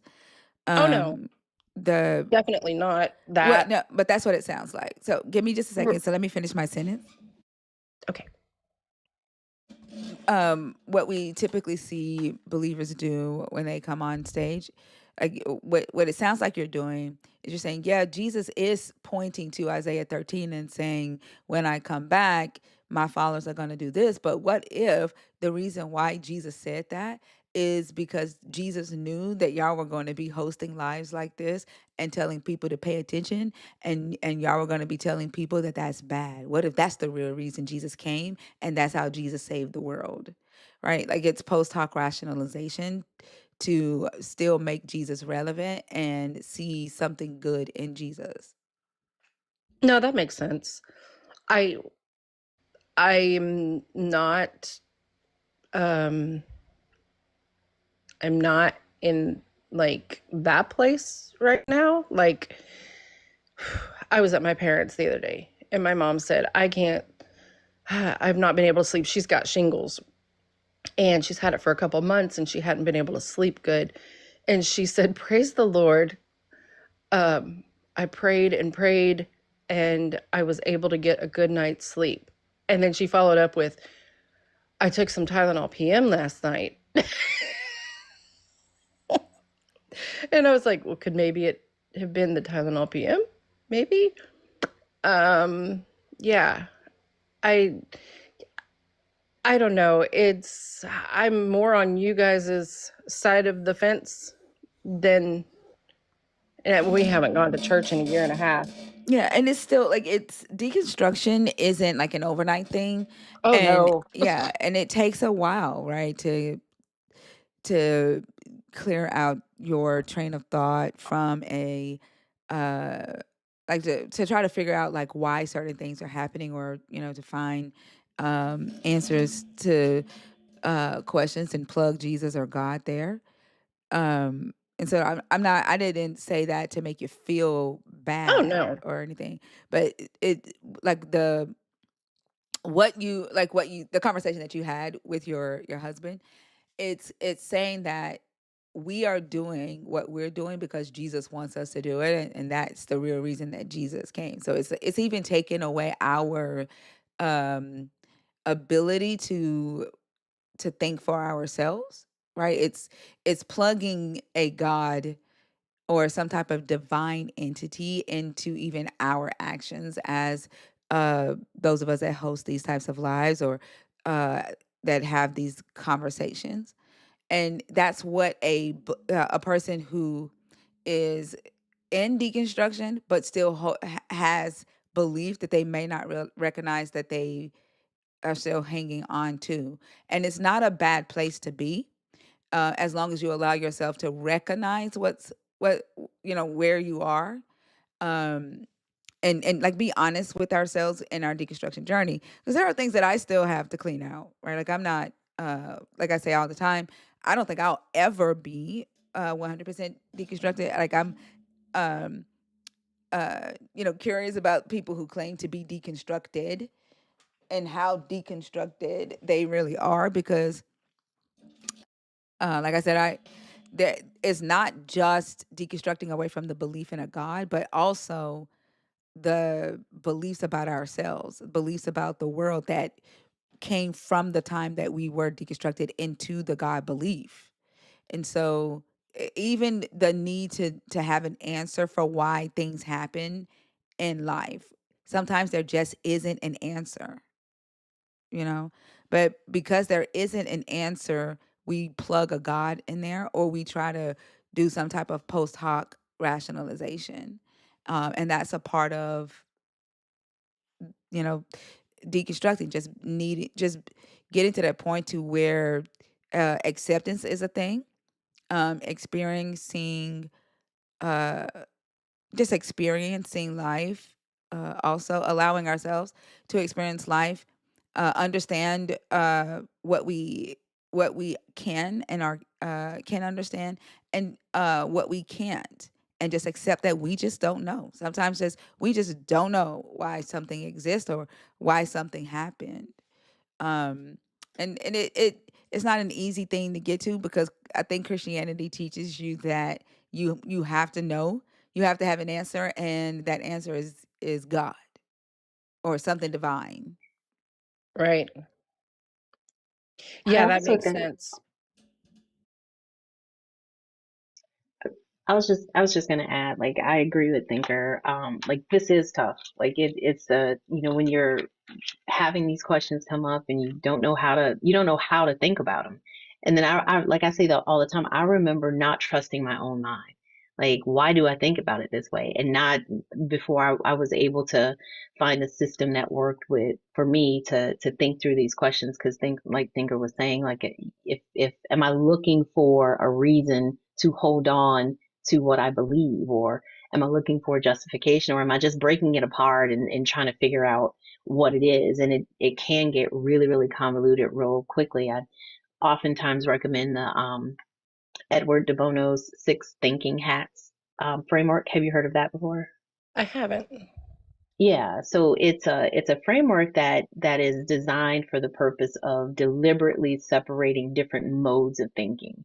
So what you do is each hat color represents a certain like cognitive approach. So the white hat would be for information and facts. The black hat would be critical judgment. There's a hat for emotion and intuition, so that as you think through these things, you're wearing that hat so you can lean into the part of your mind that's leading you in that direction or bringing those questions up. Because I don't think it's productive for us to ignore those what ifs, because they are part of our curiosity. So sit with them, and then go through that whole process of putting on each hat and allowing your mind to think through these things as unbiased and as free of presuppositions as you can. But it's a process. I agree. I don't think deconstruction ever ends. And even when you get to a point, for me, when I got to a point where I was really comfortable with where I stood with respect to a God, I looked at all the additional structures and systems and beliefs and roles and all of these other things that needed to be deconstructed that had such strong ties to the religious belief system too. So yeah, it's a process. Yeah, and Yeah. if you notice, like, instead of me just saying no, Jesus didn't, like, I was genuinely curious as to like what your train of thought that got you there. Like, what made you, uh, think that this could possibly be the way Jesus wanted to save the world, right? Show me in the text where you are, where you're arriving at this thought. And I think if approaching deconstruction that way, when someone says Jesus did such and such and such, instead of going no, he didn't, like say, well, can you show me that? Like, what made you say that? Why do you think that? And I think that's the best way, because that allows you to stay open to new perspectives, because it could be very well that someone has a way of looking at something that you've never thought about before. Does that make Right. sense? Yeah, yeah, totally makes sense.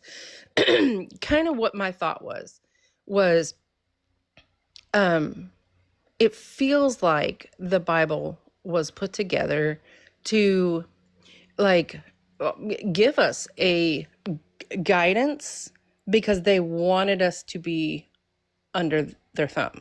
Does that make sense? Like the people wanted to say, hey, the kings and the rulers, these are the guys in charge. These are the ones you listen to. You have to follow these rules. So in my mind, because it even feels like Genesis is like a cautionary tale. If you ask questions and you try to gain knowledge, you are going to be separated from God. And most people take that as, oh, well, I just have to have faith and have to believe. And me now, my thought process is, no, if you actually seek the knowledge, like it is separation because you don't believe it. And so it feels like it's almost like a, hey, don't do this from the very beginning, because if you do, you're going to be separated. And because they called it the tree of knowledge of good and evil. So it's like if you get knowledge, you're not going to be connected to this God. And so that's kind of my thought process. It just feels like, hey guys, this is what happened. All these people are going to die. They're going to die. They're going to die if you don't follow the rules. And to me, I wondered if it was like, okay, so the Old Testament was there, and then people started going, no, I'm kind. I don't want to do that. And so then they decide to bring in the New Testament. Oh, well, we're going to say, oh, well, everything you've seen up until this point is wrong because Jesus is the true character. So this is what you're supposed to follow. So I'm like, what are they going to come out with now? Is it going to be a New Testament? Oh, guys, no, see, that was old. And this is actually what, you know what I mean? It's like almost like oh, you're not falling for that anymore? Okay, well, we're going to give you something a little bit kinder. But it still wasn't kind enough. Does that make sense? Not that I I'm see. saying I I'm see holding that. on to it. I see what you're saying, but I think still, um, because it's not necessarily be kind, because like everything that Jesus says in the New Testament, aside from um love one another the way that I have loved you, came from the Old Testament. And so it's not necessarily like a shift in like being kind.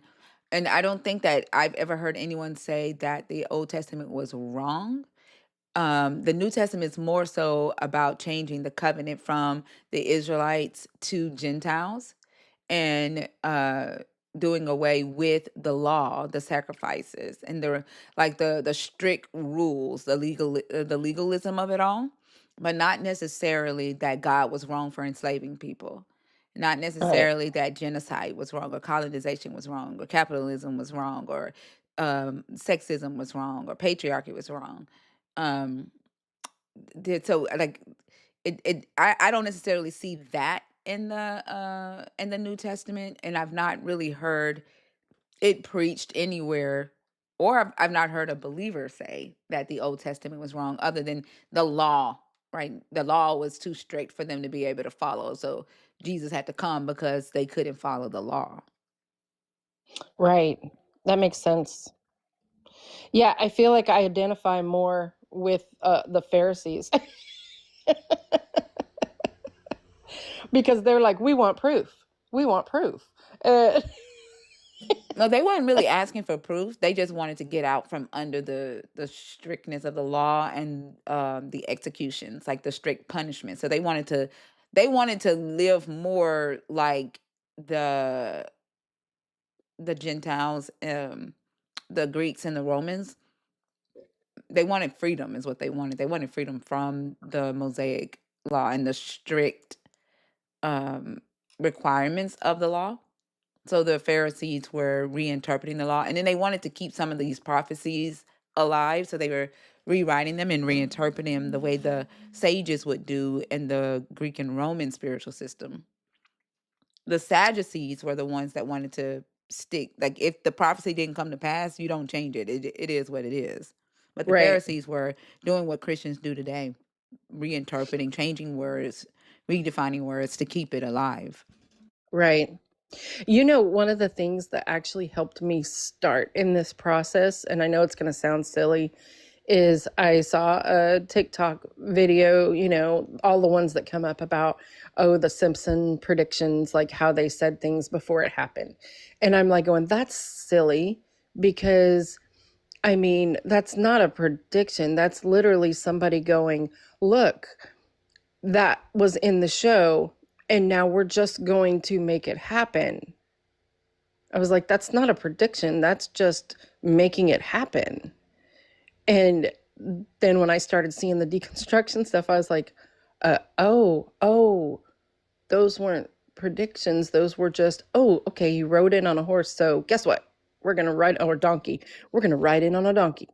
A lot of those Simpson predictions were never even a part of the Simpson show.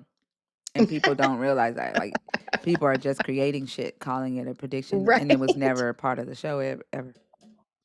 That's crazy. Yeah. But it makes sense though, because it's like, that's literally all they had to do was go, well, this was written. Let's make it happen. But I'm And I saying mean, that, like, it was not written. Like, so a lot of the Simpson predictions that we see on social media was right. never a part of the Simpson show ever. It's people Yeah. today making their own version of the Simpsons and then telling people that the Simpsons predicted something. And people are Okay. not going back and double And checking. actually They're just, looking. yeah, they're like, think about the fact that a lot of us haven't seen a Simpson show in probably decades, because we're fucking grown and have jobs and taking care of kids or whatever. So Right, we right. see something and we go, oh, I remember that. And we don't double check. Yeah. Yeah. But I think even though it's fake, it made me think, because literally, oh, he rode in on a donkey. That's all they had to do was go back and go, okay, so it predicted this. We can pull that one off. Let's Yeah. do that. And then even the wording, they went to Egypt as it was written to fulfill blah blah blah. Well, that's huh? That's letting us know, well, it was written and they knew it happened. So let's do this so that it shows we fulfilled it. Well, yeah, like, so a lot of this stuff never happened. And so what the writers were doing, I don't know, like, you're not a super nerd, are you? Nope. I don't know what that means. It's a member of the community where we have our research-based lives, like our sub-only lives.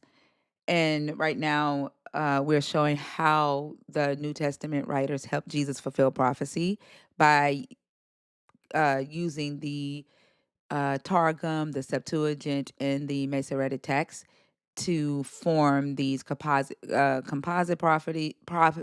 can't speak right now. Composite prophecies, um, or constructive prophecies where they just outright make it up. And so, but they use these three different versions of the Hebrew scriptures in order to retrofit or construct new prophecies to make them apply to Jesus, to make Jesus fulfill uh, prophecies from the Hebrew scriptures. And because a lot of people don't actually go back and say, where is this prophecy coming from, and research the text that they're quoting as a prophecy, they don't understand that most of the time those scriptures are pulled outside of historical context or even literary context and repurposed for this uh, um, new theology of Jesus fulfilling the prophecy to bring in the Gentiles into this new covenant. Because what Jesus is really about is the Gentiles or the Christians taking the God of the Jewish people and making it their own. So the agreement with this God is changing from the Israelites, the Jewish people, and the God is saying, okay, now the Europeans will be my people. Like Yeah. that's really what the New Testament is about. And so what these prophecies are doing, what the writers did is they went and they looked in the Hebrew scriptures. They looked at the Septuagint to see like if the Septuagint was translated in a way that they could use it to point to Jesus. The Masoretic text wording was better for them to uh, play around with, or if they could use a word to point to Jesus, or the Targum, so that they could prove that the purpose of Jesus, their God, coming all along was the inclusion of the Gentiles. Okay. Yeah. Yeah, it's crazy to me. I have a friend who went to seminary, and she is like, she went because she was doubting, and she said that it like strengthened her. And then she tells me there was only 2 people in her class that ended up with their faith intact whenever the class was over. And I'm like, for real? And so when I ask her about something, I'm like, okay, so what about this? And she's like, well, context matters. I'm like, okay, so let's take that in context then. The context of that is it was a prophecy that happened in that day. And she goes, yeah, and that's the crazy thing is it's like a double prophecy. It happened then, but it was also foretelling. And I'm like, that's really not how that works. And that's how it worked for the Greeks in their Hellenistic spiritual system. The sages would give like very vague prophecies, and um, it, they would call it like dual fulfillment or whatever. And so a lot of what we see today, the apologetics that we see, it's very Greco-Roman influence with how the Greco-Roman spiritual system worked with their sages and seers and how they did prophecy. Because I think we were talking about this yesterday. The ancient Israelites, prophecy to them was just their prophet speaking from their God to them, and then or speaking to their God on their behalf. There was no fortune telling or anything until they began mingling with the Greeks and the Romans.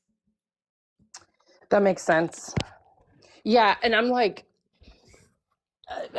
I don't understand it. It's so vague things that they are like, yeah, it makes no sense to me. Yeah, it's kind But of I like them appreciate saying that Like there are some Christian theologians that say the binding of Isaac is a foreshadow. Like they call it foreshadowing. The binding of Isaac is a foreshadowing of Jesus being sacrificed.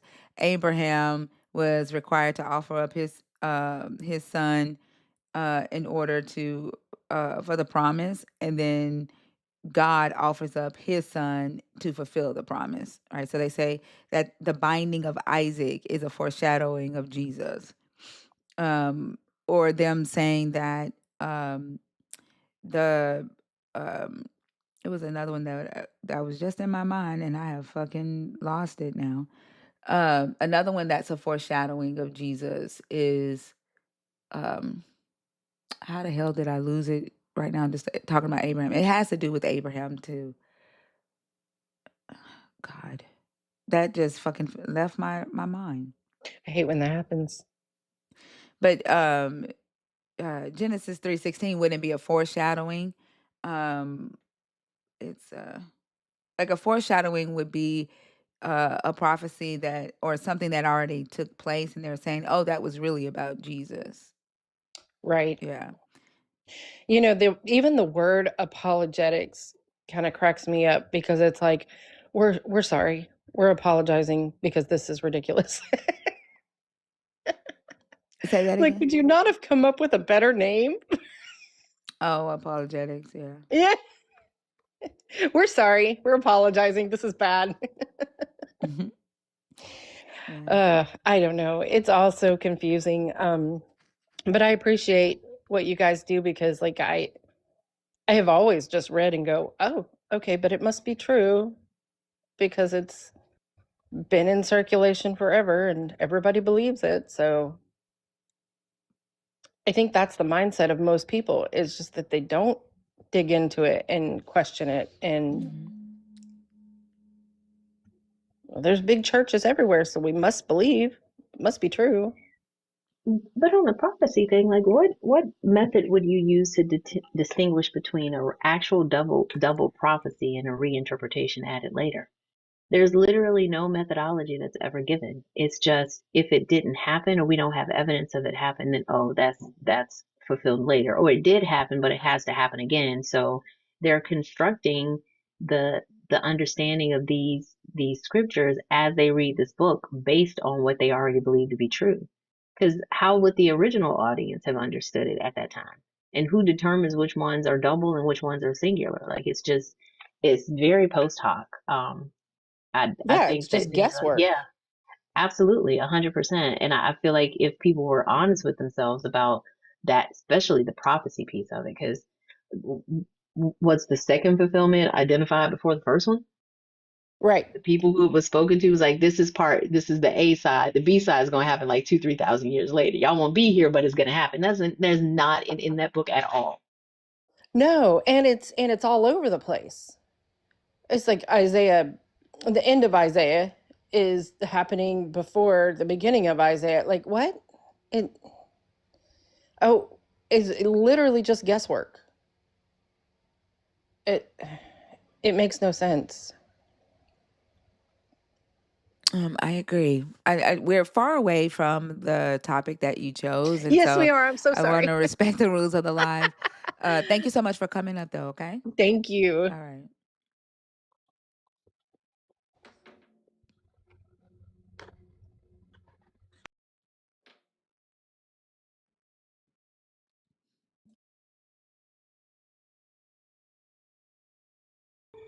Hey, Pisces.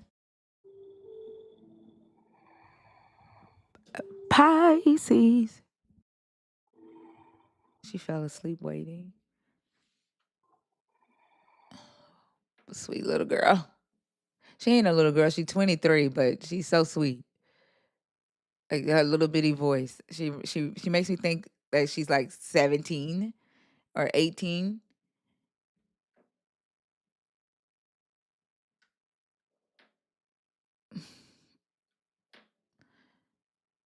Uh, Chrissy said it was an accident. Kenny B, are you in the box on purpose on accident? Oh, goodness.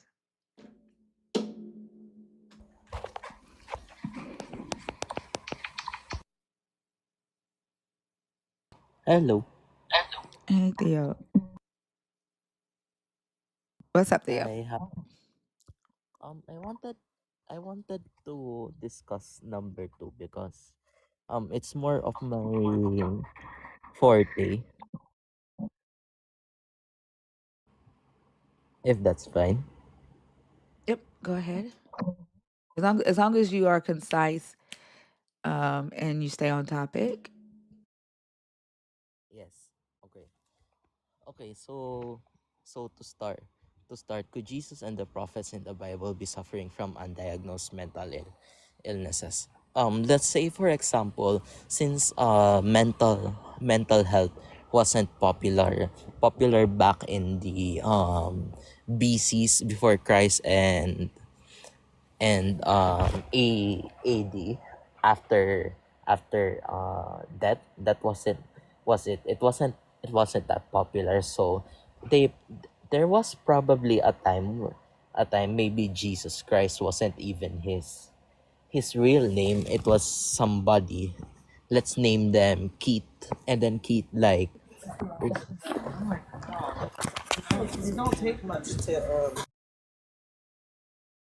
um as I was saying, Keith had like schizophrenia, and under those symptoms, since delusion of grandeur, gra- delusion of grandeur, maybe they were schizophrenic, and then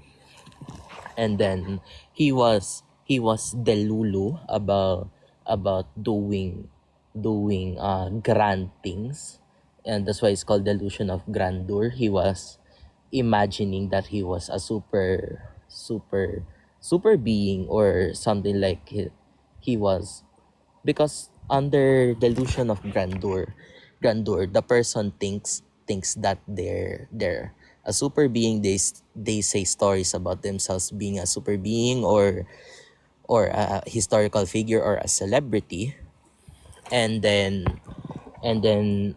probably he mentioned about doing impossible stuff, like turning water into wine, having 12 apostles, being crucified with two other people, being whipped by Pontius Pilate, walking on water, those kinds of stuff. But basically, since we don't know, it might actually be that by that delusion of grandeur, so many people listened, and made that guy a hero by standards. And since it wasn't diagnosed, and maybe 12 people agreed to be part of that delusion of grandeur. So because they will because if you don't give in to their reality, they will rage and become and they will rage, and some of them can be violent, and maybe the imaginary kid, let's just say, that would be angry if no one wanted to believe him. So I think 12 people believed that story wholeheartedly. They were fooled, and that they agreed to be Jesus's disciples, so that they could be part of something that the person with schizophrenia or the delusion of grandeur would do. And that's what I think. Yeah. Okay, you're saying that Jesus bullied the people into believing that he was actually performing these miracles, and that the reason the disciples followed him is because they were scared that Jesus was going to get violent if they called him out on his delusions of grandeur.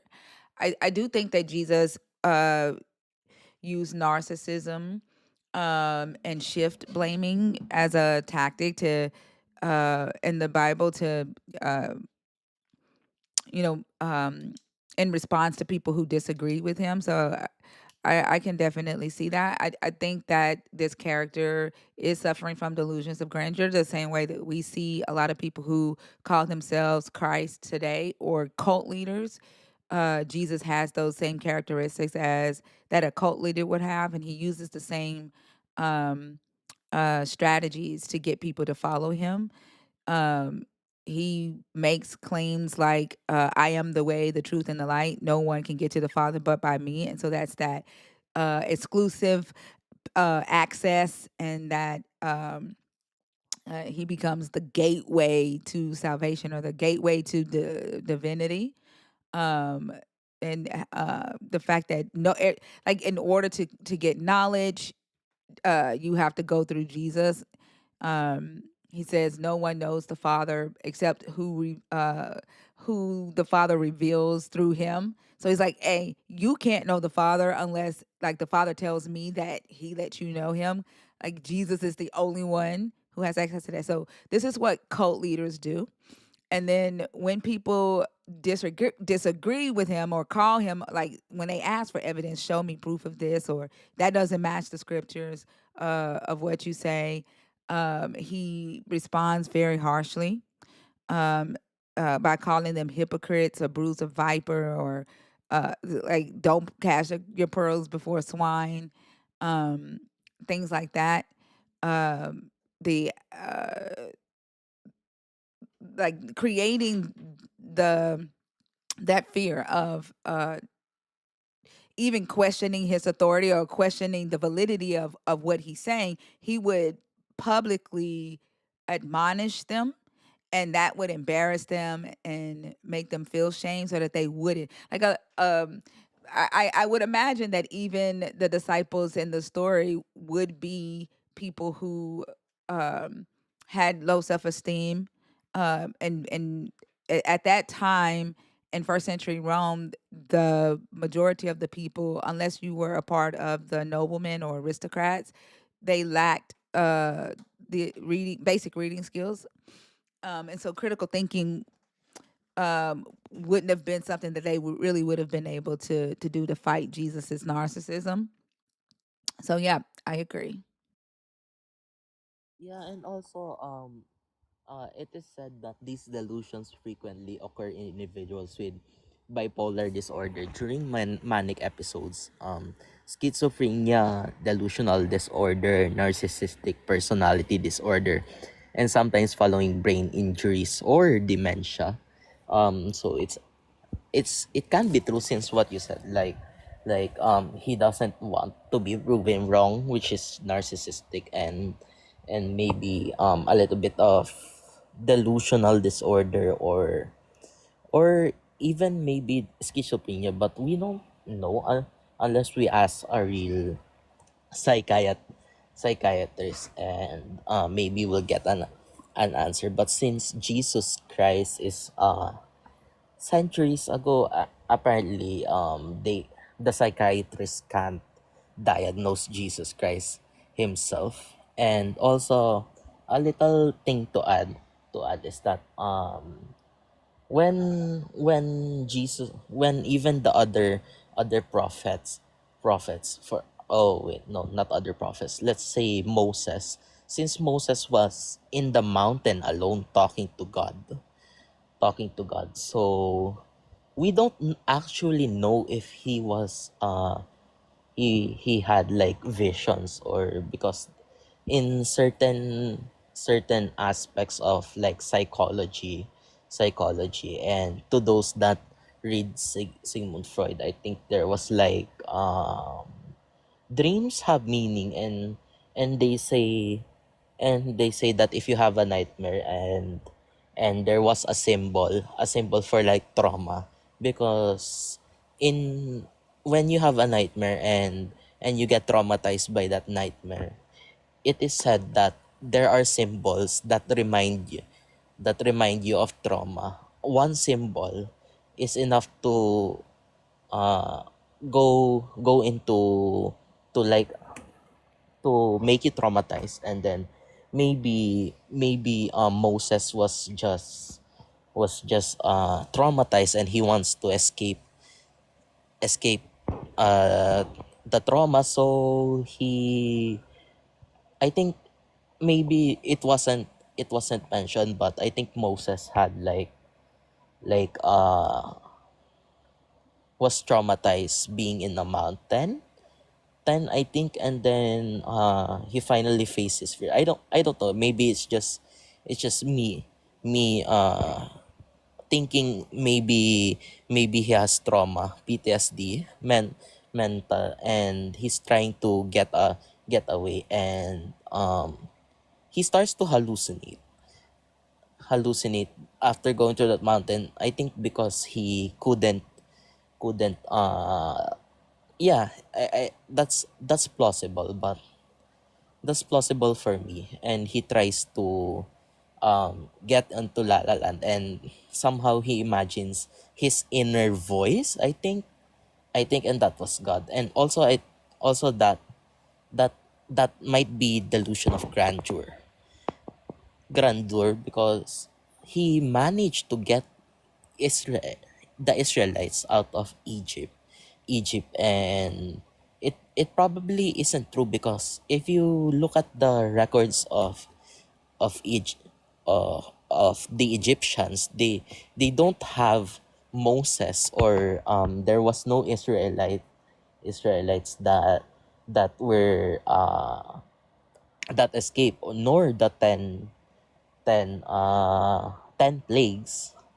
The 10 plagues, there is no actual story in Egypt, and it probably was a story from someone, and it just got popular about, or maybe the writer wanted a cool story, and it just got spread since, like.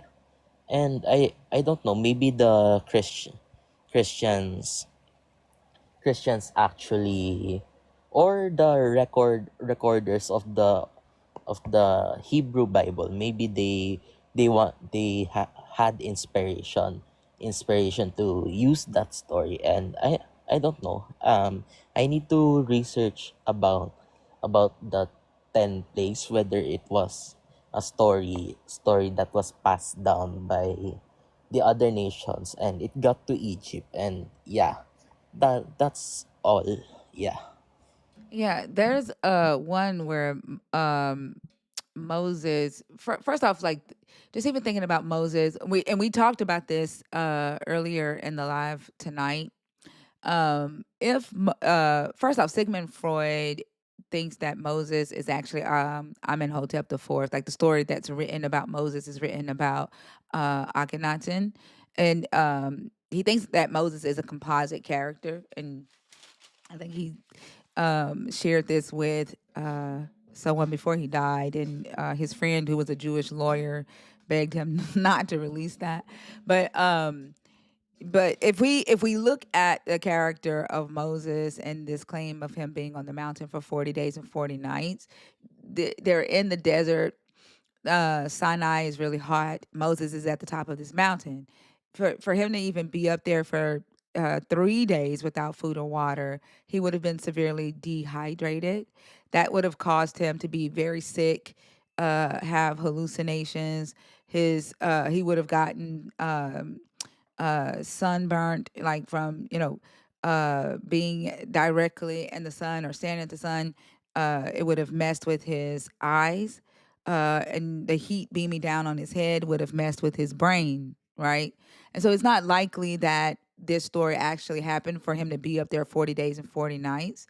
And so tonight, when we read Exodus 24, the part where the priestly writers of Exodus edited Exodus 24 and added the supernatural aspect to it, that a cloud covered the mountain. And the reason for the cloud covering the mountain is to say that there was this supernatural thing that happened that allowed Moses to be up on that mountain without food or water directly in the sun, without having hallucinations and without getting dehydrated, right? And so that was added by the priestly writers at a later date. But also, if Moses is another character who I do believe would have been suffering from like delusions of grandeur. Like he shares the same characteristics as Jesus. Like you can only get to Yahweh through Moses. Only Moses can see or hear Yahweh's voice. And he responds a lot of times with gaslighting. For example, when the Israelites are in the wilderness and they're about to die of thirst, let me pull it up. I think it's in Numbers 20. Moses is like they're asking for water, and the first thing Moses says, "Why do you test God?" And like he immediately shames them in the story, like it's wrong for them to want water. Um, let's see. Let me see if I can find it. Oh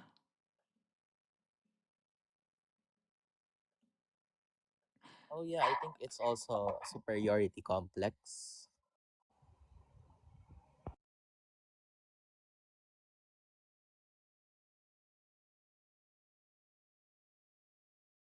Like he uses gaslighting a lot, and it's actually Exodus 17. This story is actually in two places. It tells it once in Numbers 20 and then also in Exodus 17. He says, for the wilderness of sin, the whole congregation of the Israelites journey by stages as the Lord commanded. They camped at Rephidim, but there was no water for the people to drink. The people quarreled with Moses and said, "Give us water to drink." Moses said to them, "Why do you quarrel with me?" And then his very next statement is, "Why do you test the Lord?" So they're in this fucking wilderness, in this desert. There's no fucking water around, and they're saying to Moses, like, "Dang, did you bring us out here to die? Like, can you give us some water?"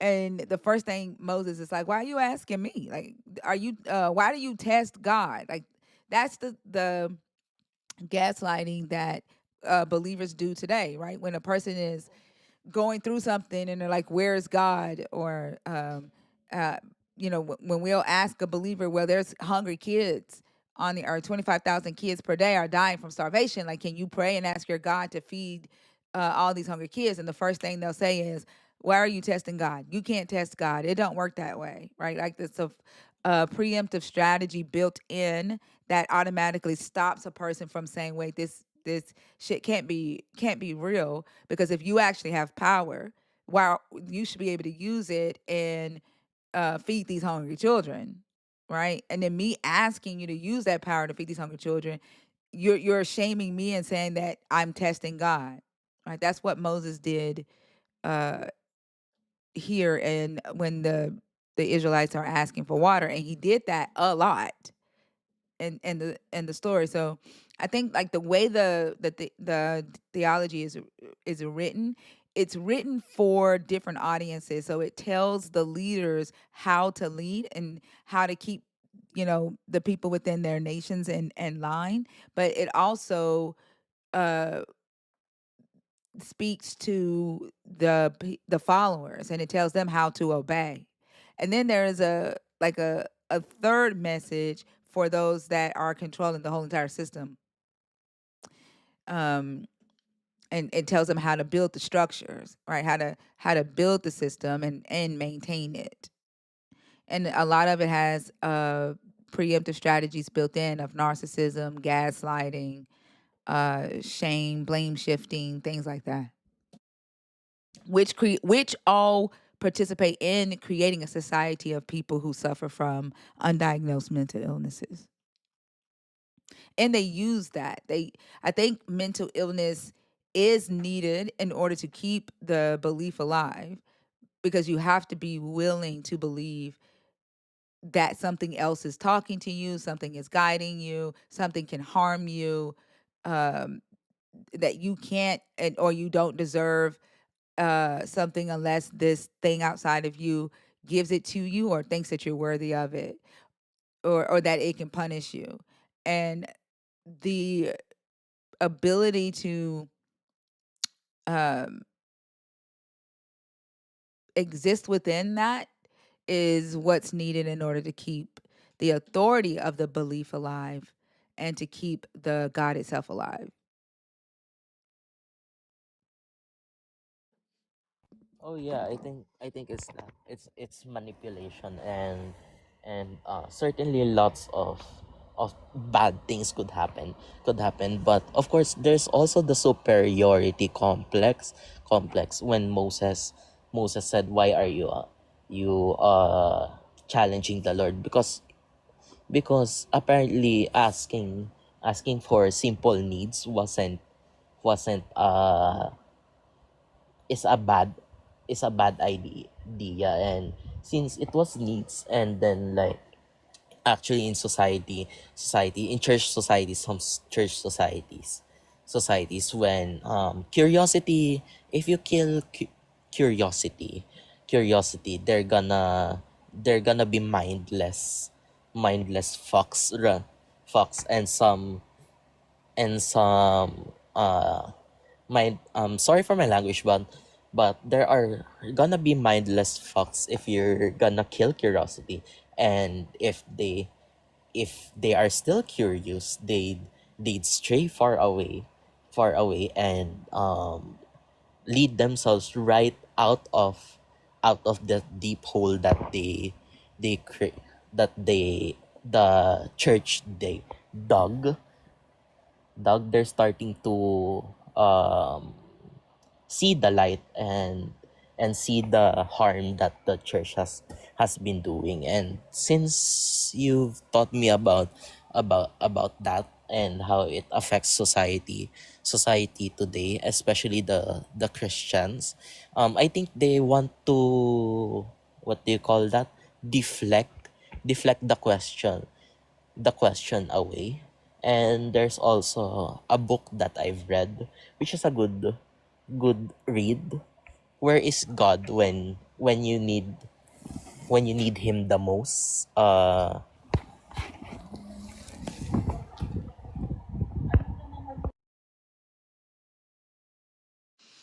Theo, are you in class?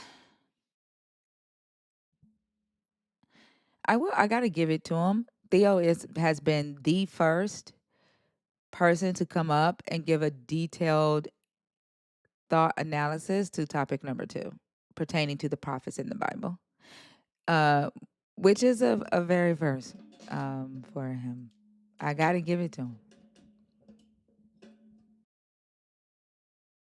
Yeah, thanks. And don't forget, I have a book recommendation. It's Where is God when you need him? I think I'll research the author. I have that book itself. Okay. Thank you for the book recommendation. If you could put that in the Discord, I'd appreciate that. Did you have anything else about the topic, Theo? No. Well, thank you so much for coming up, and I hope you have a great rest of the day, okay? You too. All right. And please wait. Go ahead. Stay hydrated, guys. Don't be like Moses when he was in the mountains. Have water. All right, Theo. Please let me down. Goodness gracious. Aeon, I don't expect you to understand shit, Theo said, because you are one of the people who I think have an undiagnosed mental illness. Like, and the fact that you are on a different account after your ass been blocked. Like, you've got to have a mental illness for you to fucking create another account just to come into a place that you're not fucking wanted, to start complaining about listening to shit you don't want to fucking hear.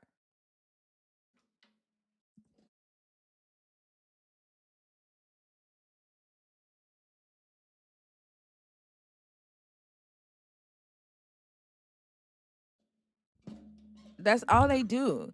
Like, they complain about what we talk about in here. I tell them over and over again, you're not my target audience. Don't bring your ass in here. We block them, and then they go and create another account so they can come in here and listen to shit they don't want to listen to. And complain about the shit they got to listen to that they don't want to fucking listen to. You are the person with the undiagnosed mental illness. What's up, Oso? Good morning. How are you? Okay, so Recovered. I haven't stayed up that late in a long time. I looked at the clock and I was like, oh, hell no, I gotta go to sleep. Stayed up what? Like, how late did you stay up? When did I leave last night? Like 2 in the morning? Negro, no. Your ass stayed on this line for 5 minutes. You was gone with the first caller. Hmm? I did knock a nap. I can't even lie. What? Where, you thought you was still on stage? I was on stage when Nelly was on stage, and Nelly didn't get on till like the first hour or something. Nelly came on with the first caller too. He came on in the middle of the first Oh, caller. shit. You missed the lady pissing on stage also, and she was the second caller. What? Yes, your ass was not here. She A pissed nigga on was asleep. I stage. can't even lie. That's crazy. Like, she was like in the bathroom, or she just like let that shit fly wherever, or where the fuck was she at? Hold on, let me get over the fact that you thought you stayed up to 2:00 in the fucking morning though.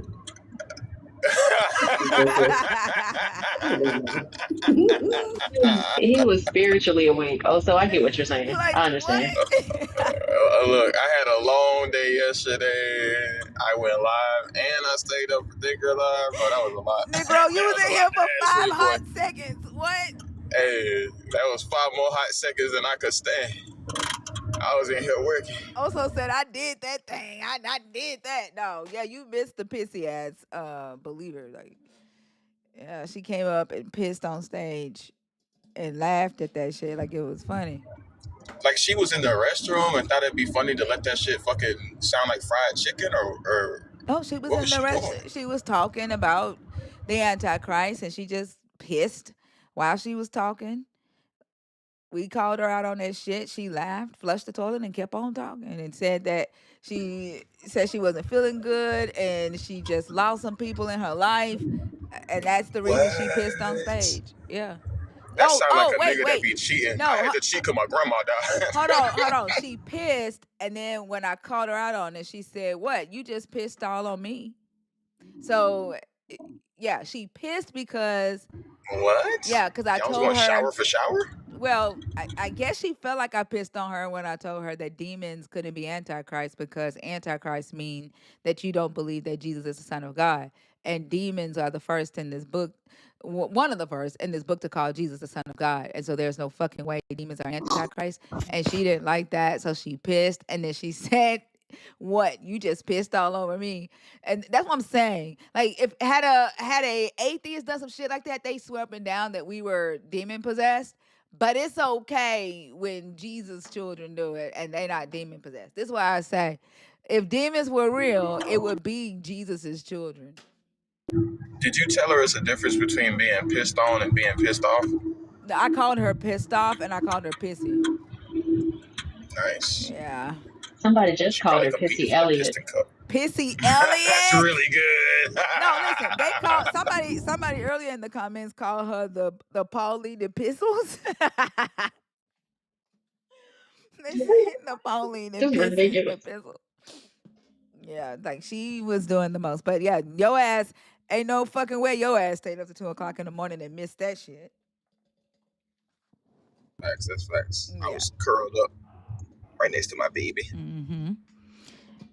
Jonathan. Oh God, why do y'all? You've been sitting up here for 5 fucking minutes, and you doing like y'all are childish as fuck.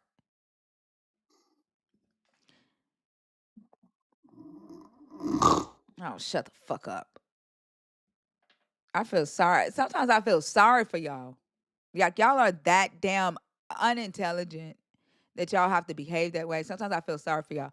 And the reason y'all behave that way, the reason y'all piss on stage, the reason y'all come up here and make snorting noises or farting noises is because you are just fucking stupid. You lack intellect. You lack knowledge and you don't know how to defend yourself and you don't know how to defend your God using your fucking thoughts or your words. So your behavior. Actually, I found what I was looking for the other day. This is chapter 44 of Origen's book Against Celsus. It says, after these points, Celsus quotes some objections against the doctrine of Jesus made by very few individuals who are considered Christians. not of the more intelligent, as he supposes, but of the more ignorant class, and asserts that the following are the rules laid down by them.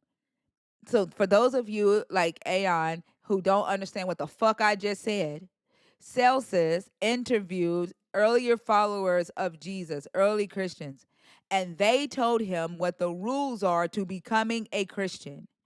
Origen is saying he talked to ignorant Christians because Origen is refuting what Celsus wrote. And Origen himself is saying that the Christians that Origen talked to was more of the ignorant class of Christians, not the smart ones. Then he says, let no one come to us who has been instructed. Rule number 1 to be a Christian.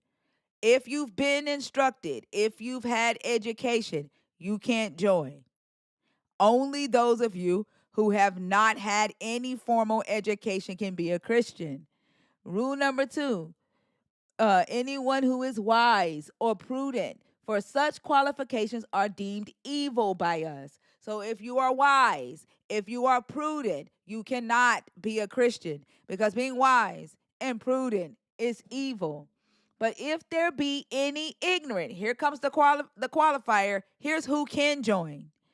If there be any ignorant or unintelligent or uninstructed or foolish persons, let them come with confidence, by which words acknowledging that such individuals are worthy of their God, they manifestly show that they desire and are able to gain over only the silly and the mean and the stupid with women and children. And the way that that's written is they originally targeted men. So if you were unintelligent, if you were ignorant, if you had no education or foolish, and you were confident in it, and you were male, you could join. And then they just took the women and children because they were property. That's who could be a Christian at first, starting out.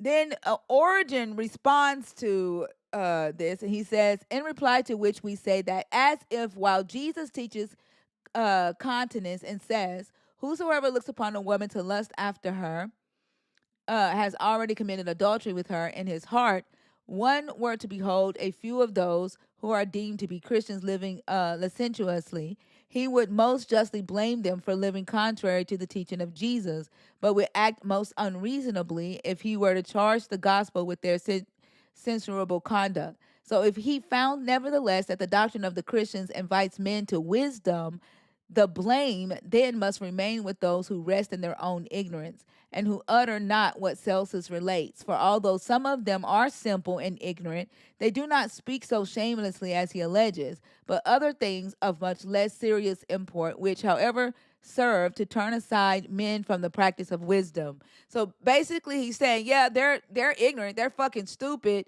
but at least we're teaching them not to fuck your wife.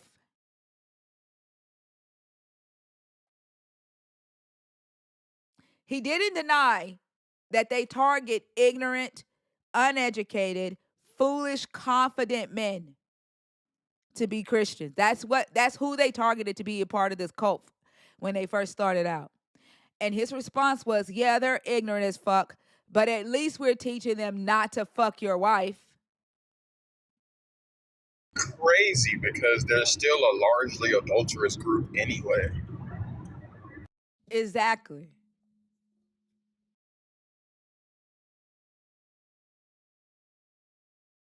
Who did that?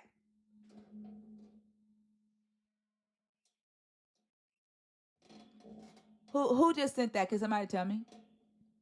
Kendall.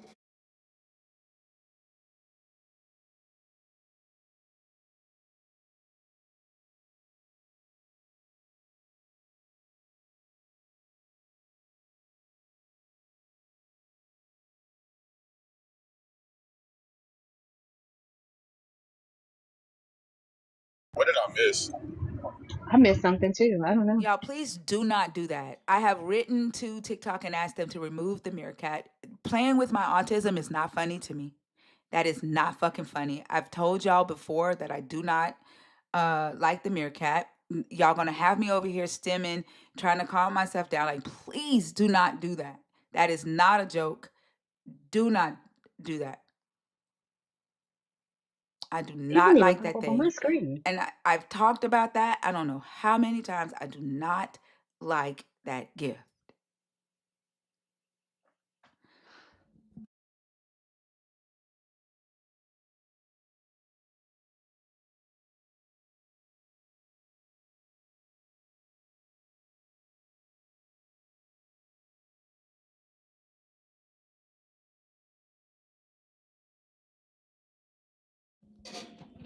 It's okay. I've written to TikTok and I've asked them to remove that shit. Like, and I think that they need to have um they need to have a form for people who have sensory overload when it comes to some of these TikTok gifts.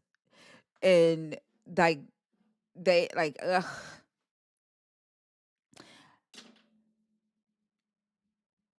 Mm.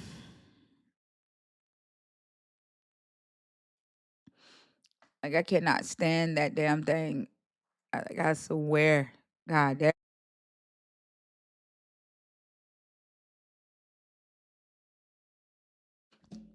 it be making me have to like catch my breath. Like,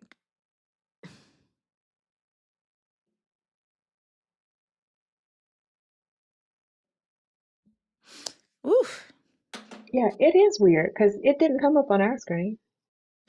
The meerkat didn't come up on y'all screen. I never saw it. I'm in transit, so I wasn't necessarily staring at my screen. Yeah, I It, was So sitting I here it, don't know looking if at it it. showed up for me or not. it's okay, Kendall, if you didn't know, but I know that I've talked about it several times because Relaxing used to send that shit all the fucking time, and I would have to leave the room. Um, but like so with yours, Kendall. As soon as I saw it up, I put the microphone in front of my eyes, so I was able to block it to where it didn't have like the effect. As soon as I saw it, I put the microphone there. But yeah, like I cannot take that fucking meerkat. I have asked TikTok, I don't know how many times to remove it from my gift gallery. Um, yeah. But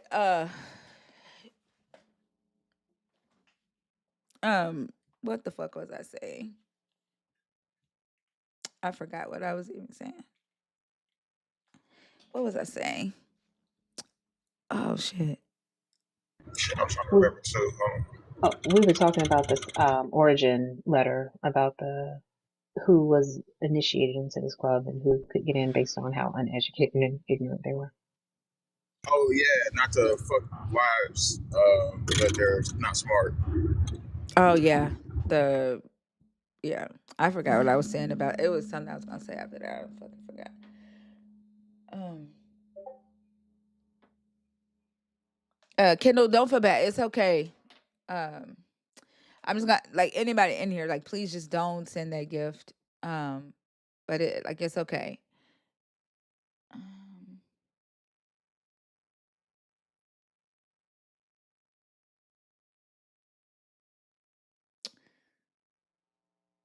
uh well.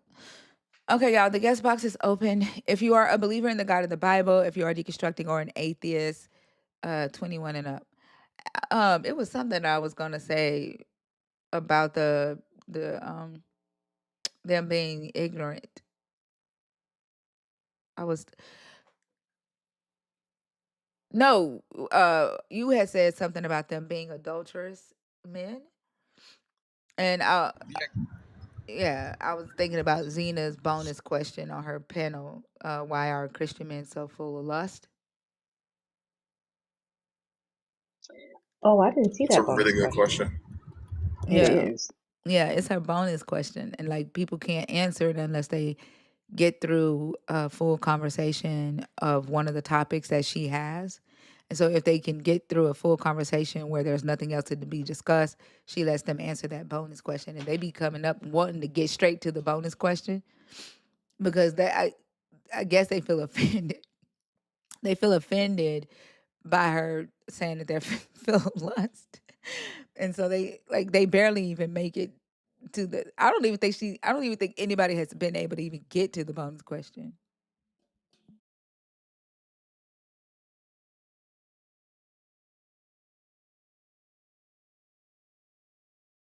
Yeah, that's what they call the wisdom of God. Like I think he ends up quoting Psalm in here to justify it, um, and saying that even though that they are ignorant, uh, what they I think it's in this chapter right here. What they gain is the wisdom of God, because the let's see.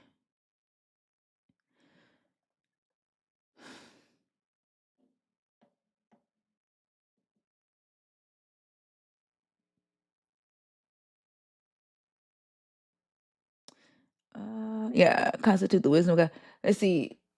Then chapter 47. Hold on. Sly Fox, you're not connecting. I don't know if you're trying to come up on purpose or on accident. Chapter 47 says, but it is probable that what is written by Paul in the first epistle to the Corinthians, as being addressed to Greeks who prided themselves greatly on their Grecian wisdom, has moved some to believe that it was not the object of the gospel to win wise men. Now let him who is of this opinion understand that the gospel, as censoring wicked men, says of them that they are wise not in things which relate to the understanding and which are unseen and eternal, but that in busying themselves about things of sense alone, and regarding these as all important, they are wise men of the world.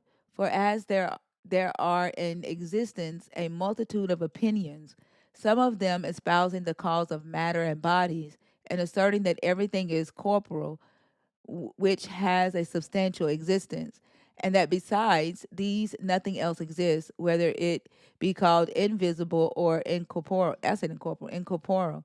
It says also that these constitute the wisdom of the world, which perishes and fades away and belongs only to this age, while those opinions which raise the soul from things here to the blessedness which is with God and to his kingdom, and which teach men to despise all sensible and visible things as existing only for a season, and to hasten on to things invisible, and to have regard to those things which are not seen. These, it says, constitute the wisdom of God. But Paul, as a lover of truth, says of certain wise men among the Greeks, when their statements are true, that although they knew God, they glorified him not as God, neither were thankful. And he bears witness that they knew God, and says too that this did not happen to them without divine permission. In these words, for God showed it unto them, dimly alluding, I think, to those who ascend from things of sins to those of the understanding, when he adds, for the invisible things of God from the creation of the world are clearly seen, being understood by the things that are made, even his eternal power and Godhead, so that they are without excuse, because that when they knew God, they glorified him not as God, neither were thankful. So they demonize those that are wise. Basically, Fee, like when Proxy was up here, and when he was trying to Mm-hmm. say that Fee was paranoid, because when you said there's no reason for you to believe in what you cannot see, and like what basically what you were saying, there's no evidence. This is Yep. the What? yeah, He don't know what paranoid means. right. Oh, he was a racist ass atheist. Oh, Um, lovely. yeah. But this basically is what Origin is saying here. Like people who would think like us, and he's demonizing it. He's saying that we know that God is real, but he's saying we're choosing not to recognize God as God, because we're saying that because we only pay attention to the physical and what we can see, and that we have the understanding. He's like, those that are wise, like they have the understanding of what can't be seen, and they know God. They're just choosing not to call it God. They're just choosing not to see God. That's how they justify ignorance and demonize wisdom or intellect.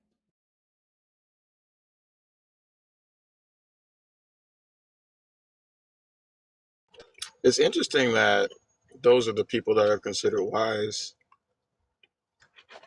Yeah. I mean, it's almost like it's an admission in and of itself, you know, What do you mean? An admission? of like the fact that like this is dumb. You know what I mean? Like it's not wise to believe in anything that you can't actually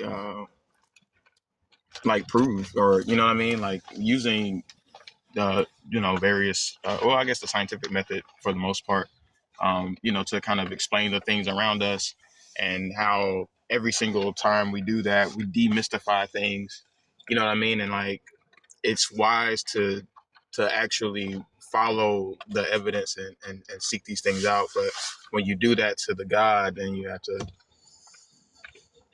to abandon that kind of stuff. Like you have to just accept things without any evidence or any proof. You know what I mean? And like even shit, I was thinking about the conversation that happened on my panel last night. I refused to engage with that guy because he's a fucking idiot. But he kept doing the whole proving God's existence thing through logic and stuff. And it's like Lex kept asking him, okay, if you take the you positing creation thing out of this whole equation, does the God still exist? And he couldn't say shit because it didn't mean anything. Like it just,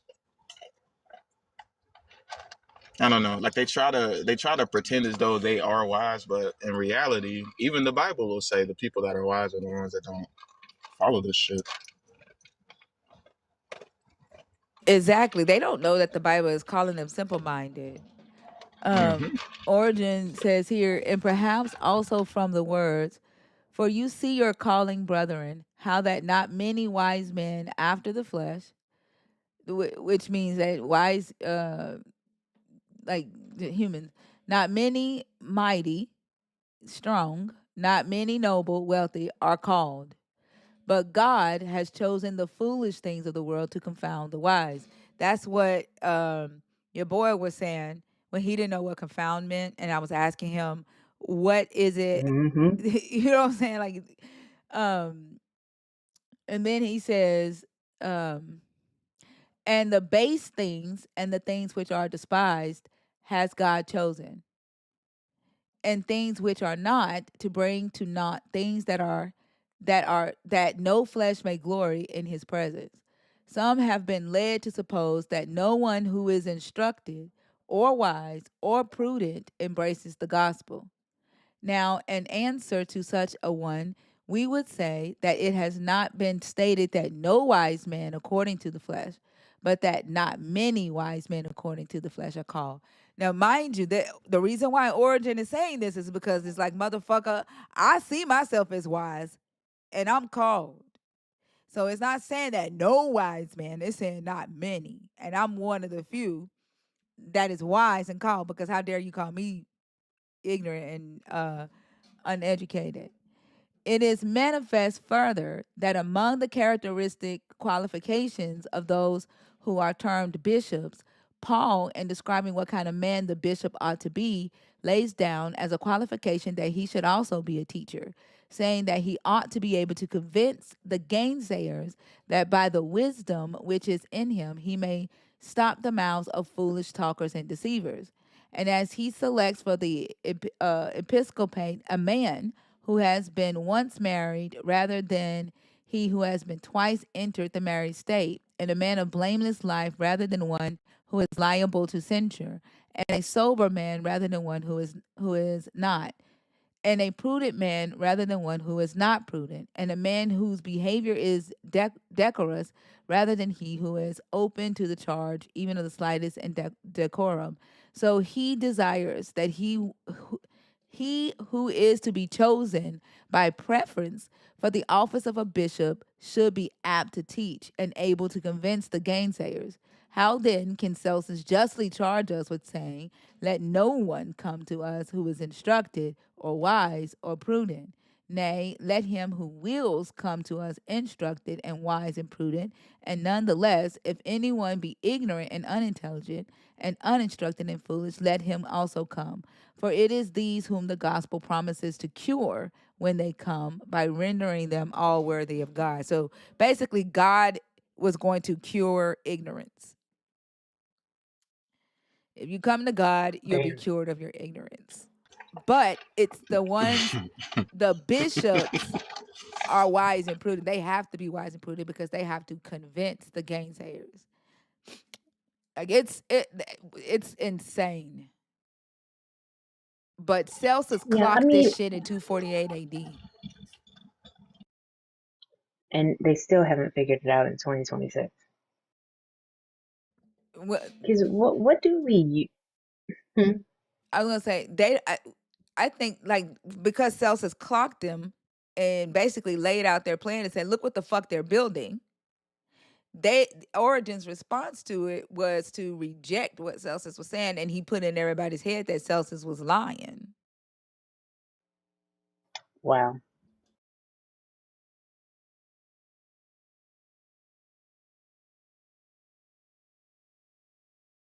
And I could see that being effective back then, when um, connectivity and access to other ways of thinking, other pieces of information, even contrary information wasn't readily available. I could see the people of that time, because of their limited, exposure, being swayed by something like that.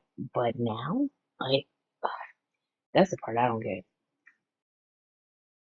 I think they too indoctrinated now. Like, you think that the believers today are more indoctrinated than the believers back then? Because I think today we got mounds and mounds and It's a good mounds of question. information, more denominations. Because I think so. Yeah, I agree. Yeah. Yeah, So like there's so I much think to they. unravel. That's what I was going to say. I think there's more to the world and more things we understand about the world that would require some sort of indoctrination explanation, or indoctrination cover. I won't even call it an explanation. Kind of like a cover you put over it. Like, don't look at gravity. Don't look at that formula. It's just God. So I think, yeah, they have to be, they're more indoctrinated in different areas compared to the people at that time. Yeah, and I And I think mean, they got more. I'm sorry. no, go ahead. I was just gonna say they got more text and more access to more text now. So I mean, it's a whole lot more layers of indoctrination and stories and stuff that they are taught from an early age. That like what I mean, that frame their entire view of the world. Yeah, and I think because they're more literate than they're not as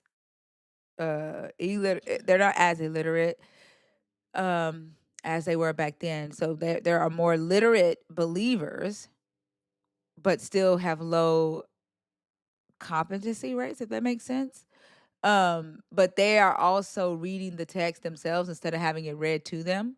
And so their understanding is coming from that low comprehension rate. And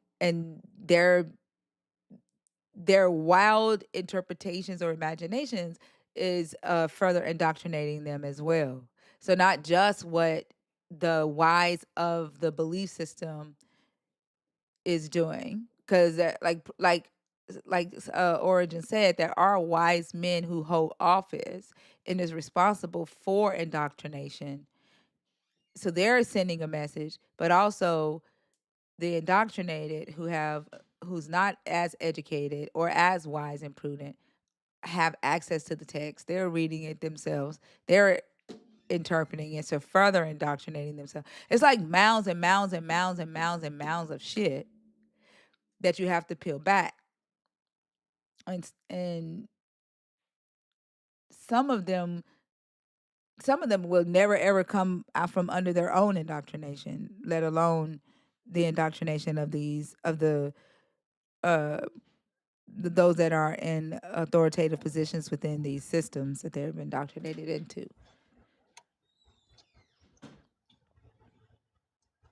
I agree. And our education system doesn't help. I think it reinforces the indoctrination in a lot of ways, because it doesn't ever ask the question, when is it reasonable to believe something? It starts with belief. So they're primed at such an early age, like continuously in our culture, in Western civilization, to not critically think through anything. Like, you have to seek out those tools. Everything that's readily available to everyone is, in my opinion, part of that indoctrination into the shoulds and the authority that somebody has determined that this is the only way that things can be. So yeah. Yep.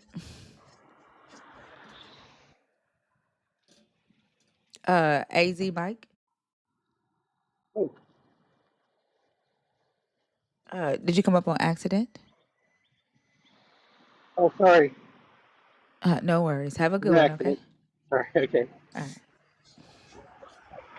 Bye, Mike. Also, Mia's father died last night. Oh my goodness. I Yeah. am very sorry to hear that. I'll reach out to her. Yeah, I know she'd be happy to hear from you.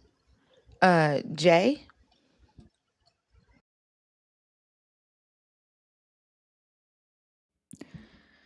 Whew, I'm still trying to catch my breath. Jay? Jay? Hi, I'm sorry. I didn't mean to request a. No worries. Have a good one, okay? Thank you, you too.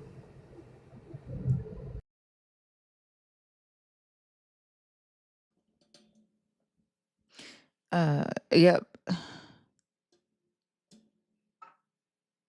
Yeah, he did, Brian.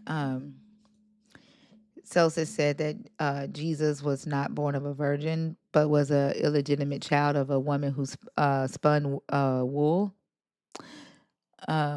I was gonna say, it made me think of Rumpelstiltskin. I was gonna say,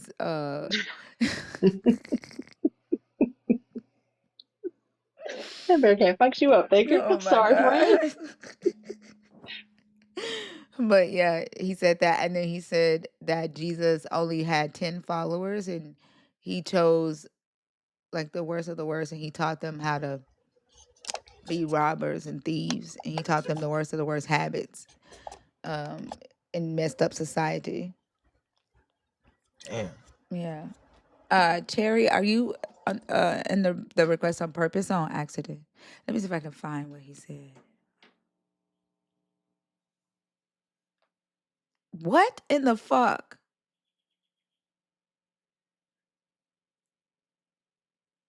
What?